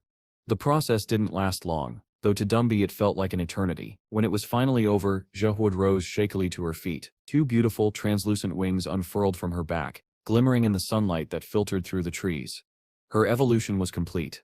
This new form was a SIP made for battle. It was a scholarship's path, one that granted her a vastly extended lifespan. Gao Peng nodded approvingly. "Perfect. This is the best future for her." But even as he admired his handiwork, a sudden wave of intense sensation washed over him again, the same strange pull he'd felt before. He clutched his chest, wondering if he was going crazy. Meanwhile, far across the ocean, Dazi was not having a good time. The massive centipede dragon was fleeing for his life, pursued by an enormous sea creature that could only be described as a monster's nightmare. "Come on, I only ate one egg," Dazi yelled over his shoulder, his voice echoing across the waves. "That SIP's hardly worth killing me over." Apparently, the furious mother beast disagreed. She let out a thunderous roar that nearly split the air. Dazi darted through a barrage of slashing water currents, narrowly avoiding each one. "You don't understand. I even gave the yoke back," he shouted. "We stare even."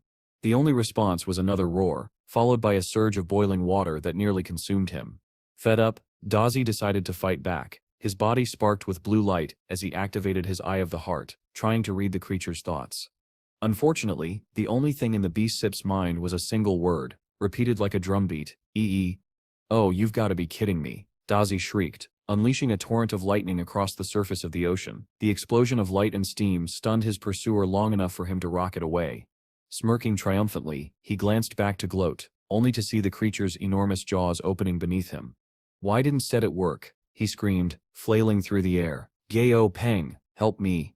Back on shore, Gao Peng stood at the edge of the ocean, gazing out at the waves. For a fleeting moment, he thought he heard a faint voice calling his name. Then another thought followed. "I am so hungry." He blinked. "Am I hearing things?" Flammy and Goldie exchanged concerned looks, gently trying to comfort him. But then the voice echoed again, louder, this time unmistakably Dazi's tone. "Gao Peng. I am being chased by a giant sea worm." Gao Peng Sip's jaw dropped. "No way." Tentatively, he sent out a thought. "Dazi, is that you?" The response came instantly. "Boss, you can hear me. I missed you so much. I been running for 4 days. It one sit stop chasing me. I swear I only ate one egg." Gao Peng rubbed his temples. "You ate an egg? Of what, exactly?" "A gigantic silver worm. She sips really mean." Gao Peng sighed. "Of course she is." He quickly composed himself and replied mentally, "Listen, we're at the shore. Keep flying straight in one direction. You'll reach land eventually. Once you do, it'll be weaker outside the water. It might not even follow you." "Got it," Dazi said, his mental voice full of relief. "I shall hurry." As the telepathic connection faded, Gao Peng turned to his team. "Fan out along the coast. Find him before that thing does. Half an hour later, Dragonette number 2 raised its head from a nearby ridge, its new daylight aurora pupil shimmering faintly. I see him, it said, antenna twitching. Dazi sips coming this way. Gao Peng's eyes lit up. Then let's go bring our trouble magnet home. Gao Peng had Flammy launch a massive fireball into the sky, a blazing signal against the clouds. If Dazi was anywhere nearby, he'd see it for sure. Moments later, a familiar silhouette appeared on the horizon, long, coiling, and lined with dozens of wings that shimmered in the light. Gao Peng exhaled in relief. Dazi was alive. He figured the sea monster must have finally given up the chase, especially now that he had the whole team gathered together. Before reaching them, however, Dazi turned back toward the ocean and unleashed an enormous surge of lightning, blanketing the sea in a storm of electric fury, a final screw-you to the monster that had tormented him for days. Gao Peng could only stare. That thing would have stopped chasing you days ago if you'd quit taunting it, he muttered under his breath. With the chaos dying down, Gao Peng noticed something peculiar. Dazi looked different, taller, broader, and covered in sleek, metallic scales. Even his wings had multiplied since they last met. How many wings do you even need? Gao Peng said incredulously. Dazi ignored the question, groaning loudly instead. I haven't eaten in months. Silly, bring me boxes of mealworms. I'm starving. Before Gao Peng could scold him, Stripey suddenly went rigid, his many eyes narrowing. He'd sensed something. A split second later, the ocean erupted. The massive silver serpent that had chased Dazi burst from the waves, its 3 gleaming eyes glowing with murderous intent. The deep-sea silver-winged three-eyed snake had followed him all the way to shore. Gao Peng barely had time to shout a warning before the creature's attack hit. Stripey, the towering spider beast who had guarded the team through countless battles, lunged in front of everyone and took the full force of the strike. The explosion of water and energy shook the coast. When the spray cleared, Stripey was still standing, but blood seeped from cracks in his carapace. Gao Peng's expression hardened. Even Stripey took real damage. That thing is terrifying. He immediately ordered Stripey into the water. Suppress it before it uses the ocean against us. Stripey dove in, slamming into the serpent's scales. The snake retaliated instantly, pulling a massive sphere of dense water around its body, and hurling it at Stripey with devastating force. Gao Peng winced as the impact threw Stripey backward, deeper into the sea. What in the world did you do to provoke this thing, Dazi? Gao Peng yelled. Out of curiosity and dread, he opened the serpent's status window, and immediately regretted it. Level 74. Overlord tier deep-sea silver-winged three-eyed snake. They were so doomed. Behind him, Dazi scratched the back of his head. Ah, did I mess up? Yes, Gao Peng snapped, so badly. But then something else caught his attention. Dazi looked stronger. Gao Peng opened his status window and his jaw hit the ground.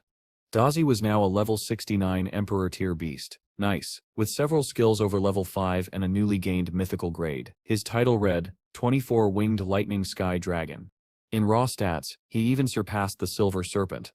Gao Peng smacked him on the head. You stature stronger, get in there and help Stripey.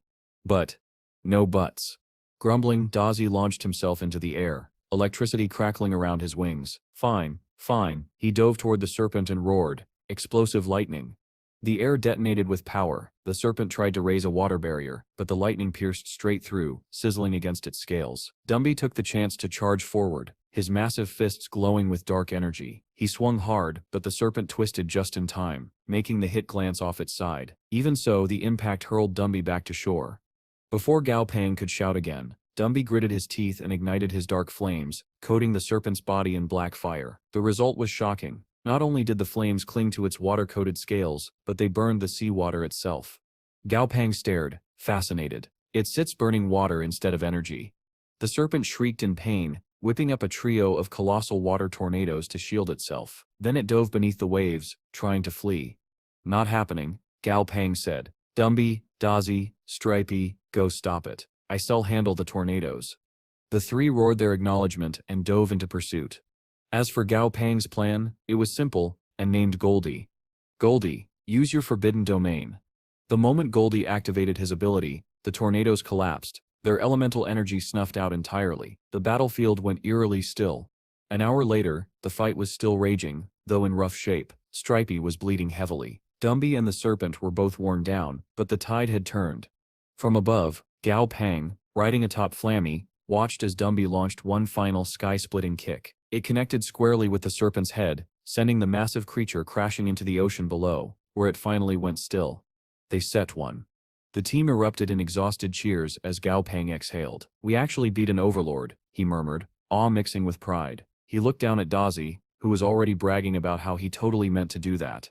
Gao Pang just smiled. "With a bit more training, Dazi will surpass even this." But the victory came with a sobering reminder. Back on Earth, the ancient tribe still viewed Earthlings as outsiders. If Gao Pang wasn't strong enough, his familiars would become targets the moment they returned. He couldn't allow that.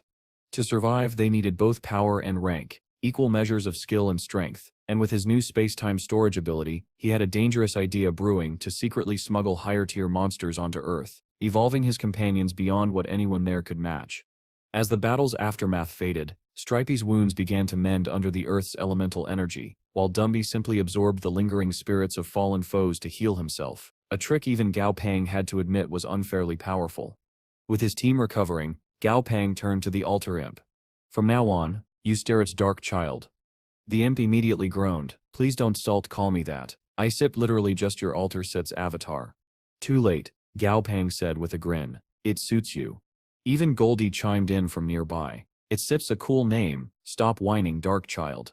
The imp buried his face in his claws. And so, the odd little family continued. For the next 6 months, Gao Pang and his familiars trained relentlessly, mastering their new powers and pushing their limits in the Black Fog world. A full year had passed since Gao Pang's arrival. His strength, his control, and his connection with his familiars had all grown beyond recognition. And one calm evening, as the team prepared dinner by the sea, Goldie burst from the water with a triumphant roar, dragging a massive fish in his claws. "Dinner steps served," he shouted proudly. Gao Pang smiled as his companions gathered around the crackling fire. The storms, the chaos, the battles, they'd all survived together. For the first time in a long while, the world felt almost peaceful. Gao Pang could only sigh and fondly scold Goldie for being so eager to show off his strength when they already had plenty to eat. "You just can't resist hitting something, can you?" he said, shaking his head. Deciding to be kind, he added, "Fine, make yourself useful and clean that fish. Slice it properly, we're eating it tonight." While the muscular duck got to work preparing dinner, Gao Pang finally had time to reflect on the past few months. His familiars had been growing at a phenomenal rate, far faster than he'd ever expected. Much of that progress was thanks to Darkchild, his somewhat unwilling altar imp, and the specialized power-up pills the creature had been refining for them. Even so, one gap remained in Gao Pang's lineup. He still didn't have a proper water-type familiar. His current soul power was strong, but just barely enough to sustain contracts with the Emperor-tier beasts he already had. If he wanted a new one, he'd need to find a powerful, high-grade water creature from deep beneath the sea's surface. The shallow waters near the coast wouldn't cut it. That decided it. After dinner, they'd begin exploring the ocean's depths. The next day, Gao Pang was airborne atop Dazi, the lightning centipede's wings humming as they cut across the open sky. Flamey glided nearby, the two familiars moving in perfect sync. Eventually, a peculiar island came into view. Its waters shallow, its shores barren, dotted with a few bleached rocks and sparse plants. The only life present seemed to be a flock of level 45 Qingbai windbirds, soaring lazily through the mist. The place was quiet, peaceful. Between its safety and its convenient position over the shallows, Gao Pang decided they'd use the island as a temporary base for a few nights. That night, as the moonlight washed over the water, Gao Pang and Goldie crouched in the shadows, spying on one of the windbirds as it stirred. The bird stretched, gave a low cry, and began walking toward a nearby cave. Goldie narrowed his eyes. "Boss, its set's been going in there every night, and it always comes out in the morning looking exhausted." Gao Pang raised an eyebrow. "You think it sets?" Goldie shrugged. "Treasure stash, probably." "Right, definitely treasure." And so, the pair of professional idiots decided to sneak in after it. Tiptoeing into the cave, they kept low to the ground. The air was damp, filled with soft dripping sounds. Strange, glowing bubbles floated through the darkness, drifting lazily. Gao Pang could feel something off, an energy too faint to place. "See anything?" he whispered. "Nothing," Goldie muttered back. He was wrong. One of the bubbles burst, and out of it lunged a mass of writhing green tendrils, a mutated seaweed beast, snapping toward them. Goldie threw himself between Gao Pang and the creature, taking the brunt of its attack. But the seaweed wasn't a simple opponent. Its body was rubbery and flexible, impossible to tear apart. Within seconds, Goldie was wrapped up tight, immobilized and dragged toward the water. "Boss, little help?" Gao Pang grimaced. "You still hate me for this later." He raised his hand. "Flamey, burn it." The cave flared with fire as Flammy's blazing breath roared across the chamber, engulfing both Goldie and the monster. "Hot, too hot." Goldie screamed, "Why is your first instinct always arson?" But it worked. The seaweed, despite its natural fire resistance, couldn't withstand Flammy's heat. The burning mass shriveled and dropped away, releasing Goldie from its grasp.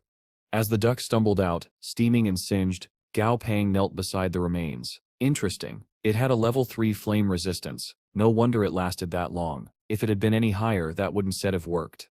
Before he could continue analyzing, low guttural growls echoed from deeper within the cave. Dozens of eyes glimmered in the dark, reflecting the light of the flames.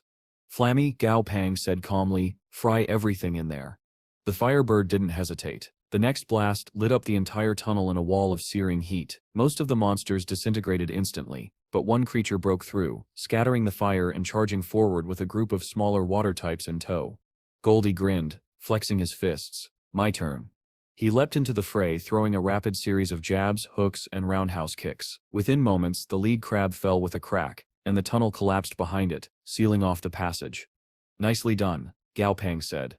At Goldie's suggestion, Flammy roasted the fallen monsters over a low flame, filling the cave with the smell of sizzling seafood. Half an hour later, the group sat outside, eating contentedly. That piece didn't last. Drawn by the scent of cooked crab, Dazi swooped in from above, his many wings shimmering. "Smells amazing. Save me some." "No way," Gao Pang said flatly. "You didn't help, you don't eat." Dazi pouted but obeyed. As Goldie carried a large oyster out of the cave, it made a faint, high-pitched noise. He and Gao Pang exchanged wary looks. "Treasure?" Goldie guessed. "Or trouble," Gao Pang replied. Goldie pried it open with brute strength. The instant the shell cracked, something small and fast shot out, rolling across the sand. Too fast to see, except Gao Pang casually stuck out a leg. Thunk. The creature tumbled to a stop at his feet. As they looked closer, it turned out to be an ordinary-looking fish, smooth silver scales, bright fins, a faint blue glow along its sides. Goldie Sip's eyes sparkled. "Looks expensive. I could sell this for at least 500 credits." The fish glared up at him with absolute hatred. "Maybe more," Goldie added cheerfully. That's when the fish opened its mouth. "Front me down, you brainless duck," it screamed in perfect Mandarin. Gao Pang blinked. "Wait, did it just?" The fish continued ranting, stringing together insults so creative even Gao Pang had to respect the vocabulary. Annoyed, Goldie flicked it on the head, making it spin in place. "You little," the fish hissed, spitting more curses. "Do you have any idea who I am?" Gao Pang sighed and pulled up its status window, only to find that every field was blank. Name, unavailable. Level, unknown. Grade hidden. His eyes widened. He'd seen this before, with Frosty, back when the lion cub had still been sealed. "That explains it," Gao Pang murmured. "You steer sealed, but still at least level 50, even in this weakened state." He glanced at the furious little fish, still thrashing in Goldie's grasp.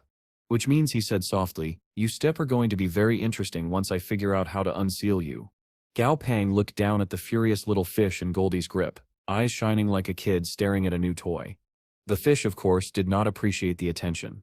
"Stop staring at me like that, you creep," it barked, its tiny fins flapping as though trying to slap him. Goldie puffed out his chest, ready to fight. "You dare insult my master, you glorified sardine."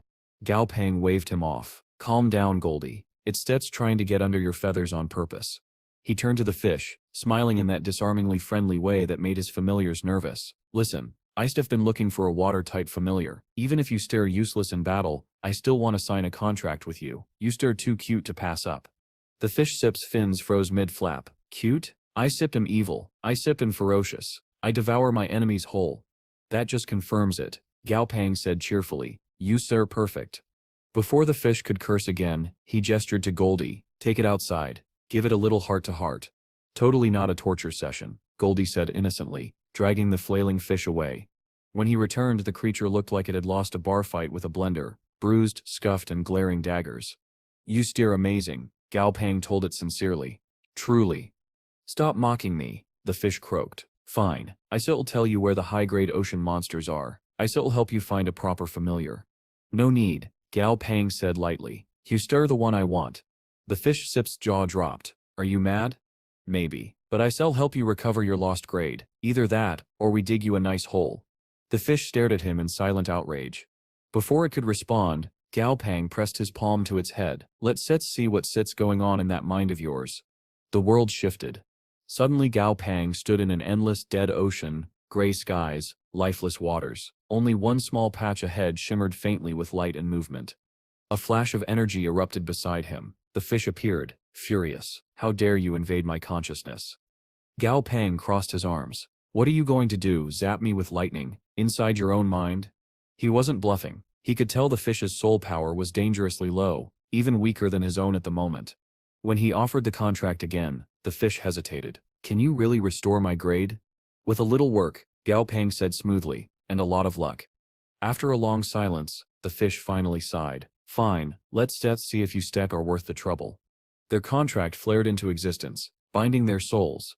Instantly, Gao Pang's system window flickered, revealing new details that had been hidden before, specifically the evolution requirements for the fish's promotion to perfect grade. When he read the list, his jaw hit the ground. 3 tons of water core crystals, a Leviathan sit scale, and a divine essence pearl, he shouted. What am I, a factory? But there was no going back. The fish, now officially dubbed Fishy, was his. 3 years later. A busy bar buzzed with chatter in the Yuju area. Several men sat around, drinks in hand, discussing the state of the world's monster trainer scene.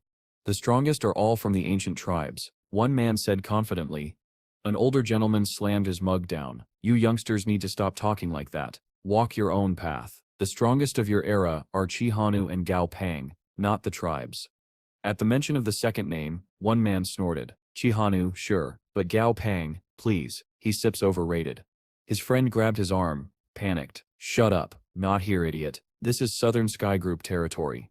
Even the guards were glaring now, tension thick in the air.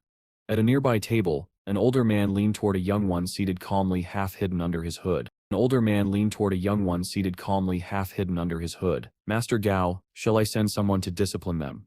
The young man smiled faintly and waved a hand. No need, let them speak freely. It didn't take a genius to recognize him. Gao Pang himself. Though he said nothing aloud, his fingers twitched. Beside him, Flowery's eyes glowed faintly as she whispered a minor curse. The 2 loudmouths would spend the next few days miserably sick, none the wiser. Talking behind my back is one thing, Gao Pang murmured, but insulting me to my face, even I have limits. It had been years since he'd left the Black Fog world, and Earth hadn't changed nearly as much as he expected. The global limit on power still hadn't been lifted, not even for high-ranking trainers like Ray. Luckily, his loophole with the space-time storage had worked flawlessly. He'd managed to smuggle his familiars onto Earth without tripping any restrictions. Most of his team was stronger than ever. Xia Hua, now robed like a little scholar, was far more mature. Dumby and the others were busy training or managing local affairs. And Fishy, the mouthy fish that started it all, was thriving as a spy in the vast ocean of the Fall world, sending him priceless information. When his carriage stopped before the towering gates of the Southern Sky Group, Gao Pang stepped out and froze. The headquarters had changed beyond recognition, larger, gleaming, and filled with unfamiliar faces. After the shock wore off, he headed inside to see his grandfather. Grandpa G. Pang sit. The old man pulled him into a tight hug before grinning. You came back just in time. I made your favorite pork rib soup. Inside, Gao Pang nearly tripped when he spotted Bai Qingyong lounging casually on the sofa, dressed far more comfortably than he'd ever seen her before. She looked up and smiled faintly. Welcome back. Caught off guard, Gao Pang stammered. Ah yeah, hi. I'll go so you can catch up with your grandfather, she said, standing. Nonsense, Grandpa G said immediately. Stay for dinner, you already know each other anyway. Dinner was awkward. Grandpa G barely stayed 5 minutes before muttering something about paperwork and disappearing, with a grin that could only belong to a man playing matchmaker. The silence stretched. Gao Pang tried to break it. So, the soup sep's good? Bai Qingyong smiled politely. It's fine.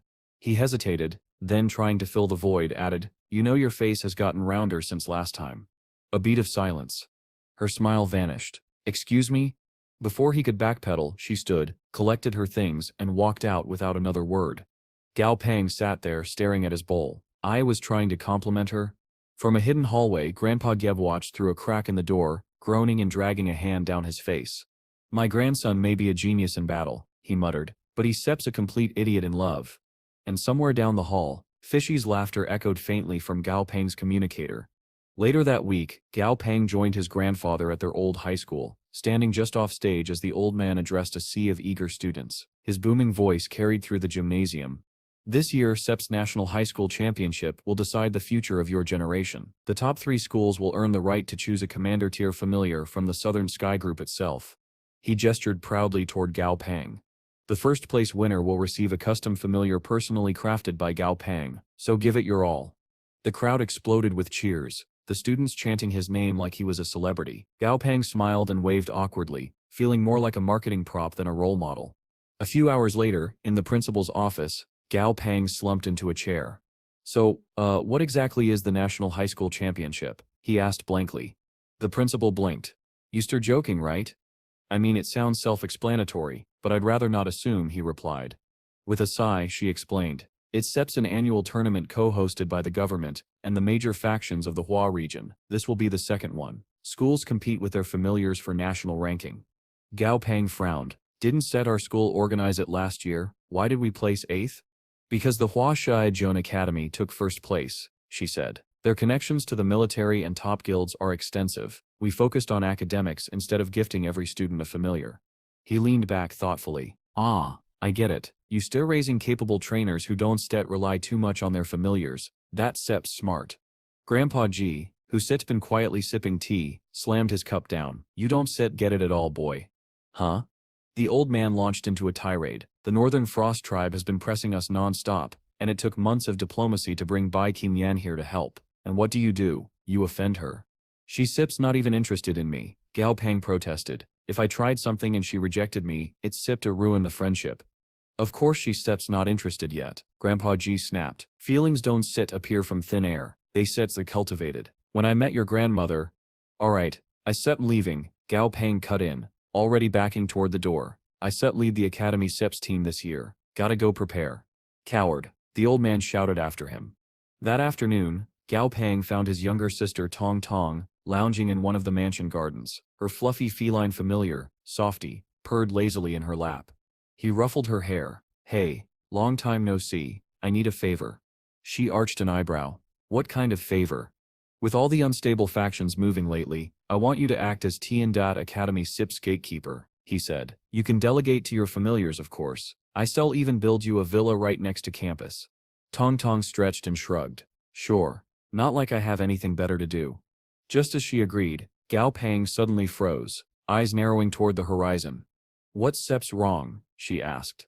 He smiled faintly. Nothing. Just some people aren't too happy that I stem back. That night, Gao Pang strolled along the outdoor walkways of Southern Sky HQ. He wasn't being careless. He was bait. He felt the killing intent before he saw it. A dark blur shot toward him, and a massive moon shadow spider crashed down from above, fangs glinting. Gao Pang pivoted, springing off a crumbling wall as the arachnid strike split the tiles where he'd just stood. Right on time, he muttered. The spider hissed, its 8 legs slicing through the air with frightening speed. But before it could land another blow, a soft growl echoed from the shadows. Softy Tong Tong's fluffy but deceptively strong familiar pounced into view, colliding with the spider mid-lunge. The two beasts clashed, sparks flying from claw and fang. Evenly matched, the spider tried to retreat into invisibility. Oh no, you don't Gao Pang murmured. He tossed a small device into the air, summoning his treasure-sniffing rat, who saluted smartly before darting off. Find the trainer, Gao Pang ordered. Alive or dead, your call. The rat squeaked and vanished into the night.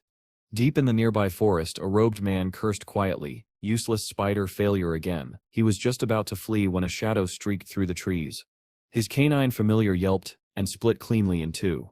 Before the man could react, the treasure-sniffing rat uppercut him so hard his hood flew off. The assassin's world went dark.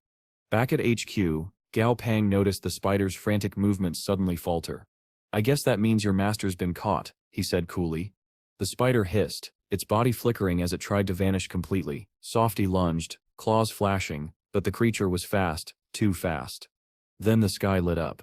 Flammy swooped down, wings blazing like the sun, and slammed the spider with a single fiery strike. The explosion rocked the courtyard. When the smoke cleared, the assassin's familiar was twitching, barely alive.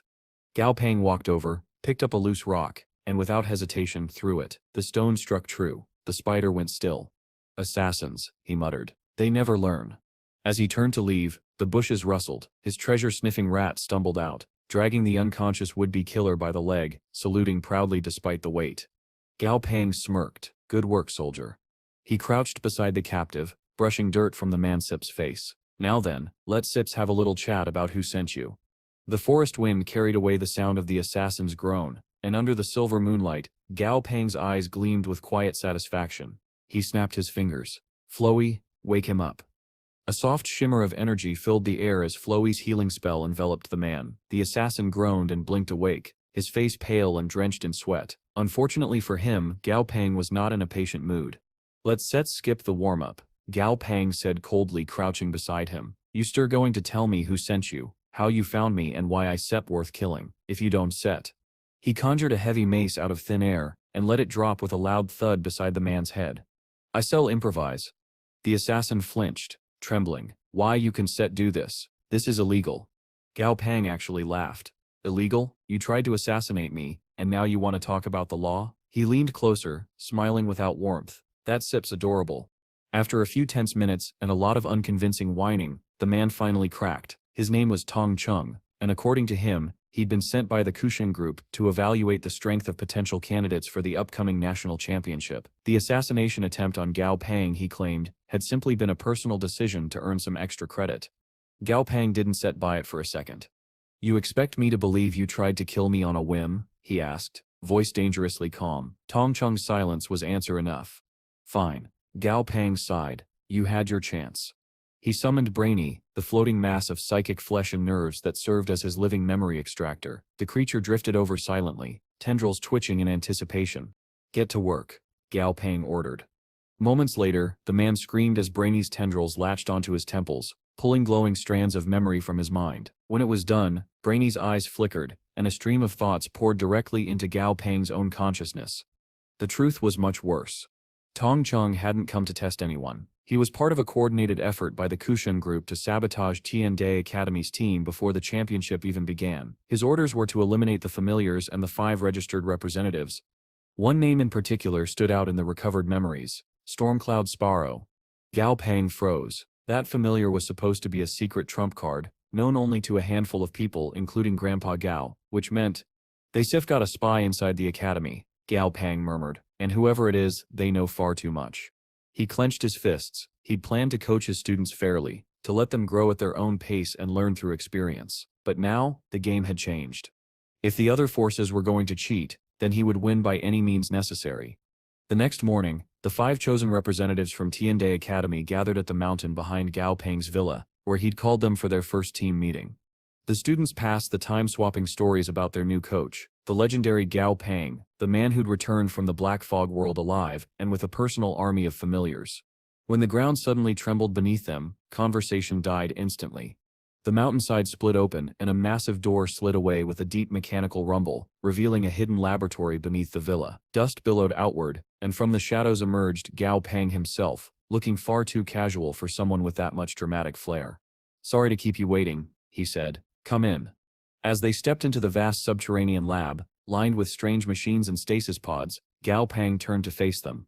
"I'll be honest," he began. "Originally I just wanted you all to enjoy the experience. Learn something, have fun, maybe place decently, but things have changed." His tone hardened. "Now, I want you to win." The students exchanged uneasy glances, realizing he wasn't joking. That said, Gao Pang continued, "You still are not nearly ready, not with your current familiars, beating top-tier academies with what you have now." He shrugged. "That sep's a fantasy." The bluntness stung, but before anyone could protest, he smiled faintly. "So let's make it interesting. I still let you spar against one of my weaker familiars, or rather a subordinate parasite that lives on one." The group hesitated. A parasite? That sounded both underwhelming and horrifying. Before they could voice their doubts, one of the students, Chi Hanan, stepped forward confidently. "I accept." Gao Pangsep's eyes gleamed. "Good. I can see why you were chosen to handle the Stormcloud Sparrow." With a snap of his fingers, the ground cracked open. From the depths of the lab rose a towering figure, Bo, one of the mutated orange trees that grew on top of Stripey. Fully matured now, Boi stood nearly 3 meters tall, its bark shining like polished stone, branches shifting like arms. The student's jaws dropped. "Wait, if this thing is a parasite, how big is the host?" one of the boys muttered. He was absolutely right, though Gao Pang didn't confirm it. Instead, he smiled thinly. "Relax," he said. "This one sep's weak, barely level 50, not even a combat type." He stepped back. "Defeat Bei, and I'll officially let you represent the academy in the championship." 2 of the boys immediately sent out their familiars, a sleek iron-boned saber-toothed tiger and an iron-winged armored paladin. Alright, let's go, one shouted. The eye didn't move until they were halfway across the floor, then its roots surged upward like living whips. In one smooth motion, it swatted the tiger aside and wrapped the paladin in a prison of twisting wood and vines, trapping it instantly. The fight was over before it even began. The students stared, stunned. Gao Pang chuckled darkly, his shadow stretching long under the lab lights. You see, that was one of my weakest. He folded his arms and grinned. Now let's have some fun. His familiar body was clearly dominating the battle, making his opponents Gev and Ali increasingly frustrated. In an attempt to turn the tables, they both sent out their pets. Gev's familiar, a devil vine mountain climbing monster, used its restriction skill, wrapping body in a tight hold of thick vines. But there was a flaw. Gao Peng instantly noticed it. They had tried to restrain a wood-type familiar, using another wood type of a lower level. That was a fatal mistake. The moment BA opened its eyes and took the fight seriously, the situation flipped. The devil vine was suddenly the one bound and struggling within fresh, stronger vines. Gao Ping glanced toward Chuan Yao, the last of the three students, wondering what she would do next. Her Stormcloud Sparrow was her only chance at victory now. To everyone's surprise, Chuan Yao raised her hand and admitted defeat. Her classmates were shocked, demanding to know why she had given up when her familiar still had a chance. Gao Ping, however, was intrigued. He reminded her that even a slim chance was still a chance. So why surrender? Chuan Yao's answer was simple. BA's power and her own familiar's growth, both came from Gao Peng's training. Whether she fought or not made little difference. She was still relying on his strength. This answer pleased Gao Peng. He told the students that he wanted to demonstrate the true importance of levels, and that the last battle had made his point perfectly clear. For the next 6 days, he declared, they would undergo rigorous, unforgiving training. Every one of them would have to rise to the standards of Lord-tier familiar trainers. The students were stunned. They shouted in disbelief, but Gao Peng didn't give them a moment to recover. He pulled out an entire shelf filled with gleaming treasures and announced that he had prepared a small gift for them. Immediately, one of the students' tiger familiars began wagging its tail excitedly, drooling over the materials. Its trainer frantically told it to calm down. Gao Peng smiled and explained that the shelf contained king-tier monster core crystals, materials meant to be consumed by their familiars. Once again, the students were left speechless. Gao Peng's tone turned serious as he told them that he had everything from rare evolution items to powerful enhancement treasures. This was their chance to rise. Half a month later, Gao Peng arrived at Modu Airport with the Academy's representatives. As they walked through the terminal, 2 men spotted him, Tong Sheng and Tong Ling, members of a group Gao Peng had crushed in the past. Tong Sheng's eyes burned with hatred. He whispered to Tong Ling that this was their chance for revenge. Tong Ling, however, wasn't convinced. She reminded him that Gao Peng was far stronger than them. When Sheng refused to back down, she walked away, saying she wanted no part in his foolishness. Meanwhile, Gao Peng met with an old acquaintance, a man he called Uncle He. Once the mayor, he had since risen to become president of the Freedom Alliance. Despite his new status, he remained humble and greeted Gao Peng warmly. The two chatted like old friends, and he even suggested having lunch together soon. Before they parted, he leaned in close and whispered a warning. Several groups in Modu were plotting to take Gao Peng's life. Gao Peng simply thanked him, his expression calm. He replied that the safety of his students would be in his hands, then walked away without another word. Watching him go, the president wondered whether Gao Peng's composure came from hidden power or simply unshakable confidence, perhaps both. At Modu Stadium, the National College Championship was about to begin. The announcers' voices boomed across the arena as the first competitors, representatives of last year's winners, Hu High School, entered to roaring applause. Gao Peng addressed his students, pointing to the stage. This, he told them, was what it meant to be a champion. If they wanted to be treated with the same respect next year, they had to win. The students were tense, thinking of what lay ahead. One of them, a short, round-faced boy, raised a hand and asked, half-jokingly, if they could be excused from next month's exams, if they brought glory to the academy. Gao Peng almost smiled at his boldness. Not everyone was amused. From across the waiting area, a girl from another school sneered at the question, mocking the boys' academy for ranking only 8th the previous year. The boy clenched his fists, ready to argue, but the girl turned away dismissively, saying she didn't know where a loser like him found such confidence. Before things could escalate, Gao Peng placed a hand on his student's shoulder and told him to let it go. From their uniforms, he recognized that the other students were from Luan High School. There was no point wasting words. They could prove themselves in the next round. The announcer soon began revealing the tournament brackets. When the third match pairing appeared, everyone gasped. Luan High versus Gao Peng's T&D Academy. Inside Luan High's waiting room, one of their players groaned about their bad luck. Facing T&D in the first round was a nightmare. especially since last year's match had nearly cost them their ranking. But the arrogant girl from earlier smirked and reminded them that Li Junlong, T&D's previous team leader, wasn't competing this time. Without him, she claimed, victory was certain. Meanwhile, in T&D's own waiting room, the atmosphere was electric. Stout and Cocky were hyped up and eager to fight, while Chuan Yao, ever the calm one, told them to quiet down and focus on studying the match between Hua Wo and Qing Mu.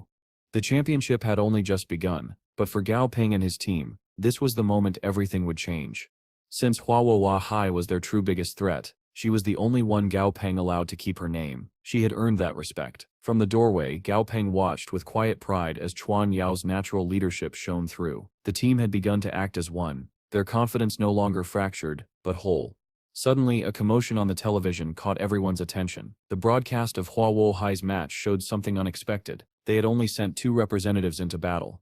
Cocky immediately shouted in outrage, calling it disrespectful to their opponents, though, of course, no one on the other side of the screen could hear him. Gao Peng, however, wasn't offended. His attention was locked on the stat display of Hua Wo's familiars, the twin wolves known as the Light and Dark Wolves of Guli Wilderness. Their data was strange. Gao Peng's expression darkened. He suspected they weren't even from Earth at all. The names and their origins reeked of involvement from the Kushan Group and the Huaxia region's military department.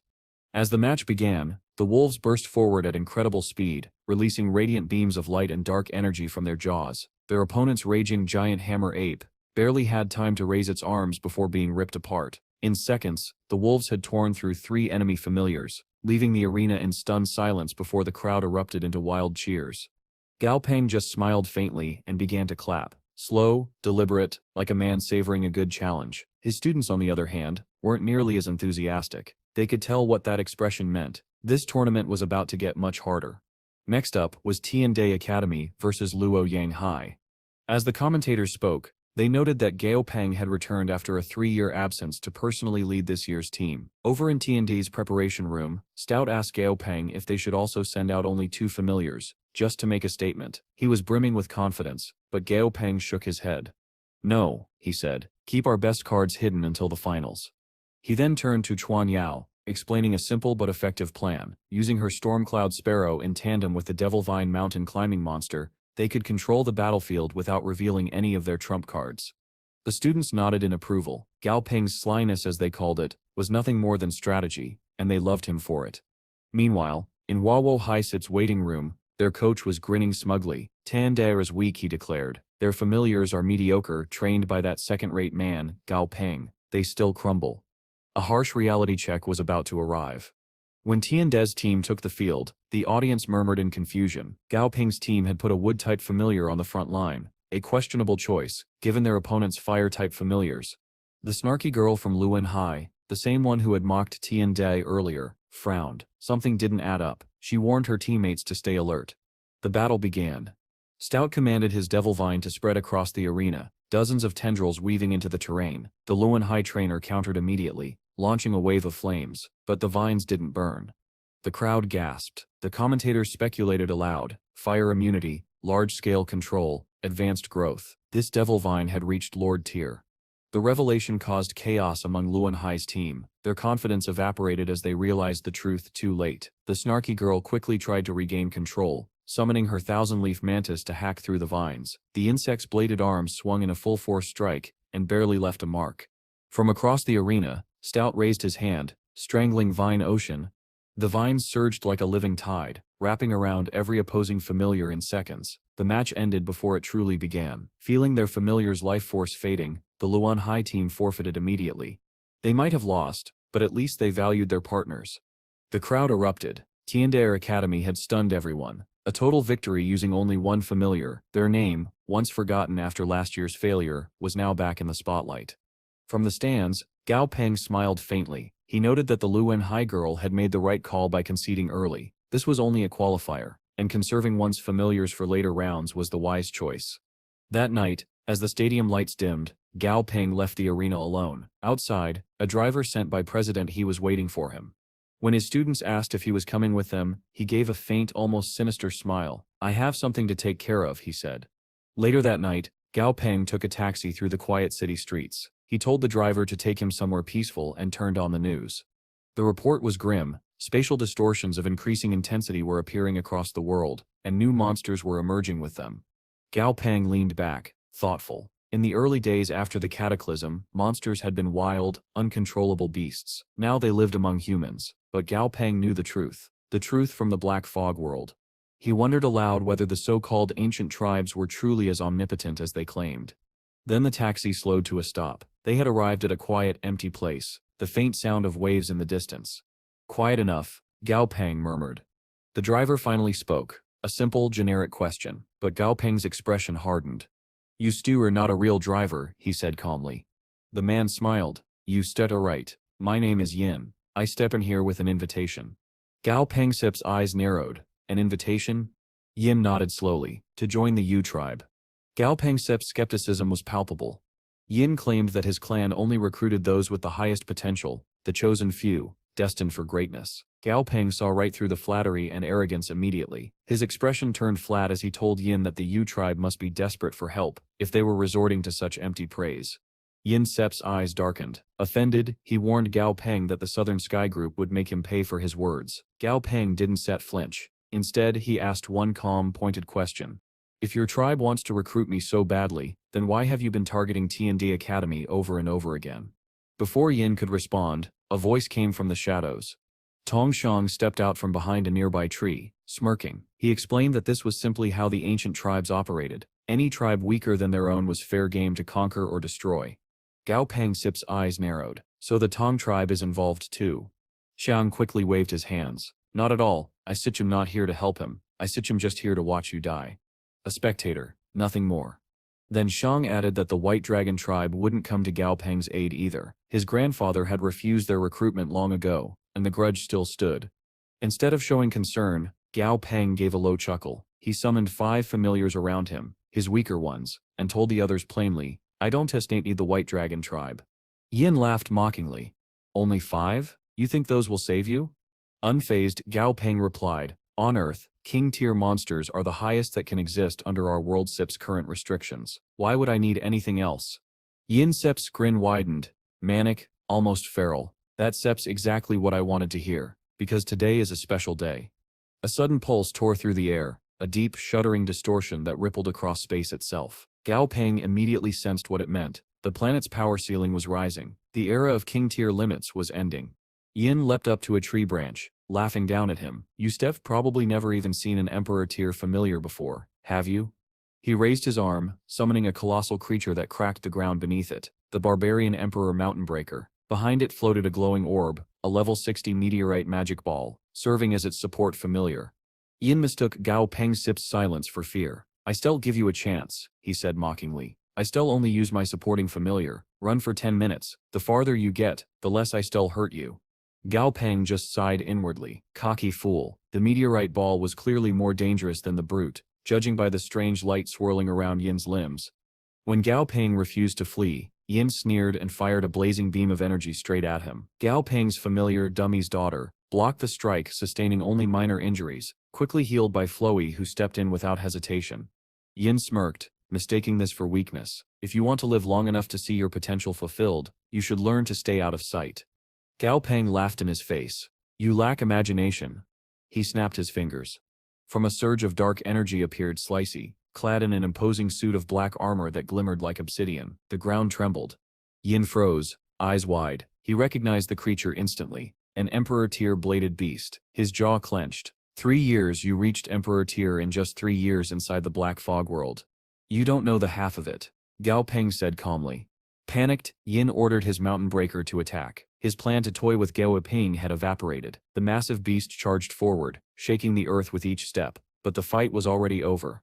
Stripey vanished in a blur, moving faster than the eye could follow. In a single strike, he shredded the mountain breaker's arm into ribbons. Then, leaping from the air, he brought his blade down toward Yin himself. Desperately, Yin triggered his life-saving teleportation skill, vanishing in a flash of light. He reappeared several hundred meters away, battered but alive. Gao Pangsit's voice followed him like a whisper carried on the wind. "Your turn to run." Now Yin understood the meaning of those earlier words. He stumbled backward, begging for mercy. "Wait, please. I still stop the Yu tribe from interfering again. I swear it." Gao Pangsit's expression didn't change. There once be a Yu tribe left to make trouble. He turned his back, calling to Tong Shang, "You and I need to talk. You know things about them." The words had barely left his mouth when Yin screamed, "You forced me into this." The mountain breaker, still half maimed, charged again in a last desperate act. Tong Shang shouted that Yin was escaping, but Gao Peng just shook his head. He won set get far. As if on cue, a thunderous impact shook the ground. Gao Peng's Dragon Ant number 3, the Power King Kong Ant, a level 68 monster, appeared from a burst of light. The creature caught the mountain breaker mid-charge and slammed it into the ground so hard the earth cratered. Tong Shang could only stare, his relief mingling with terror. He silently thanked himself for not turning against Gao Peng. Up above, Yin thought himself safe once more, soaring high above the chaos. His confidence lasted all of 3 seconds.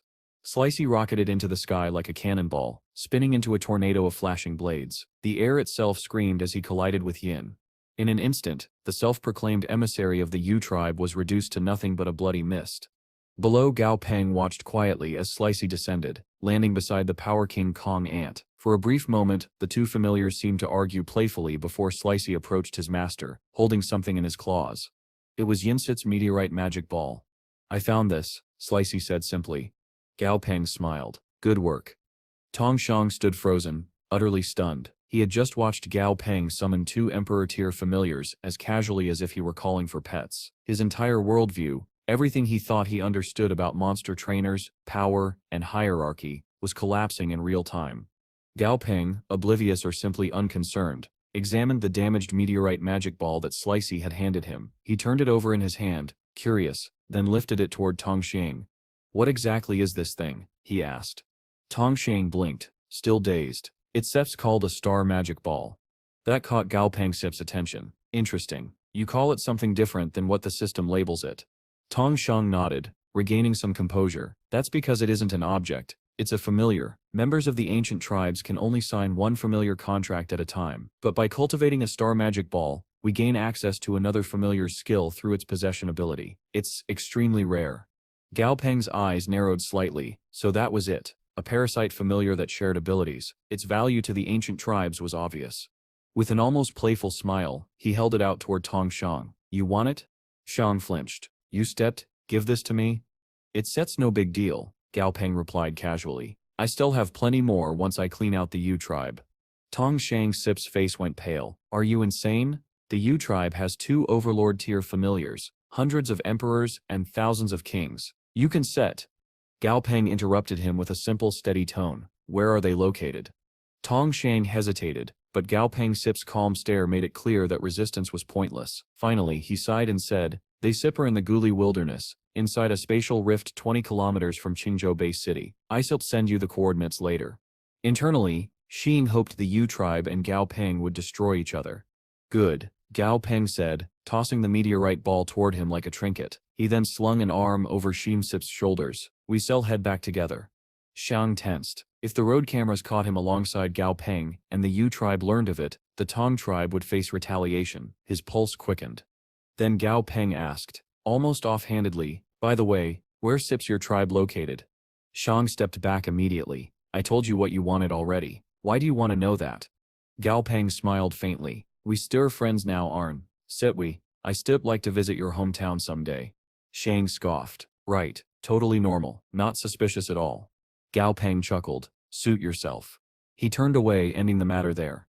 Later that night, on the outskirts of Modu, Gao Peng traveled across the skies atop his 4th dragon ant, the Aurora Dragon Ant, a magnificent level 69 Emperor-tier beast. Its crystalline wings shimmered with iridescent light as they soared.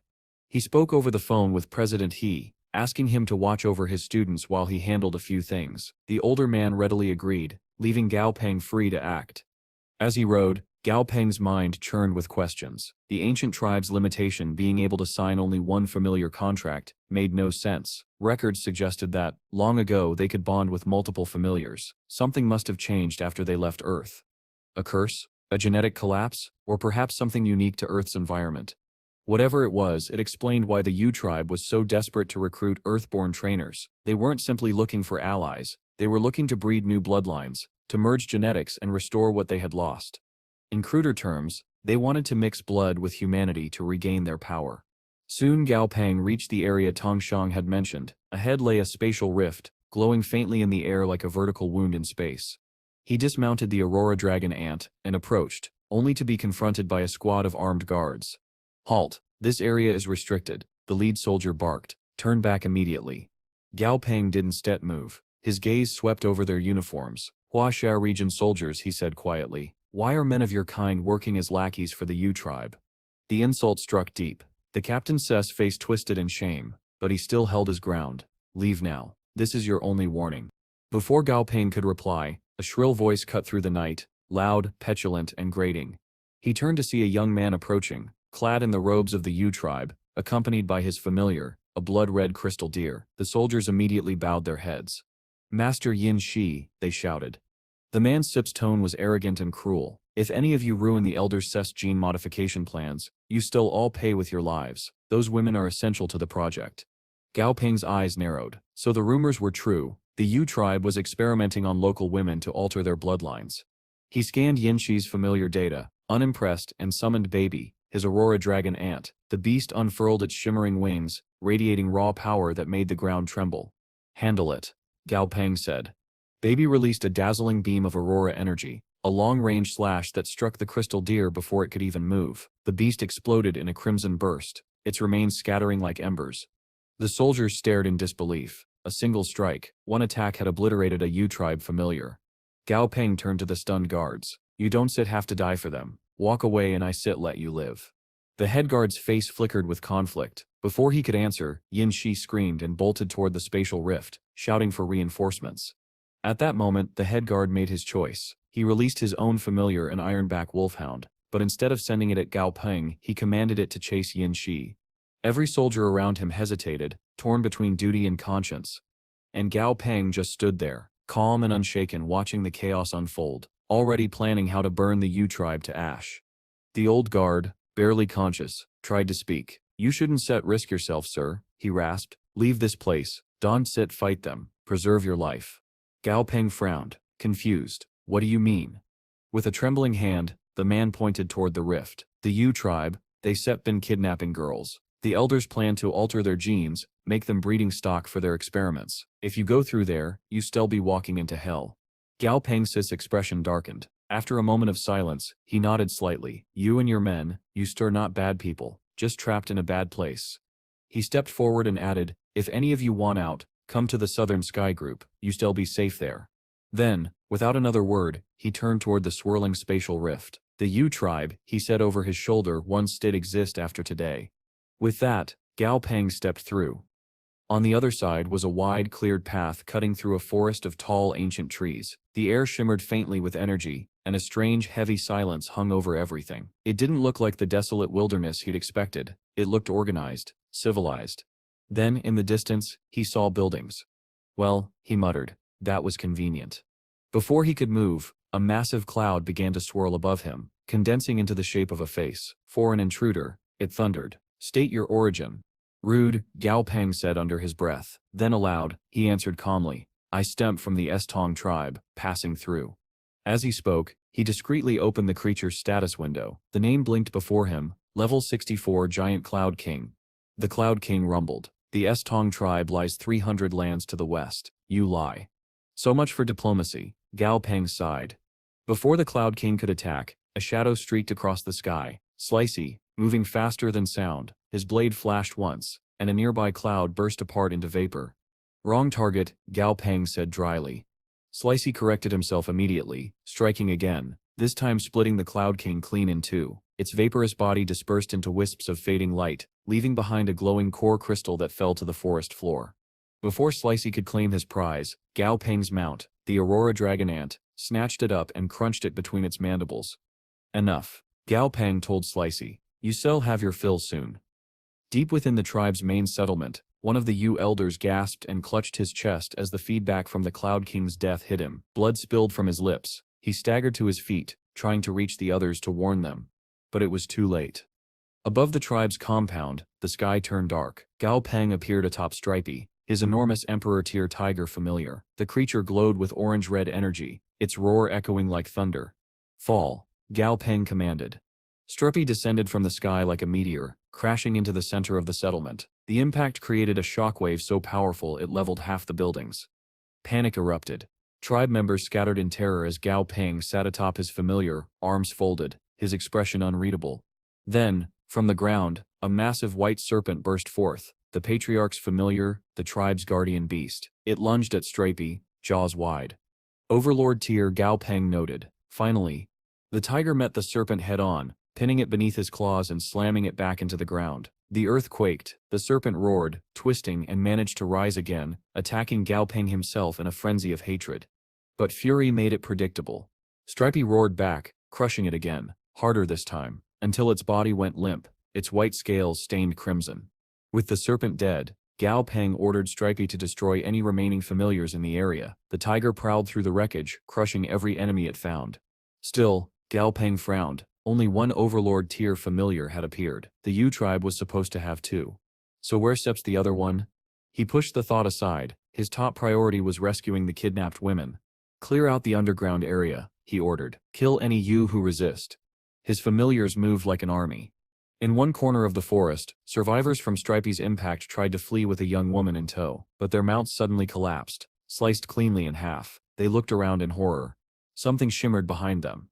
Out of the shadows crawled the hidden dragon ant, baby number 5, a level 66 Emperor tier specialist in stealth. Its chidness armor gleamed faintly before it faded back into invisibility, leaving only the sound of snapping branches and screams. Moments later, Gao Pang arrived and checked the woman they'd been carrying. She was alive, barely. He nodded to the hidden dragon ant. Keep searching. There shall be more captives underground.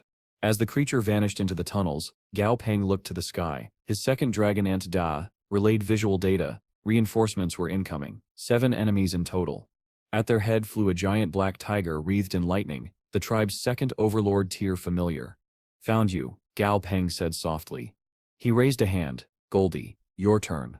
The air rippled and the golden martial duck materialized beside him, his most flamboyant over-the-top familiar. The creature had bulked up dramatically since its last appearance, its golden feathers gleaming like polished metal. Fear not, Master Gao, Goldie shouted, posing dramatically. I, the hero of justice, shall vanquish these villains. Gao Pang groaned audibly. Just go. With a laugh, Goldie launched himself into the air, the force of his takeoff blasting the ground apart. A shockwave rippled outward, and in seconds he was among the enemy ranks. He didn't slow down. He didn't even hesitate. One by one he tore through the approaching familiars, crushing, slicing or blasting each to oblivion. Finally, he came face to face with the black tiger itself. Well, Goldie said with a grin. What step's wrong, little kitty? The tiger's eyes blazed with fury. Black lightning crackled across its fur as it unleashed a torrent of electricity powerful enough to burn the sky. Goldie didn't flinch. In fact, he laughed. Goldie didn't flinch when the black tiger's lightning engulfed him. The air crackled with blinding flashes, thunder shaking the heavens, yet the golden duck stood firm, feathers gleaming through the storm. When the assault faded, Goldie looked down at himself, then at the tiger and said, "That all you sev got, Whiskers?" He rocketed forward like a golden missile, crashing into the Overlord tier beast with a barrage of rapid-fire punches that tore through the tiger's defenses. Each blow landed with enough force to shatter stone, sparks flying as his fists connected again and again. The tiger roared in fury, but Goldie didn't stop. His strikes only grew faster, heavier, until one final kick sent the massive creature hurtling through the air, crashing into the mountainside below. Hovering in place, Goldie crossed his wings and gave a mocking dual-winged bird flip toward his fallen opponent. The mighty black tiger, the U tribe's second Overlord tier guardian, stared up in disbelief. The proud beast that had ruled over hundreds of Emperor tier monsters was bleeding, battered and humiliated. Coughing up blood, it staggered to its feet, but Goldie was already on it again. A savage blow to the back of the head sent the tiger sprawling. It tried to lash out, a desperate strike of lightning and claws, but Goldie's passive resilience let him shrug off the damage like rain on armor. With his strength boosted yet again, the duck unleashed a final series of earth-shattering punches that reduced the black tiger to a broken, motionless heap. On the ground below, Gao Pang watched the spectacle with a faint, satisfied grin. Goldie's higher-grade potential had more than made up for his lower level. Power, after all, wasn't just numbers. It was evolution. Satisfied, Gao Pang turned his attention to another part of the battlefield. Stripey, the giant mountain ruler, was still busy pinning down the tribe's first Overlord tier familiar, the white serpent. Even crushed under the tiger's massive weight, the serpent refused to die, writhing in defiance. Finish it, Gao Pang ordered. Stripey growled in acknowledgement. He burrowed into the ground, surrounding the serpent beneath him, and began releasing heat. Immense, searing energy radiating from his core. The ground glowed red. Within moments the serpent was being cooked alive, its scales blistering under the rising temperature. Gao Pang couldn't help but smirk. We came up with this cooking method in the Black Fog world, he mused. Never thought I'd use it like this. Knowing who to call next, he summoned Dazi, the lightning dragon. A crackle split the clouds as the dragon emerged, his aura burning with power. His lightning was brighter and fiercer than anything the tiger had unleashed. Not far behind came Gray, another of Gao Peng's familiars, sniffing the air eagerly. I smell something delicious, Gray muttered, tail swishing. Patience, Gao Peng said dryly. Dazi, however, wasn't feeling patient. Move it, Stripey, you step blocking the grill. With a deep irritated growl, Stripey rolled aside, momentarily freeing the serpent. The beast's eyes fluttered open, its mind clinging to the fleeting hope that it had survived. Perhaps the gods had spared it, it thought. Perhaps this was a second chance. A blinding bolt of lightning tore through the sky and struck it dead. So much for mercy. Meanwhile, back on Earth at the U tribe's spatial rift site, several transport trucks arrived. Soldiers surrounded them, and a man in charge of the caravan stepped out. Steph brought the next batch, he said grimly. The girls for transfer. The lead soldier, the same man Gao Peng had spoken to earlier, clenched his fists. He couldn't do it anymore. Between his disgust, Gao Peng's promise to end the U tribe, and his own conscience, his decision was made. Turn the trucks around, he said. Send them home. The driver looked horrified. If we do that, the U tribe will kill us all. Then I lie, the soldier said sharply. Tell them a monster attack destroyed the caravan. Just go, now. The argument was cut short by a shout from another guard. Something steps coming out of the rift. Everyone turned toward the glowing portal, weapons drawn. But instead of monsters, the kidnapped girls emerged, alive. Some were injured, others barely able to stand, but they were free. Help them, the captain ordered immediately. His men rushed forward, aiding the survivors. One soldier asked one of the women what had happened inside the rift. Her voice trembled as she answered, "A man saved us with his familiars, monsters beyond anything I've ever seen." The captain froze. "Overlord tier familiars," she added softly. He stared at her in disbelief. "Overlord tier? That sip's impossible. The king tier is the limit on Earth." Then, from the glowing rift, a familiar figure stepped out. Gao Peng himself, calm as ever, with a faint smile. He pressed a finger to his lips, signaling silence, and before anyone could ask a single question, he leapt atop one of his dragon ants and vanished into the sky. The soldiers stood in stunned silence. The women wept in relief. High above, Gao Peng flew across the horizon, reflecting on the day's battle. He'd been lucky the U tribe didn't possess any S-tier familiars. Dummy, his own familiar, was already nearing that level, and once she reached it, she'd gain the halo and domain abilities unique to that rank, suppressing lower-tier creatures of the same element.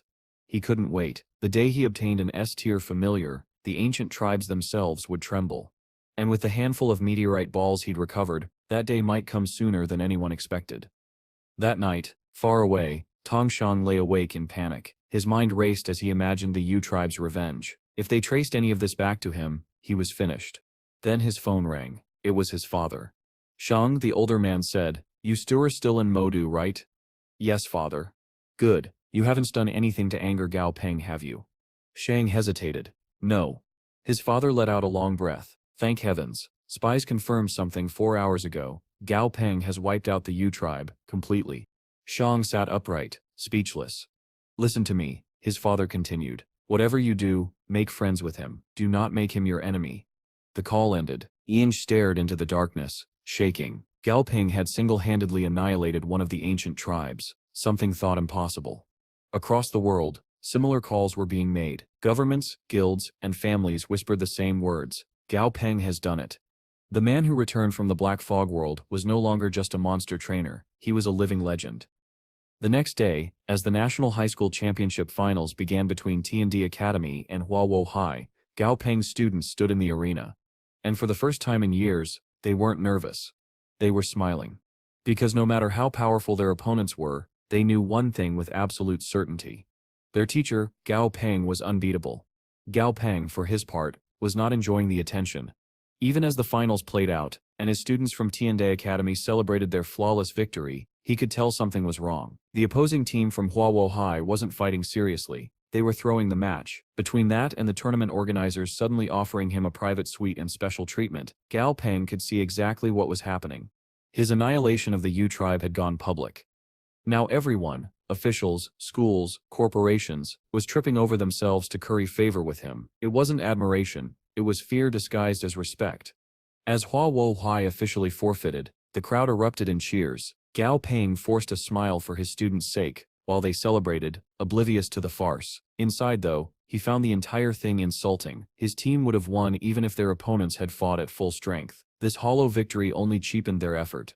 After the award ceremony, he decided to disappear for a while, to stay locked up in his lab behind the villa until the public's attention shifted elsewhere.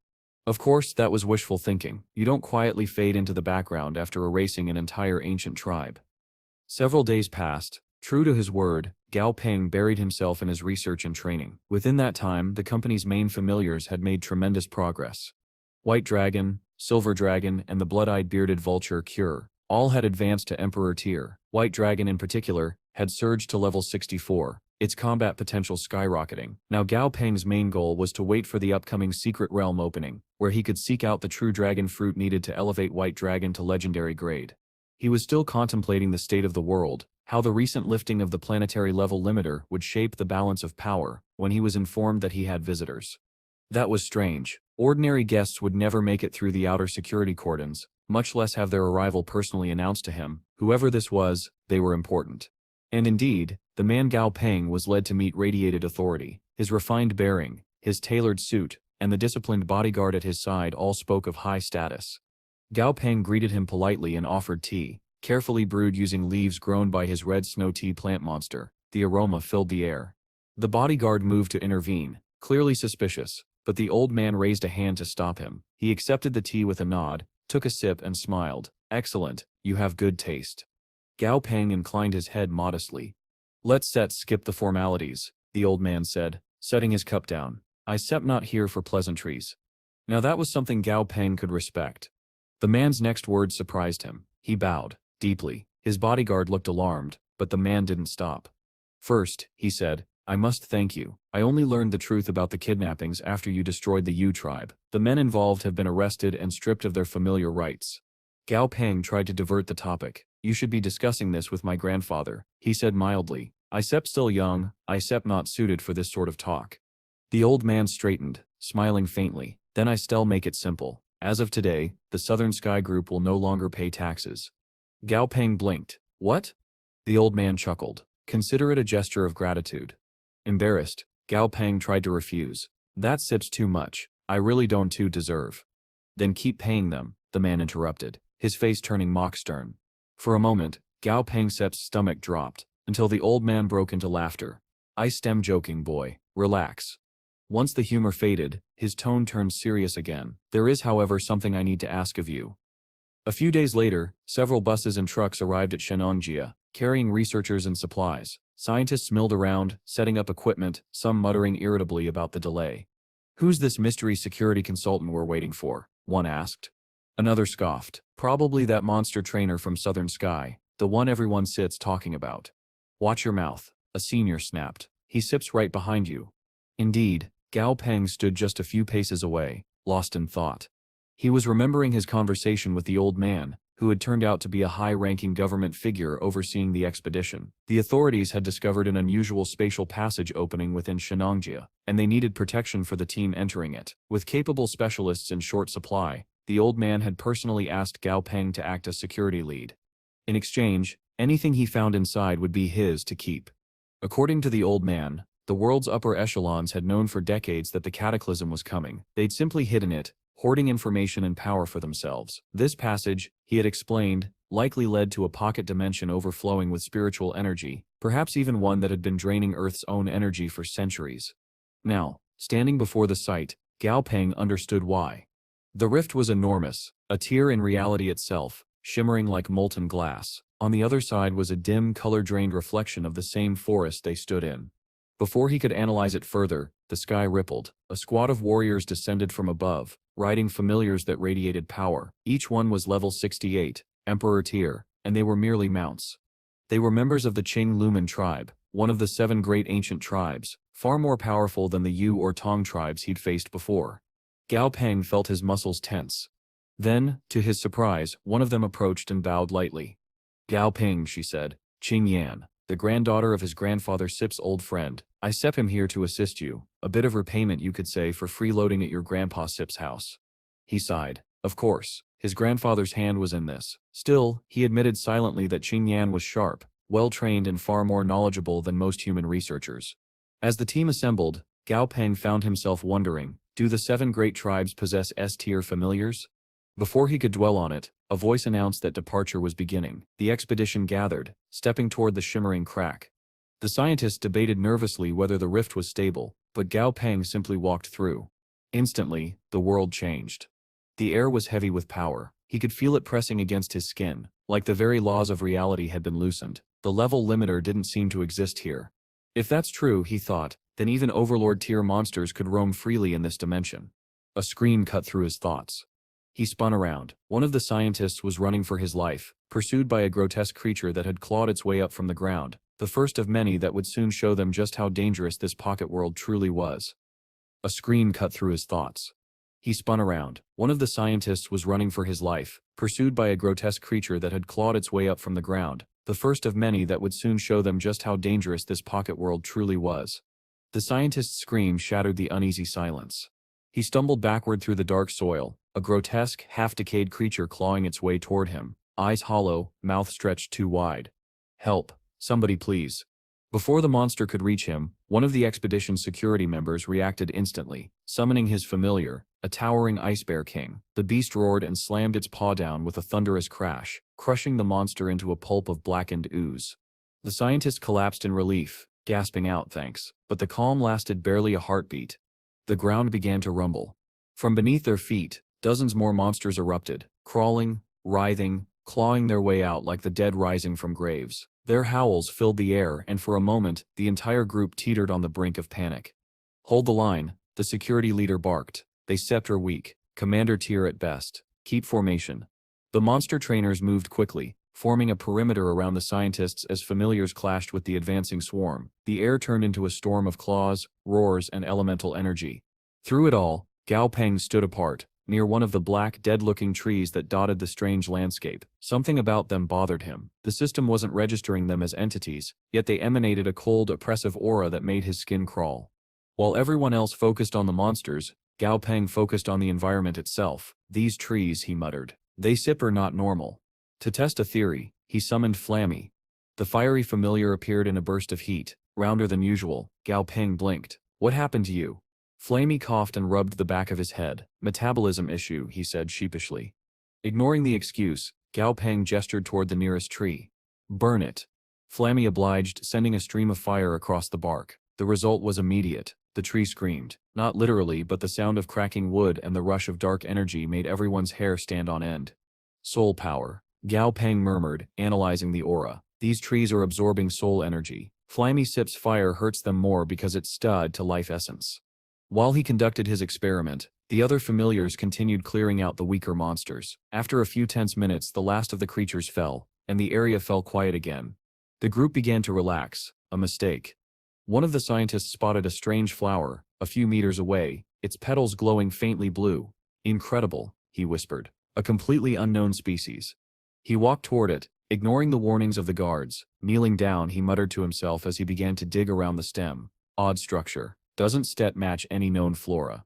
Gao Peng glanced over, then froze. The system window had just flashed open before his eyes. Soul Devourer bloom. Lethal threat. Get away from it, he shouted. The scientist barely had time to turn before a lance of light shot from the flower's core, vaporizing him instantly. His body was gone. Only a charred skeleton fell into the dirt. The others screamed. One of his colleagues, overcome with rage, charged at the plant. You still pay for that. Stop him, Gao Peng barked, but he didn't need to. Several others restrained the grieving man before he could get himself killed too. 2 deaths within a few hours of entering this dimension. The morale was already collapsing. Gao Peng turned to Commander Li, the expedition's leader. Let me scout ahead. If this place is as unpredictable as it seems, I still cover more ground from the air. Li hesitated but nodded. Do it. We shall regroup here. With that, Gao Peng took to the skies atop Flammy, the familiar's now impressive wings, scattering embers through the air. From above, he saw that the land stretched endlessly, barren, gray, unchanged for hundreds of miles. Then something moved beside them. A bird, or what had once been a bird, flapped lazily through the air, skeletal wings spread wide. Its body emitted a faint, ghostly light. Gao Ping glanced at the status window and felt his chest tighten. Undead carrion raven, native of the Nahi underworld. Underworld. They weren't in a normal pocket dimension, they were standing in hell itself. It sounded absurd, yet the lifeless landscape, the black soil, the soul-infused trees, it all fit too perfectly. Before he could turn back, the raven shrieked and dove at them. Flammy. One word was all it took. The fiery familiar spun mid-air and launched a blazing fireball that turned the creature into ash before it even reached them. Cooked, Flammy muttered proudly. Back on the ground, Gao Peng reported his findings to Commander Li. This region stretches endlessly. Everything here is dead. It's not just a place, it's a realm. You should prepare your men accordingly. One of the scientists, a cautious man who had been quiet until now, suggested they at least gather environmental data first. Temperature, humidity, energy density, we need a baseline before we go further. Some of the mercenary trainers scoffed. We're the only protection this team needs. Stop wasting time with readings. Even worse, one of the younger scientists agreed with them. Eager for adventure and discovery, Gao Peng noticed how the loudest voices were the weakest, those chasing glory rather than survival.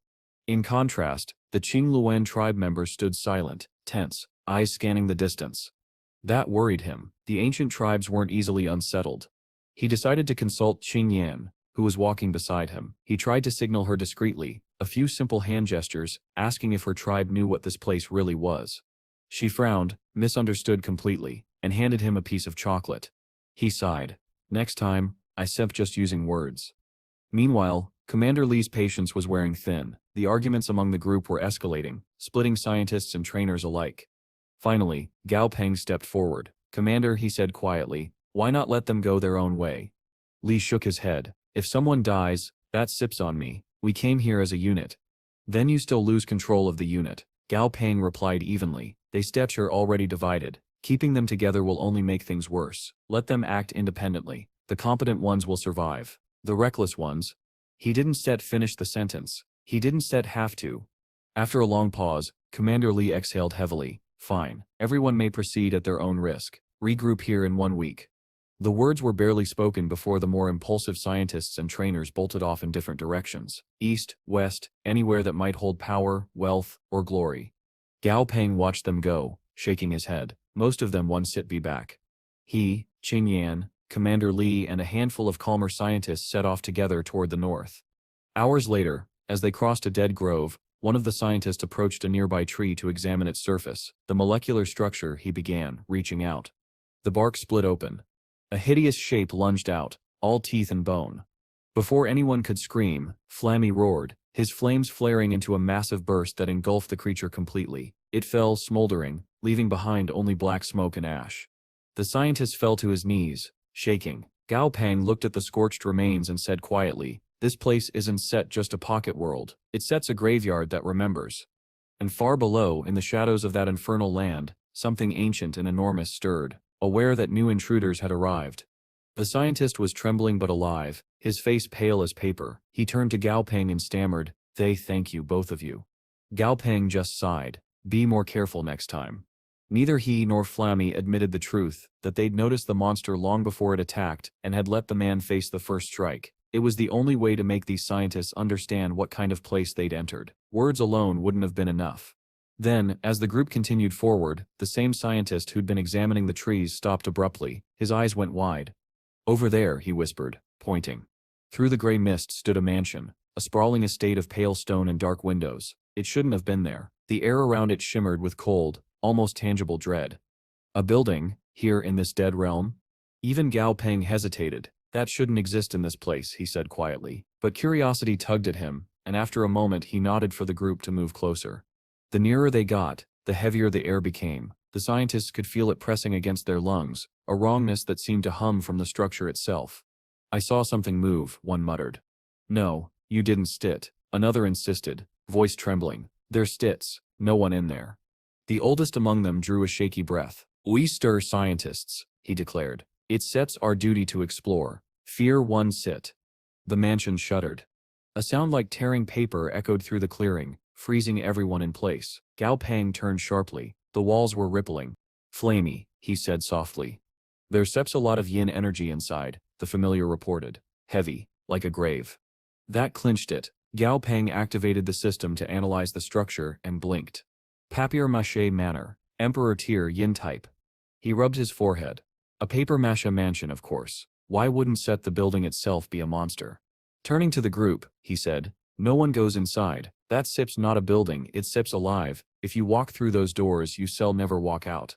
Some of the scientists hesitated, unconvinced, until he added, "I can protect you from creatures above Emperor tier. You step in there, you stare on your own."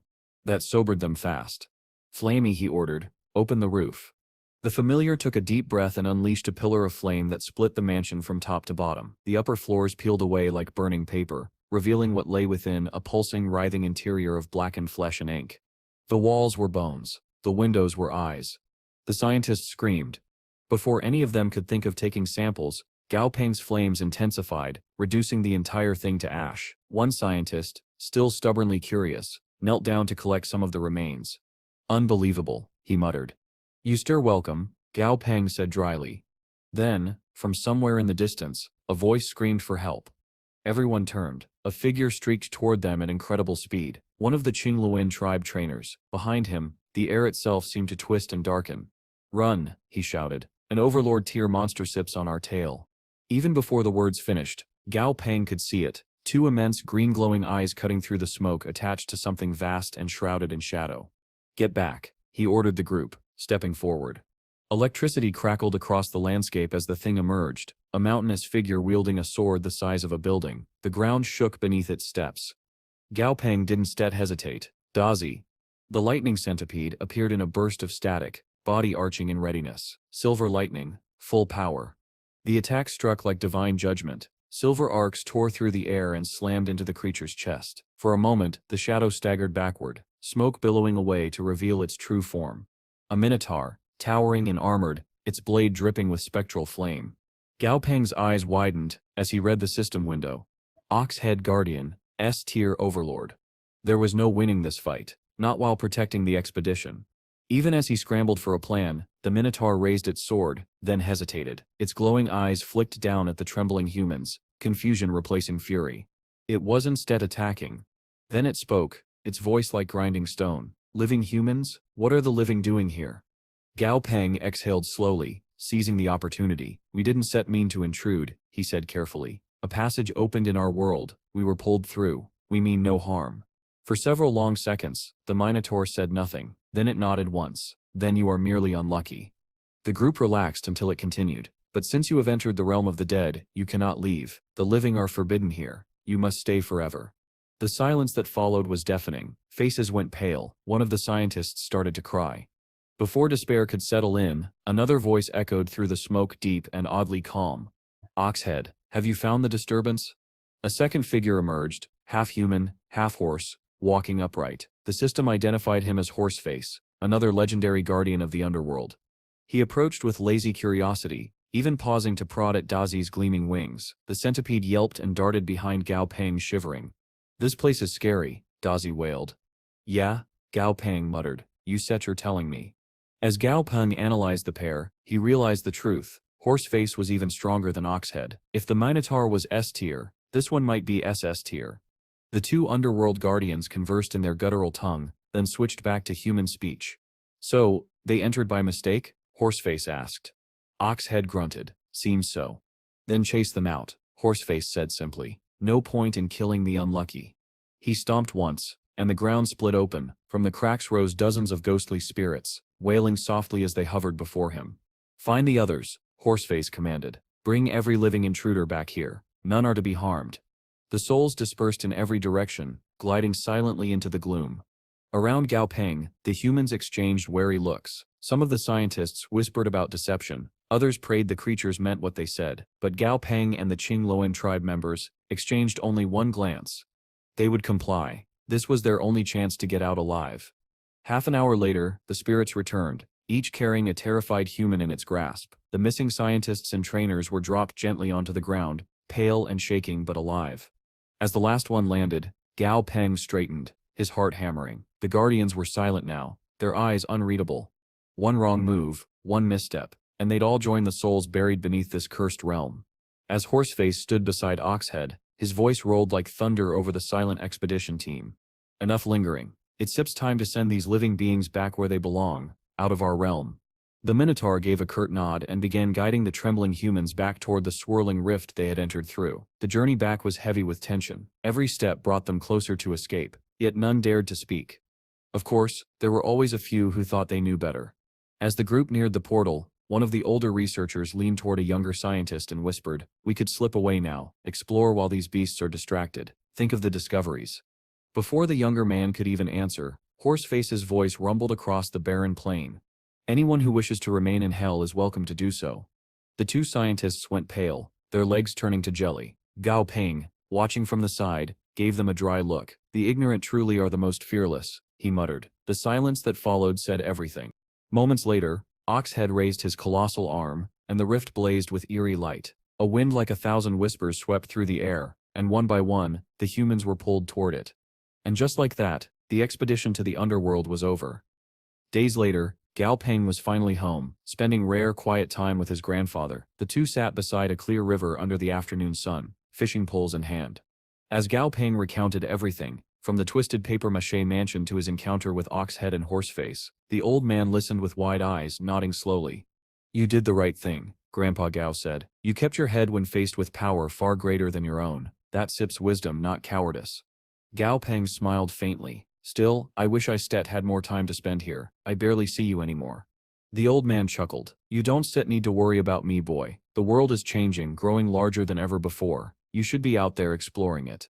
That reminder made Gong Pang think of something. He turned to Bai Qingyan, who was sitting beside them, contentedly munching on fried chicken, or at least something that looked suspiciously like it. "Bai," Gong Pang said, "you mentioned something before about other worlds. Can you explain that more clearly?"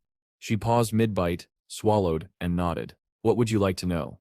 Before Gong Pang could reply, Grandpa Gao jumped in eagerly. "Tell us about this Guo Tianxi and Shiden you mentioned last time. I've been curious ever since."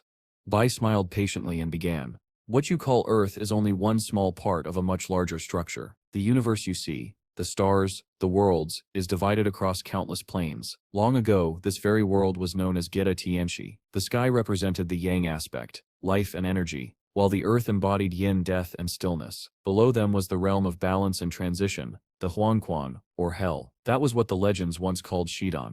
She paused to take another bite before continuing. "Getianshi was vast, like a continent among many. My tribe, the Northern Ice Clan, once resided in the Frost Archipelago within it, an independent region unconnected to Shiden. Travel between the two was possible only through ancient tunnels. I never saw them myself until our recent journey, but the elders used to speak of them."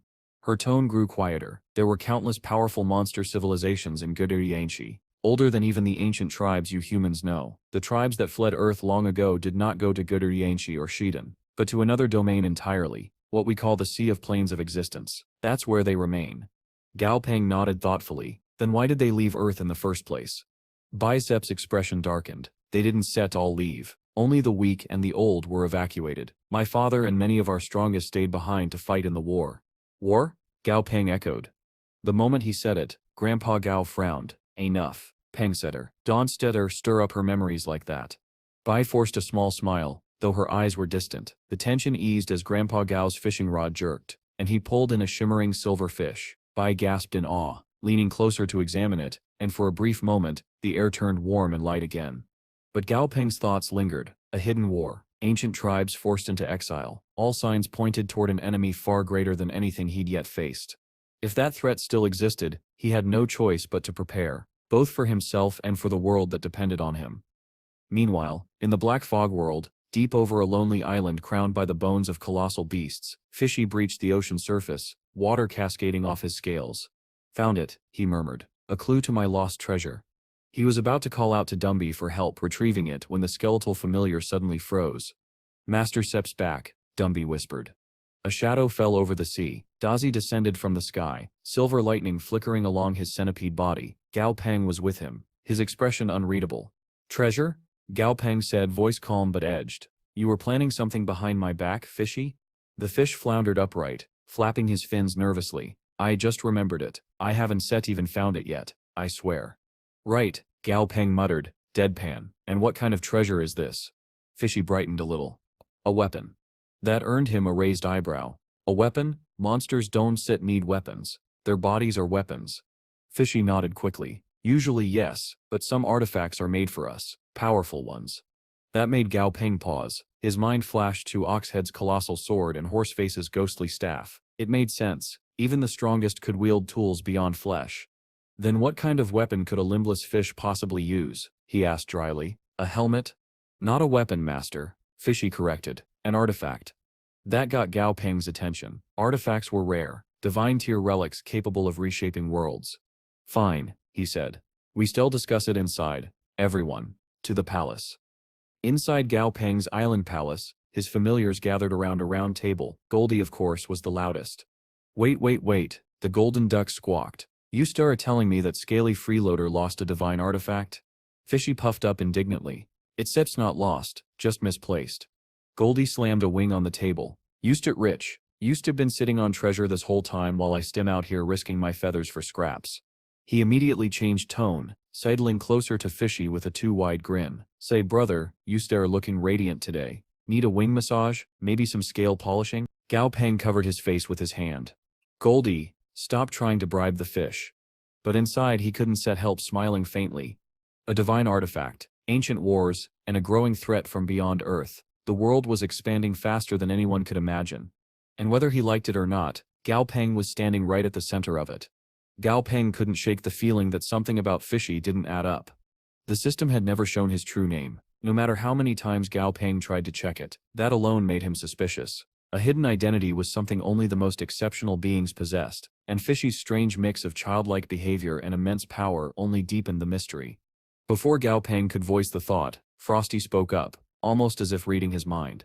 Divine artifacts, the dragon said, are weapons forged by gods. Each one carries a godship's principle, the very essence of their domain. No two can ever be alike, and each god can only create one. That made Gao Peng pause. So if Fishy had one, are you saying he steps a god?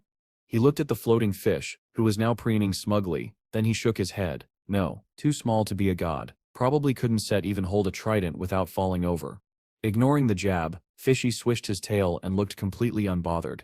Still, Gao Peng wasn't convinced. The fact that Fishy had once wielded something that powerful, and had lost it, was concerning, especially considering that the fish had asked Dumby, of all beings, for help retrieving it. Let me get this straight, Gao Peng said slowly. You wanted help from Dumby when you steer level 79 yourself, so whatever Sep's guarding your steerager Sest must be beyond anything you can handle. What is it, Emperor tier, Overlord? Fishy blinked. Quasi-god. Gao Peng spat out his tea all over Dazi, who screeched in outrage as sparks ran through his carapace. Quasi. What? In the next instant, he was chasing Fishy around the palace, shouting, You wanted me to help you fight a quasi-god? Are you out of your tiny mind? After being batted around a few times by Gao Pengzip's fan, Fishy finally floated sulkily in midair. Would it make a difference if I said I know its weakness? That made Gao Peng stop. Maybe. It's not about brute strength, Fishy continued. I left a mark on my weapon before I lost it. If the one holding it tries to use it, the artifact will turn on them at critical moments. That earned the fish a long stare, then a sigh. So what you stare saying is we might have a chance. Moments later, they were descending through the dark waters of the deep sea, Fishy gliding easily through the abyss, while Gao Peng traveled inside a shimmering air bubble. As they drifted deeper, the water grew murkier, the light fading until only the faint glow of distant creatures illuminated their path. Tell me about these quasi-gods, Gao Peng said after a while. What sets the real difference between them and S-tier beings? Fishy Sip's tone grew more serious. Beyond domain strength, the difference lies in divinity. A quasi-god Sip's power has already touched the threshold of godhood. They Sip are called Sip semi-god Sist because their essence is evolving, their bodies slowly transmuting under divine influence. Gao Peng nodded, thinking aloud. So that Sip's when deification starts, organ by organ, until the whole body becomes divine? Exactly, Fishy confirmed. But don't bother asking what separates them from true gods. That Sep's far beyond anything you can grasp right now. Gao Peng frowned. That Sip's a fishy thing to say. Fishy smirked. I know. They fell silent as the sea around them darkened to ink. The pressure was immense. Suddenly a shadow loomed from the side. An enormous hand, big enough to crush a battleship, reaching lazily through the gloom to grab a clump of seaweed. Gao Peng froze. Relax, Fishy said. It's Set's a vegetarian. The reassurance lasted precisely 2 seconds, right until the hand turned back and reached for them. Run! Gao Peng shouted. Instinct took over. Fishy shot forward, firing a burst of energy that slowed the creature just long enough for them to flee. When they finally stopped, Gao Peng pulled up the system window. Four-armed Gielu Sea King, level 84, S tier. He stared at the data in disbelief. We a stir here for this? Fishy shook his head. No, this is just prey. Prey? Gao Peng repeated, then saw the shadow descending behind it. From the darkness emerged a humanoid figure, sleek and terrible. It carried a massive container on its shoulder. With a single, almost lazy jab, it punched a hole through the Sea King's torso. Then it lifted the container and hurled it. The vessel expanded mid-throw, ballooning to the size of a mountain, and began sucking everything around it inside, including the wounded Sea King, and almost them. Only Gao Peng's instantaneous reflexes and Fishy's propulsion saved them from being consumed. They burst clear of the vortex, just before the container sealed shut. As the creature turned to retrieve its prize and walked away, Gao Peng whispered, "That's Steps the one." Fishy Sip's expression hardened. "It's Steps the one. My artifact Steps aura is all over it. He Steps refining it, desecrating it, with blood rituals. That bastard Steps corrupting my creation." His fins trembled with fury, his usually playful voice trembling. Gao Peng put a hand to his chin. "Then we can set do anything right now. We stir not strong enough. We leave, regroup, and return later." Fishy reluctantly nodded. "Eat 2 more monster cores," Gao Peng suggested. "Get stronger. We still need every edge." When he finally got a clear read on the creature Sip's stats, Gao Peng realized how bad things were. Marine Lurker, level no Venta Yuan, Quasi-God tier. Skills, Abyssal Poison, Water Prison, Soul Drain, Domain of the Deep. Fantastic, Gao Peng muttered. A walking apocalypse. He started thinking through counters. What about a white starlight tusk elephant Sit's tusk? Its essence neutralizes aquatic magic. Fishy blinked. That would nullify 70% of his power, but those elephants are extinct. Gao Peng exhaled. Then we shall use the next best thing, someone else. Fishy tilted his head. Someone else? The borrowed sword approach, Gao Peng said. If we can beat him ourselves, we shall get another quasi-god to do it for us. They fight, they bleed each other dry, and we take what Sep's left. Fishy considered that, then nodded. I know 3 quasi-gods who might do it. Wuchi, the one your legends call Sun Wukong, the windstorm water spider, and the deep-sea covered mountain giant. Gao Peng raised an eyebrow. You know them? Kind of. Which of them hates you least? Not the spider, Fishy said quickly. That Set's my illegitimate child.